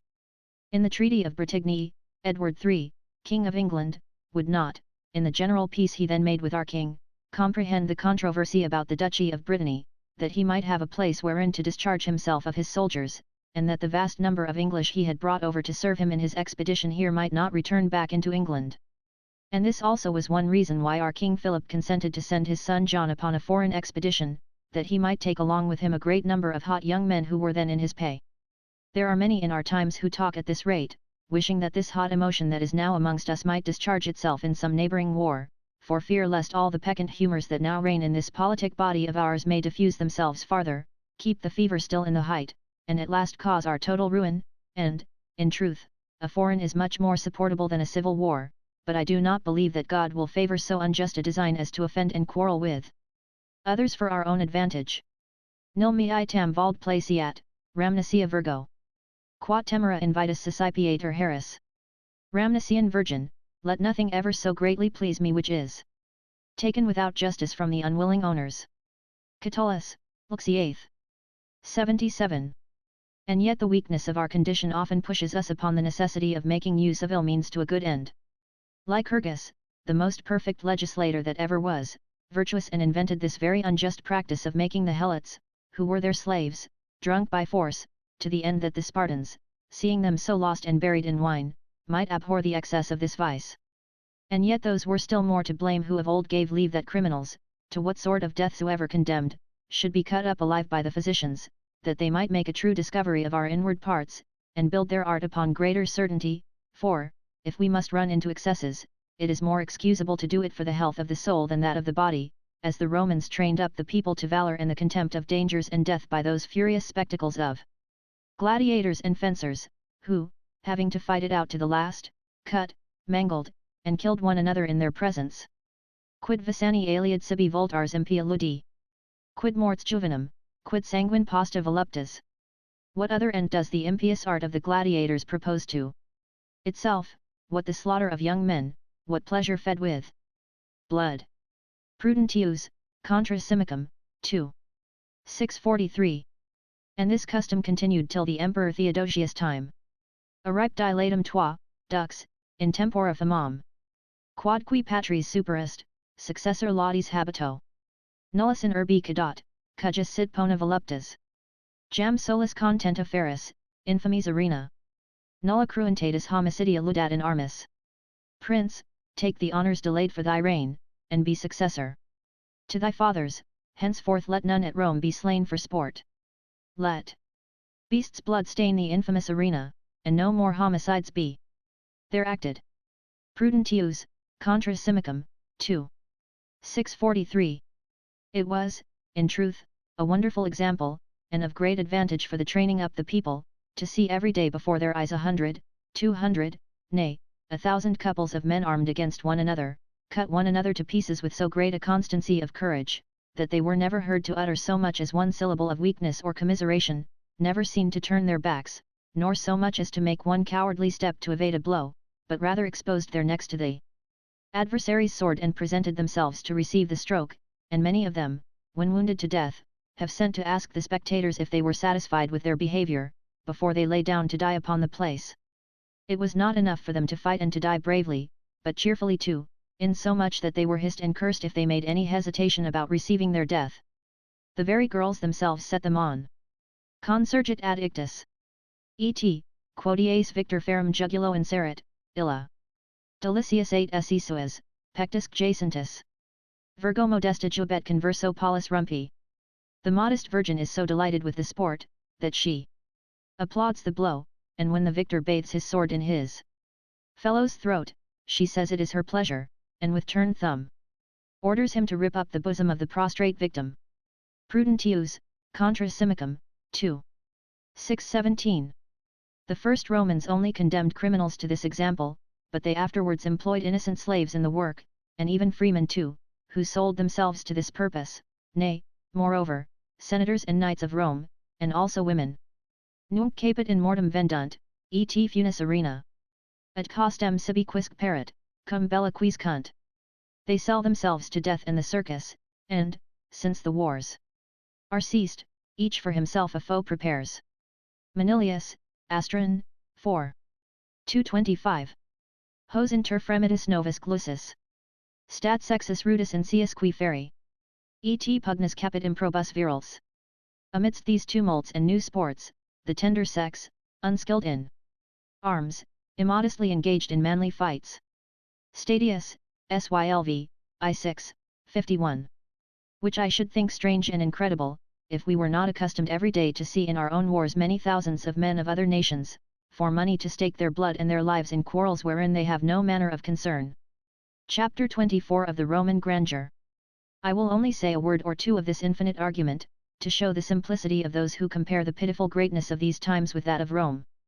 In the 7th book of Cicero's familiar epistles, and let the grammarians put out that surname of familiar if they please, for in truth it is not very suitable, and they who, instead of familiar, have substituted ad familiars, may gather something to justify them for so doing out of what Suetonius says in the Life of Caesar, that there was a volume of letters of his ad familiars, there is one directed to Caesar, then in Gaul, wherein Cicero repeats these words, which were in the end of another letter that Caesar had written to him, as to what concerns Marcus Furius, whom you have recommended to me, I will make him king of Gaul, and if you would have me advance any other friend of yours send him to me. It was no new thing for a simple citizen of Rome, as Caesar then was, to dispose of kingdoms, for he took away that of King Diodorus from him to give it to a gentleman of the city of Pergamus called Mithridates, and they who wrote his life record several cities sold by him, and Suetonius says that he had once from King Ptolemy 3,600,000 crowns, which was very like selling him his own kingdom. Taught Galati, taught Pontus, taught Lydia, Nummies. So much for Galatia, so much for Pontus. So much for Lydia. Claudius in Eutrope, I-203. Marcus Antonius said, that the greatness of the people of Rome was not so much seen in what they took, as in what they gave, and, indeed, some ages before Antonius, they had dethroned one amongst the rest with so wonderful authority, that in all the Roman history I have not observed anything that more denotes the height of their power. Antiochus possessed all Egypt, and was, moreover, ready to conquer Cyprus and other appendages of that empire, when being upon the progress of his victories, C. Popilius came to him from the Senate, and at their first meeting refused to take him by the hand, till he had first read his letters, which after the king had read, and told him he would consider of them, Popilius made a circle about him with his cane, saying, return me an answer, that I may carry it back to the Senate, before thou stirrest out of this circle. Antiochus, astonished at the roughness of so positive a command, after a little pause, replied, I will obey the Senate's command.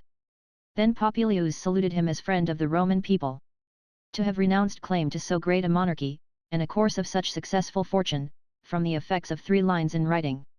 Truly he had reason, as he afterwards did, to send the Senate word by his ambassadors, that he had received their order with the same respect as if it had come from the immortal gods.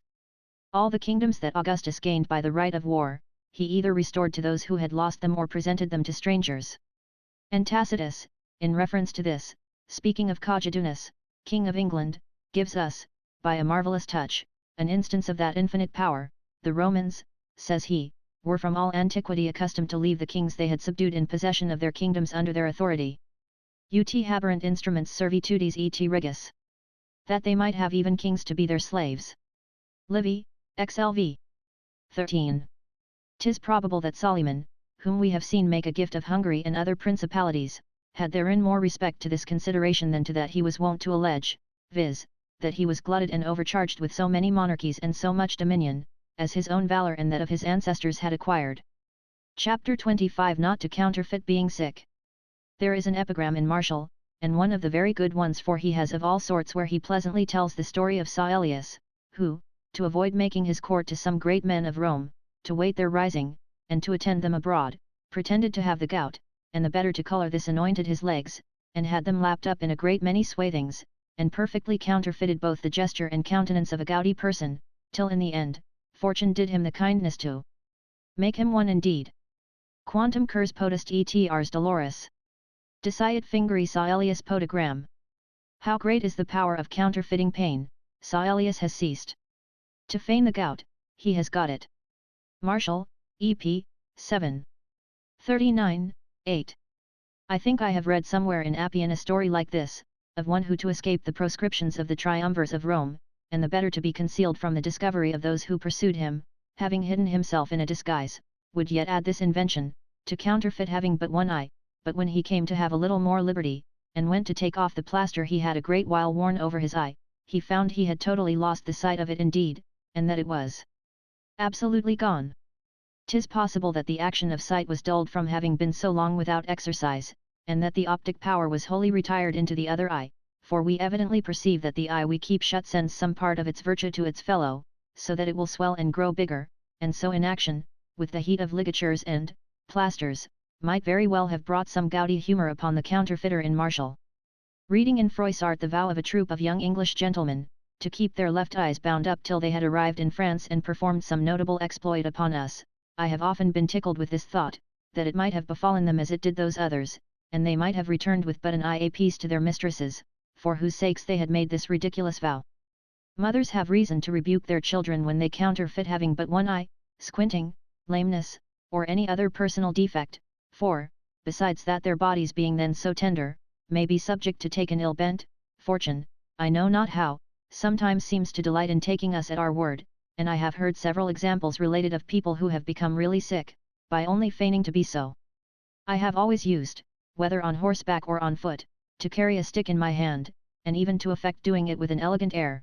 Many have threatened that this fancy would one day be turned into necessity. If so, I should be the first of my family to have the gout. But let us a little lengthen this chapter, and add another anecdote concerning blindness. Pliny reports of one who, dreaming he was blind, found himself so indeed in the morning without any preceding infirmity in his eyes. The force of imagination might assist in this case, as I have said elsewhere, and Pliny seems to be of the same opinion, but it is more likely that the motions which the body felt within, of which physicians, if they please, may find out the cause, taking away his sight, were the occasion of his dream. Let us add another story, not very improper for this subject, which Seneca relates in one of his epistles. You know, says he, writing to Lucilius, that harp asked, my wife's fool, is thrown upon me as an hereditary charge, for I have naturally an aversion to those monsters, and if I have a mind to laugh at a fool, I need not seek him far, I can laugh at myself. This fool has suddenly lost her sight, I tell you a strange, but a very true thing, she is not sensible that she is blind, but eternally importunes her keeper to take her abroad, because she says the house is dark. That what we laugh at in her, I pray you to believe, happens to every one of us. No one knows himself to be avaricious or grasping, and, again, the blind call for a guide, while we stray of our own accord. I am not ambitious, we say, but a man cannot live otherwise at Rome. I am not wasteful, but the city requires a great outlay. 'Tis not my fault if I am choleric, if I have not yet established any certain course of life, 'tis the fault of youth. Let us not seek our disease out of ourselves, 'tis in us, and planted in our bowels, and the mere fact that we do not perceive ourselves to be sick, renders us more hard to be cured. If we do not betimes begin to see to ourselves, when shall we have provided for so many wounds and evils wherewith we abound?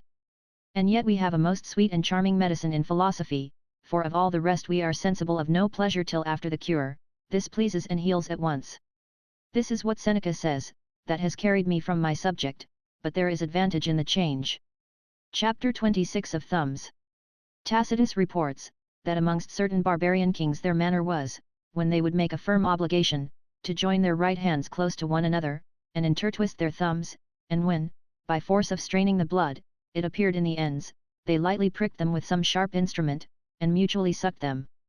Physicians say that the thumbs are the master fingers of the hand, and that their Latin etymology is derived from polera. The Greeks called them avtizepe, as who should say, another hand. And it seems that the Latins also sometimes take it in this sense for the whole hand. Sed nec vocibus excitata blandis. Molli polici nec rogata, surgit. Neither to be excited by soft words or by the thumb. Mardonique, 12. 98, 8. It was at Rome a signification of favour to depress and turn in the thumbs. Foter utroque tuum laudabit pollis ludum. Thy patron will applaud thy sport with both thumbs. Horace. And of disfavour to elevate and thrust them outward. Converso pollis vulgi. Quem libet oxygent populariter. The populace, with inverted thumbs, kill all that come before them. Juvenal, 3. 36. The Romans exempted from war all such as were maimed in the thumbs, as having no more sufficient strength to hold their weapons. Augustus confiscated the estate of a Roman knight who had maliciously cut off the thumbs of 2 young children he had, to excuse them from going into the armies, and, before him, the Senate, in the time of the Italic War, had condemned Caius Vatienus to perpetual imprisonment, and confiscated all his goods, for having purposely cut off the thumb of his left hand, to exempt himself from that expedition. Someone, I have forgotten who, having won a naval battle, cut off the thumbs of all his vanquished enemies, to render them incapable of fighting and of handling the oar. The Athenians also caused the thumbs of the Aeginetans to be cut off, to deprive them of the superiority in the art of navigation. In Lacedaemon, pedagogues chastised their scholars by biting their thumbs. Chapter 27 Cowardice the mother of cruelty. I have often heard it said that cowardice is the mother of cruelty, and I have found by experience that malicious and inhuman animosity and fierceness are usually accompanied with feminine weakness. I have seen the most cruel people, and upon frivolous occasions, apt to cry. Alexander, the tyrant of Phares, durst not be a spectator of tragedies in the theatre, for fear lest his citizens should see him weep at the misfortunes of Hecuba and Andromache, who himself without pity caused so many people every day to be murdered. Is it not meanness of spirit that renders them so pliable to all extremities? Valour, whose effect is only to be exercised against resistance. Nec nisi bel antis gaudet servus juvenci. Nor delights in killing a bull unless he resists. Claudius, ep ad Hadrianum, v 39. Stops when it sees the enemy at its mercy, but pusillanimity, to say that it was also in the game, not having dared to meddle in the first act of danger, takes as its part the second, of blood and massacre. The murders and victories are commonly performed by the rascality and hangers-on of an army, and that which causes so many unheard of cruelties in domestic wars is, that this canaille makes war in imbruing itself up to the elbows in blood, and ripping up a body that lies prostrate at its feet, having no sense of any other valour. Et lupus, et terps instant morientibus ursi. Et qui cunque minor nobilitate fera est. Wolves and the filthy bears, and all the baser beasts, fall upon the dying. Ovid, Trist, 3. 5, 35. Like cowardly dogs, that in the house worry and tear the skins of wild beasts, they durst not come near in the field. What is it in these times of ours that makes our quarrels mortal, and that, whereas our fathers had some degrees of revenge, we now begin with the last in ours, and at the first meeting nothing is to be said but, kill? What is this but cowardice? Every one is sensible that there is more bravery and disdain in subduing an enemy, than in cutting his throat and in making him yield, than in putting him to the sword, besides that the appetite of revenge is better satisfied and pleased because its only aim is to make itself felt, and this is the reason why we do not fall upon a beast or a stone when they hurt us, because they are not capable of being sensible of our revenge, and to kill a man is to save him from the injury and offence we intend him. And as Bias cried out to a wicked fellow, I know that sooner or later thou wilt have thy reward, but I am afraid I shall not see it. Plutarch, on the delay in divine justice, c2. And pitted the Orchomenians that the penitence of Lyciscus for the treason committed against them, came at a season when there was no one remaining alive of those who had been interested in the offence, and whom the pleasure of this penitence should affect, so revenge is to be pitied, when the person on whom it is executed is deprived of means of suffering under it, for as the avenger will look on to enjoy the pleasure of his revenge, so the person on whom he takes revenge should be a spectator too, to be afflicted and to repent. He will repent it, we say, and because we have given him a pistol shot through the head, do we imagine he will repent? On the contrary, if we but observe, we shall find, that he makes mouths at us in falling, and is so far from penitency, that he does not so much as repine at us, and we do him the kindest office of life, which is to make him die insensibly, and soon, we are afterwards to hide ourselves, and to shift and fly from the officers of justice, who pursue us, whilst he is at rest. Killing is good to frustrate an offence to come, not to revenge one that is already past, and more an act of fear than of bravery, of precaution than of courage, of defence than of enterprise. It is manifest that by it we lose both the true end of revenge and the care of our reputation. We are afraid, if he lives he will do us another injury as great as the first. 'Tis not out of animosity to him, but care of thyself, that thou gettest rid of him. In the kingdom of Narsinga this expedient would be useless to us, where not only soldiers, but tradesmen also, and their difference is by the sword. The king never denies the field to any who wish to fight, and when they are persons of quality, he looks on, rewarding the victor with a chain of gold for which any one who pleases may fight with him again, so that, by having come off from one combat, he has engaged himself in many. If we thought by virtue to be always masters of our enemies, and to triumph over them at pleasure, we should be sorry they should escape from us as they do, by dying, but we have a mind to conquer, more with safety than honour, and, in our quarrel, more pursue the end than the glory. Asnius Pollio, who, as being a worthy man, was the less to be excused, committed a like error, when, having written a libel against Plancus, he forbore to publish it till he was dead, which is to bite one's thumb at a blind man, to rail at one who is deaf, to wound a man who has no feeling, rather than to run the hazard of his resentment. And it was also said of him that it was only for hobgoblins to wrestle with the dead. He who stays to see the author die, whose writings he intends to question, what does he say but that he is weak in his aggressiveness?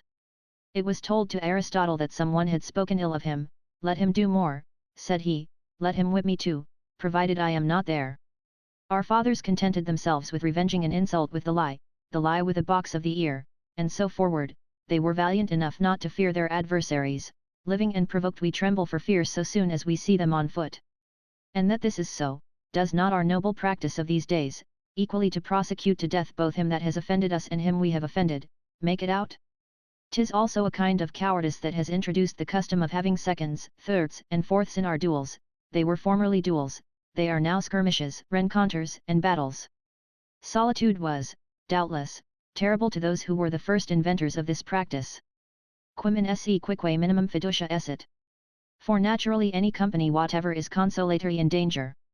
Third persons were formerly called in to prevent disorder and foul play only, and to be witness of the fortune of the combat, but now they have brought it to this pass that the witnesses themselves engage. Whoever is invited cannot handsomely stand by as an idle spectator, for fear of being suspected either of want of affection or of courage. Besides the injustice and unworthiness of such an action, of engaging other strength and valour in the protection of your honour than your own, I conceive it a disadvantage to a brave man, and who wholly relies upon himself, to shuffle his fortune with that of a second. Every one runs hazard enough himself without hazarding for another, and has enough to do to assure himself in his own valour for the defence of his life, without entrusting a thing so dear in a third man's hand. For, if it be not expressly agreed upon before to the contrary, 'tis a combined party of all four, and if your second be killed, you have two to deal withal, with good reason, and to say that it is foul play, it is so indeed, as it is, well armed, to attack a man who has but the hilt of a broken sword in his hand, or, clear and untouched, a man who is desperately wounded. But if these be advantages you have got by fighting, you may make use of them without reproach. The disparity and inequality are only weighed and considered from the condition of the combatants when they began. As to the rest, you must take your chance, and though you had, alone, 3 enemies upon you at once, your 2 companions being killed, you have no more wrong done you, than I should do in a battle, by running a man through whom I should see engaged with one of our own men, with the like advantage. The nature of society will have it so that where there is troop against troop, as where our Duke of Orleans challenged Henry, King of England, 100 against 100, 300 against as many, as the Argians against the Lacedaemonians, 3 to 3, as the Horatii against the Curiatii, the multitude on either side is considered but as one single man, the hazard, wherever there is company, being confused and mixed.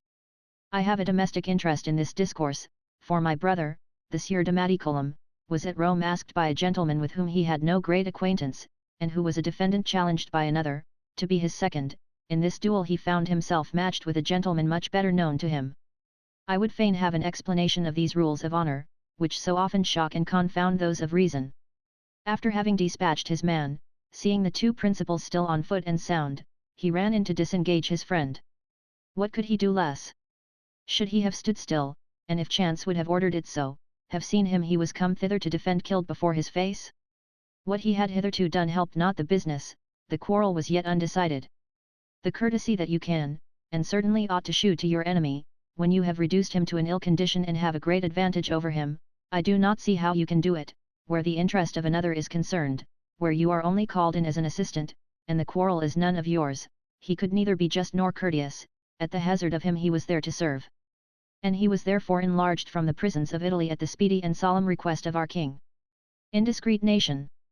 We are not content to make our vices and follies known to the world by report only, but we must go into foreign countries, there to show them what fools we are.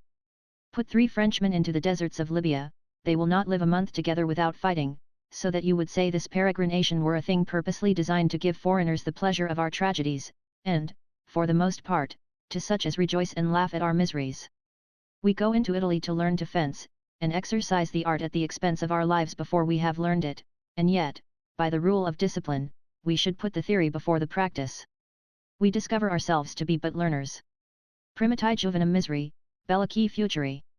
Dura rudimenta. Wretched the elementary trials of youth, and hard the rudiments of approaching war. Virgil, Aeneid, 11. 156. I know that fencing is an art very useful to its end. In a duel betwixt 2 princes, cousin Germans, in Spain, the elder, says Livy, by his skill and dexterity in arms, easily overcoming the greater and more awkward strength of the younger, and of which the knowledge, as I experimentally know, has inspired some with courage above their natural measure, but this is not properly valour, because it supports itself upon address, and is founded upon something besides itself. The honour of combat consists in the jealousy of courage, and not of skill, and therefore I have known a friend of mine, famed as a great master in this exercise, in his quarrels make choice of such arms as might deprive him of this advantage and that wholly depended upon fortune and assurance, that they might not attribute his victory rather to his skill in fencing than his valour. When I was young, gentlemen avoided the reputation of good fencers as injurious to them, and learned to fence with all imaginable privacy as a trait of subtlety, derogating from true and natural valour. Non scavar non parer, non ridirarsi. Voglian coster, ne qui dest reza ha part. Non dano I colpi or finti or piani or scarsi. Togli lira il furor lus soda l'arte. Odile spade orabilment utarsi. Ametso il ferro, il pi diorma non part. Sempera il pi fermo, a la man semper in moto. Ne centaglio in van, ne punta a voto. They neither shrank, nor vantage sought of ground. They traversed not, nor skipped from part to part. Their blows were neither false, nor feigned found. In fight, their rage would let them use no art. Their swords together clash with dreadful sound. Their feet stand fast, and neither stir nor start. They move their hands, steadfast their feet remain. Nor blow nor foin they strook, or thrust in vain. Tasso, Gyrus. Lib. C. 12, St. 55, Fairfax's translation. Butts, tilting, and barriers, the feint of warlike fights, were the exercises of our forefathers. This other exercise is so much the less noble, as it only respects a private end, that teaches us to destroy one another against law and justice, and that every way always produces very ill effects. It is much more worthy and more becoming to exercise ourselves in things that strengthen than that weaken our government and that tend to the public safety and common glory. The consul, Publius Rutilius, was the first who taught the soldiers to handle their arms with skill, and joined art with valour, not for the rise of private quarrel, but for war and the quarrels of the people of Rome, a popular and civil defence. And besides the example of Caesar, who commanded his men to shoot chiefly at the face of Pompey's soldiers in the battle of Pharsalia, 1,000 other commanders have also bethought them to invent new forms of weapons and new ways of striking and defending, according as occasion should require. But as Philippoemen condemned wrestling, wherein he excelled, because the preparatives that were therein employed were differing from those that appertain to military discipline, to which alone he conceived men of honour ought wholly to apply themselves, so it seems to me that this address to which we form our limbs, those writhings and motions young men are taught in this new school, are not only of no use, but rather contrary and hurtful to the practice of fight in battle, and also our people commonly make use of particular weapons, and peculiarly designed for duel, and I have seen, when it has been disapproved, that a gentleman challenged to fight with rapier and poignard appeared in the array of a man at arms, and that another should take his cloak instead of his poignard. It is worthy of consideration that Laches in Plato, speaking of learning to fence after our manner, says that he never knew any great soldier come out of that school, especially the masters of it, and, indeed, as to them, our experience tells as much. As to the rest, we may at least conclude that they are qualities of no relation or correspondence, and in the education of the children of his government, Plato interdicts the art of boxing, introduced by Amycus and Epius, and that of wrestling, by Antaeus and Circia, because they have another end than to render youth fit for the service of war and contribute nothing to it. But I see that I have somewhat strayed from my theme. The Emperor Mauricius, being advertised by dreams and several prognostics, that one Phocas, an obscure soldier, should kill him, questioned his son-in-law, Philip, who this Phocas was, and what were his nature, qualities, and manners, and so soon as Philip, amongst other things, had told him that he was cowardly and timorous, the emperor immediately concluded then that he was a murderer and cruel. What is it that makes tyrants so sanguinary? 'Tis only the solicitude for their own safety, and that their faint hearts can furnish them with no other means of securing themselves than in exterminating those who may hurt them, even so much as women, for fear of a scratch. Cuncta ferit, dum cuncta timor. He strikes at all who fears all. Claudius, in Eutrop, I 182. The first cruelties are exercised for themselves, thence springs the fear of a just revenge, which afterwards produces a series of new cruelties, to obliterate one another. Philip, king of Macedon, who had so much to do with the people of Rome, agitated with the horror of so many murders committed by his order, and doubting of being able to keep himself secure from so many families, at divers times mortally injured and offended by him, resolved to seize all the children of those he had caused to be slain, to dispatch them daily one after another, and so to establish his own repose. Fine matter is never impertinent, however placed, and therefore I, who more consider the weight and utility of what I deliver than its order and connection, need not fear in this place to bring in an excellent story, though it be a little by the by, for when they are rich in their own native beauty, and are able to justify themselves, the least end of a hair will serve to draw them into my discourse. Amongst others condemned by Philip, had been one Herodicus, prince of Thessaly. He had, moreover, after him caused his 2 sons-in-law to be put to death, each leaving a son very young behind him. Theozina and Arco were their 2 widows. Theozina, though highly courted to it, could not be persuaded to marry again. Arco married Pores, the greatest man among the Aenians, and by him had a great many children, whom she, dying, left at a very tender age. Theozina, moved with a maternal charity towards her nephews, that she might have them under her own eyes and in her own protection, married Pores, when presently comes a proclamation of the king's edict. This brave-spirited mother, suspecting the cruelty of Philip, and afraid of the insolence of the soldiers towards these charming and tender children, was so bold as to declare that she would rather kill them with her own hands than deliver them. Pores, startled at this protestation, promised her to steal them away, and to transport them to Athens, and there commit them to the custody of some faithful friends of his. They took, therefore, the opportunity of an annual feast which was celebrated at Aeneia in honor of Aeneas, and thither they went. Having appeared by day at the public ceremonies and banquet, they stole the night following into a vessel laid ready for the purpose, to escape away by sea. The wind proved contrary, and finding themselves in the morning within sight of the land whence they had launched overnight, and being pursued by the guards of the port, Pores, perceiving this, laboured all he could to make the mariners do their utmost to escape from the pursuers. But Theozina, frantic with affection and revenge, in pursuance of her former resolution, prepared both weapons and poison, and exposing them before them, "Go to, my children," said she, "death is now the only means of your defence and liberty, and shall administer occasion to the gods to exercise their sacred justice. These sharp swords, and these full cups, will open you the way into it. Courage, fear nothing. And thou, my son, who art the eldest, take this steel into thy hand, that thou mayest the more bravely die." The children, having on one side so powerful a counsellor, and the enemy at their throats on the other, run all of them eagerly upon what was next to hand, and, half dead, were thrown into the sea. Theozina, proud of having so gloriously provided for the safety of her children, clasping her arms with great affection about her husband's neck. "Let us," My friend, said she, follow these boys, and enjoy the same sepulchre they do, and so, having embraced, they threw themselves headlong into the sea, so that the ship was carried back without the owners into the harbour. Tyrants, at once both to kill and to make their anger felt, have employed their capacity to invent the most lingering deaths. They will have their enemies dispatched, but not so fast that they may not have leisure to taste their vengeance. And therein they are mightily perplexed, for if the torments they inflict are violent, they are short; if long, they are not then so painful as they desire, and thus plague themselves in choice of the greatest cruelty. Of this we have 1,000 examples in antiquity, and I know not whether we, unawares, do not retain some traces of this barbarity. All that exceeds a simple death appears to me absolute cruelty. Our justice cannot expect that he, whom the fear of dying by being beheaded or hanged will not restrain, should be any more awed by the imagination of a languishing fire, pincers, or the wheel. And I know not, in the meantime, whether we do not throw them into despair, for in what condition can be the soul of a man, expecting 24 hours together to be broken upon a wheel, or after the old way, nailed to a cross? Josephus relates that in the time of the war the Romans made in Judea, happening to pass by where they had 3 days before crucified certain Jews, he amongst them knew 3 of his own friends, and obtained the favour of having them taken down, of whom 2, he says, died, the 3rd lived a great while after.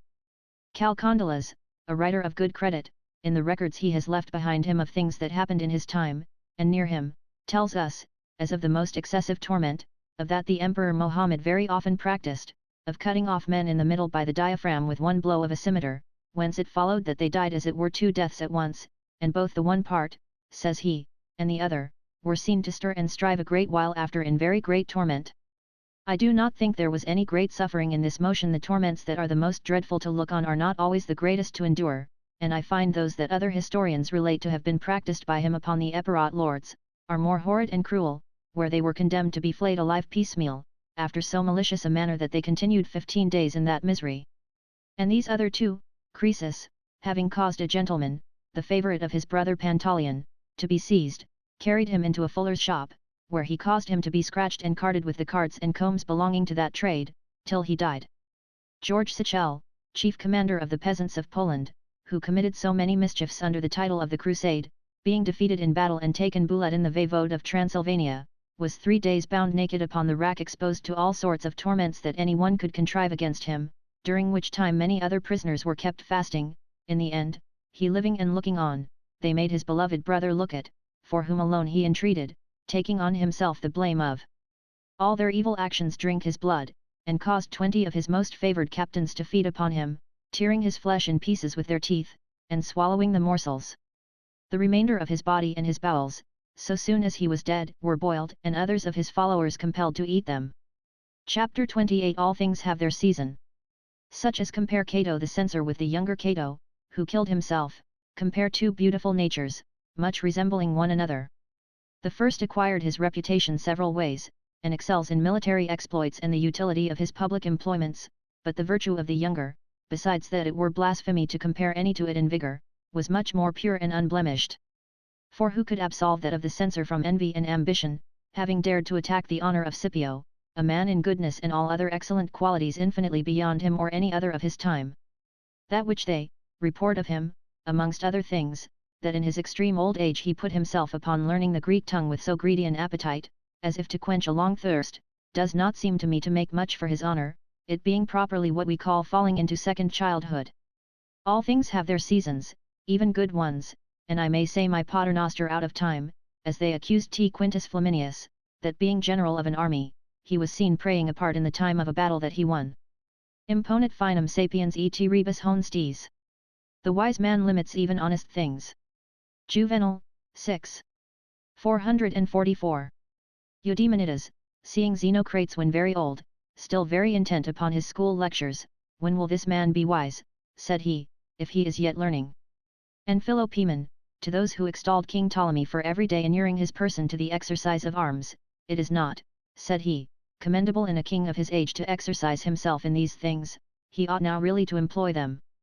The young are to make their preparations, the old to enjoy them, say the sages, and the greatest vice they observe in us is that our desires incessantly grow young again, we are always re-beginning to live.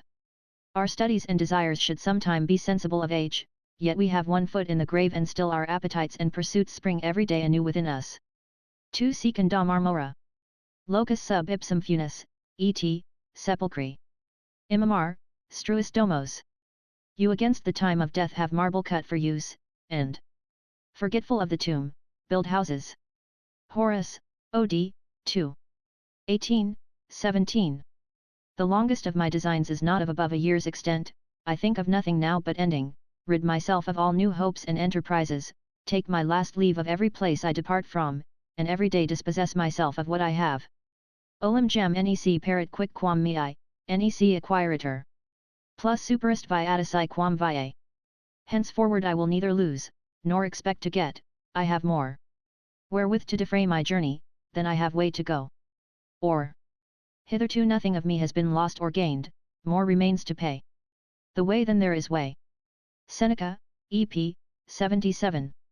The sense seems to be that so far he had met his expenses, but that for the future he was likely to have more than he required. Vixi, et, quem dederat cursum fortuna, perigi. I have lived and finished the career fortune placed before me. Aeneid, 4. 653. 'Tis indeed the only comfort I find in my old age, that it mortifies in me several cares and desires wherewith my life has been disturbed, the care how the world goes, the care of riches, of grandeur, of knowledge, of health, of myself. There are men who are learning to speak at a time when they should learn to be silent forever. A man may always study, but he must not always go to school. What a contemptible thing is an old abecedarian. Seneca, EP 36. Diversos diversa juvent, non omnibus annus. Omnia conveniant. Various things delight various men, all things are not for all ages. Gall, Leg, I 104. If we must study, let us study what is suitable to our present condition, that we may answer as he did, who being asked to what end he studied in his decrepit age, that I may go out better, said he, and at greater ease. Such a study was that of the younger Cato, feeling his end approach, and which he met with in Plato's discourse of the eternity of the soul, not, as we are to believe, that he was not long before furnished with all sorts of provision for such a departure, for of assurance, an established will and instruction, he had more than Plato had in all his writings. His knowledge and courage were in this respect above philosophy. He applied himself to this study, not for the service of his death, but, as a man whose sleeps were never disturbed in the importance of such a deliberation, he also, without choice or change, continued his studies with the other accustomary actions of his life.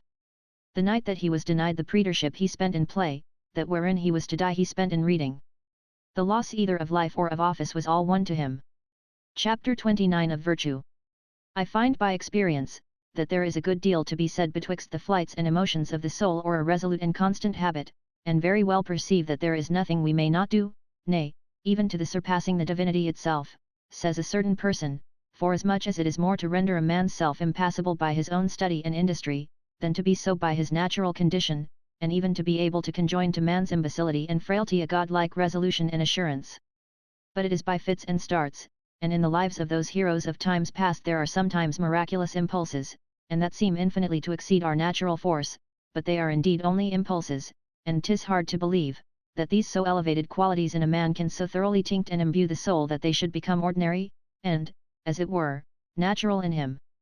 It accidentally happens even to us, who are but abortive births of men, sometimes to launch our souls, when roused by the discourses or examples of others, much beyond their ordinary stretch, but 'tis a kind of passion which pushes and agitates them, and in some sort ravishes them from themselves, but, this perturbation once overcome, we see that they insensibly flag and slacken of themselves, if not to the lowest degree, at least so as to be no more the same, in so much as that upon every trivial occasion, the losing of a bird, or the breaking of a glass, we suffer ourselves to be moved little less than one of the common people. I am of opinion that order, moderation, and constancy excepted, all things are to be done by a man that is very imperfect and defective in general. Therefore it is, say the sages, that to make a right judgment of a man, you are chiefly to pry into his common actions, and surprise him in his everyday habit. Pyrrho, he who erected so pleasant a knowledge upon ignorance, endeavoured, as all the rest who were really philosophers did, to make his life correspond with his doctrine. And because he maintained the imbecility of human judgment to be so extreme as to be incapable of any choice or inclination, and would have it perpetually wavering and suspended, considering and receiving all things as indifferent. 'Tis said, that he always comforted himself after the same manner and countenance. If he had begun a discourse, he would always end what he had to say, though the person he was speaking to had gone away. If he walked, he never stopped for any impediment that stood in his way, being preserved from precipices, collision with carts, and other like accidents, by the care of his friends, for, to fear or to avoid anything, had been to shock his own propositions, which deprived the senses themselves of all election and certainty.